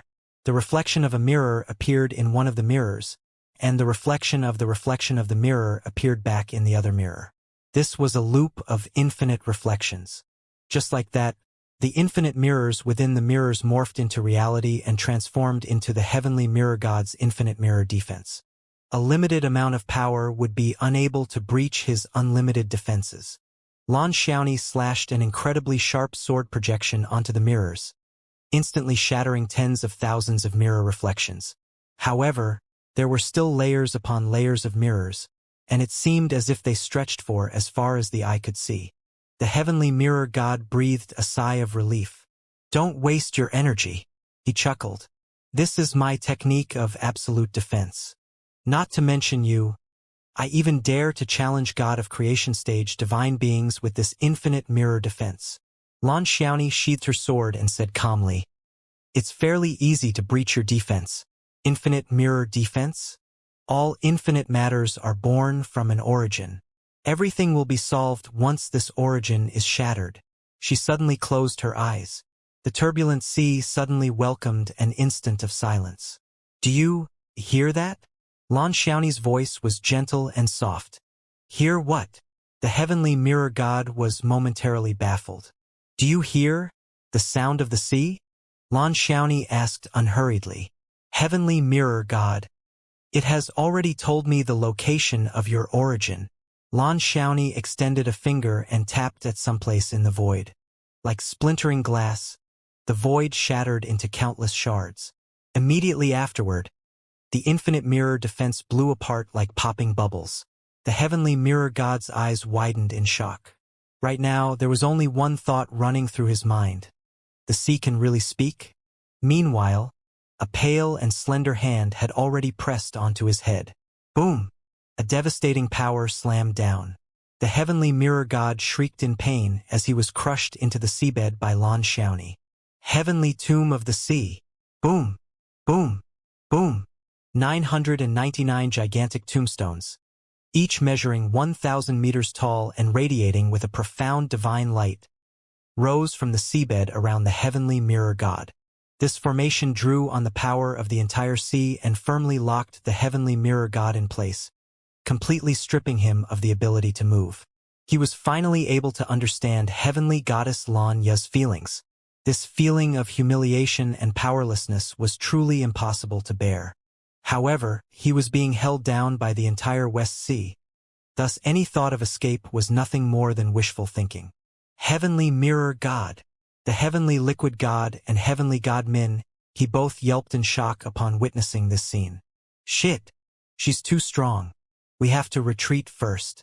Her power suddenly climbed explosively, so there's definitely a time limit to how long she can maintain this. Once the time limit expires, we can begin our counterattack. The heavenly liquid god immediately came up with a plan. I agree. Let's flee in different directions.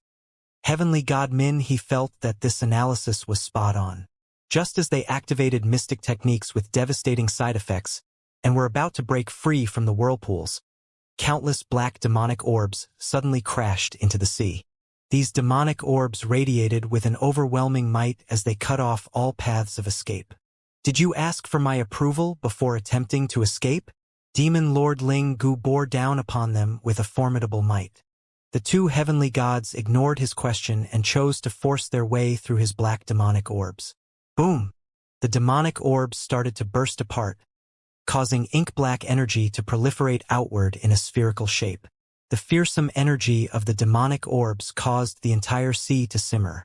The heavenly liquid god and heavenly god Min, he both unleashed a wide array of spell techniques as they forced their way through the countless exploding demonic orbs and fled into the distance. They were extremely disheveled, and they also felt extremely frustrated. It could be said that they were extremely experienced when it came to trying to kill Lan Xiaoni. Although it ended up with them being pummeled by Enlin every single time, this didn't leave them feeling too dejected or discouraged. After all, Enlin's strength was far above them. After confirming that Enlin wouldn't come to help this time, they were filled with a sense of enthusiasm as they planned to wash away all of their past shames. However, what the hell happened? As expected, Enlin hadn't come to crush them into the ground. However, it became Lan Xiaoni who belted them to her heart's content? Disastrous. This turn of events was far too disastrous. The heavenly liquid god and heavenly god Min, he risked being injured by the black demonic orbs as they continuously fled into the distance. Heavenly god Min, he was no match for Demon Lord Ling Gu when it came to fighting. If he truly wanted to escape, however, Demon Lord Ling Gu didn't have the ability to stop him either. Just to be clear though, they weren't escaping. This was a tactical retreat. However, before the heavenly liquid god had even fled 500 kilometers, an insanely terrifying aura had already closed in from behind him. Lan Xiaoni caught up to him once again. She had almost become one with the sea, and the speed at which she swam was barely comprehensible even to heavenly gods. In fact, her speed was much quicker than ordinary spatial travel, and it seemed as if she could reach any level of speed she desired. In other words, she could travel as fast as her mind wished. The heavenly liquid god was overtaken by panic. He waved an arm and countless viper-like streams of liquid shot into the surroundings.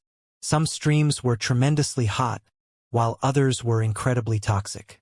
There were also some that pierced into all nooks and crannies they could find. Lan Xiaoni darted around and dodged all of the heavenly liquid god's attacks with amazing grace and agility. She lightly clenched the Roselle Dream Tear in her left hand, and a brilliant burst of light instantly caused the heavenly liquid god to become momentarily dazed. When he came back to his senses, Lan Xiaoni had already arrived behind his back. "What are you fleeing from? Get down here." A palm struck down. Boom! The heavenly liquid god cried out in pain as he was smashed into the seabed. Rows upon rows of tombstones rose from the ground and firmly bound the heavenly liquid god to the bottom of the sea. The tombstones were imbued with the power of the entire West Sea, and each of them radiated with a vast and profound blue divine light. Lan Xiaoni didn't pause for even a second, and she continued to dash toward the direction of Heavenly God Min He. Heavenly God Min He hadn't escaped far, as Demon Lord Ling Gu was using all the tricks up his sleeves to obstruct his escape. Lan Xiaoni caught up to him in no time. Then, she slapped him to the bottom of the sea before using the heavenly tomb of the sea to seal him away. How impressive! I'm truly in awe at Alliance Leader Land's techniques. Demon Lord Ling Gu spoke in admiration as he looked at the beautiful yet somewhat delicate-appearing mermaid beside him. It was hard to believe that such a delicate-appearing and lovable mermaid princess was in fact an individual who could single-handedly defeat four heavenly gods. There's no time to lose. Let's undo the seal of a heavenly god and kill him together. I feel like the heavenly mirror god is fairly weak. How about we start with him first? Demon Lord Ling Gu was itching with eagerness. There's no need. Keeping them sealed like this is fine. Lan Xiaoni shook her head. Demon Lord Ling Gu was slightly taken aback. Why? He asked in a panic. Didn't you seal them here to prevent them from escaping? Weren't you going to dispose of them one by one? Just as he finished speaking, the divine patterns on Lan Xiaoni's pale skin started to disappear. The divine halo above her head also became extremely dim before transforming into specks of light and fading into the air. Alliance Leader Lan, you? Realization finally dawned on Demon Lord Ling Gu when he saw the rapidly weakening female. So that's how it is. She had to pay a heavy price for attaining that overwhelming power. Sealing the heavenly gods away was Alliance Leader Lan's best option. He looked toward the sealed heavenly gods nervously. The heavenly gods were still trapped to the seabed by the crushing might of the entire West Sea. Demon Lord Ling Gu heaved a sigh of relief before chuckling. We've finally won this battle. Yeah, we've finally won. Lan Xiaoni didn't look toward the seabed. Rather, she turned her gaze toward the east with a gentle and affectionate look in her eyes. Big Boss and Lin, did you see that? She murmured softly. Xiaoni succeeded. Even though four heavenly gods attacked, Xiaoni was still able to defeat all of them. I don't need to bother you with saving me anymore. Xiaoni can also become someone who's useful to you. The figure that gave her a sense of warmth and security appeared in her mind. If he learned of this battle, he would definitely turn around and pat her on the head. As he did so, he would say something like, "You've grown up, underling Lan. You've truly done me proud." She became excited just thinking about this. As Lan Xiaoni's imaginations ran wild, her cheeks flushed bright red, and her beautiful blue eyes became bright and watery. Big Boss and Lin. Demon Lord Ling Gu saw the beautiful mermaid beside him gazing toward the east with an entranced expression. Moreover, she was even squirming her body, and he was at a complete loss as to what she was doing. He couldn't help but say cautiously, that, Alliance Leader Lan. Lan Xiaoni finally came to her senses, and her posture became mighty and dignified once again. She coughed lightly before saying, "We've already dealt with the most dangerous heavenly gods. Let's dispose of the remaining heavenly human tribe united army now." My thoughts exactly, Demon Lord Ling Gu said with brimming battle intent. Meanwhile, outside the West Sea Alliance, the casualty count of the heavenly human tribe had already exceeded a whopping 6 million. Although they had the home ground advantage, as well as the advantage provided by the Heavenly Sea Formation, the casualty count of the West Sea Alliance wasn't much lower than that of the Heavenly Human Tribe. Right now, it was also hovering around the mark of 6 million. The battle here was extremely straightforward, and it wasn't a case of one side crushing the other with their overwhelming numbers. Meanwhile, the morale of the Heavenly Human Tribe United Army was still very high. Charge! Slay the enemies. Let's strive to capture the immortal land above water in one day. We don't need one day. Once the 4 heavenly gods return, it'll be the end for the West Sea Alliance army. Charge! The heavenly human tribe united army bellowed for blood. The colossal body of Amor, the battle goddess of the West Sea, had already been pushed back by the fierce attacks of the dozen or so heaven pioneer stage great generals. It looked as if she were about to fall at any moment. Right at this moment, however, the sea suddenly started to churn violently. A water dragon that measured 100,000 feet in length lunged out from the sea and widened its bloody maw as it roared toward one of the heavenly human tribe's great generals. The great general's expression changed drastically, and it launched pillars of light that were imbued with the power of the heavens toward the gigantic water dragon. However, the mighty water dragon possessed a supreme nomological power, and it merely shuddered slightly upon being hit by the tremendous power of heaven. In fact, the great general's attacks didn't even cause a ripple in the sea. How is this possible? The startled great general was just about to flee. However, the water dragon was simply too quick, and it dashed before the great general's body in a flash before snapping him up into its mouth. The great general didn't even have time to react. The tormented cries of the great general traveled out from the water dragon's belly. Moreover, the water dragon was semi-transparent, so the remaining members of the heavenly human tribe united army could all see the wretched sight of the great general being slowly ripped apart in its belly. A cold chill shot down their spines. Gasp! This water dragon. It actually insta-killed a heaven pioneer stage great general? Who on earth is it? Both the soldiers of the heavenly human tribe united army and the West Sea Alliance army were stunned by this sight. At the same time, as if the sea was churning in the sky, a blue divine light flooded through the sky. Like a majestic and mighty being who ruled over the sky and sea, a mermaid who was suited in armor traveled over from the distance on the back of another water dragon that measured 100,000 feet in length. It's Lan Xiaoni. How is this possible? Why is she here? Where are our heavenly gods? The powerful beings of the heavenly human tribe were all dumbfounded upon seeing the approaching female. A mighty voice started to sweep through the entire battlefield. I've already immobilized all of the heavenly gods. Heed my command, brave soldiers of the West Sea Alliance. The time to counterattack has arrived. Soldiers, charge toward the enemies and kill all of the heavenly humans. Charge! Lan Xiaoni's words of inspiration traveled through the entire battlefield. Upon hearing that the heavenly gods had already been immobilized, the soldiers of the West Sea Alliance were almost moved to tears. Alliance leader Lan had once again performed a miracle. She had been solemn and tragic when she left. She was mighty and triumphant when she returned. The morale of the West Sea Alliance instantly soared to a new height. The brilliance of Alliance leader Lan is unparalleled. Charge! For Alliance leader Lan. For the glory of the West Sea Alliance. Annihilate the heavenly human tribe. Over 20 million West Sea Alliance soldiers charged toward the heavenly human tribe united army as they launched the most ferocious counterattack in history. The 4 heavenly gods have all been trapped? That's impossible. Definitely impossible. How can Lan Xiaoni and Demon Lord Ling Gu alone overpower 4 of our heavenly gods? The heavenly human tribe united army of 60 million strong also heard Lan Xiaoni's words. However, they were completely unable to accept her claims. They had never imagined that such things could ever occur. Meanwhile, the 100,000 feet long water dragon continued to lunge toward another great general.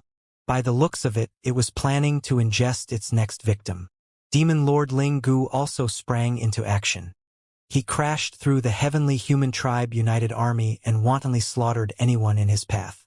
Without the threats of the heavenly gods, he was nothing short of invincible. Lan Xiaoni and Demon Lord Ling Gu both displayed their indomitable might on the battlefield. This was a time of great danger, so where were the heavenly gods? This was the brutal reality of the matter. No matter how incredulous the heavenly humans found this to be, the battle before their eyes firmly pointed them toward a single fact. That was, their heavenly gods had indeed been disposed of. The heavenly human tribe united army clearly had a huge advantage in numbers, yet as time went by, they gradually started to show signs of crumbling apart. This was due to the massive influence that top echelon cultivators had on the direction of the battle. There was no one in the heavenly human tribe united army who could stop Lan Xiaoni and Demon Lord Linggu. As a result, the casualty count started to climb rapidly, and even the heavenly human great generals started to fear for their own lives. If the battle continued along this trajectory, then it would only be a matter of time before they were all slaughtered. Moreover, the morale of the heavenly human tribe united army had taken a massive hit after they learned of the four heavenly gods' downfall. Thoughts of retreat had already crept into the minds of some heavenly humans. Finally, after another heavenly human great general was swallowed by the water dragon, and after a group of heavenly human great generals was brutally blasted to death by Demon Lord Linggu, the morale of the heavenly human tribe united army finally crumbled to pieces. Attention, all soldiers! Retreat! A heavenly human great general bellowed at the army as he raised his sword into the air. The heavenly human tribe united army started to fall back like a falling tide. Don't let them escape! Charge! The West Sea Alliance army surged toward the retreating heavenly human tribe united army and furiously harvested their enemies' lives. This was the best time to reap the rewards of battle. Above the West Sea, the sight of 20 million or so soldiers pursuing 60 million or so enemy soldiers became an especially peculiar stretch of scenery. Lan Xingyang controlled a Moor and had her sweep her golden trident toward the enemies as she chased after them. Devastating waves and razor-sharp wind blades would be formed with every sweep of the trident, causing tens of thousands of deaths to befall the heavenly human tribe united army. He gazed at the back of his daughter, who was still engaged in a furious battle at the forefront of the pursuit. Like a sun of the West Sea that would never set, she appeared mighty and invincible. A bubble of mixed emotions mysteriously arose in Lan Xingyang's heart. He understood perfectly well what Lan Xiaoni had to go through to attain this overwhelming power. The growth of his daughter during the past 100 years had been nothing short of terrifying. She had transformed from a fragile and crybaby girl into an alliance leader who controlled the entire West Sea. How enormous was this transformation! Not only did she have to face toils and hardships head-on, but she also had to face unknown dangers, pressure from formidable enemies, pressure born from the doubts against her by her allies, as well as countless tribulations and deadly battles. How was a crybaby able to complete this journey? What was it that supported her firm determination? Lan Xingyang believed that this all had to do with that male, the male who had bullied Lan Xiaoni and deceived all of the powerful beings of the West Sea, the male who had selfishly left and even irresponsibly faked his death for 100 years.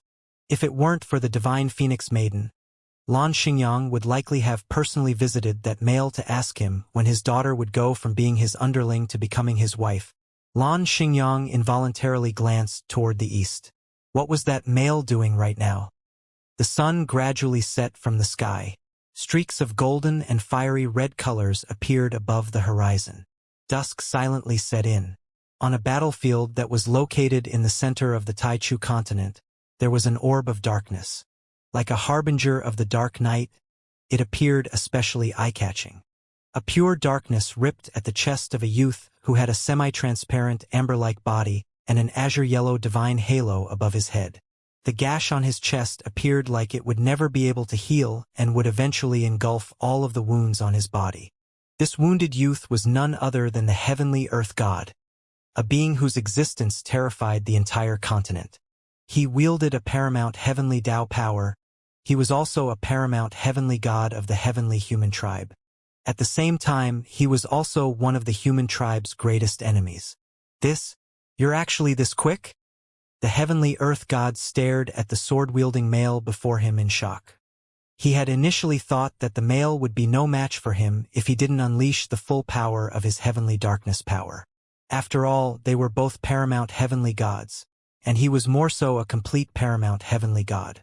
Right now, however, his initial belief seemed to be extremely laughable.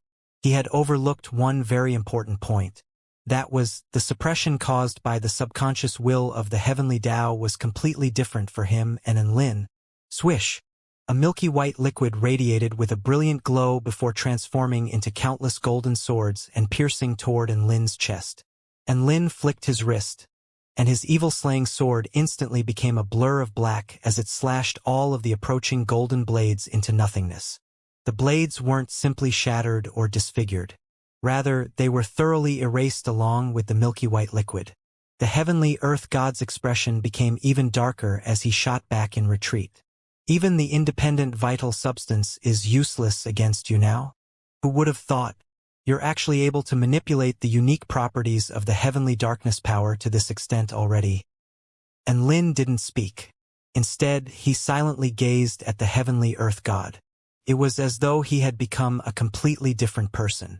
The look in his eyes was extremely indifferent, as if nothing before him was of any importance. In fact, he wasn't even interested in flexing. The only thought running through his mind was to destroy the heavenly earth god who was standing before him. And Lin slowly walked toward the heavenly earth god. At some unknown point in time, the land and sky behind him had already descended into pure darkness. It was so dark that even the heavenly gods felt a sense of dread. Compared to the heavenly earth god, it appeared as if Enlin were the genuine heavenly god right now. Aloof and indifferent, divine and mighty, mysterious and incomprehensible. It looked as if he were executing the supreme will of the heavens. Is this really Enlin? The heavenly Yin-Yang god asked in a quivering voice. He ruled over Yin and Yang, and theoretically speaking, darkness was also somewhat related to the Yin element. However, he had never witnessed this kind of darkness before. This was a darkness that even he, a being who was the most knowledgeable on Yin and Yang, couldn't comprehend. It was quite clear that the darkness before him had already exceeded his realm of understanding. It was far too pure. This darkness represented void and destruction, and it also represented silence and eternity. This made him, a fellow heavenly god, feel a mysterious sense of terror. Heavenly Sea God, and Lin has already become like this. Are you still not going to make your move?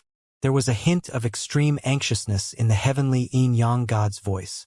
The heavenly sea god was still transfixed with shock, and he only regained his senses after hearing this question. Make my move? The heavenly earth god still hasn't signaled for me to attack yet. It'll be bad if I disturb the elegance of his battle. The heavenly sea god said in a serious tone. Anyhow, I won't attack even if he signals for me to do so, he added in his mind. It appeared as though this turn of events had exceeded his expectations again. However, this didn't matter. After all, this was good news to him, no? At this moment, Enlin shifted his feet and launched toward the heavenly earth god once again. Enlin was moving very quickly, and it was as if nothing between heaven and earth could stop him.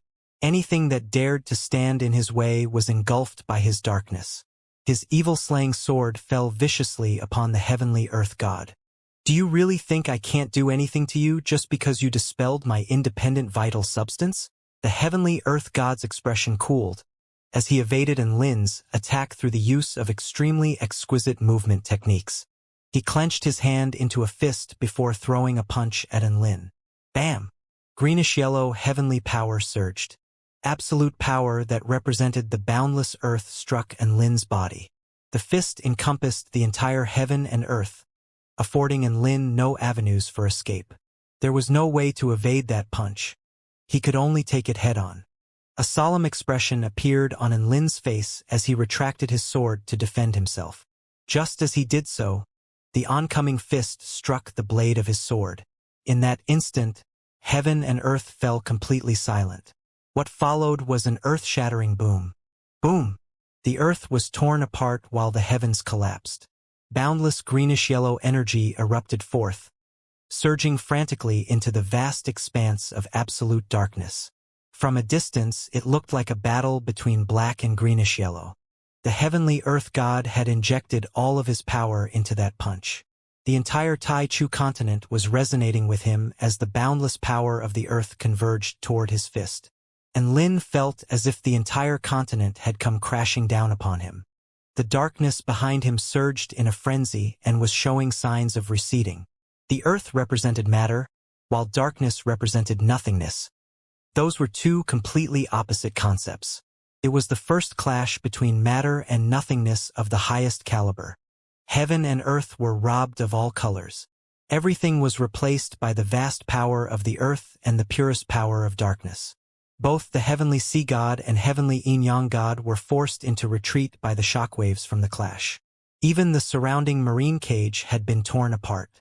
The clash was far too fearsome. Not only was it extremely intense, but the duration was also very long. The Yutong City battlefield was extremely far away from where Enlin was situated, but everyone could see the energy collision taking place in the west. That was not just limited to powerful beings with advanced cultivation bases, but even the most ordinary of soldiers could see it quite clearly as well. Two different types of energy were tearing frantically at once another, rocking the entire heaven and earth. My God! What kind of battle is that? I can sense the boundless true intent of the earth. There's no mistaking it. That greenish-yellow energy belongs to the heavenly earth god. No way. Is it a clash between earth and darkness? What's going on? All of the powerful beings were at a complete loss with regard to what was happening in the distance. The mysterious heavenly darkness god and the unfathomably powerful heavenly earth god. Weren't they both supposed to be enemies of the human race? Why were they battling one another? And what was Enlin's role in all that? All of the living beings on the battlefield were completely baffled. However, in any case, a battle between two paramount heavenly gods could only benefit them, so they weren't overly concerned. On the entire battlefield, only Su Xiaolan, the battling Buddha, Yun Menjing, and Michael, as well as a small handful of other people, knew what that darkness entailed.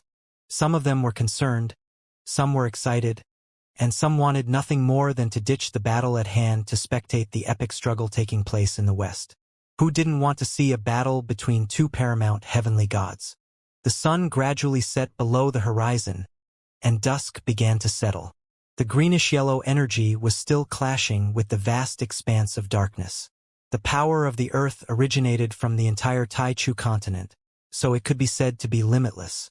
In contrast, the power of darkness was eternal, and no matter how strong the assault from the power of earth was, the darkness refused to wane. The heavenly earth god's fist was attempting to grind Enlin into dust.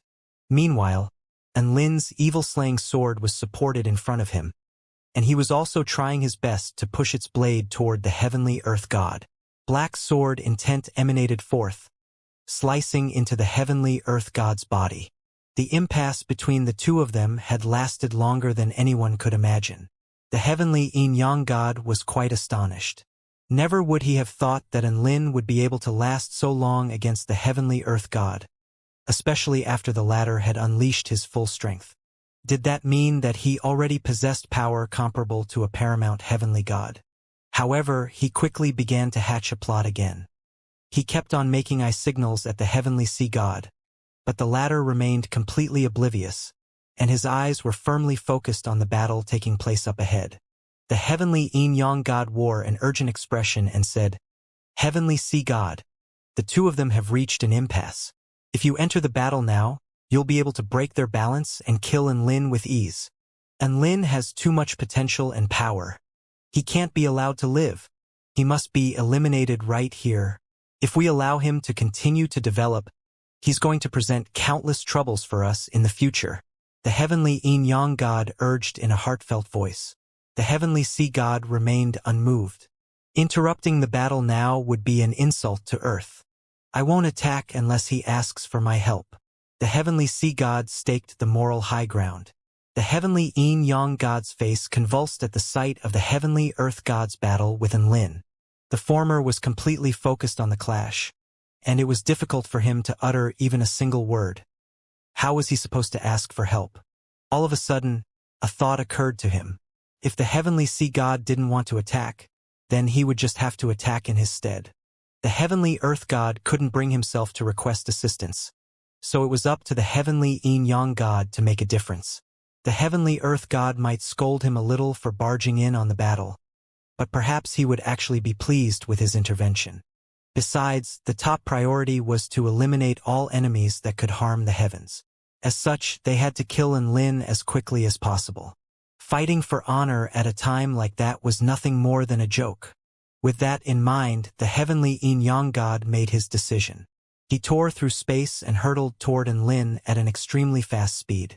At the same time, black and white blades appeared in his hands, and he roared, "Heavenly Earth God, I'm here to help." He was going to tip the balance and make a difference. He was going to end that epic battle and stomp Enlin beneath his feet. In that critical juncture, he was going to be the key to protecting the entire heavenly Tao. The heavenly yin-yang god was suddenly very proud of himself. He wielded his dual blades, and a gargantuan yin-yang formation appeared beneath his feet. The formation was constantly rotating and seemed to encompass all of the mystical power in the world. That power was then injected into those blades, further enhancing their power to the maximal extent. Heavenly God Technique, Heaven and Earth Yin-Yang Strike. The heavenly yin-yang god was not taking Enlin lightly and was unleashing his most powerful technique from the get-go. The black and white blades crashed down into the darkness with boundless might. The heavenly yin-yang god's original intention was to break the impasse and ideally chop Enlin's head off simultaneously. However, he didn't expect that his black blade would disappear instantly into the darkness, like a drop of water that had dripped into the sea. It was gone in the blink of an eye, and it didn't even trigger any ripples. How could this be? The heavenly yin-yang god's eyes widened. However, before he could even react, his white blade was sucked away by the greenish-yellow energy behind him, as if that white blade was a delicious meal that could replenish the earthly energy. The heavenly yin-yang god had descended with fierce aggression, but both of his weapons were gone. One of them had been engulfed by the enemy, while his ally had stolen the other. He was left to stand awkwardly right in between Enlin and the heavenly earth god. The heavenly yin-yang god's most powerful attack had been nullified before it had even done anything. That struck him with a sense of extreme embarrassment and humiliation. He felt like he had just delivered food to their doorsteps. He was trying to decide the battle and be cemented in history as the one who had protected the heavenly Tao, so why did he look like such a stupid cunt instead? Everything had not progressed in the expected fashion. The heavenly earth god and Enlin's expressions remained calm. Neither of them took so much as a single glance at the heavenly god standing between them. The heavenly yin-yang god felt like he was being underestimated, and the sense of humiliation in his heart further exacerbated. He turned to Enlin with rage and killing intent burning in his eyes. "You're just going to fucking ignore me? Don't you know that I'm the one who's about to kill you?" The heavenly yin-yang god was just about to attack again when he suddenly discovered that something was wrong with his body. It was as if he could no longer control it. His heart jolted with shock, and he focused his attention on himself to discover that his body was being torn apart by two bursts of extremely fearsome energy. The black half of his body was being drawn toward the darkness, and it appeared as if it were going to merge into the darkness at any moment, as if that were its true home. In contrast, the white half of his body was being sucked away by the greenish-yellow power of the earth, as if there were something in his body that could act as sustenance to the power of the earth. Arf! The heavenly yin-yang god had been completely immobilized, but his body was being split in half, and he howled in agony. In a battle of such a high caliber, any extra shred of energy could decide the end result. Thus, both the power of darkness and the power of the earth were frantically absorbing the heavenly yin-yang god's body. He was literally food that had brought itself to their doorsteps. The heavenly yin-yang god's blood-curdling cries reverberated throughout heaven and earth, and he was on the brink of tears as remorse surged through his heart. He was quite displeased a moment ago that he was being ignored by the two powerful beings. However, they had since focused their attention on him, but he was being regarded as food. The situation he was in was one that was worse than death. Tear. The heavenly yin-yang god's body was finally ripped in half. The black half merged into the darkness behind Enlin, while the white half was sucked into the heavenly earth god's power of the earth. Both of the powers seemed to have been enhanced as a result, and they began to clash with one another again. The heavenly sea god stood in the sky and looked on with a cold expression. He found the heavenly yin-yang god's actions to be absolutely laughable. A pitiful piece of trash like him wanted to tip the balance in such a high-level battle? He wanted to dominate the battlefield? What a joke! He needed to wake up and face reality. He wasn't even powerful enough to stand before them, and he had paid the ultimate price for his insolence. All of a sudden, a streak of black light and a streak of white light converged. Soon, the heavenly yin-yang god's body emerged once again. He then fell to his knees in midair and panted heavily with horror etched onto his face. "Oh? Even that didn't kill you? I have to admit, you're not bad." The heavenly sea god was slightly surprised to see that the heavenly yin-yang god had survived that ordeal. The heavenly yin-yang god was still gasping for air, and he didn't want to say anything to the heavenly sea god. In that instant, he really did think that he was going to die. Thankfully, he reacted just in the nick of time and successfully triggered the yin-yang of heaven and earth to buy himself a sliver of a chance at survival. Thus, a wisp of his essence managed to escape right as he was torn apart, thereby allowing him to live on. Otherwise, he really would have been eaten alive by those two. Crack. Countless cracks appeared on his divine halo. The heavenly yin-yang god's heart was filled with pain and remorse upon seeing that. He should have never intervened in that battle. Why was he flexing like an idiot? He had brought that upon himself. His darkness is more potent than the yin-type energy I possess. He controls the most essential power of darkness, and he can use that power to combat the heavenly earth god's power of the earth. The heavenly yin-yang god wore a stunned expression as he murmured to himself, "Does that mean he is true darkness?" The heavenly sea god smiled but didn't say anything. If the heavenly yin-yang god were still unable to guess who Enlin was at that point, then his IQ was probably comparable to that of the heavenly weather god. Meanwhile, Enlin and the heavenly earth god were still facing off against one another. What had changed was that the heavenly yin-yang god was standing off to the side like an obedient little duckling, without any intention of interfering again. In the eastern region of the Taichu continent, in the wind plain state, hundreds of thousands of kilometers of land had been buried under wind and snow. Over 2 billion humans had been entombed as a result. The wind and snow were imbued with the power of extreme frost, and it continued to move toward the south. However, it was kept at bay by a massive formation, which stood at the center of the wind plain state. That was the god of creation stage myriad spirit Tai Chi formation. It was able to ward off a disaster that could destroy the entire kingdom of the 9 states. The 10,000 spirits Immortal sect was the core of the formation, and an earth-shattering battle was taking place there. The outcome of that battle would decide the fate of all of the humans in the kingdom of the 9 states. Bursts of ear-splitting spell technique explosions erupted on the earth. The ring of fire surrounding the 10,000 spirits Immortal sect had already been completely torn apart by the snow ghouls, and over 50 million of them were flooding in. There were already over 30 million snow ghoul bodies littered all over the ground, but there were simply too many of them, and their sheer numbers struck the members of the 4-9 Immortal sect with a sense of despair. One mountain was toppled after another, and countless 10,000 spirits Immortal sect disciples were buried underneath the rubble. There were also many elite members of the 4-9 Immortal sect who had perished, including even several returned to void stage mighty figures. The light of the setting sun faded, and stars began to appear in the night sky. The Starfire battleship was situated in the air, blasting its cannons without rest. Boom, boom, boom. Extremely dazzling explosions erupted on the ground below. Up to that point, there were close to 20 million snow ghouls who had perished to the battleship's cannon blasts. Following Bai Ling's modifications, it had become even more proficient than a Dao integration stage super mighty figure at cleaning up the enemy. However, even the power of the invincible battleship was beginning to wane. "Big sister Bai, our battleship has run out of power, and the emergency energy supply is also about to run dry." Lu Qianhuan's voice was filled with concern and urgency. Bai Ling stood at the forefront of the battleship, looking down at the hordes of snow ghouls down below. She knew that if the cannon fire were to cease, the army of snow ghouls would be sure to overwhelm everyone. They had to maintain the offensive output.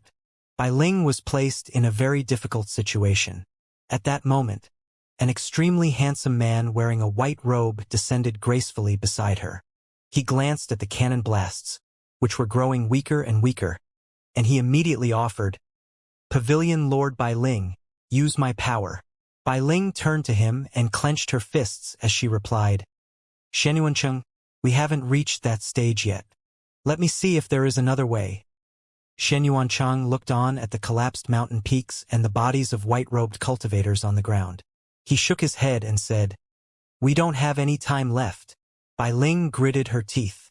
"You have to realize that if we completely tap into your power and overexert your potential, then your cultivation path could come to a conclusion here." Shen Yuancheng's expression remained resolute and firm.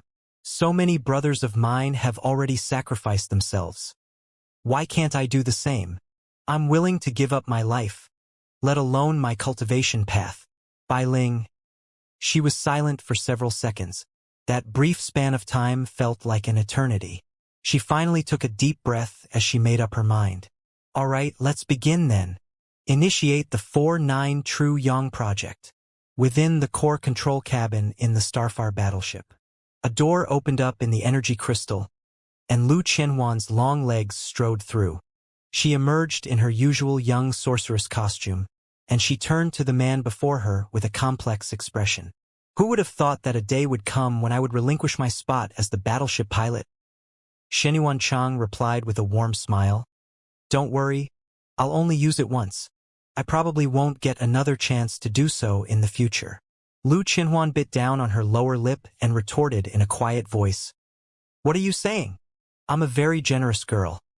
If you want to pilot it again in the future, I'd be happy to lend it to you, so you better look after yourself and don't force yourself beyond your limits. Just launch a few cannon blasts and call it a day.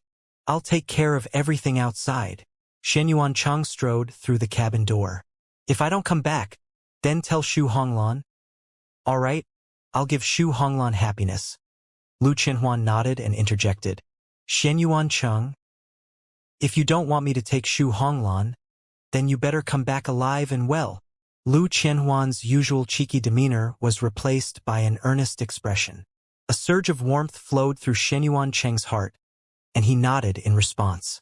The cabin doors began to close, and the connection was being established. An exceptional sword Immortal descended from the Starfire battleship. A black snow ghoul immediately pounced toward her. All of the black snow ghouls possessed power comparable to that of the Return to Void stage mighty figures, and they were also responsible for hunting down enemy mighty figures. If the Return to Void stage mighty figures refused to engage them in battle, then they would be free to unleash large-scale spell techniques, which were extremely fearsome as well. Green flames burned on the sharp claws of the black snow ghoul, and the fire contained unimaginably lethal poison. If it were to enter one's body, they would instantly be paralyzed before the flames incinerated them into ashes. In conjunction with another black snow ghoul, it was able to use that same technique to bring down one of the 4-9 Immortal Sect's Return to Void stage mighty figures. It was already envisioning the beautiful scenes where the gorgeous woman before she howled in agony as she fell to its flames.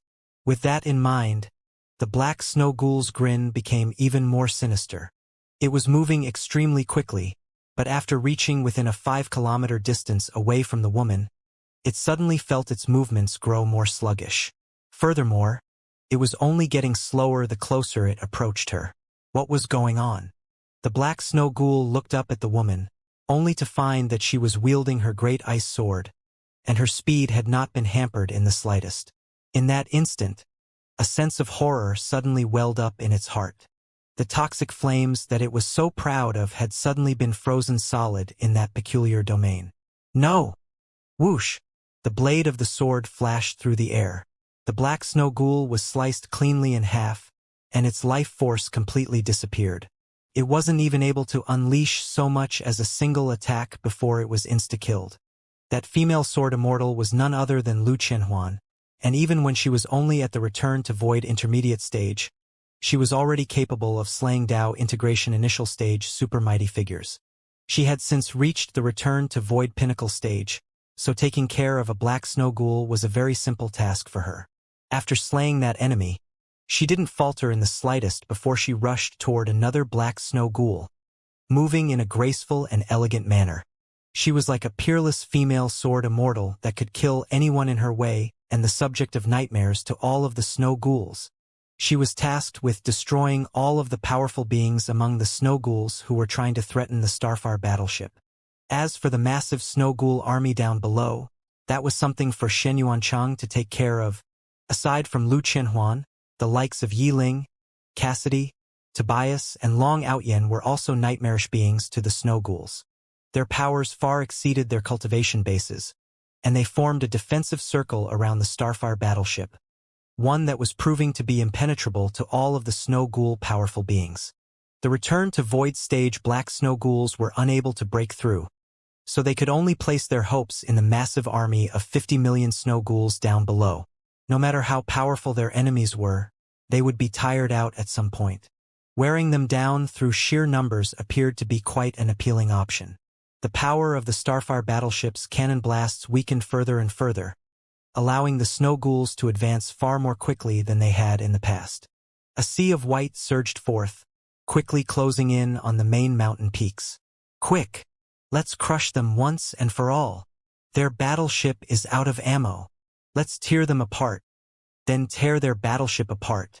The snow ghouls were well and truly sick of the bombardment raining down from the battleship. That was the main reason why they had yet to reach the main peaks of the 10,000 Spirits Immortal sect. With the power of the cannon blasts on the wane, a fantastic opportunity had been presented to them, and they began to charge ahead with renewed ferocity and bloodlust. Soon, close to 1,000 more 10,000 Spirits Immortal sect disciples perished in the battle. About a dozen or so soul formation stage powerful beings from the 4-9 Immortal sect had also fallen. They were simply facing too many enemies and were crushed by sheer numbers. However, that did not scare off the remaining cultivators. They were still fighting with all their might on the front lines. Charge! Avenge our brothers! Ha ha ha! I've already killed 1,000 of these dumb beasts, so I've taken more than my fair share. With brothers like all of you by my side, I have no regrets even if I die. Boom! An earth-shattering explosion erupted.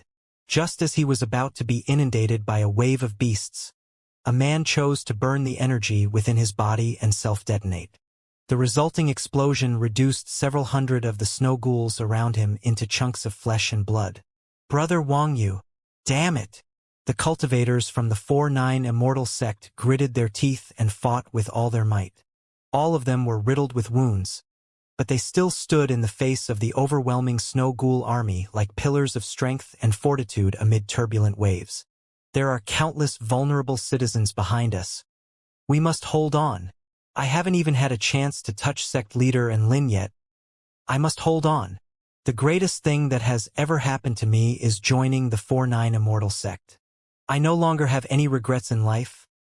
I'm very honored to have fought by everyone's side, but I must take my leave now. No! Boom boom boom. A series of self-detonations erupted. In that earth-shattering battle, anyone could be the next being to fall. Xiao Zhe, Dongfang Zhuangshi, and the other Dao integration stage super mighty figures were being dominated by the 3 heavenly gods. On top of that, there were many black snow ghouls and countless normal white snow ghouls. They were at a severe disadvantage regardless of whether it came to the number of troops or the quality of their most powerful beings. In reality, all of the 4-9 Immortal sect members knew that they were most likely fighting in the final battle of their lives. Even so, they were still determined to fight until the very end. If their weapons broke, then they could use their fists. If their vital energy ran dry, then they could sacrifice their blood. If they really had nothing else to offer, then they could detonate themselves for one final spectacular explosion. No matter how dire a situation they were in, all of the 4-9 Immortal sect disciples still held hope in their hearts. They knew that if they continued to fight, miracles could always happen. There was always a chance that the tables could be turned. That was the faith of every 4-9 Immortal sect member. Every cultivator from the 4-9 Immortal sect fought with everything they had. However, despite their efforts, they were still unable to resist the crushing wave of beasts. Night slowly fell, and the white snow ghouls appeared even more disconcerting in the darkness. At the same time, their crimson claws seemed to have grown more dangerous and violent. Cassidy had been surrounded by 6 black snow ghouls, and one of them took advantage of a hole in her defense to chop off one of her arms. Another snow ghoul attacked from another direction, and its crimson claws pierced viciously into Cassidy's lower abdomen as it attempted to split her body in half. However, right in that instant, crimson light suddenly burst forth from the blood that was being shed from her body. A gorgeous smile appeared on Cassidy's beautiful face as she said, "Blood sacrifice, divine ghost-slaying blades." Her blood materialized into sharp blade projections, and the 2 black snow ghouls were completely caught off guard before being sliced in half. Cassidy's arm transformed into blood, which flowed into her wound, materializing into a new arm. If it weren't for the fact that her sleeve had disappeared, one could easily be misled into thinking that nothing had ever happened to her arm. She licked her lips and turned toward the other 4 black snow ghouls with an insane and dangerous light in her eyes. There were simply too many enemies, so she could only employ such risky tactics in order to take them down as quickly as possible. Aside from her, Tobias and Merlin were also fighting in a similar manner. The most dazzling beings in the blood tribe were the triplets Ada, Jin Ling, and Jin Yao. They had unleashed their bloodline combination formation, thereby allowing them to wield Dao integration stage power, making them close to invincible on the battlefield. The only downside was that they hadn't mastered any large-scale spell techniques. As such, they were still struggling in the face of the massive hordes of snow ghouls. Thump thump. Another 2 thunderous explosions erupted amid the anguished howls of true dragons. 2 black dragons had been pressed into the ground by a golden snow ghoul's hands, which had been enlarged through the use of a spell technique. A vast power of frost imbued with paramount laws threatened to seal both of their bodies in ice. The 2 black dragons were none other than Xiao Zhe and Xiao Tuesday. They were both close to unkillable creatures, so they were acting as obstacles as well as punching bags. The golden snow ghoul was extremely powerful, but it was unable to kill those 2 annoying dragons. After battling for a long while, it finally thought of something. It could freeze them. It was planning to seal the 2 infuriating true dragons in ice. And so, even the 2 Dao integration stage super mighty figures had been defeated. The darkness of the night enshrouded the entire 10,000 spirits Immortal sect, and it also manifested in the hearts of all of the 4-9 Immortal sect members. The battle was going to end soon, and everything was going to be inundated by snow and darkness. The assault from the snow ghouls was becoming more and more violent. The rate at which the Starfire battleship unleashed cannon blasts was becoming slower and slower. It could only draw upon the power of the stars with all its might in order to fuel its attacks. It was quite clear that its internal energy source had already been completely depleted. Even the 4-9 Immortal sect members were on the brink of collapse from exhaustion, and only their faith was keeping them on their feet. Chang Yingxiong wielded a massive sword and reduced the dozen or so snow ghouls before him to mincemeat. However, more snow ghouls replaced the ones that he had just slain, and he wanted to swing his sword again, only to find that his body refused to listen to him. He had reached his limits, and his reactions were delayed by half a beat. During that split second, his body was punctured by many sets of snow ghoul claws, and blood splattered through the air. His field of vision gradually began to blur. "It's so dark." Chang Yingxiong looked up into the sky to find that the night had enshrouded the entire heaven and earth. There was no moon nor any stars. Everything had been obscured by the dense snow and dark clouds. However, all of a sudden, an extremely bright burst of light suddenly erupted before piercing into his eyes. He was just about to fade into unconsciousness, but he was instantly snapped back to his senses. "What light is that? Holy shit! I'm about to go blind just from looking at it." Chang Yingxiong shuddered and slashed away the snow ghouls around him, before turning to look up at the sky.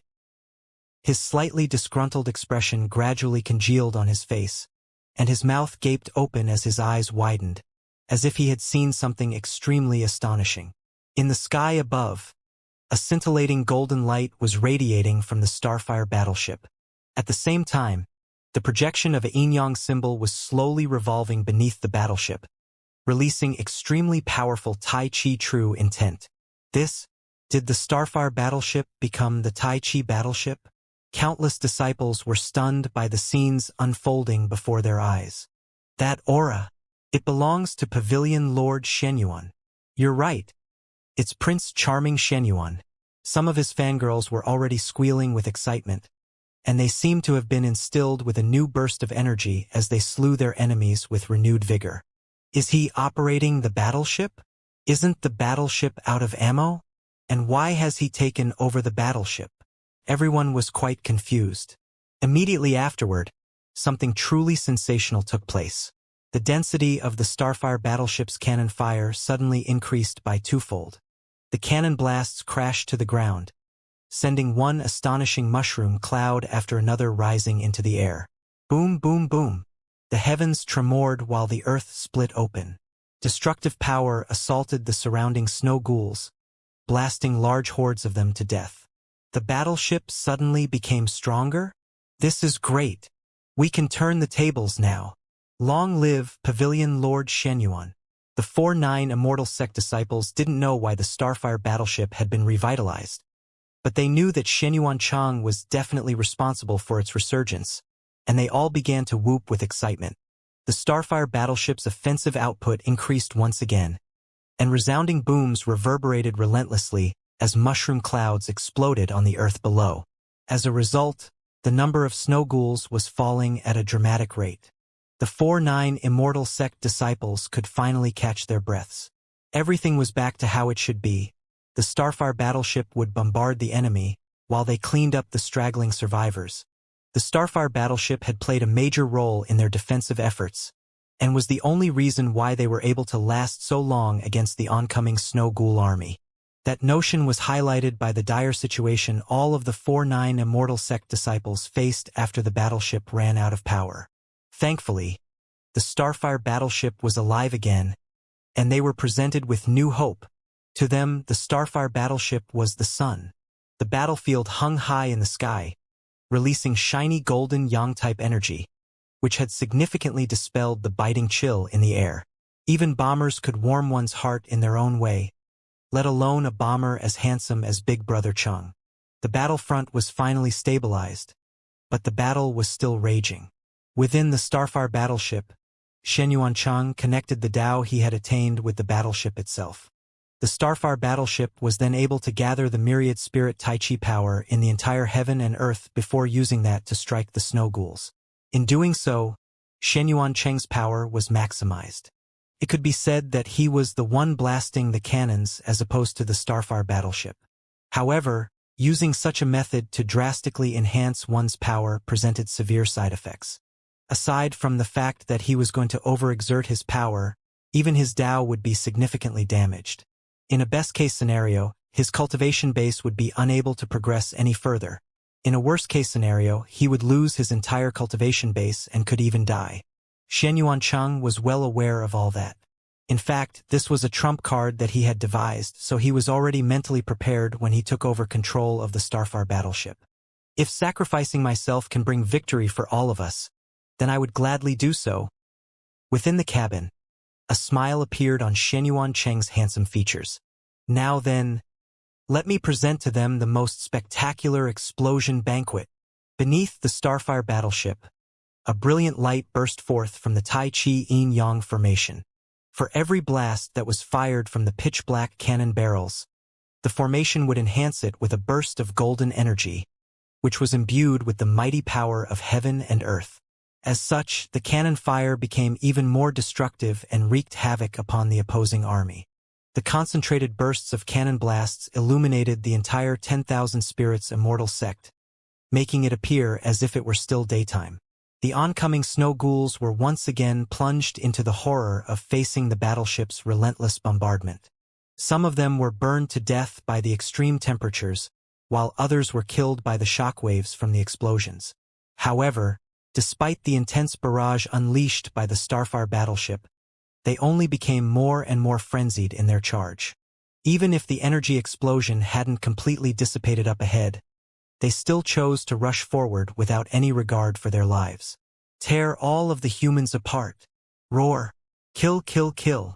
The The snow ghouls' expressions were twisted with killing intent and bloodlust. It was as if they could sense that the Starfire battleship was nearing its limits, and their attacks became more ferocious as a result. Before the 4-9 Immortal sect members had gotten much of a reprieve, mountainous pressure was weighing down upon them once again. The tactic employed by the snow ghouls was very simple. They were going to use their numbers to swamp the enemies up ahead. Within the Starfire battleship, Xianxia gritted his teeth, and the muscles on his body tremored relentlessly, as his power and true intent flowed like water into the battleship. He could see his comrades from the 10,000 Spirits Immortal sect and the 4-9 Immortal sect fall one after another, and those scenes evoked within him a burning sense of fury. More powerful. I can still become more powerful. The energy within his body was pouring forth in a frenzy, and he was frantically spurring on his Tao intent. The myriad spirit Tai Chi was able to absorb the energy of all things between heaven and earth. His power leaned more toward the yang element, thereby allowing him to unleash his explosive power in battle. All matters have a spirit, and all matters can be detonated. In the sky above, golden missiles suddenly appeared around the Starfire battleship. Before long, several hundred of those missiles had emerged. Myriad spirit Tai Chi, sun rain. The missiles fell like a meteor shower before exploding violently on the locations most densely populated by snow ghouls. Each and every one of the missiles unleashed monstrous power and could reduce everything within a radius of several dozen kilometers to dust. Boom, boom, boom. The explosions rang out incessantly. Several hundred miniature suns rose up from the earth, illuminating everything. The earth tremored, and the snow ghouls howled in anguish. It was a spectacular banquet of explosions. After the cannon fire subsided, the 4-9 Immortal sect members made a rough visual assessment and were shocked to discover that over 3 million snow ghouls had perished during the explosion. What a terrifying, destructive power. Pavilion Lord Xianxia is truly a fearsome powerhouse. Long live Prince Charming Xianxia. That's so badass. I love you. All of a sudden, Xianxia and his shiny golden battleship had been thrust under the limelight. Whoosh, whoosh, whoosh. A few silver lines flashed through the air. There was a black snow ghoul that was attempting to launch a sneak attack against the battleship, but it was sliced into tens of thousands of pieces by Ling's spatial lines. It didn't even get a chance to cry out before it perished. Bai Ling stood atop the Starfire battleship, acting as its final line of defense. In contrast to everyone else's elation, she wore an expression of concern and pain when she appraised the Starfire battleship. Why do you have to push so hard? Can't you restrain yourself a little? You can decrease the offensive output a little. We can still hold on. Bai Ling clenched her fists tightly, and for the first time, she was struck by a sense of overwhelming powerlessness. If she had just been a little more powerful and accumulated more power, perhaps Xianxia wouldn't have to sacrifice himself. The cannon fire from the Starfire battleship was already extremely devastating. The number of snow ghouls had also fallen to about 40 million. However, the savage nature of the snow ghouls had been completely revealed by the explosions, and they began to charge ahead even more fearlessly. They swarmed through the explosions without any concern for their own safety, and they threw themselves at the human cultivators with single-minded ferocity. The 4-9 Immortal sect and the 10,000 Spirits Immortal sect were suffering more and more casualties. However, due to the Starfire battleship's contributions, they were still just barely able to hold on. Persevere. We will be the ones left standing at the very end. The cultivators resisted with all their might, and the light emanating from the Starfire battleship became brighter and brighter. It was as if the sun had risen into the sky again, and at the same time, the Yin-Yang formation had expanded to encompass an insane radius of several hundred kilometers. Bai Ling seemed to have sensed something, and she immediately turned around as her eyes widened with alarm. Xianxia, what are you doing? Stop that right now. Within the control cabin. It's not enough. I can still do more. Xianxia murmured to himself as a scorching aura exuded from his entire body. His energy was quickly being extracted, and due to the overexertion of his Tao realm, his cultivation base and life force energy fluctuations had all become extremely feeble. However, his eyes glowed brighter than ever. If I kill more enemies, less of my comrades will die. I can still kill more. Xianxia clenched his fists tightly as countless golden-veined patterns spread over his body, encompassing his entire body in the blink of an eye. The energy fluctuations radiating from the Starfire battleship became even more powerful. A violent scorching aura proliferated forth amid a dazzling golden light, and fearsome heat waves surged through the air in all directions. That was no Starfire battleship. It was the Sun battleship. All of the exhausted disciples looked up at the incandescent battleship in the sky, and they were struck by an indescribable sense of security. The light was so warm. It might have been intimidating to their enemies, but they felt as if they were being held in a warm embrace. They no longer had the energy to fight. They were on the brink of death, but the comrades around them could still live on. They could still win the battle, and they still had hope that they could defend the kingdom of the 9 states. That was enough. However, they quickly sensed that something was amiss. The Starfire battleship in the sky was only becoming brighter. It was already insanely bright, but it showed no signs of stopping, as if there were no upper limit to how dazzling it could become. What's going on? Has the Starfire battleship transformed into a sun? It's not going to explode, is it? Just as all of the cultivators were musing in confusion, a familiar voice sounded. Let the sun of the 4-9 Immortal sect forever protect the 9 states. The brightness of the Starfire battleship finally reached an extreme. The golden light had completely lit up the night, as if the light of the sun had fallen upon heaven and earth. In that instant, all of the bloodthirsty snow ghouls also began to grow brighter, as if some type of energy was about to erupt within their bodies. Roar! The snow ghouls appraised their own fur with confusion. Boom, boom, boom, boom. Another concentrated burst of explosions erupted. One snow ghoul after another began to explode on the spot. Flames erupted amid flying chunks of flesh and blood-curdling howls rang out across the entire heaven and earth. The cultivators were all stunned by the sight of the detonating snow ghouls. There was an extremely large number of those detonating snow ghouls. Their snowy white fur would suddenly begin to glow before they exploded on the spot. Soon, hundreds of thousands of snow ghouls had exploded. That number soon rose to 1 million, then several million, then over 10 million. The vast earth was transformed into a boundless sea of golden light. It was an image created by countless self-detonating snow ghouls, and it was a sight that no cultivator could ever forget. Everyone turned in unison to look up at the battleship in the sky. The snow ghouls only began to mysteriously explode after the golden light from the battleship shone upon them. Was a return to Void Stage mighty figure really capable of unleashing such a devastating attack? The Tao of Myriad Spirit Tai Chi can maximize one's connection with other living beings. On top of that, Shenyuan Cheng's Tao of Explosions can enhance the energy within every single particle to its maximal extent.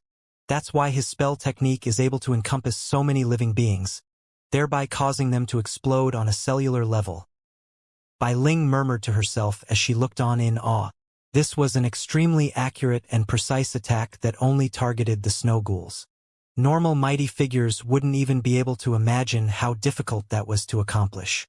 Bai Ling knew very well what price had to be paid in order to unleash an attack of that caliber. The golden light had become the only color left between heaven and earth. The detonating snow ghouls presented an accompanying piece to that golden light. The exploding energy appeared particularly beautiful in the night, especially if one were to look down at it from above. It was as if exuberant golden flowers were blossoming one after another, stretching into the distance with no end in sight. The snow ghouls howled in anguish and fled in shock and horror. They tried to unleash their spell techniques to protect themselves, but all their efforts were futile. Their fates had been sealed as soon as the golden light had shone down upon them. The explosions only last a minute. The cultivators from the 4-9 Immortal sect and the 10,000 Spirits Immortal sect stared blankly at the vast expanse of charred earth before them. There weren't that many bodies lying around, as most of them had been burned into charcoal. The battlefield was completely silent with the exception of the sizzling sound coming from roasting flesh. The army of over 40 million snow ghouls had been completely wiped out. At the 10,000 spirits Immortal sect, the raucous battlefield had fallen into a deathly silence. Following that unimaginable burst of explosions, the snow ghouls on the battlefield were either dead or shocked beyond words, just like all of the cultivators. Xianxia had presented a dazzling fireworks display to the Kingdom of the Nine States. In the process, he had almost wiped out the entire opposition army and astonished all of his comrades. The bombardment from the Starfire battleship had previously only alleviated the pressure on their shoulders, but they were still suffering casualties at quite a fast rate. They were unsure of whether they would be able to hold on against the relentless waves of enemies. However, following that spectacular attack, all of the snow ghouls had self-detonated, and there weren't even any enemies left. How was Xianxia able to pilot the Starfire battleship and unleash such a fearsome barrage of attacks? There were only just over 1,000 snow ghouls left alive on the battlefield. They had been reduced from tens of millions to barely over 1,000, equating to a survival rate of less than 1 in 10,000. All those who had survived were black snow ghouls or particularly powerful white snow ghouls, but all of them had sustained wounds as well. The vicious and bloodthirsty beasts stood rooted to the spot like deer staring into headlights. They had clearly been completely stupefied by the scenes that had just unfolded. What was going on? How had so many of them disappeared just like that? Was this a joke? Bai Ling was also very astonished, but she was just barely able to understand what had happened. The Starfire battleship had been transformed into an exceptional purple star technological product. In terms of pure destructive power, it could reach the very pinnacle of the Dao integration stage. Furthermore, Xianxia's power was a perfect match for the Starfire battleship, so it was not impossible for his power to be enhanced by the battleship to create such devastating attacks. However, she shuddered to imagine the price that he would have had to pay to achieve all that. Not just Bai Ling, but most of the other cultivators present had also begun to realize something. The Starfire battleship that once glowed as bright as the sun had quickly dimmed and continued to hover in the sky like a massive spent match. Xu Honglan rose into the air and flew toward the Starfire battleship without any regard for her own safety. "It can't be. You'll be fine?" She rushed to the control cabin, and her eyes widened when she caught sight of the man inside. She was completely rooted to the spot, and her mind went blank. The cabin door was slowly opened. Xianxia hobbled out with difficulty before making his way over to Xu Honglan. He wiped the tears from her gorgeous features and said in a soft voice, "Don't cry. I'm not dead yet, am I? But wah." Xu Honglan couldn't help but burst into tears as she held the man before her tightly in her arms. Xianxia had indeed emerged alive, but he had lost his entire cultivation base and had been reduced to a shriveled old man. Lu Qianhuan, Su Qianyun, Tang Shimin, and the others also rushed in at that moment. They were also rooted to the spot by the sight of the elderly Xianxia, and tears began to well up in their eyes. Su Qianyun bit down on her lower lip as she fought to repress her sobs. In her mind, Xianxia had always been a tall and handsome prodigy, who was extremely kind and thoughtful. He had limitless latent potential and was revered and respected by countless people. He was a man with a glorious future ahead of him, but that future had been completely shattered as he had become an elderly man devoid of any cultivation base. Cough, cough, cough. Xianxia coughed violently before throwing up a mouthful of blood. Everyone hurried over to him and cast healing spell techniques upon him. "What are you all doing here? Isn't there a battle going on outside? Don't worry about me." Xianxia grumbled at everyone that was tending to him. "Don't waste so much energy on an old man like me." But you..." Su Qianyun finally caved in and burst into sobs. "One does not know their true potential unless they really force themselves. I am already beyond ecstatic that I could sacrifice myself in exchange for tens of millions of enemies. I am extremely glad and content. I no longer have any regrets in my life, but all of you still have duties on your shoulders. Now go." Xianxia's voice was very weak, but he still encouraged everyone in a kind and gentle manner. Everyone fell silent. Some were wallowing in grief, while others were self-loathing at their own powerlessness. Lu Qianhuan drew her sword and rushed out of the Starfire battleship with killing intent radiating from her body. I'm going to kill all of those filthy beasts. Boom, boom, boom. The battle resumed. On that occasion, it was time for the 4-9 Immortal sect and the 10,000 Spirits Immortal sect to launch their retaliations. The snow ghouls no longer had any advantage in numbers, and the remaining 1,000 or so snow ghouls were going to face the wrath of the two sects. Lu Qianhuan, Su Qianyun, Tang Shimin, Sun Yuluo, Tobias, the white-scaled wolf god, Dabai.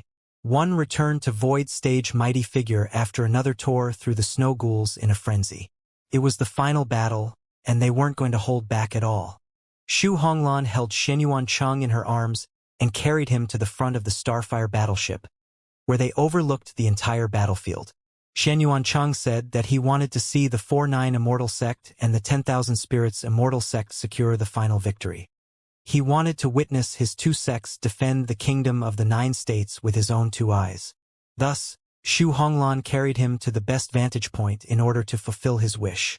All of the disciples and elders from the 2 sects were astonished by the sight of the elderly Shenyuan Cheng.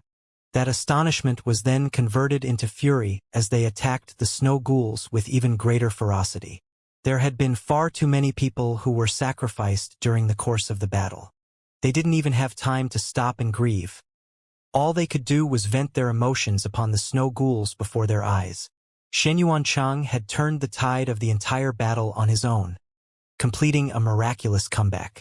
They were not going to let his efforts and sacrifice go in vain. They vowed to destroy all of the snow ghouls. Energy exploded, and vibrant spell techniques flew in all directions. The battle was a spectacular sight to behold. The snow ghouls had been forced completely onto the back foot and were falling in quick succession. As time passed, all of the white and black snow ghouls were destroyed by the 2 sects. The only enemies that remained on the battlefield were the 3 golden snow ghouls with divine halos. They still held the upper hand in their battles. Xiao Tu and Xiao Zhe were pressed firmly into the ground, where half of their bodies had been sealed in ice. The demonic blood Kirin and the phoenix Little Huang had combined forces to face another golden snow ghoul. Red flames and golden snowflakes clashed in the air, like an epic battle between fire and ice. However, the golden storm imbued with the laws of ice and frost were clearly dominating the 2 mythological beasts. Shangguan Yi and the great empress of the snow maidens took on the final golden snow ghoul. All of them were wielders of snow and ice, but the 2 beautiful snow maidens were being abused to the point of depression. The Dao integration stage battlefield was still in a very perilous situation. Shenyuan Cheng was extremely feeble, but he was still feeling very tense as his murky eyes stared intently at the battles taking place in the distance. Due to the fact that he had lost his cultivation base, he could only see flashes and streaks of light and was unable to decipher exactly what was going on. However, just seeing those explosions was enough for him. Shenyuan Cheng was in a slight daze as he looked at the cultivators fighting down below. Among those people were his classmates, his companions, his brothers.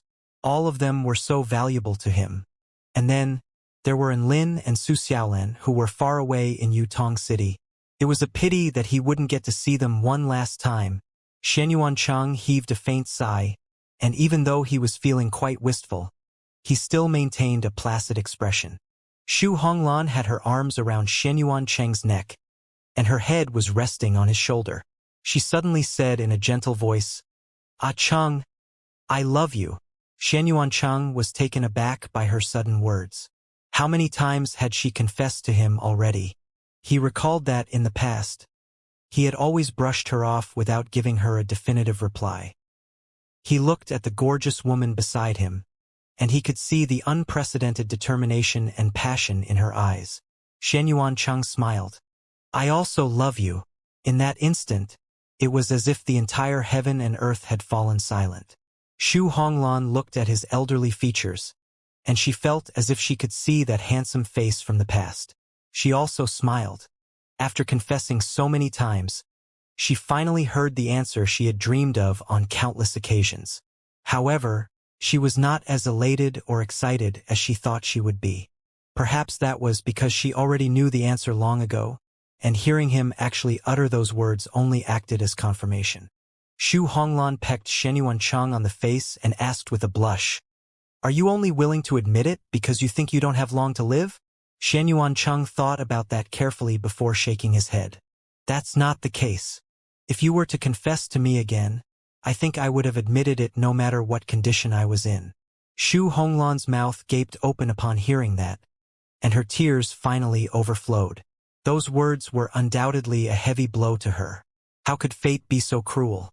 "Honglan, you have to live on even without me," Shenyuan Cheng said in an earnest voice. "Don't worry. I won't do something as foolish as committing suicide." A determined expression appeared on Xu Honglan's intricate features, but she then continued in a soft voice. "The only thing is, I'll never dance again. Without you there to watch me, there is no purpose to my dancing." She could sense that Shenyuan Cheng's vitality was quickly fading away, and it was an irreversible process. Bai Ling was doing absolutely everything she could, but she was still unable to keep Shenyuan Cheng alive. Shenyuan Cheng was lying when he said that he had no regrets. However, he was quite elated that he was able to create such a fantastic opportunity for his comrades and friends to retaliate. Dying like that wasn't too bad. He was feeling very, very tired. He was slowly becoming unable to sense the warmth of the woman next to him. "Is this it?" Splat. A sharp pain suddenly shot through Shenyuan Cheng's heart. He shuddered as if he had been electrocuted, and he suddenly became a lot more alert. Even the soul that was about to leave his body abruptly returned. He then saw a little red flower wiggling its tender green stem around as its roots pierced into his heart. Xiao Hong!" Shenyuan Cheng exclaimed. "Elder Xiao Hong?" Xu Honglan was also given a fright. She had no idea how the little red flower had appeared on Shenyuan Cheng's body. A sweet voice sounded.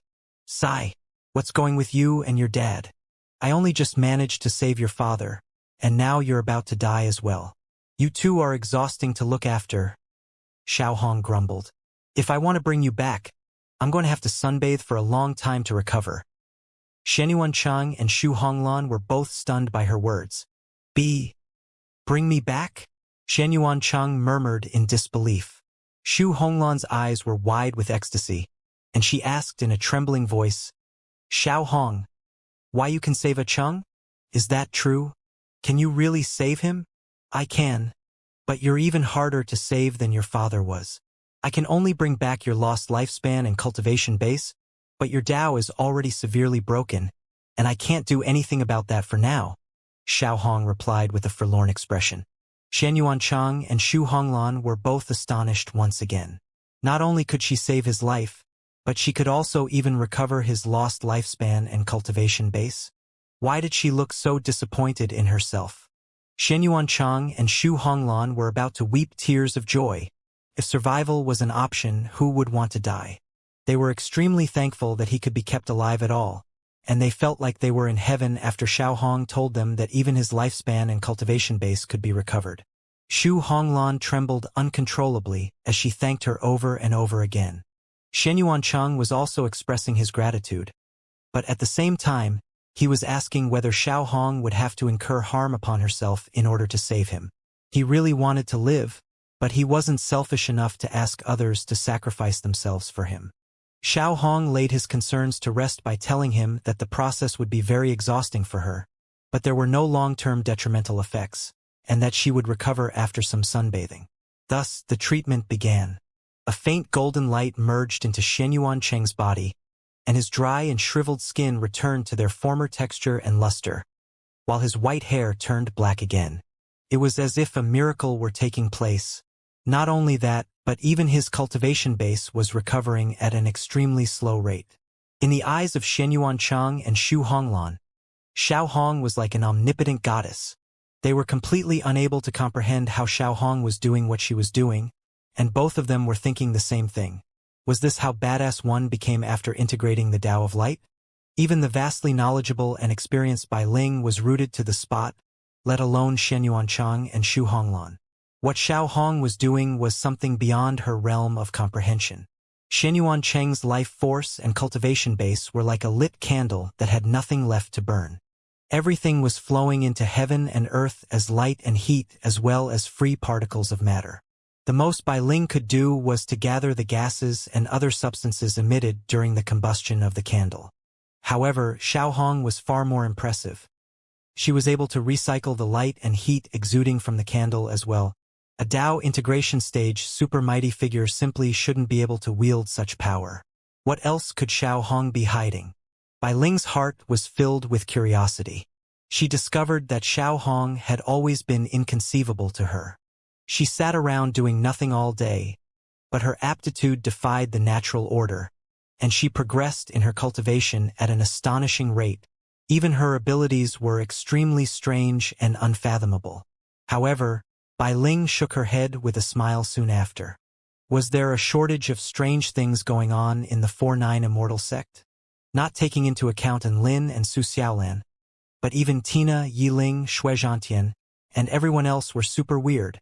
If she wanted to get to the bottom of everything, she would exhaust herself to death. Come to think of it, she was also pretty strange herself. An exuberant smile appeared on Bai Ling's face as she looked at the revitalized Xianyuan Chang and Xu Honglan, who was weeping with joy. The 4-9 Immortal sect. It really is a strange and interesting place. In the eastern region of the Taichu continent, within Chunxi City, pillars of pure white power of the heavens fell upon the earth, creating one deep crater after another, and countless powerful beings from the kingdom of the 9 States United Army perished to the bombardment. After suffering over 10 million casualties, the heavenly human tribe army of 100 million finally reached the city.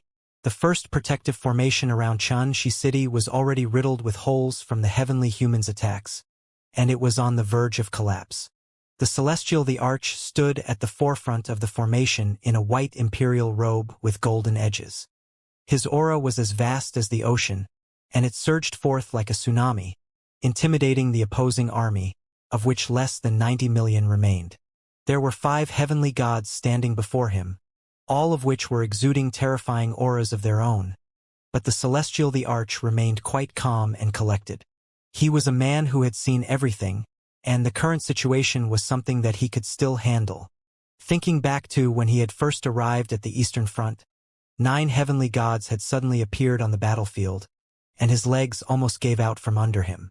Thankfully, the 4 heavenly gods under the heavenly light goddess command had already left. They were drawn away when the heaven-crushing formation was set into motion, so there were only 5 heavenly gods left on the battlefield, all of which were under the heavenly heaven god's command. They were the heavenly eternity god, heavenly karma god, heavenly space god, heavenly goddess Wulan, and heavenly god Donglong. That was quite a fearsome lineup, but the Celestial the Arch felt like the situation was still under control. After all, he wasn't the only one on the Eastern Front capable of combating heavenly gods. Black Spirit Snake and White Spirit Snake could join forces to match a heavenly god in battle, and the only Dao integration stage super mighty figure of the Dragon Court of the Eastern Seas, Ao Xiaowu, was also able to hold off a heavenly god on her own, albeit with difficulty. That left 3 heavenly gods, which was a manageable number for the Celestial the Arch. He was a being that was powerful enough to become a heavenly disciple of the heaven-crushing sect if he wished, and his understanding of heaven-crushing true intent was at an extremely high level. With the enhancement effect of the heaven-crushing formation, he could destroy 1 heavenly god with ease. Even so, fighting 3 heavenly gods was a little bit of a stretch, but not entirely implausible. The Celestial the Arch had already released his paramount heaven-crushing true intent, and it was exactly because of this that the heavenly gods hadn't rushed toward the city. All of them were quite wary of him, and they chose to hang back in order to observe the situation. The formation around Chunxi City is about to be broken, so let's attack now. The enemies before us are far too weak to pose a threat against us anyway. A young man with 2 sharp green spikes hanging from his waist suggested with a disdainful sneer on his face.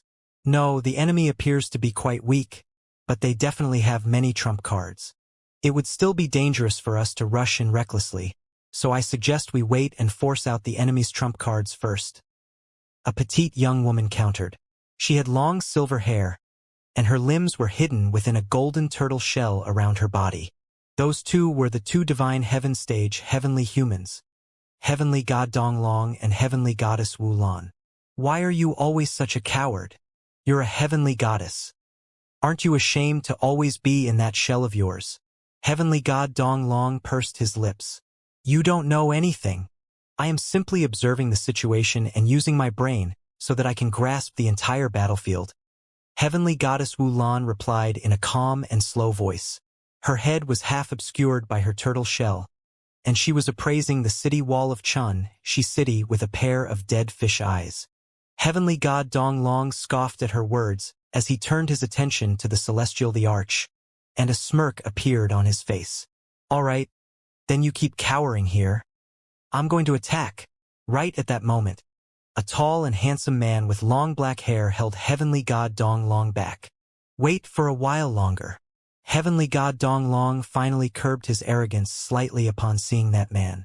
The heavenly space god was the leader of the group. When conflicts in opinions arose, he was the one who made the final decision. Wu Lan's idea is actually quite a good one. We only have to lie in wait and intimidate the most powerful beings among the enemy ranks. As for the other human cultivators, our heavenly human tribe army will crush them. The heavenly space god wasn't scared of any of the enemies they faced, but there was simply no need for them to attack yet. Deploying their 5 most powerful beings into battle from the get-go was not a logical strategy. It was a far better idea to wait until their opponents began to use their trump cards, then swooping in to crush their final hopes. The heavenly space god thoroughly enjoyed that process. Heavenly God Donglong repressed his urge to attack and turned to survey his companions. There was a young woman hiding in her turtle shell, staring blankly at the city wall in the distance. There was a little fat kid who was stuffing food relentlessly into his mouth, and he was completely disinterested in the battle as he glanced up into the sky from time to time. The last one was even more absurd. Not only was he not talking, but he wasn't even moving at all. He had a placid appearance, and his hands were making a strange seal. He was like a statue of a Buddha as he hovered in the sky, completely stationary. If it weren't for the fact that there was a dark red divine halo above his head, one could easily mistake him for a normal statue. Wulan, Karma, and Eternity. Those were some weird companions. Donglong turned his attention away from them and appraised the celestial the arch with disdain in his eyes. That insolent human being is lucky that we're allowing him to live this long. Look at his cocky face. He's really quite full of himself, isn't he? Does he really think that he can hold off all of us on his own? In reality, that had never been the celestial Thearch's intention. All he wanted was to simply strike a pose. Furthermore, he had never intended to take on all of the heavenly gods on his own. He only wanted to take on 3 of them. The battle became more and more fierce. Countless living beings were dying each and every second, and even the knowledgeable and experienced Celestial the Arch had never seen a battle with so much blood being shed. All types of powerful spell techniques blossomed in the night, coloring heaven and earth a myriad of different colors. All manners of massive beastly projections appeared between heaven and earth, while top-tier spell techniques imbued with profound Tao intent exploded. The scene was like a shocking spectacle from an epic dream. However, countless living beings were losing their lives to put on that spectacular show. Anyone could perish on that battlefield, even Tao integration stage super mighty figures. The celestial immortal turned his attention to his 7 precious daughters, Tian Shou, Tian Yang, Tian Rong, Tian Chong, Tian Xian, Tian Qing, and Tian Yu. All of them made him extremely proud, and they had become returned to void stage celestial immortals. They were all considered to be among the most powerful beings on the battlefield. All 7 of them were fighting with all their might, and blood had stained their elegant dresses as well as their gorgeous features. There were even some terrifying spell techniques that had inflicted ghastly wounds upon their bodies, but none of them cowered or showed any sign of fear. Instead, they fought with even greater ferocity as the battle progressed. The 7 beautiful celestial maidens were like the flowers of the battlefield, perfectly epitomizing what it meant to be a valiant heroine. The celestial the arch sighed with emotion upon seeing that. I've always wanted a son, but looking at it now, having a bunch of daughters is pretty good too. The night had well and truly arrived. The bright moon hung high in the sky alongside a galaxy of dazzling stars. The Battle of Chunxi City had only just begun, and the Kingdom of the Nine States United Army of over 40 million were locked in a fierce battle with the Heavenly Human Tribe United Army of over 80 million. Destructive power could be seen everywhere on the battlefield. Anyone could perish or be wounded during the course of the battle, and the 7 celestial maidens were no exception. The celestial thearch's heart throbbed with pain at the sight of his wounded daughters, but he wouldn't try to dissuade them from battle. They had requested to fight, so it was their own decision. In such desperate times, there were only 2 types of people in the Kingdom of the Nine States: warriors and cowards. There were some cowards hiding in the Kingdom of the Nine States, waiting for other cultivators to go into battle for them. However, many more people raised their weapons and chose to fight. Whoosh!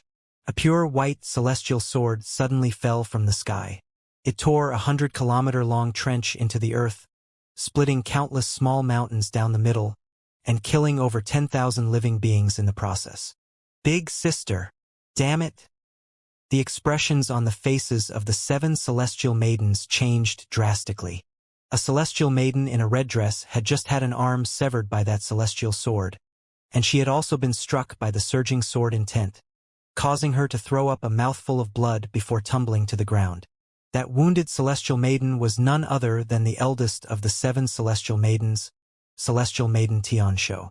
The one who had unleashed that attack was a Heaven Pioneer Stage Great General. Heaven Pioneer Stage heavenly humans were nightmares to the vast majority of Return to Void Stage mighty figures.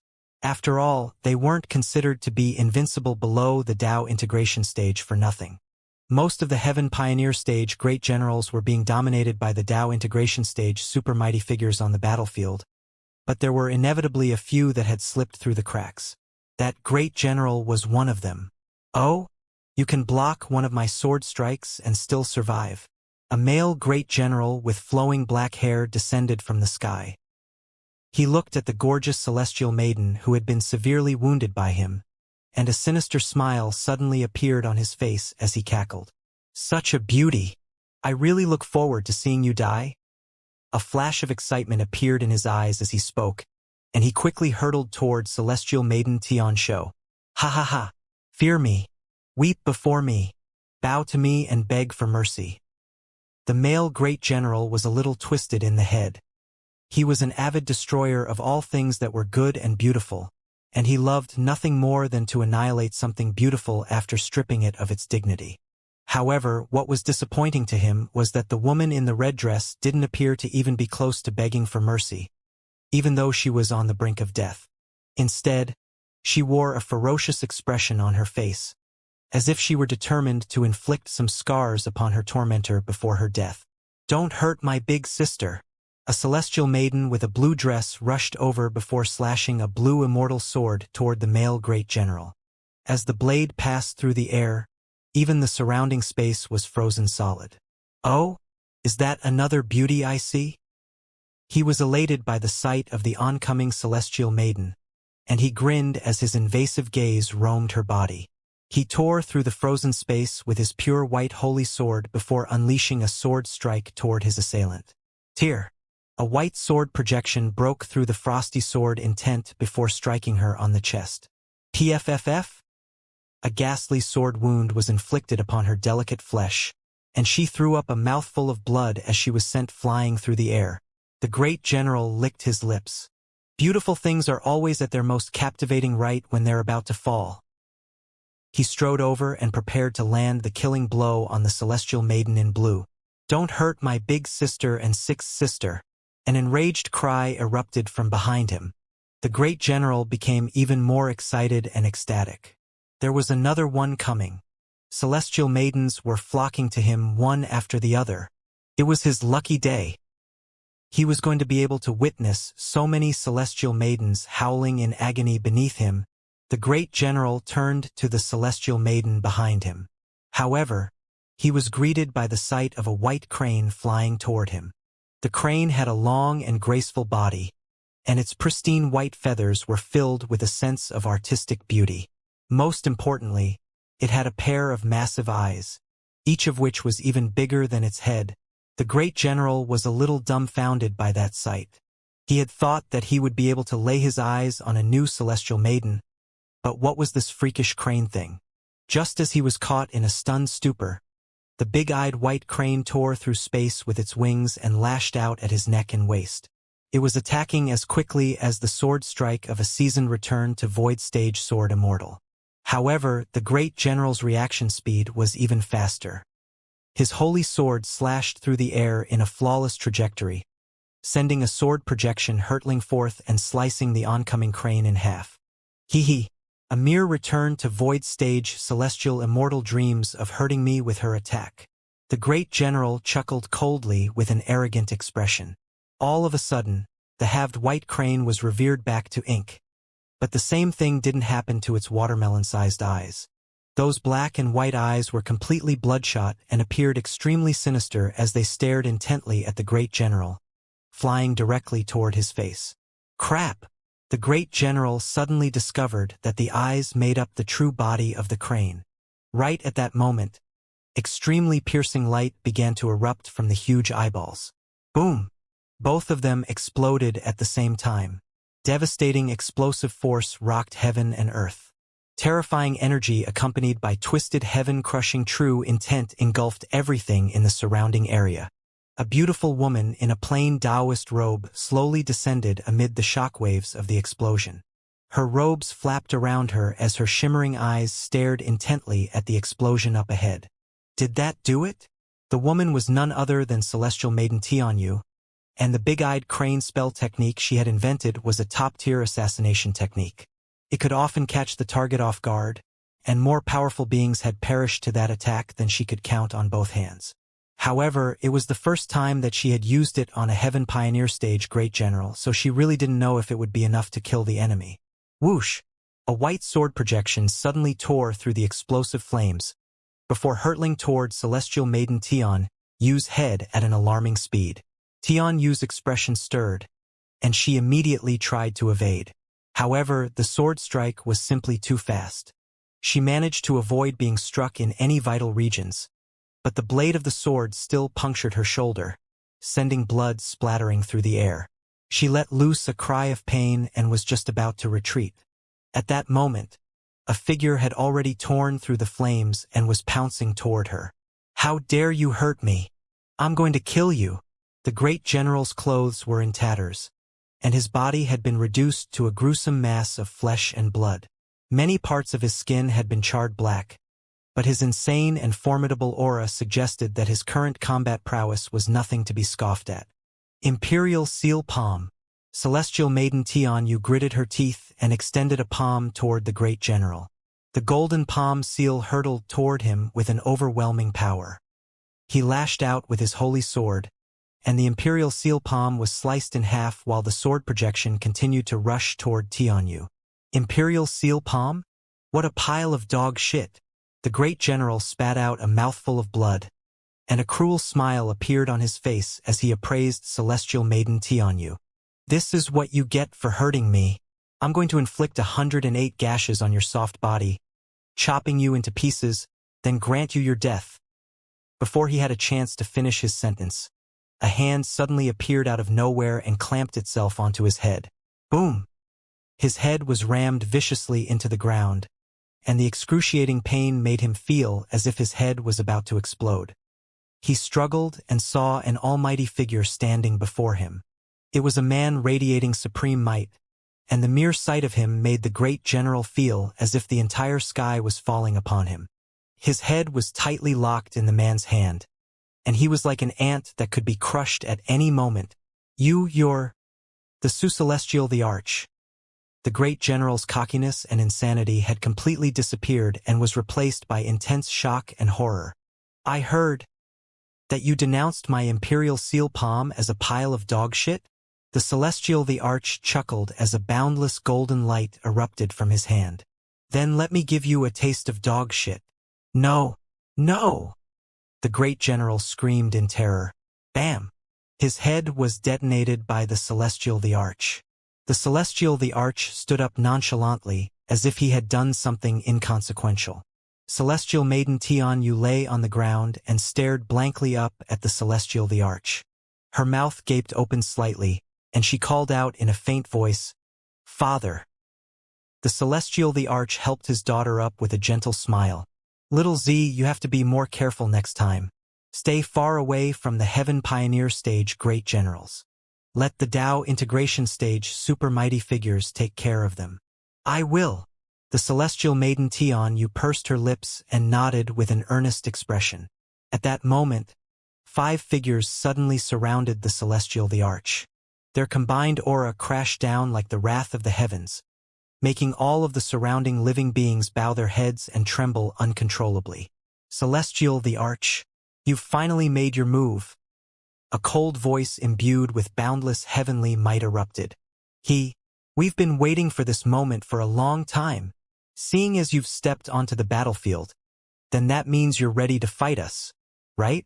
A father's love sure is a thing of beauty." One voice sounded after another, striking one with the sense that there was nowhere they could run. Celestial Maiden Tian Yu looked at the 5 figures that had suddenly appeared, and her features immediately paled. All 5 of them were heavenly gods, and they were finally making their move. "Father, I'm so sorry. It's all my fault. I placed you in this dangerous situation." Tears welled up in Celestial Maiden Tian Yu's eyes, and her expression was filled with remorse and rage toward herself. She knew that those heavenly gods were targeting the Celestial the Arch. If it weren't for her sake, why would the Celestial the Arch step onto the battlefield to be surrounded by all 5 of them? "It's not your fault. This battle was bound to happen, so you only provided a catalyst." The Celestial Thearch's expression remained unchanged as he patted Celestial Maiden Tian Yu's shoulder with a gentle smile. "Go, little Z. Get far away from here."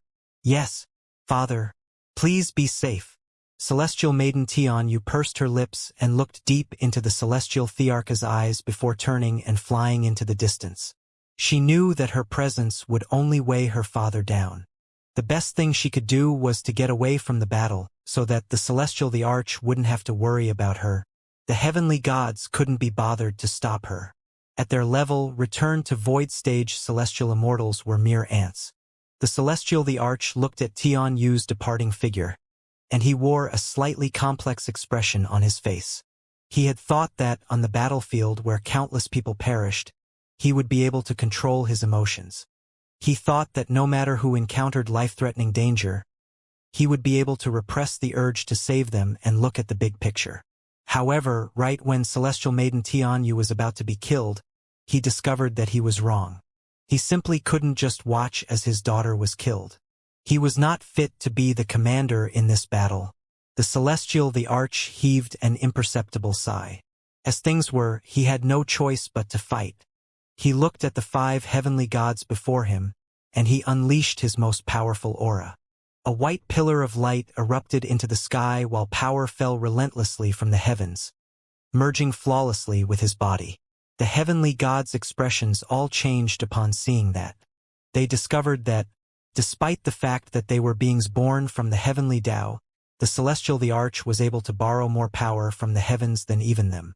The Celestial the Arch had always had an important role to play in the mending of the heavens.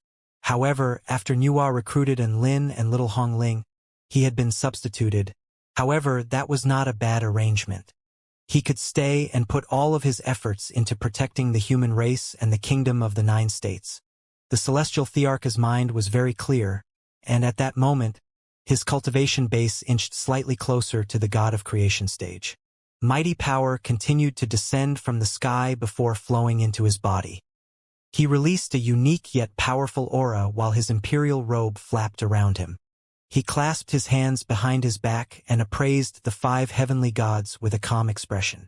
He was clearly raising his head to look at them, but for some reason, the heavenly gods felt as if they were being looked down upon. The cultivators of the Kingdom of the 9 States United Army were extremely stunned by what they were seeing. "Oh my God! The Celestial the Arch is facing 5 heavenly gods on his own. That's so badass." The Celestial Thearch's aura is even more powerful than the combined aura of those 5. Is that the aura of a truly powerful being? The Celestial the Arch was clearly in a bad situation, but everyone was instilled with a sense of confidence at the sight of him. The 5 heavenly gods had also noticed that something was amiss. How was the Celestial Thearch's aura so powerful? It felt like the Celestial the Arch was surrounding the 5 of them, rather than the 5 of them surrounding the Celestial the Arch. That wasn't right. Heavenly God Donglong was the most enraged of all. He was an extremely arrogant person, and he was infuriated by the Celestial Thearch's extreme display of flexing. Celestial the Arch, today is the day you die. Experience despair. The Celestial the Arch turned to him with a gentle and placid smile. His awe-inspiring yet reliable voice traveled across the entire battlefield. How can you be so justified when you have 5 heavenly gods taking on one person? And do you really think no one else in our kingdom of the 9 States United Army can face you in battle? His proud words reverberated throughout heaven and earth. All of the mighty figures felt as if their fighting spirit had been ignited. Black Spirit Snake, White Spirit Snake, and Ao Xiaowu heard the implication behind his words, and they immediately rushed to his aid. Do you really think no one else in our kingdom of the 9 States United Army can face you in battle? Was a secret signal to them. The Celestial the Arch was requesting for their help in a very unique way, thus allowing him to flex to his heart's content while simultaneously raising the morale of his allies. Such a splendid performance filled the 3 beauties with admiration as they flew toward him. Hee. 3 more flies have arrived. Heavenly God Donglong chuckled as he grasped the sharp spikes hanging from his waist. Leave them to me. The binge-eating little fat kid mumbled before flying toward Ao Xiaowu and the others. He was clearly planning to take on all 3 of them by himself. The Celestial the Arch felt like immense pressure was weighing down upon him. He was initially thinking that he could probably resist for a while in a 3-on-1 battle, but 4-on-1. That was too much. I'll lead the charge. Heavenly God Donglong chuckled coldly as divine halos appeared above his hand and around his arms. The statuesque heavenly god communicated using his will. I'll take care of any mishaps that may arise. You guys can attack without any worries. In their eyes, the Celestial the Arch wasn't worthy of being attacked by 4 heavenly gods at once. The Celestial the Arch almost wept tears of joy upon hearing that. What an epic assist from the enemy. Heavenly Eternity God, seeing as we've decided to fight, then we must give it our all. Don't be lazy, and attack with us? The petite turtle-shell girl said with an extremely serious expression as she poked her limbs out of her shell. The cowardly heavenly goddess Wulan was suddenly taking the initiative. All right? The statue replied in an indifferent voice. He clearly didn't care either way. His participation would only make the battle conclude a little more quickly. The Celestial the Arch surveyed the scenes unfolding before his eyes, and he didn't even know what to say anymore. He felt like he was riding on an emotional roller coaster, but he still maintained a calm facade. In reality, he was absolutely panicking as he was going to be faced with a dire 4-on-1 battle. Right at that moment, a howl of anguish suddenly erupted in the distance. Those were the cries of the little fat kid, also known as the heavenly karma god. The heavenly god's hearts jolted as they turned toward that direction. They were then shocked to discover that the heavenly karma god was getting the crap beaten out of him by the 3 women. Black Spirit Snake brought her realm creation evil vanquishing sword viciously down upon the heavenly karma god. A devastating golden sword projection hurtled through the air, forcing the little fat kid back for several dozen kilometers. Before he even had a chance to catch his breath, White Spirit Snake had already appeared behind him, wielding her dual yin and yang swords. Her swords pierced through the heavenly karma god's heavenly defenses with unstoppable force before inflicting a deep gash upon his body. Arg! I'll kill you! The fat kid howled in pain before his eyes suddenly turned red, and he pressed his palms toward Black Spirit Snake and White Spirit Snake. Karma Revenge! Boom! A burst of invisible yet extremely fearsome power erupted from heaven and earth. It fell upon Black Spirit Snake and White Spirit Snake like a backlash, creating a stealthy yet ferocious attack. The power of karma that was drawn from the heavenly Tao was indetectable, and normal Dao integration stage supermighty figures would be completely oblivious to its existence. However, Black Spirit Snake and White Spirit Snake slashed their swords through the air in unison. A burst of power then injected itself into the blades of their swords, thereby allowing them to sever the indetectable karma power. The heavenly karma god was stunned. How could this be? How can you two be capable of borrowing the power of the heavenly Tao? The fat kid was still reeling from shock when Ao Xiaowu flashed through space and appeared beside him. Her eyes were tightly closed, and her aura was profound and ethereal. She seemed to be in a deep slumber, but her delicate little fist was gently flying through the air. In that instant, the heavenly karma god was struck by the sense that there was nowhere for him to evade. Bam! His round chubby face was twisted into an unrecognizable shape by the force of the punch, and his body was sent flying through the air like a round ball. Black Spirit Snake and White Spirit Snake immediately pounced on the opportunity. The two of them transformed into a black afterimage and a white afterimage respectively, and their sword strikes came raining down upon the heavenly karma god's chubby body. The pitiful fat kid couldn't even put up any retaliation as his blood-curdling cries rang out across heaven and earth. The power and teamwork of those three women had completely exceeded the heavenly karma god's expectations, and he was being dominated by them. "Help me! Someone help me!" The heavenly karma god yelled at his heavenly god comrades.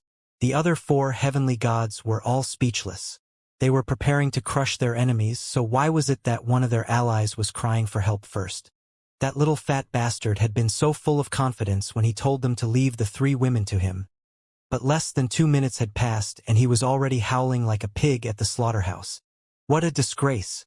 Heavenly goddess Wulan poked her head out of her turtle shell, and she turned toward the three women with astonishment on her face. "Those three women are so powerful," the heavenly space god said with a grave expression. "They are no ordinary beings. They can borrow on the power of the heavens to help them in battle. The two snake women have had the heavenly Tao bestow powers upon them for their efforts in mending the heavens, while that dragon tribe woman can use the power of the heavenly Tao by merging her body with heaven and earth. Their fighting styles are completely different from that of the heaven-crushing sect powerful beings, but they're still frighteningly powerful. I'll go help the heavenly karma god." The heavenly eternity god offered. The heavenly space god nodded.